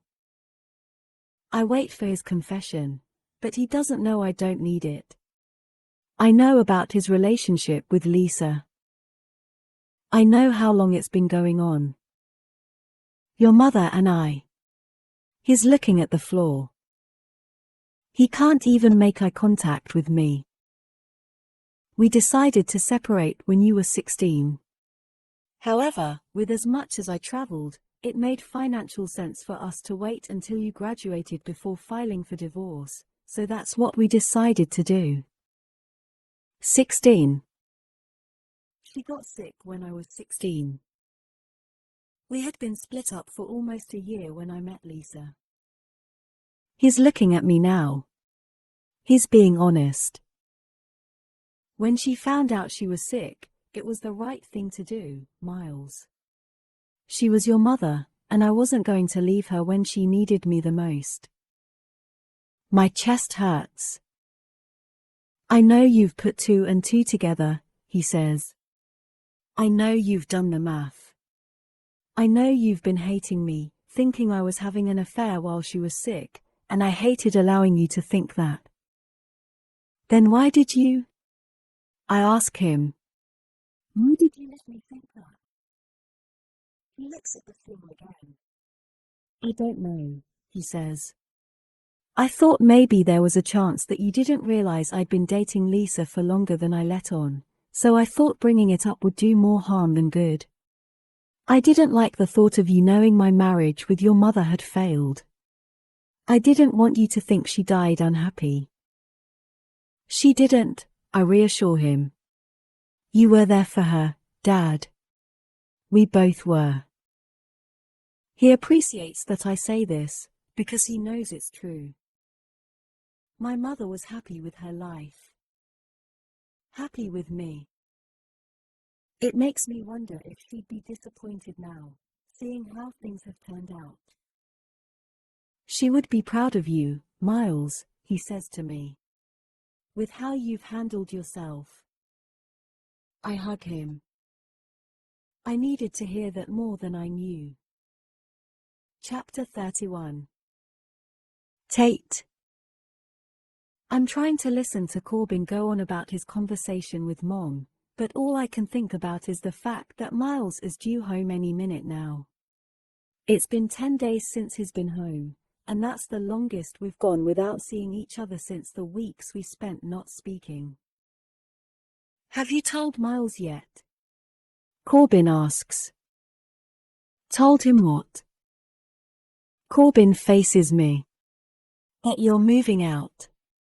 He points at the potholder on the counter next to me. I toss him the potholder and shake my head. I haven't talked to him since last week. I'll probably tell him tonight. Honestly, I wanted to tell him it's only my own apartment all week, but that would involve either calling or texting him, two things we don't do.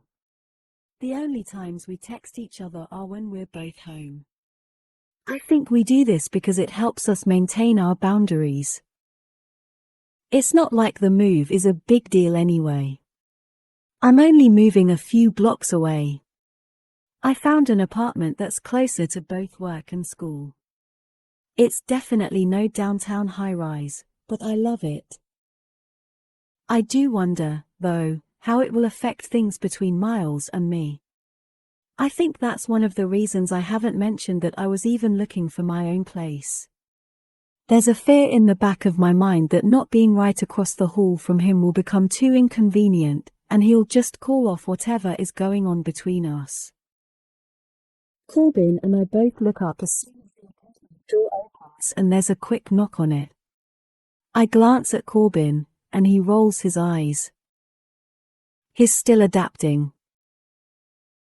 Miles walks into the kitchen, and I see the smile that wants to spread across his face when he sees me, but he keeps it in check when he sees Corbin. What are you cooking? Miles asks him. He leans against the wall and folds his arms across his chest, but his eyes are scrolling up my legs. They pause when he sees I'm wearing a skirt, and then he smiles in my direction. Luckily, Corbin is still facing the stove. Dinner, Corbin says with a clipped voice. He takes a while to adapt. Miles looks at me again and stares for a few silent seconds. Hey, Tate, he says. I grin. Hey. How are midterms? His eyes are everywhere on me but my face. Good, I say. He mouths, you look pretty.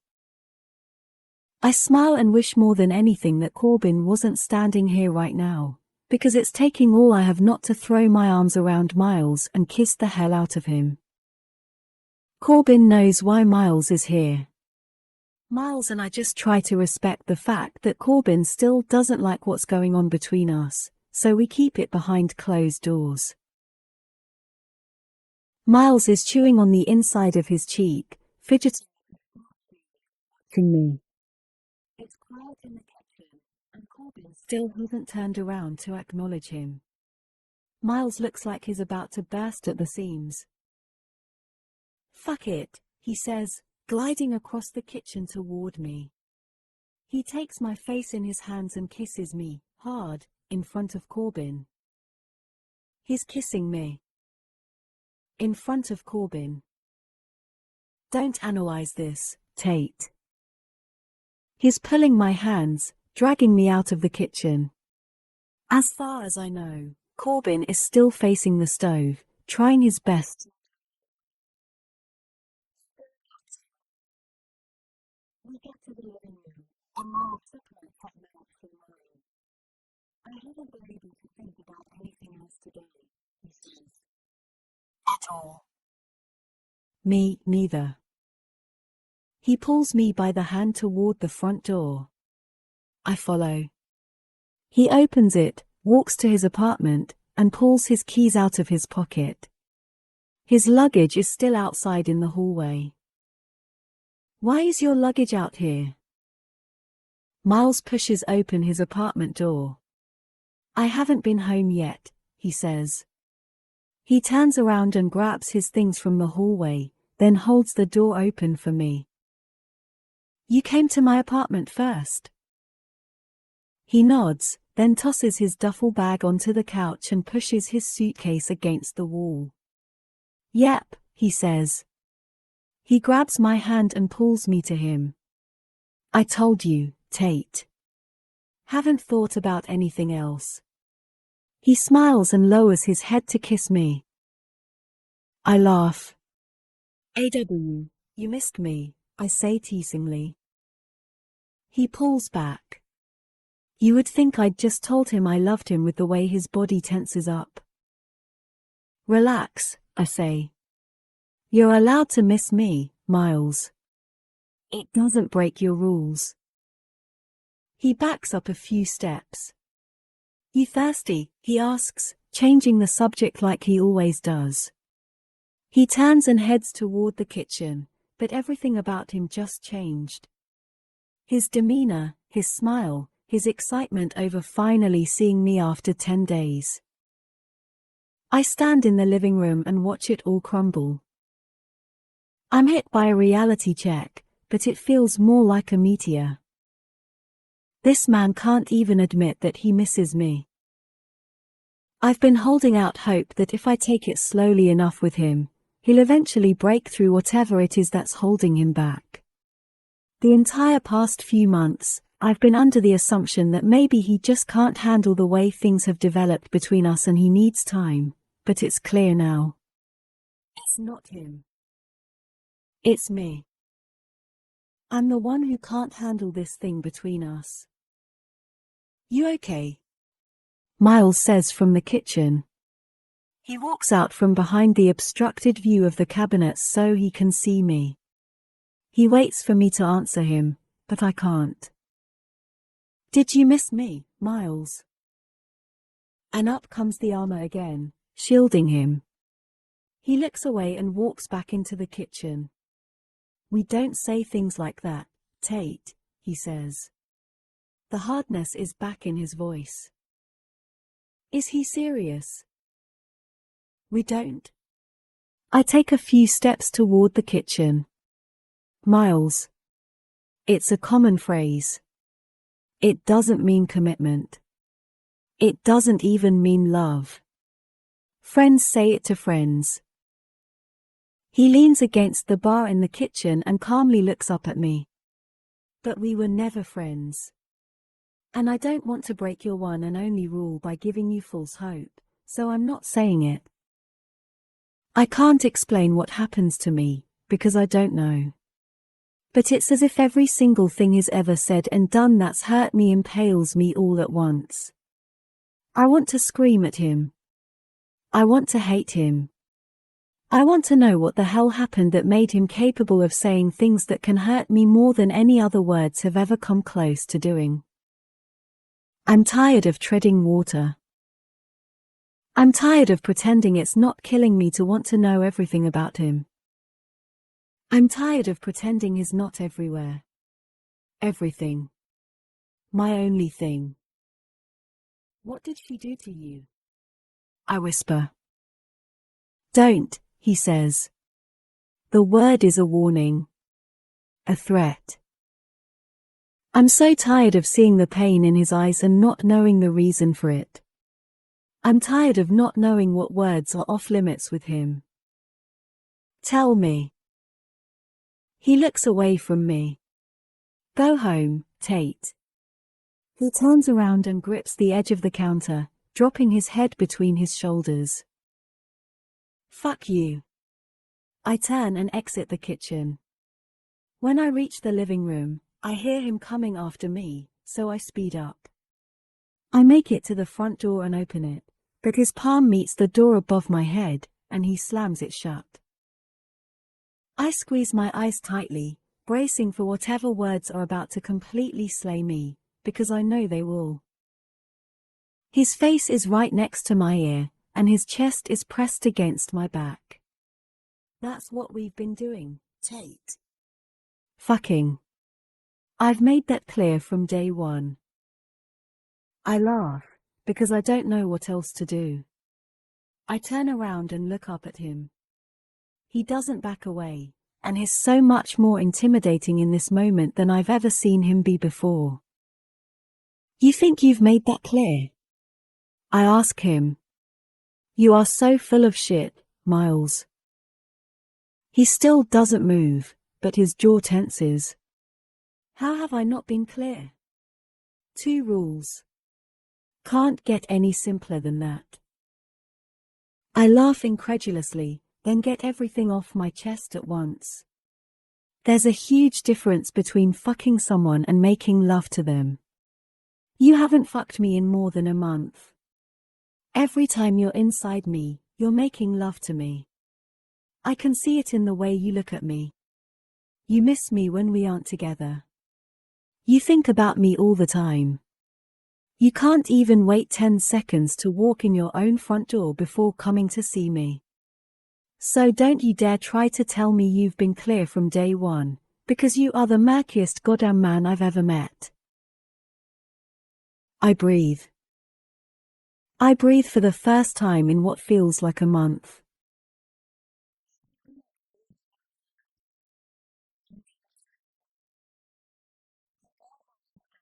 Controlled breath while he backs several steps away from me. He winces and turns around as if he doesn't want me to read the emotions that are obviously present somewhere deep within him. His hands grip the back of his neck tightly, and he remains in this position for a solid minute without moving. He begins to blow out steady breath after steady breath, as if he's doing everything in his power to pull himself together and not cry. My heart begins to ache when I realize what's happening. He's breaking. Oh, God, he whispers. His voice is completely pain-ridden. What am I doing to you, Tate? He walks to the wall and falls against it, then slides to the floor. His knees come up, and he rests his elbows on them, covering his face with his hands to stop his emotions. His shoulders begin to shake, but he's not making a sound. He's crying. Miles Archer is crying. It's the same heart-wrenching cry that came from him the night I met him. This grown man, this wall of intimidation, this solid veil of armor, is completely crumbling right in front of my eyes. Miles, I whisper. My voice is weak compared with his massive silence. I walk to him and lower myself to my knees in front of him. I wrap my arm around his shoulders and lower my head to his. I don't ask him what's wrong again, because now I'm terrified to know. Chapter 32. Miles. 6 years earlier. Lisa loves Clayton. My dad loves Clayton. Clayton fixes families. He's already my hero, and he's only 2 days old. Shortly after my dad and Lisa leave, Ian arrives. He says he doesn't want to hold Clayton, but Rachel makes him. He's uncomfortable, because he's never held a baby before, but he holds him. Thank God he looks like Rachel, Ian says. I agree with him. Ian asks Rachel if I ever told her what I said to him after I met her. I don't know what he's talking about. Ian laughs. After he walked you to class that first day, he took a picture of you from his seat, Ian tells her. He texted it to me and said, "She's gonna have all my babies." Rachel looks at me. I shrug. I'm embarrassed. Rachel loves that I said that to Ian. I love that Ian told her that. The doctor comes in and tells us we can go home now. Ian helps me take everything to the car and pull it up to the exit. Before I go back to Rachel's room, Ian touches my shoulder. I turn around and face him. I get the feeling he wants to tell me congratulations, but instead, he just hugs me. It's awkward, but it's not. I like that he's proud of me. It makes me feel good. Like I'm doing this right. Ian leaves. So do we. Me and Rachel and Clayton. My family. I want Rachel in the front seat with me, but I love that she's riding in the back with him. I love how much she loves him. I love that I'm attracted to her even more now that she's a mom. I want to kiss her. I want to tell her I love her again, but I think I tell her way too much. I don't ever want her to get tired of hearing it. Thank you for this baby, she says from the back seat. He's beautiful. I laugh. You're responsible for the beautiful part, Rachel. The only thing he got from me was his balls. She laughs. She laughs hard. Oh, my God, I know, she says. They're so big. We both laugh at our son's big balls. She sighs. Rest, I tell her. You haven't slept in 2 days. I see her smile in the rearview mirror. But I can't stop staring at him, she whispers. I can't stop staring at you, Rachel. But I do stop, because the oncoming traffic is brighter than it should be. My hands grip the steering wheel. Too bright. I've always heard your life flashes before your eyes in the moments before you die. In a sense, that's true. However, it doesn't come at you in sequence or even in random order. It's just one picture that sticks in your head and becomes everything you feel and everything you see. It's not your actual life that flashes before your eyes. What flashes before your eyes are the people who are your life. Rachel and Clayton. All I see is the two of them, my whole life, flash before my eyes. The sound becomes everything. Everything. Inside me, outside me, through me, under me, over me. Rachel, Rachel, Rachel. I can't find her. Clayton, Clayton, Clayton. I'm wet. It's cold. My head hurts. My arms hurt. I can't see her, I can't see her, I can't see her, I can't see him. Silence. Silence. Silence. Deafening silence. Miles. I open my eyes. It's wet, there's water, it's wet. Water is in the car. I unbuckle my seat belt and turn around. Her hands are on his car seat. Miles, help me. It's stuck. I try. I try again. But she needs to get out, too. She needs to get out, too. I kick my window and break the glass. I saw it in a movie once. Make sure there's a way out before there's too much pressure on the windows. Rachel, get out. I've got him. She tells me no. She won't stop trying to get him out. I'll get him, Rachel. She can't get out. Her seat belt is stuck. It's too tight.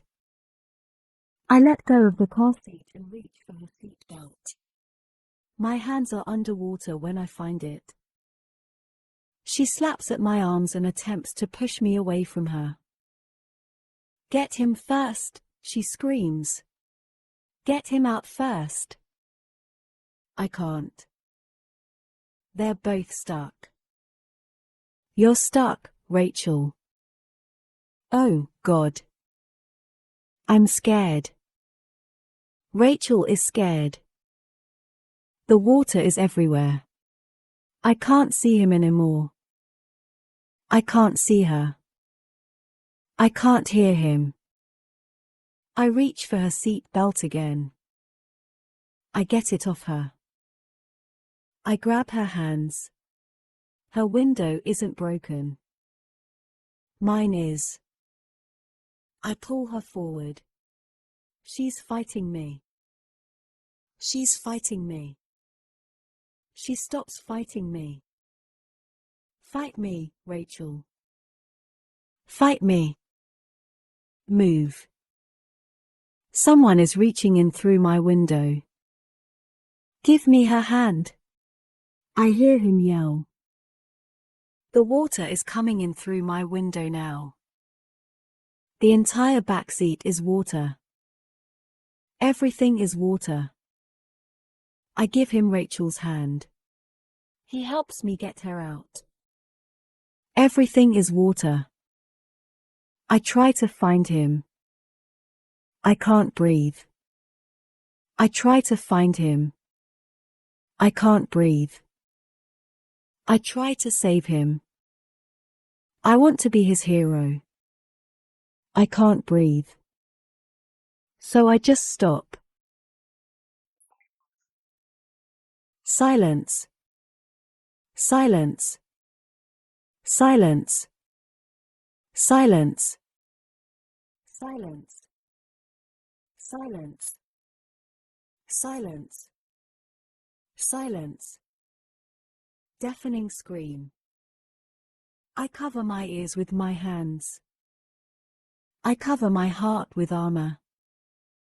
I cough until I can breathe again. I open my eyes. We're in a boat. I look around. We're on a lake. I bring my hand up to my jaw. My hand is red. Covered in blood as red as Rachel's hair. Rachel. I find Rachel. Clayton. I don't find Clayton. I push up on my hands and move to the edge of the boat. I need to find him. Someone stops me. Someone pulls me back. Someone won't let me. Someone is telling me it's too late. Someone tells me he's sorry. Someone tells me we can't get to him. Someone tells me we went over the bridge after the impact. Someone tells me he's so sorry. I move to Rachel, instead. I try to hold her, but she won't let me. She's screaming. Sobbing. Crying. Wailing. She hits me. She kicks me. She says I should have saved him instead. But I tried to save you both, Rachel. You should have saved him, Miles, she cries. You should have saved him. You should have saved him. I should have saved him. She's screaming. Sobbing. Crying. Wailing. I hold her anyway. I let her hit me. I let her hate me. Rachel hates me. I hold her anyway. Rachel cries, but she's quiet. She's crying so hard her throat can't even make a sound. Her body is crying, but her voice is not. Ruined. Ruined. Ruined. I cry with her. I cry and I cry and I cry and I cry and we cry and we cry and we cry. Ruined. The water is everything now. I look at Rachel. I only see water. I close my eyes. I only see water. I look up at the sky. I only see water. It hurts so much. I never knew a heart could hold the weight of the entire world. I don't make Rachel's life better anymore. I ruined you, Rachel.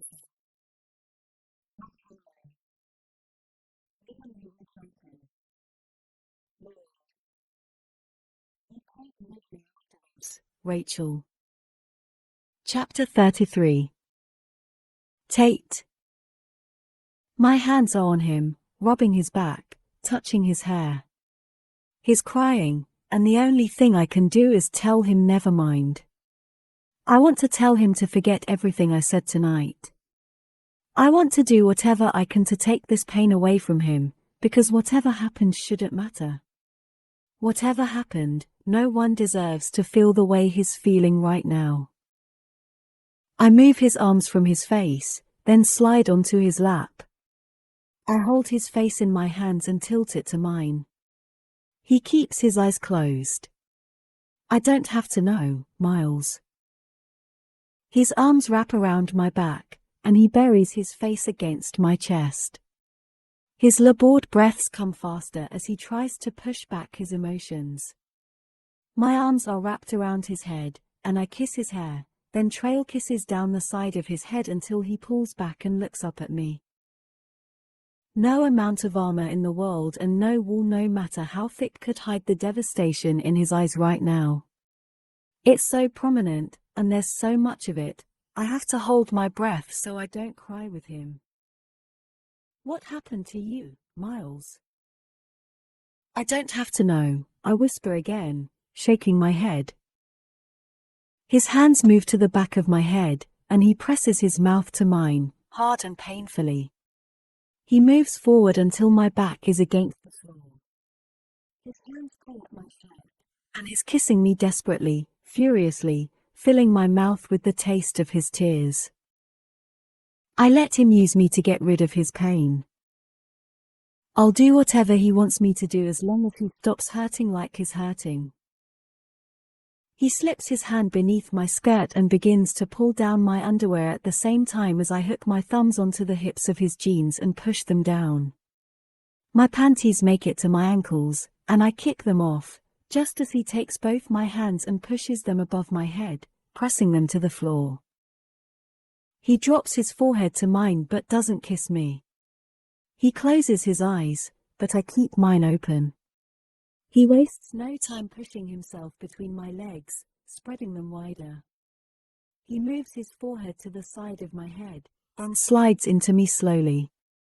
When he's all the way inside me, he exhales, releasing some of his pain, taking his mind away from whatever horror he just went through. He pulls out, then thrusts inside me again, this time with all his strength. It hurts. Give me your pain, Miles. My God, Rachel, he whispers. My God, Rachel. Rachel, Rachel, Rachel. That word gets put on repeat inside my head. My God. Rachel. I turn my head away from his. It's the worst pain I've ever felt. The absolute worst. His body immediately stills inside mine when he realizes what he said. The only thing moving between us right now are the tears falling from my eyes.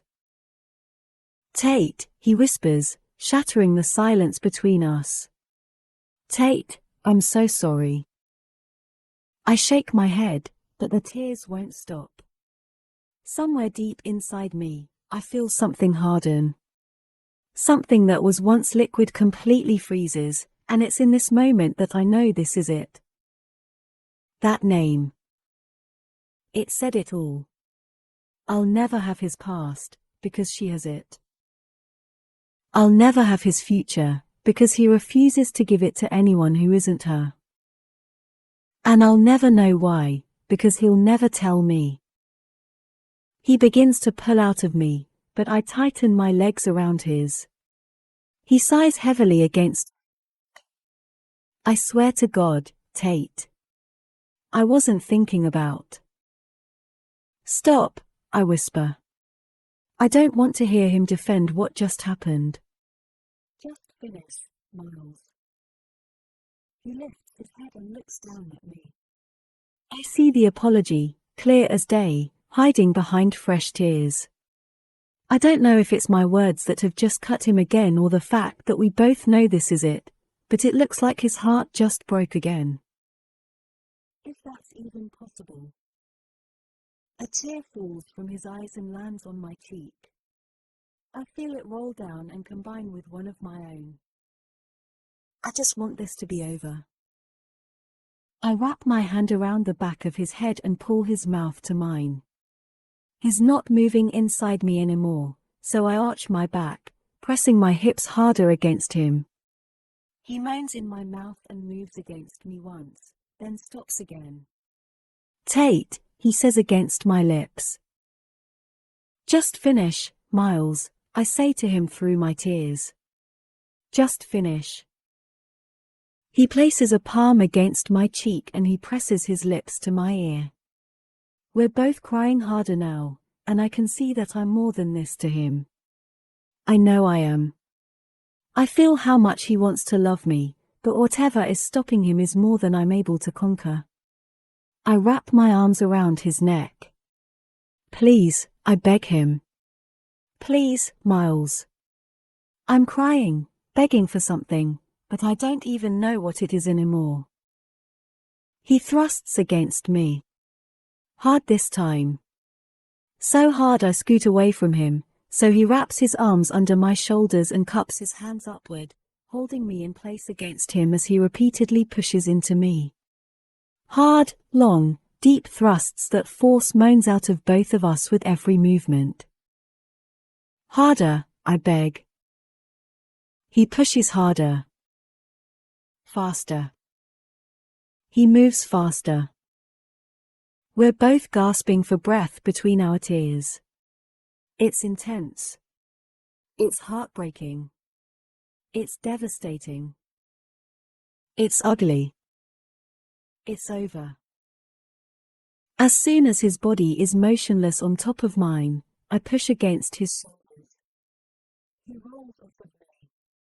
I sit up and wipe my eyes with my hands, then stand up and pull on my underwear.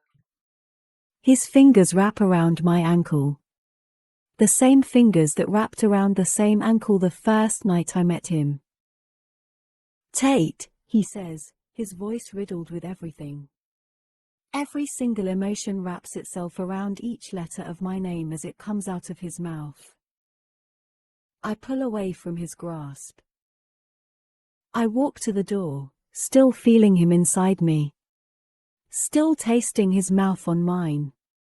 Still feeling the stains of his tears against my cheek. I open the door and walk out. I close the door behind me, and it's the hardest thing I've ever done. I can't even walk the 3 feet back to my apartment. I collapse in the hallway. I'm liquid. Nothing but tears. Chapter 34. Miles. 6 years earlier. We went home.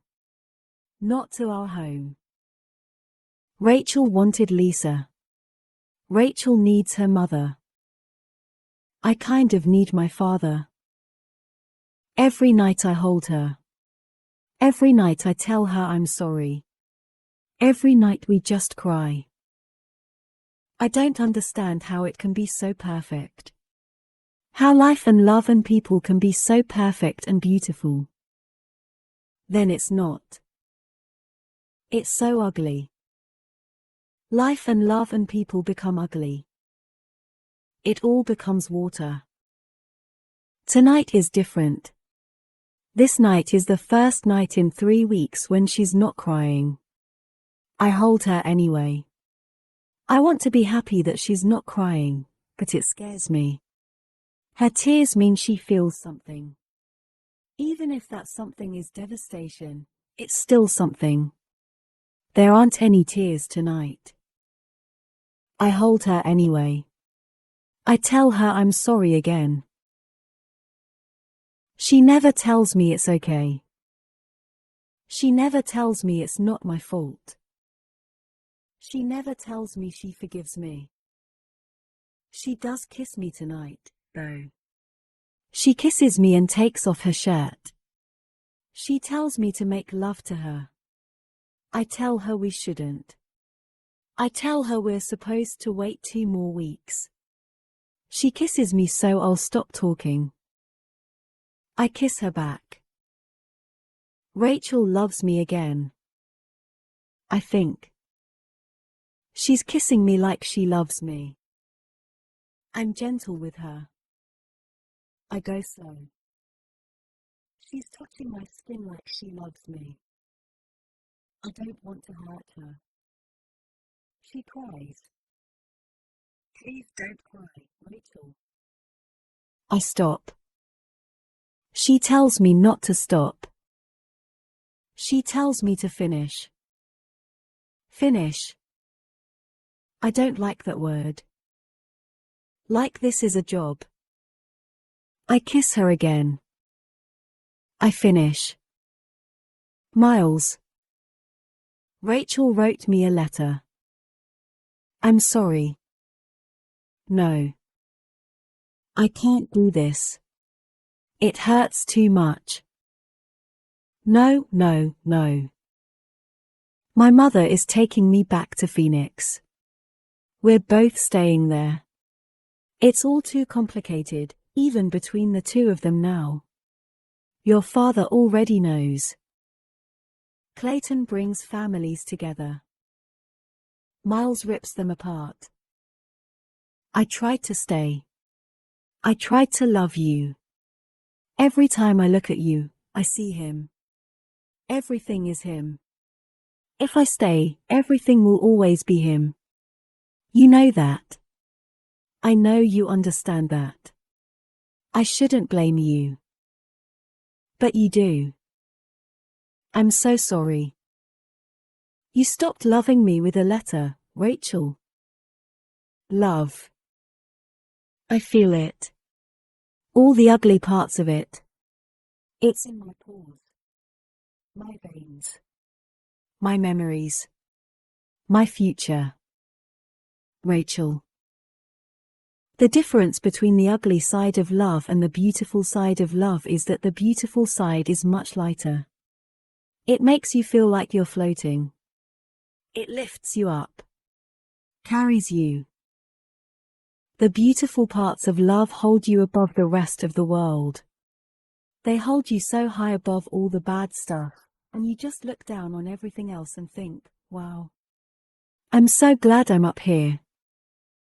Sometimes the beautiful parts of love move back to Phoenix.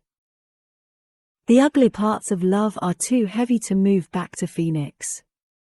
The ugly parts of love can't lift you up. They bring you. D. O. W. N. They hold you under. Drown you. You look up and think, I wish I was up there. But you're not. Ugly love becomes you. Consumes you. Makes you hate it all. Makes you realize that all the beautiful parts aren't even worth it. Without the beautiful, you'll never risk feeling this. You'll never risk feeling the ugly. So you give it up. You give it all up. You never want love again, no matter what kind it is, because no type of love will ever be worth living through the ugly love again. I'll never let myself love anyone again, Rachel. Ever. Chapter 35. Tate. Last load, Corbin says, picking up the remaining 2 boxes. I hand Corbin the key to my new place. I'll make one more walkthrough and meet you over there. I open the door for Corbin, and he exits the apartment. I'm left staring at the door across the hall. I haven't seen or spoken to him since last week. I've been selfishly hoping he would show up and apologize, but then again, what would he even be apologizing for? He never lied to me. He never verbalized promises that he broke. The only times he wasn't brutally honest with me were the times he didn't speak. The times he looked at me and I assumed the feelings I saw in his eyes were more than what he was able to verbalize. It's apparent now that I more than likely invented those feelings from him in order to match them to my own. The occasional emotion behind his eyes when we were together was obviously a figment of my own imagination. A figment of my hope. I scanned the apartment one last time to make sure I packed everything. When I step outside and lock Corbin's door behind me, my movements are taken over by something I'm unfamiliar with. I can't tell if it's braveness or desperation, but my hand is balled into a fist, and that fist is knocking on his door. I tell myself that I'm free to escape to the elevator if 10 seconds pass and the door doesn't open. Unfortunately, it opens after 7. My thoughts begin to riot with rationalization as the door opens wider. Before rationalization wins and I dart away, Ian appears in the doorway. His eyes change from complacent to sympathetic when he sees me standing here. "Tate," he says, capping my name off with a smile. I notice the shift of his gaze toward Miles's bedroom before his eyes fall back on mine. "Let me get him," he says. I feel the assent in the nod of my head, but my heart is making a descent, scaling down my chest, through my stomach, and straight to the floor. "Tate's at the door," I hear Ian say. I inspect every word, every syllable, searching for a clue wherever I can find one. I want to know if he rolled his eyes when he said that or if he said it hopefully. If anyone knows how Miles would feel about me standing in his doorway, it would be Ian. Unfortunately, Ian's voice gives no indication of what Miles may feel about my presence. I hear footsteps. I dissect the sound of the footsteps as they close in on the living room. Are they hurried footsteps? Are they hesitant? Are they angry? When he reaches the door, my eyes fall to his feet first. I get nothing from them. No clues that will help me find the confidence I so desperately need in this moment. I can already tell my words will come out raspy and weak, but I force them up anyway.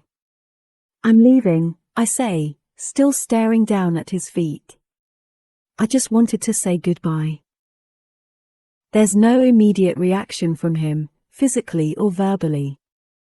My eyes finally make the brave journey up to his. When I see the stoic look on his face, I want to step back, but I'm afraid I'll trip over my heart. I don't want him to watch me fall. My regret over making the choice to knock consumes me with the brevity in his response. "Goodbye, Tate." Chapter 36. Present day. Her eyes finally find the courage to meet mine, but I try not to see her. When I really look at her, it's too much. Every time I'm with her, her eyes and her mouth and her voice and her smile find every vulnerable spot on me to breach. To seize. To conquer. Every time I'm around her, I have to fight it, so I try not to see her with anything other than my eyes this time. She says she's here to say goodbye, but that's not why she's here, and she knows it. She's here because she fell in love with me, even though I told her not to. She's here because she still has hope that I can love her back. I want to, Tate. I want to love you so much it fucking hurts. I don't even recognize my own voice when I tell her goodbye. The lack of emotion behind my words could be misconstrued as hateful. A far cry from the apathy I'm attempting to convey, and an even farther cry from the urge I have to beg her not to go. She immediately looks down at her feet. I can tell my response just killed her, but I've given her enough false hope. Every time I ever allowed her in, it hurts her that much more when I have to push her away. But it's hard to feel bad for her, because as much as she's hurting, she doesn't know pain. She doesn't know it like I know it. I keep pain alive. I keep it in business. I keep it thriving with as much as I experience it. She inhales and then looks back up at me with slightly redder, glossier eyes. You deserve so much more than what you're allowing yourself to have. She stands on the tips of her toes and places her hands on my shoulders, then presses her lips to my cheek. Goodbye, Miles. She turns and walks toward the elevator, just as Corbin steps out to meet her. I see her lift one of her hands to wipe away her tears. I watch her walk away. I shut my door, expecting to feel even the slightest ripple of relief over the fact that I was able to let her walk away. Instead, I'm met with the only familiar sensation my heart is capable of feeling: pain. You're a goddamn idiot, Ian says from behind me. I turn around, and he's sitting on the arm of the couch, staring at me. Why are you not going after her right now? Because, Ian, I hate this feeling. I hate every feeling she evokes in me, because it fills me with all the things I've spent the last 6 years avoiding. Why would I do that? I ask as I head toward my room. I pause with the knock at my front door. I expel a frustrated breath before turning back to the door, not wanting to have to turn her away for a second time. I will, though. Even if I have to lay it out in terms that will hurt her even more, she needs to accept the fact that it's over. I let it go too far. Hell, I never should have allowed it to even begin, with us knowing it would more than likely end this way. I open the door but find Corbin in my line of sight rather than Tate. I want to feel relieved by the fact that it's him standing here rather than her, but the fuming look on his face makes it impossible to feel relieved. Before I can react, his fist connects with my mouth, and I stumble backward toward the couch. Ian breaks my fall, and I steady myself before turning to face the door again. What the hell, Corbin? Ian yells. He's holding me back, assuming I want retaliation. I don't. I deserved that. Corbin trades looks between the two of us, finally settling on me. He pulls his fist up to his chest and rubs it with his other hand. We all know I should have done that a long time ago. He grips the doorknob and pulls the door shut, disappearing back out into the hallway. I shrug out of Ian's grasp and bring my hand up to my lip. I pull my fingers back, and they're tinged with blood. How about now? Ian says, hopeful. You gonna go after her now? I glare at him before turning to stalk off to my bedroom. Ian laughs loudly. It's the kind of laugh that says, you're a goddamn idiot. Only he already said that, so he's kind of just repeating himself. He follows me to my bedroom. I'm really not in the mood for this conversation. Good thing I know how to look at people without actually seeing them. I take a seat on my bed, and he walks into my room and leans against the door. I'm tired of this, Miles. 6 fucking years I've watched this zombie walk around in your place. I'm not a zombie, I say flatly. Zombies can't fly. Ian rolls his eyes, obviously not in the mood for jokes. Good thing, because I'm not really in the mood to make them. He continues to glare at me, so I pick up my phone and lie back on the bed in order to pretend he isn't here. She's the first thing to breathe life back into you since the night you drowned in that fucking lake. I'll hurt him. If he doesn't leave right this second, I'll fucking hurt him. Get out. No. I look at him. I see him. Get the hell out, Ian. He walks to my desk, pulls out the chair, and sits in it. Fuck you, Miles, he says. I'm not finished. Get out. No. I stop fighting him. I get up and walk out myself. He follows me. Let me ask you one question, he says, trailing me into the living room. And then you'll get out. He nods. And then I'll get out. Fine. He regards me silently for a few moments. I patiently wait for his question so he can leave before I hurt him.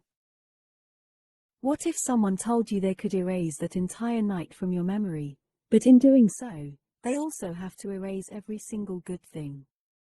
All the moments with Rachel. Every word, every kiss, every I love you. Every moment you had with your son, no matter how brief.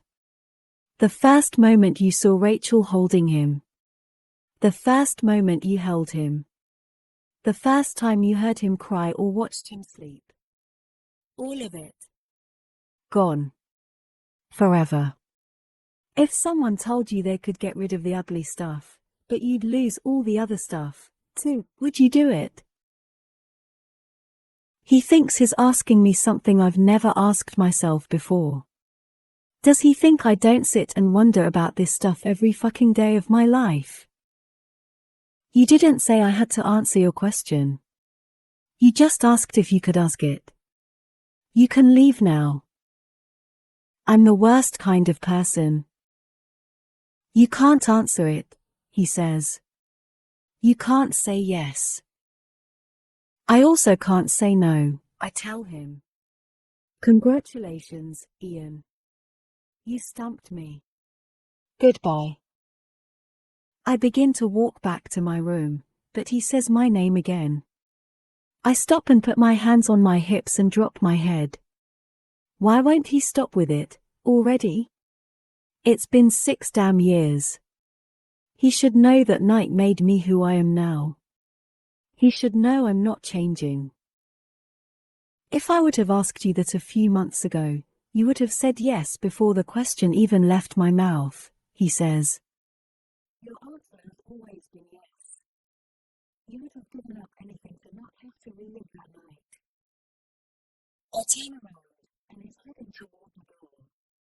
He opens it, then pauses and faces me again. If being with Tate for a few short months can make that pain bearable enough for you to answer with maybe, imagine what a lifetime with her could do for you. He closes the door. I close my eyes. Something happens. Something inside me. It's as if his words have created an avalanche out of the glacier surrounding my heart. I feel chunks of hardened ice break off and fall next to all the other pieces that have detached since the moment commenced.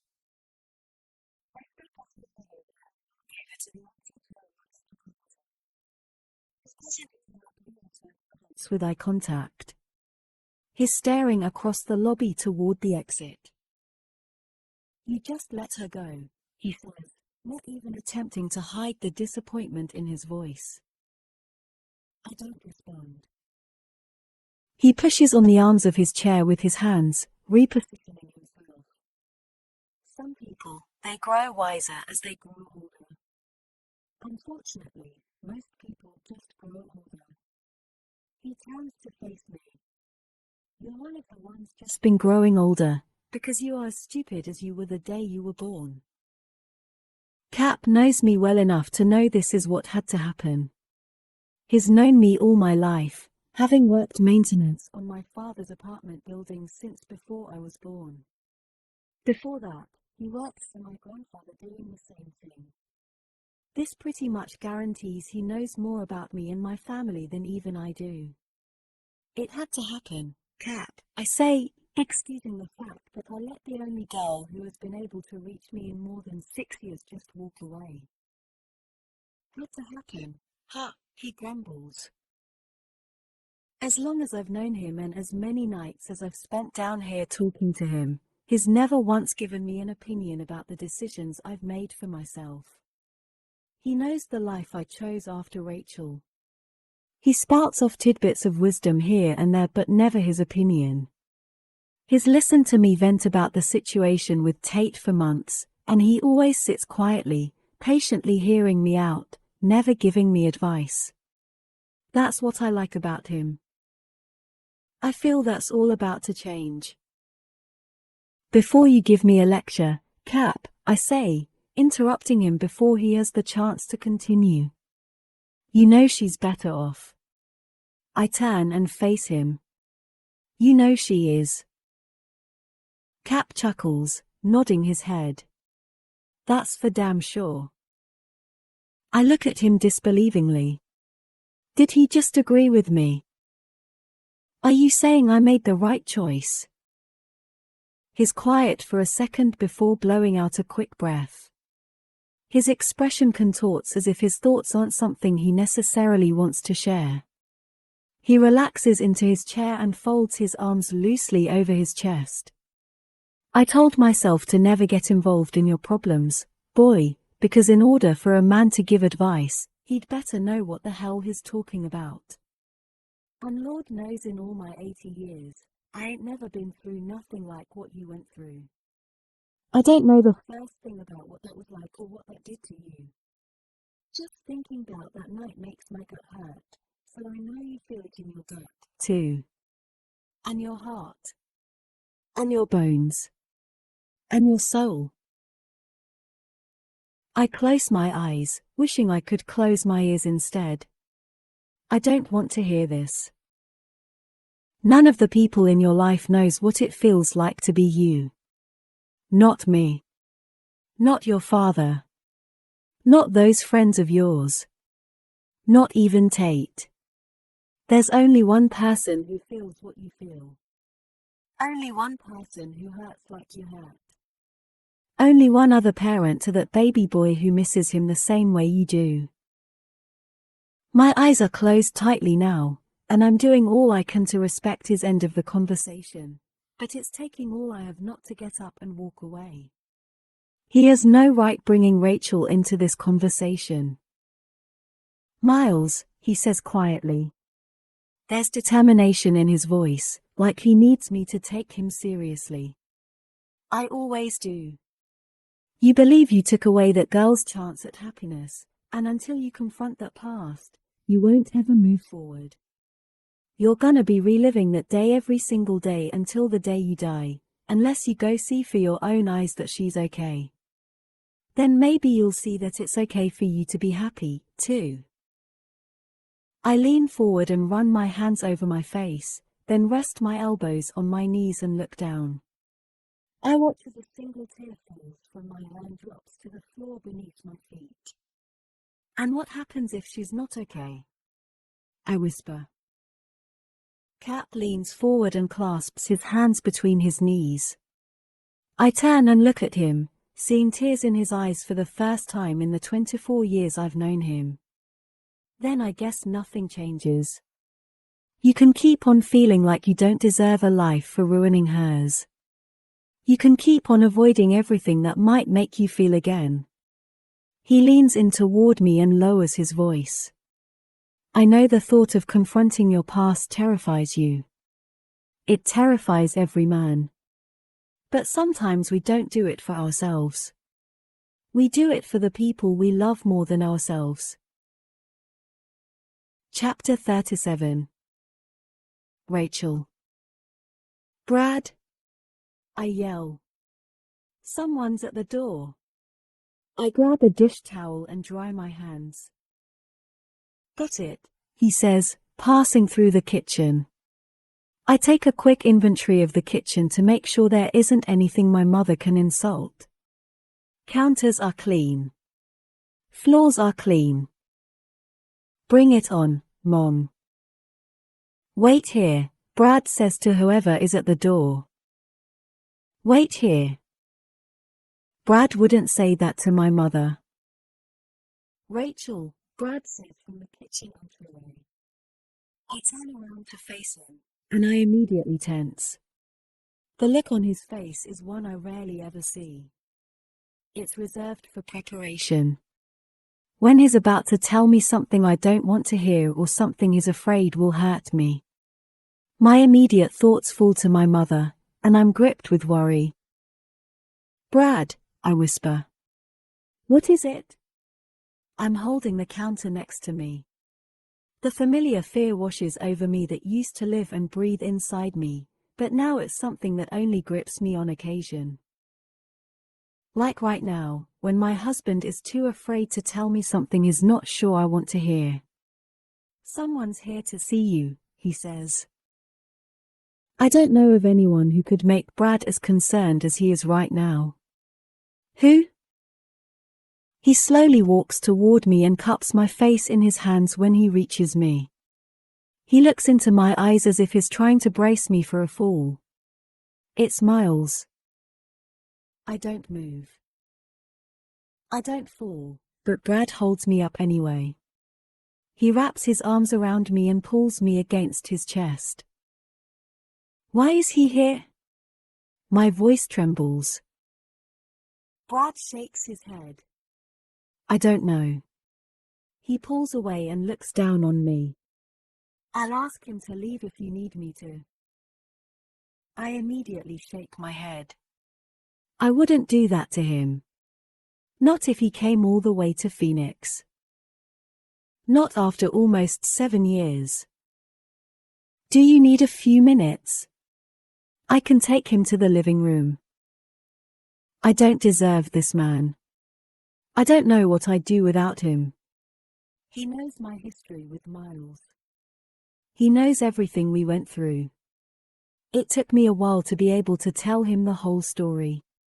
He knows all of this, and is still standing here, offering to invite the only other man I've ever loved into our home. I'm okay, I tell him, even though I'm not. I don't know if I want to see Miles. I have no idea why he's here. "Are you okay?" He nods. He looks upset. "I think you should talk to him." He leans in and kisses me on the forehead. "He's in the foyer. I'll be in my office if you need me." I nod, and then I kiss him. I kiss him hard. He walks away, and I'm left standing silently in the kitchen, my heart beating erratically within my chest. I take a deep breath, but it does nothing to calm me. I brush my hands down my shirt and walk toward the foyer. Miles's back is to me, but he hears me round the corner. He turns his head slightly over his shoulder, almost as if he's just as afraid to turn around and look at me as I am to see him. He does it carefully. Slowly.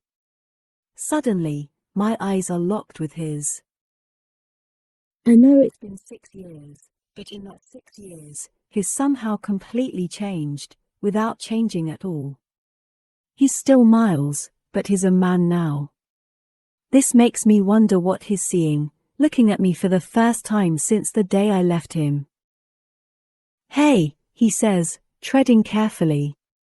His voice is different. It isn't the voice of a teenager anymore. "Hi." I lose his gaze as his eyes travel around the foyer. He takes in my home. A home I never expected to see him in. We both stand in silence for a whole minute. Maybe 2. "Rachel, He looks back at me again. I don't know why I'm here. I do. I can see it in his eyes. I got to know those eyes so well when we were together. I knew all his thoughts. All his emotions.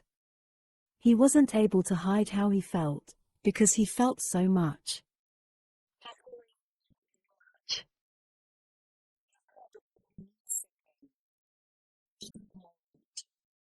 Answers, maybe. Closure. I'm glad he waited until now to get it, because I think I'm finally ready to give it. "It's good to see you," I tell him. Our voices are weak and timid. It's weird, seeing someone for the first time under different circumstances from when you parted. I loved this man. I loved him with all my heart and soul. I loved him like I love Brad. I also hated him. "Come in," I say, motioning toward the living room. Let's talk. He takes 2 hesitant steps toward the living room. I turn around and let him follow me. We both take a seat on the sofa. He doesn't get comfortable. Instead, he sits on the edge of it and leans forward, resting his elbows on his knees. He's looking around, taking in my home once more. My life. You're brave, I say. He looks at me, waiting for me to continue.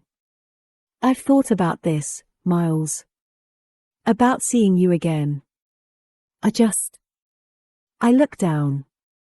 I just couldn't. Why not? He says almost immediately. I make eye contact with him again. The same reason you haven't. We don't know what to say. He smiles, but it's not the smile I used to love on Miles. This one is guarded, and I wonder if I did this to him. If I'm responsible for all the sad parts of him. There are so many sad parts of him now. He picks up a photo of Brad and me from the end table. His eyes study the picture in his hands for a moment. Do you love him? He asks, continuing to stare at the picture. Like you loved me. He's not asking in a bitter or jealous way. He's asking in a curious way. Yes, I reply. Just as much. He places the picture back on the end table but continues to stare at it. How? He whispers. How did you do that? His words bring tears to my eyes, because I know exactly what he's asking me. I asked myself the same question for several years, until I met Brad. I didn't think I'd ever be able to love someone again. I didn't think I'd want to love someone again. Why would anyone want to put themselves in a position that could bring back the type of pain that makes a person envious of death?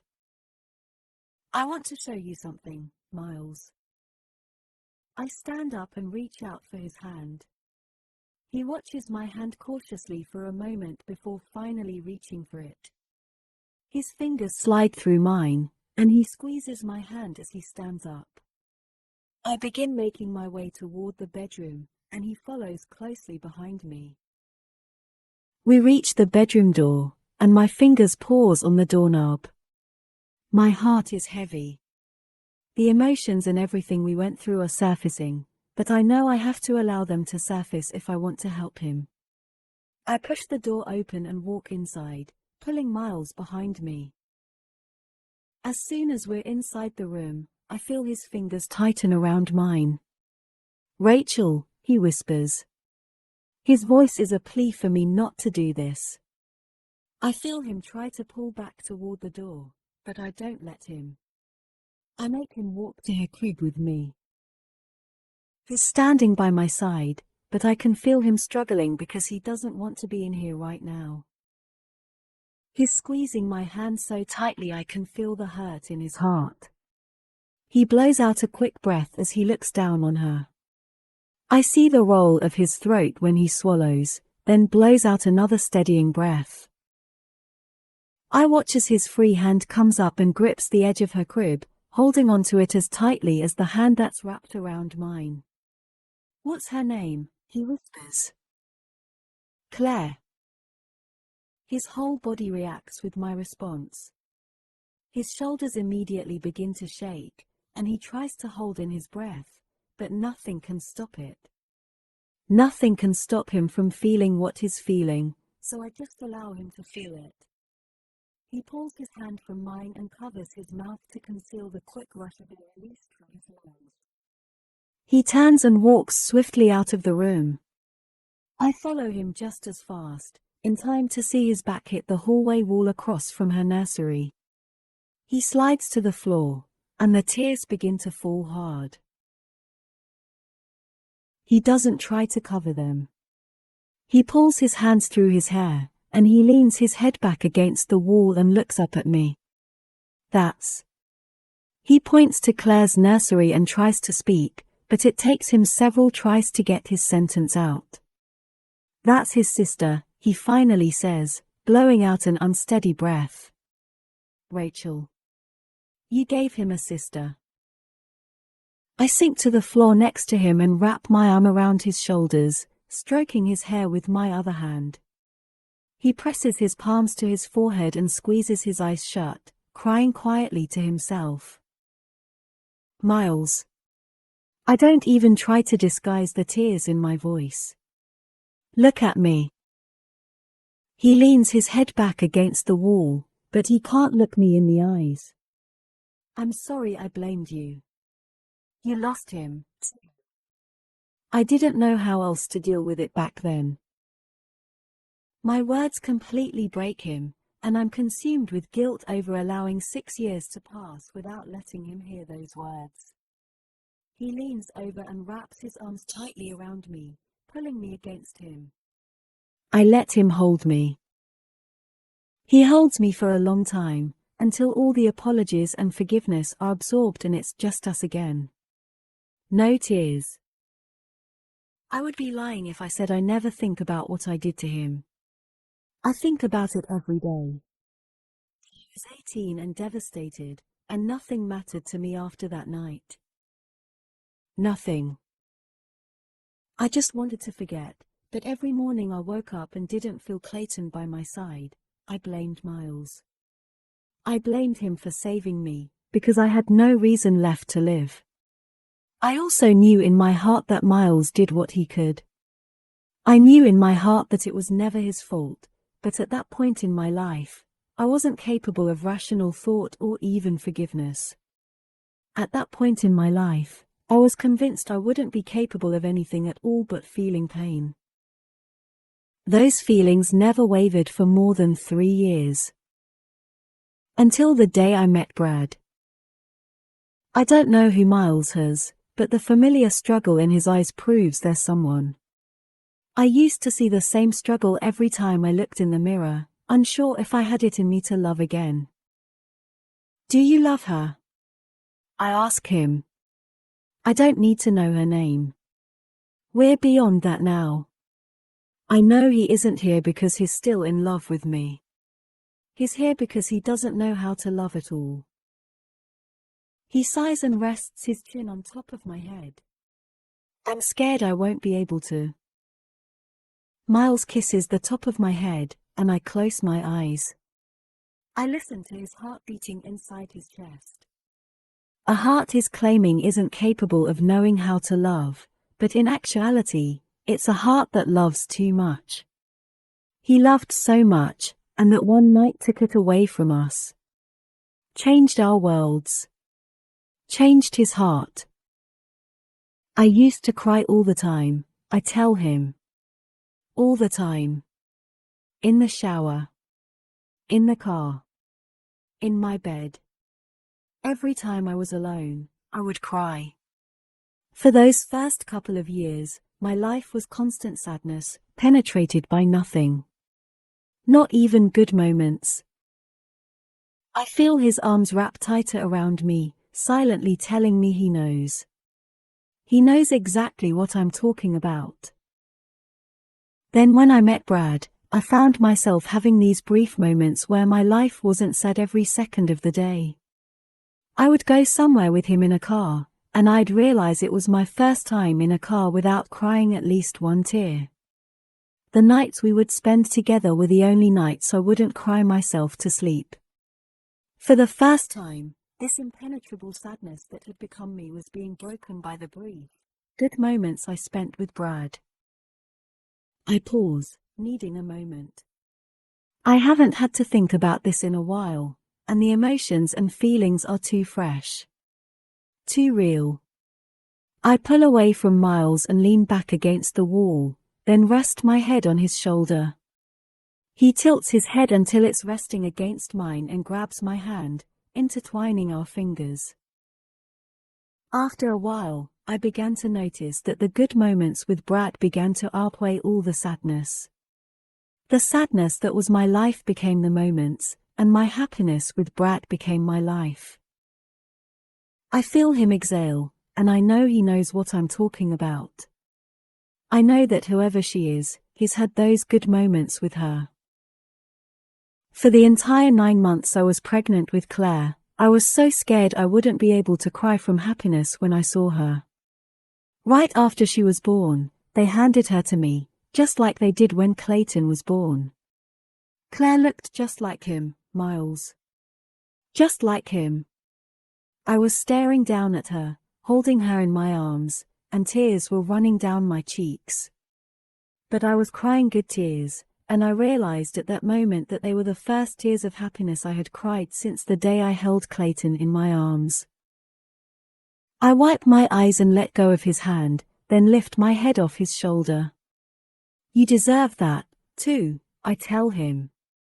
You deserve to feel that again. He nods.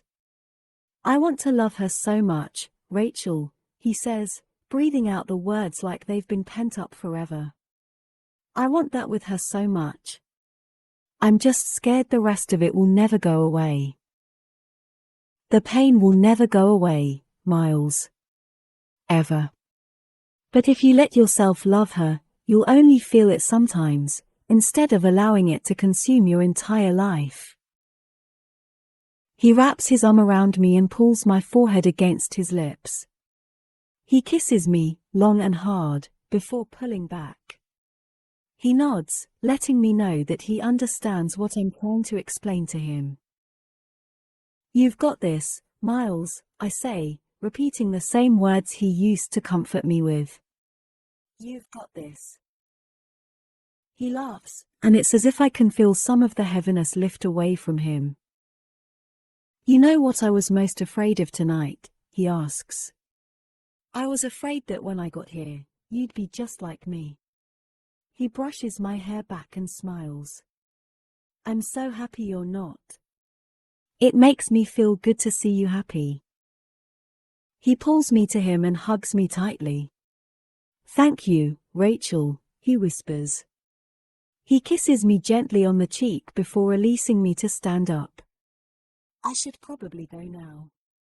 I have a million things I want to tell her. He makes his way down the hallway toward the living room, then turns to face me one last time. I no longer see all the sad parts of him. Now I just see a calmness when I look in his eyes. Rachel? He pauses, watching me quietly for a moment. A peaceful smile slowly spreads across his face. I'm so proud of you. He disappears from the hallway, and I remain on the floor until I hear the front door close behind him. I'm proud of you, too, Miles. Chapter 38. Tate.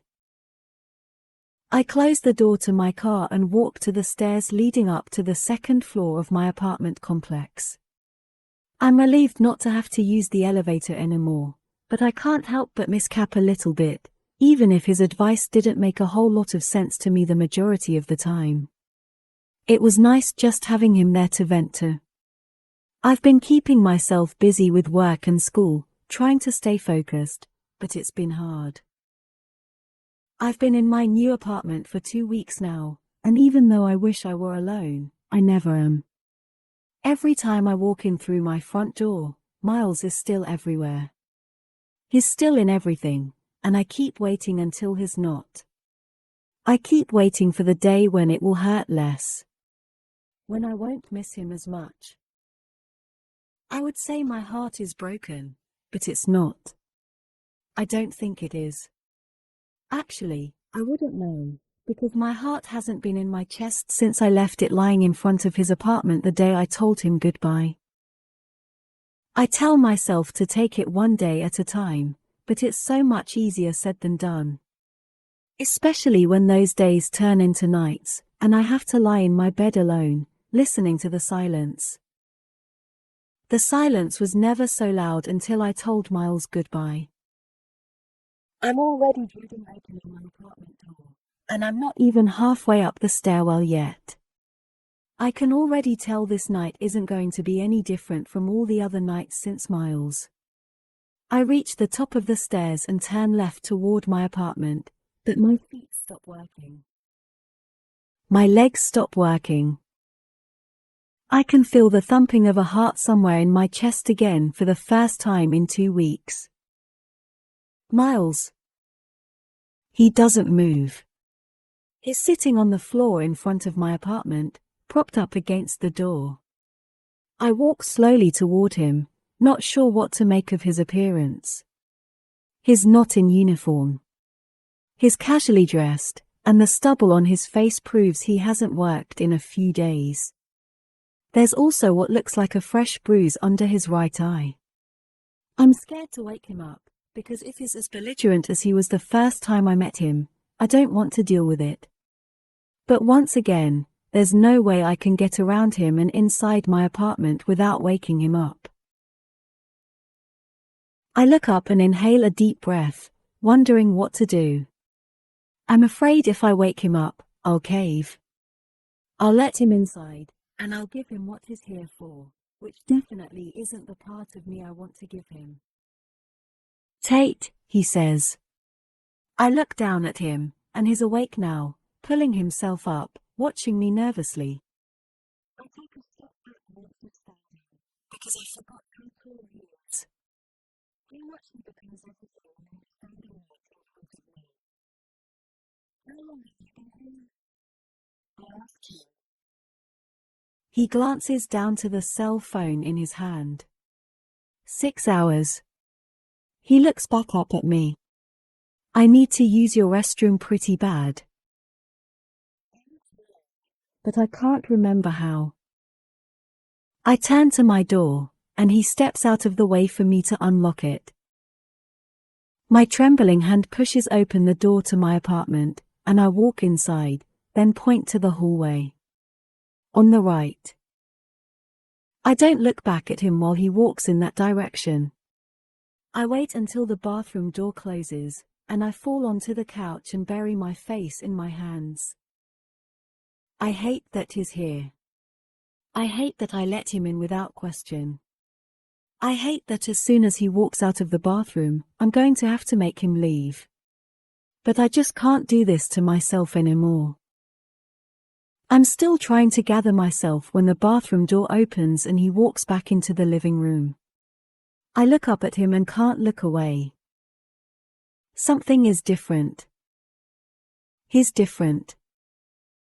The smile on his face, the peacefulness in his eyes, the way he carries himself like he's floating. It's only been 2 weeks, but he looks so different. He takes a seat on the couch and doesn't even bother putting space between us. He sits right next to me and leans into me. He's about to say that will hurt me again. That's all he knows how to do.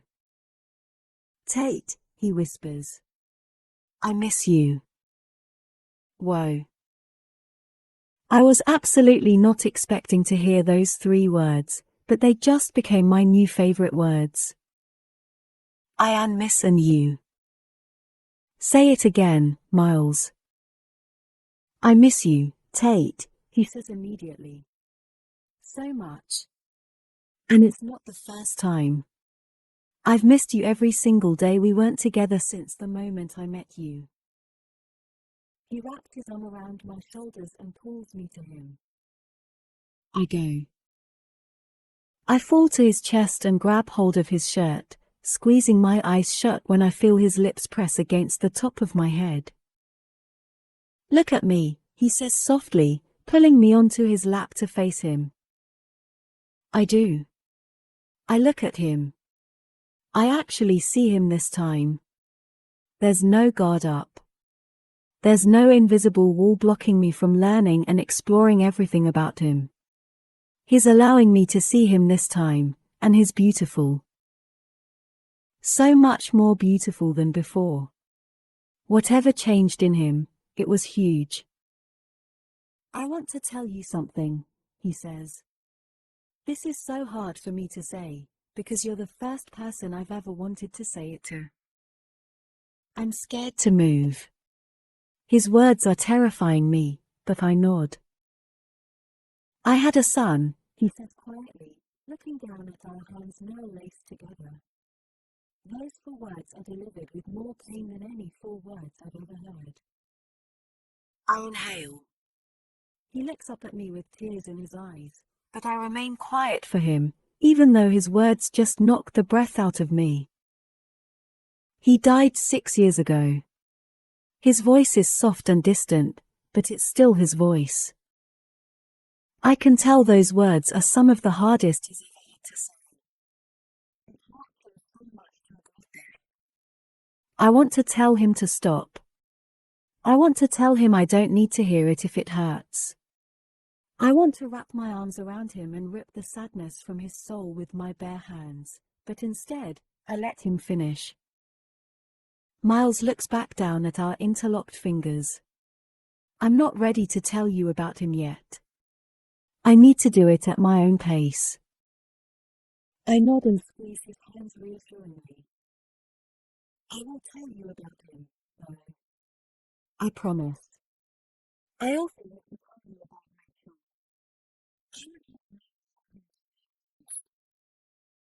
I don't even know if he's finished, but I lean forward and press my lips to his. He pulls me against him so tightly and pushes back against my mouth so hard it's as if he's telling me he's sorry without using words. Tate, he whispers against my mouth. I can feel him smiling. I'm not finished. He lifts me and adjusts me next to him on the couch. His thumb circles my shoulder as he looks down at his lap, forming whatever words he's needing to say to me. I was born and raised in a small suburb just outside of San Francisco, he says, bringing his eyes back up to meet mine. I'm an only child. I don't really have any favorite foods, because I like almost everything. I've wanted to be a pilot for as long as I can remember. My mother passed away from cancer when I was 17. My father has been married for about a year to a woman who works for him. She's nice, and they're happy together. I've always kind of wanted a dog, but I've never had one. I watch him, mesmerized. I watch his eyes as they roam around my face while he talks. While he tells me all about his childhood and his past and how he met my brother and his relationship with Ian. His hand finds mine, and he covers it as though he's becoming my shield. My armor. The night I met you, he finally says.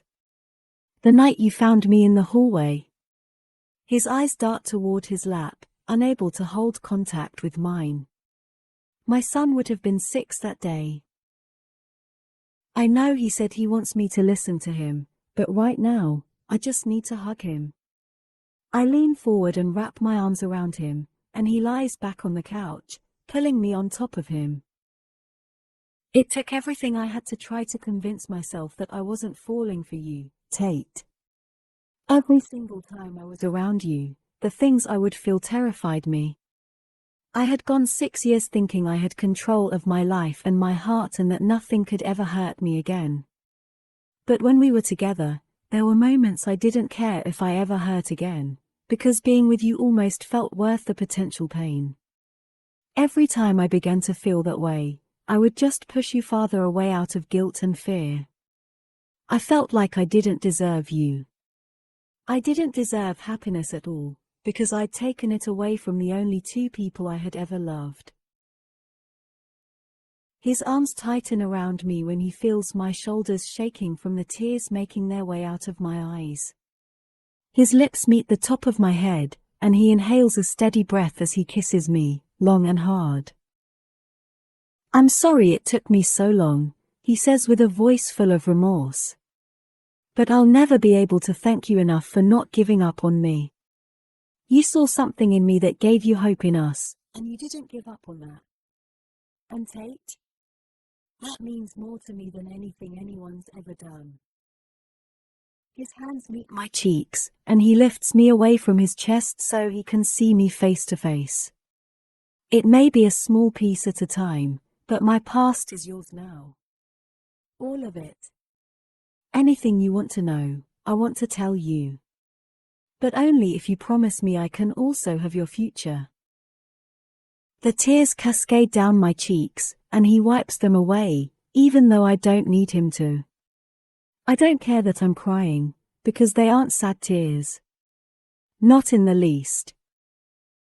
We kiss for so long my mouth starts to hurt as much as my heart. My heart isn't hurting from pain this time, though. It hurts because I can only feel it before. I chose across the scar on his jaw, knowing he'll eventually tell me how he got it. I also touch the tender area beneath his eye, relieved that I can finally ask him questions without being scared I'll upset him. What happened to your eye? He laughs and lets his head fall back against the couch. I had to ask Corbin for your address. He gave it to me, but it took a lot of convincing.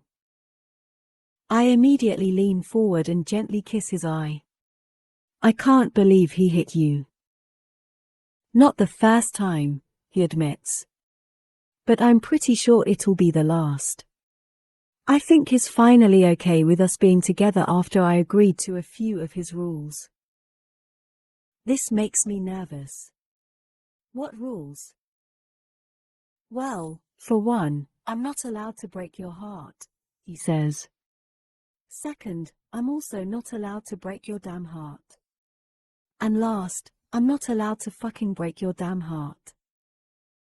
I can't contain my laughter, because that sounds exactly like something Corbin would say to him. Miles laughs with me, and we take each other in for several quiet moments. I can see everything in his eyes now. Every single emotion. Miles, I say with a smile, you're looking at me like you fell in love with me. He shakes his head. I didn't fall in love with you, Tate. I flew. He pulls me back to him and gives me the only part of himself that he's never been able to give me until now. His heart. Chapter 39. Miles. I stand in the doorway of my bedroom and watch her sleep. She doesn't know it, but I do this every morning she's here with me. She's what starts my day off right. The first time I did this was the morning after I met her. I couldn't remember much from the night before. The only thing I remembered was her. I was on the couch, and she was stroking my hair, whispering, telling me to go to sleep. When I woke up in Corbin's apartment the next morning, I couldn't get her out of my head. I thought she had been a dream until I saw her purse in the living room. I peeked inside her bedroom just to see if anyone was in the apartment with me. What I felt the moment I laid eyes on her was something I hadn't felt since the moment I first laid eyes on Rachel. I felt like I was floating. Her skin and her hair and her lips and the way she looked like an angel while I stood there and watched her brought back so many feelings that had become foreign to me over the past 6 years. I had gone so long refusing to allow myself to feel anything for anyone. Not that I could have controlled the feelings I was experiencing toward Tate that day. I couldn't control them if I'd wanted to.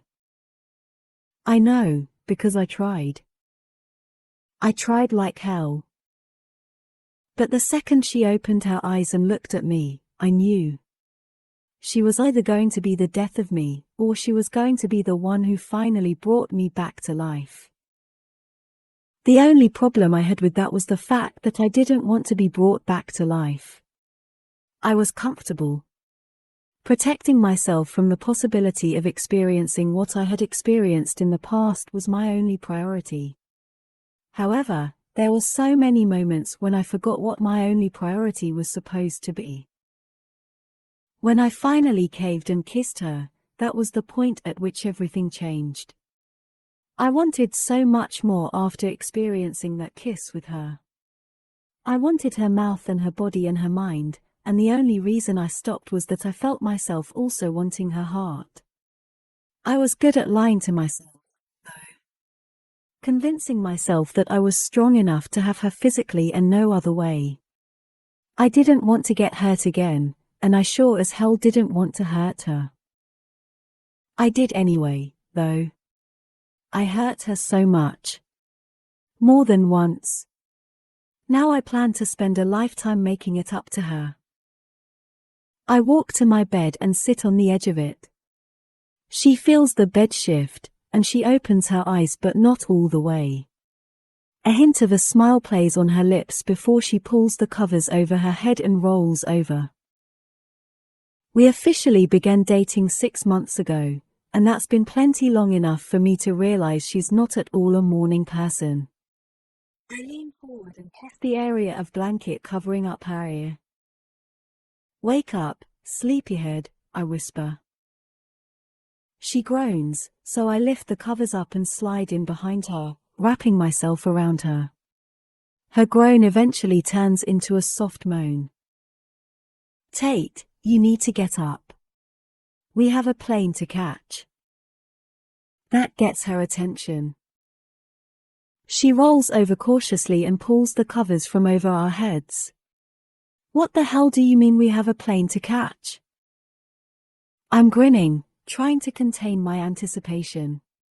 "Get up, get dressed, let's go."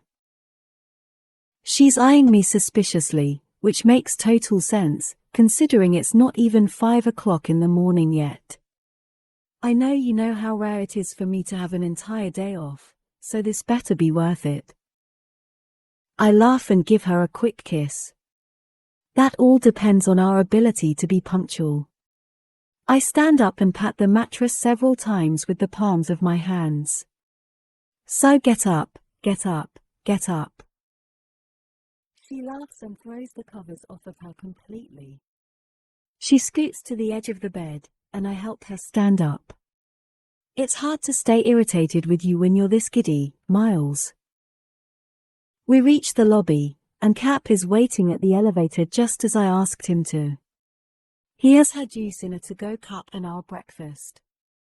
I love the relationship they have. I was a little worried to reveal to Tate that I had known Cap all my life.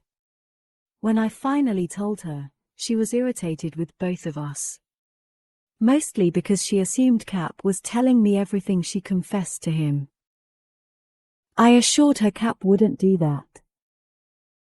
I know he wouldn't, because Cap is one of the few people in this world I trust. He knew just the right things to say to me without appearing as though he were lecturing me or giving me advice. He'd always say just enough to make me think long and hard about my situation with Tate. Luckily, he's one of the few people who grow wiser with age. He knew what he was doing with both of us all along.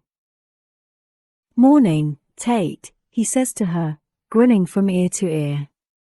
He holds out his arm for her to take, and she looks back and forth between us. "What's going on?" she asks Cap as he begins to walk her toward the lobby exit. He smiles.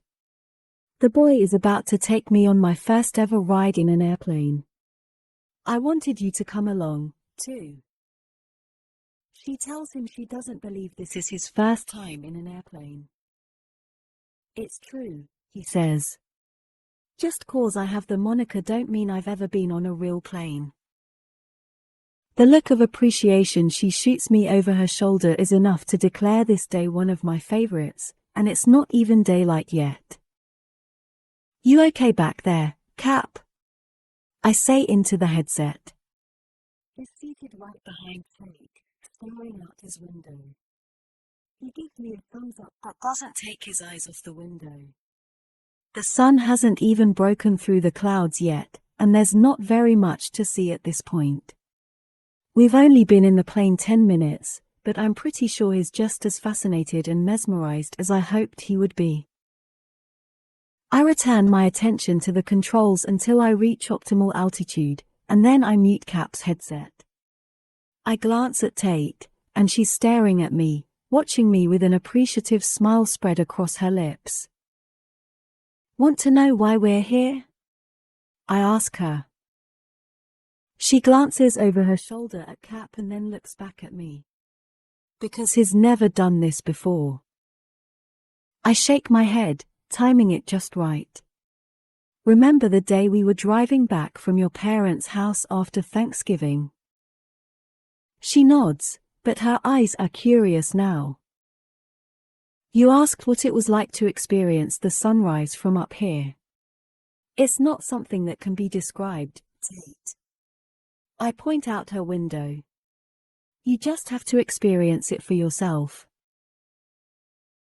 She immediately turns and looks out her window.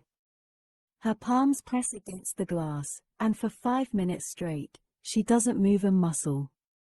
She watches it the entire time, and I don't know how, but I fall even more in love with her in this moment. When the sun has broken through the clouds and the airplane is completely filled with sunlight, she finally turns back to face me. Her eyes are filled with tears, and she doesn't speak a word. She just reaches for my hand and holds it. Wait here, I tell her. I want to help Cap out first. A driver is taking him back to the apartment, because you and I are going to breakfast after this. She tells Cap goodbye and waits patiently in the plane as I help him down the steps. He reaches into his pocket and hands me the boxes, then flashes me one of his approving smiles. I shove the boxes into the pocket of my jacket and turn back toward the steps. Hey, boy! Cap yells, right before climbing into the car. I pause and turn around to face him. He looks at the plane behind me. Thank you, he says, waving his hand down the length of the plane. For this.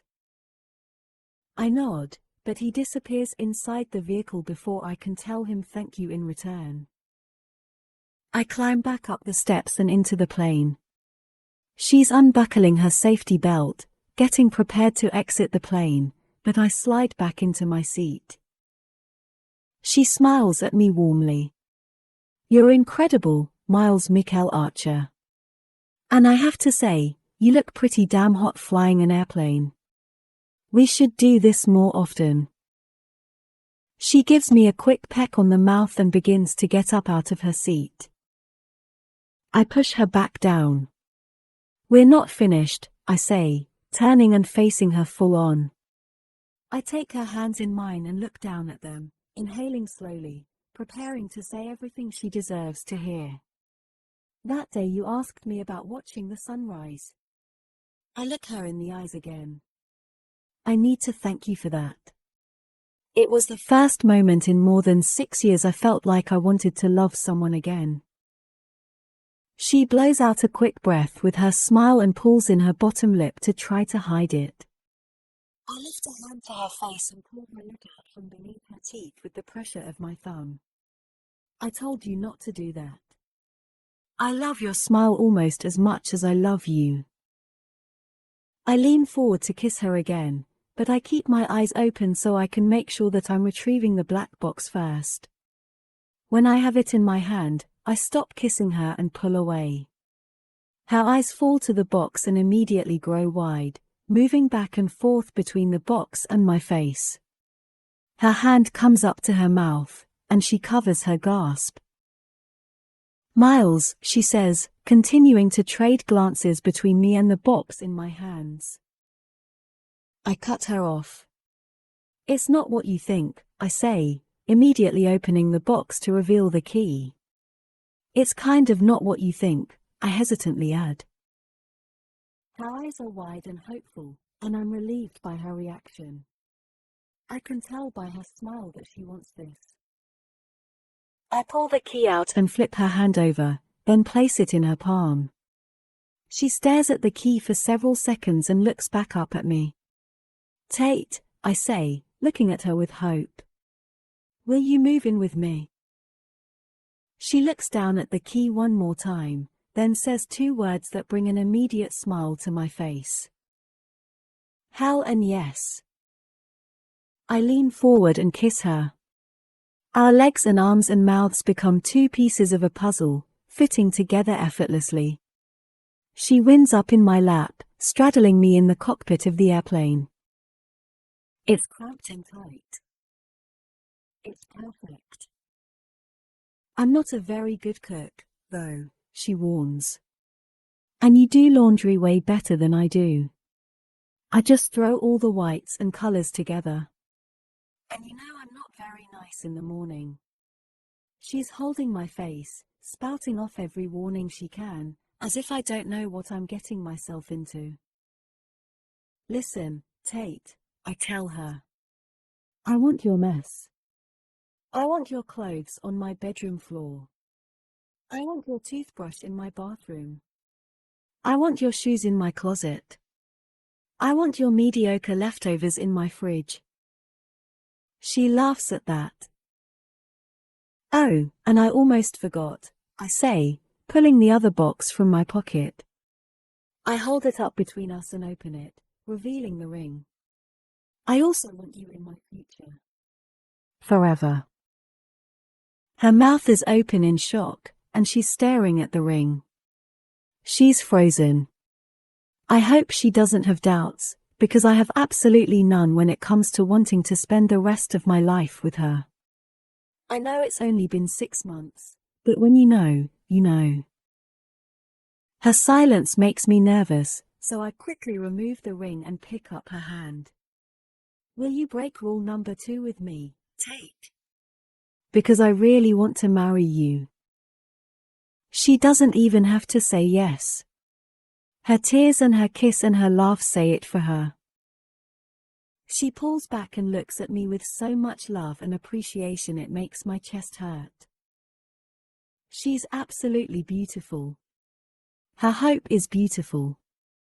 The smile on her face is beautiful. The tears streaming down her cheeks are beautiful. Her love is beautiful. She exhales a soft breath and leans in slowly, gently pressing her lips to mine. Her kiss is filled with tenderness and affection and an unspoken promise that she's mine now. Forever. Miles, she whispers against my mouth, teasing my lips with hers. I've never made love in an airplane before. A smile immediately forms on my lips. It's as if she somehow infiltrated my thoughts. I've never made love to my fiancé before, I say in response. Her hands slowly slide down my neck and shirt until her fingers meet the button on my jeans. Well, I think we need to rectify that, she says, ending her sentence with a kiss. When her mouth meets mine again, it's as if every last piece of my armor disintegrates and every last piece of ice surrounding the glacier that was my heart melts and evaporates. Whoever coined the phrase, "I love you to death," obviously never experienced the kind of love Tate and I share. If that were the case, the phrase would be "I love you to life." Because that's exactly what Tate did. She loved me back to life. The end. Epilogue. I think back to the day I married her. It was one of the best days of my life. I remember standing next to Ian and Corbin at the end of the aisle. We were waiting for her to walk through the doors when Corbin leaned over and whispered something to me. He said, "You're the only one who could have ever met my standards for her, Miles. I'm happy it's you." I was happy it was me, too. That was more than 2 years ago, and every day since then, I've somehow fallen in love with her a little bit more. Or flew, rather. I didn't cry the day I married her, though. Her tears were falling, falling, falling. That day. But mine weren't. I was convinced they never would. Not in the way I wished they could. It was 8 months ago when we found out we were having a baby. We weren't trying to have a baby, but we also weren't not trying. If it happens, it happens, Tate said.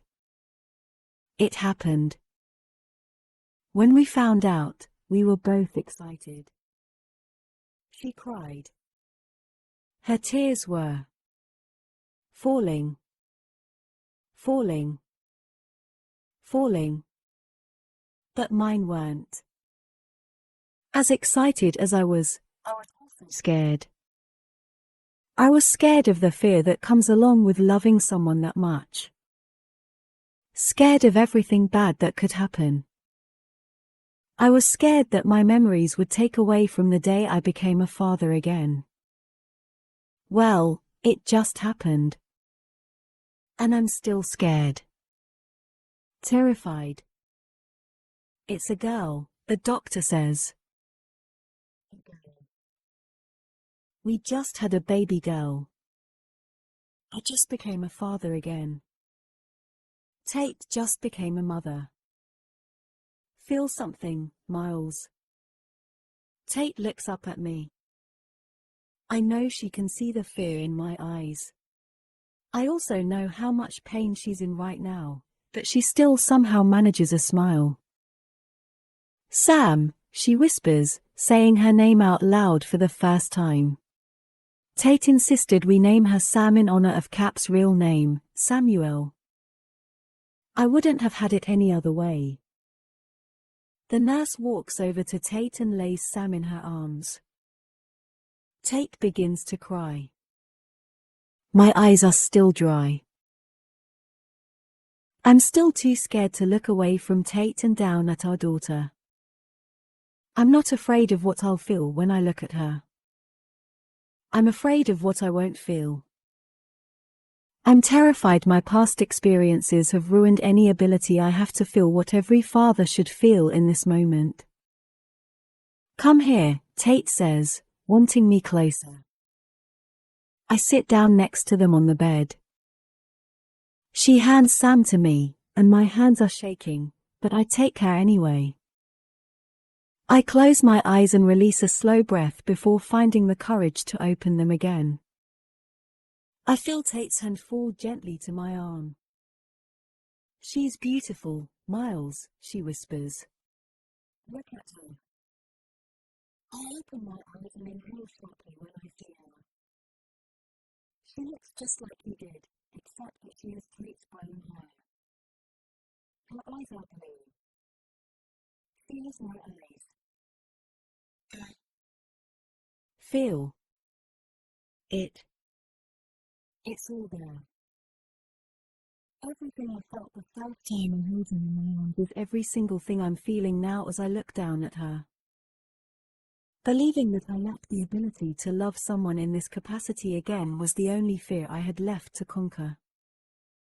One look at Sam, and she just helped me conquer that fear.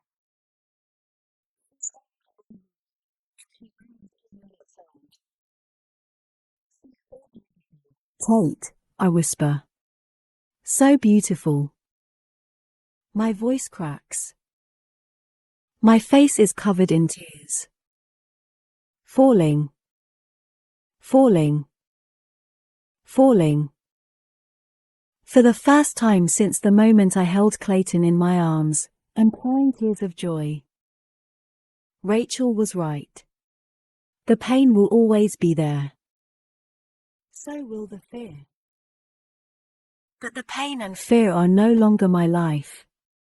They're only moments. Moments that are constantly overshadowed with every minute I spend with Tate. And now with every minute I spend with Sam. Me and Tate and Sam. My family. I kiss her on the forehead, and then I lean over and kiss Tate for giving me something this beautiful again. Tate lays her head on my arm, and we both watch her. Our daughter. I love you so much, Sam. I'm looking down at the perfection we created when it hits me. It's all worth it. It's the beautiful moments like these that make up for the ugly love. The end.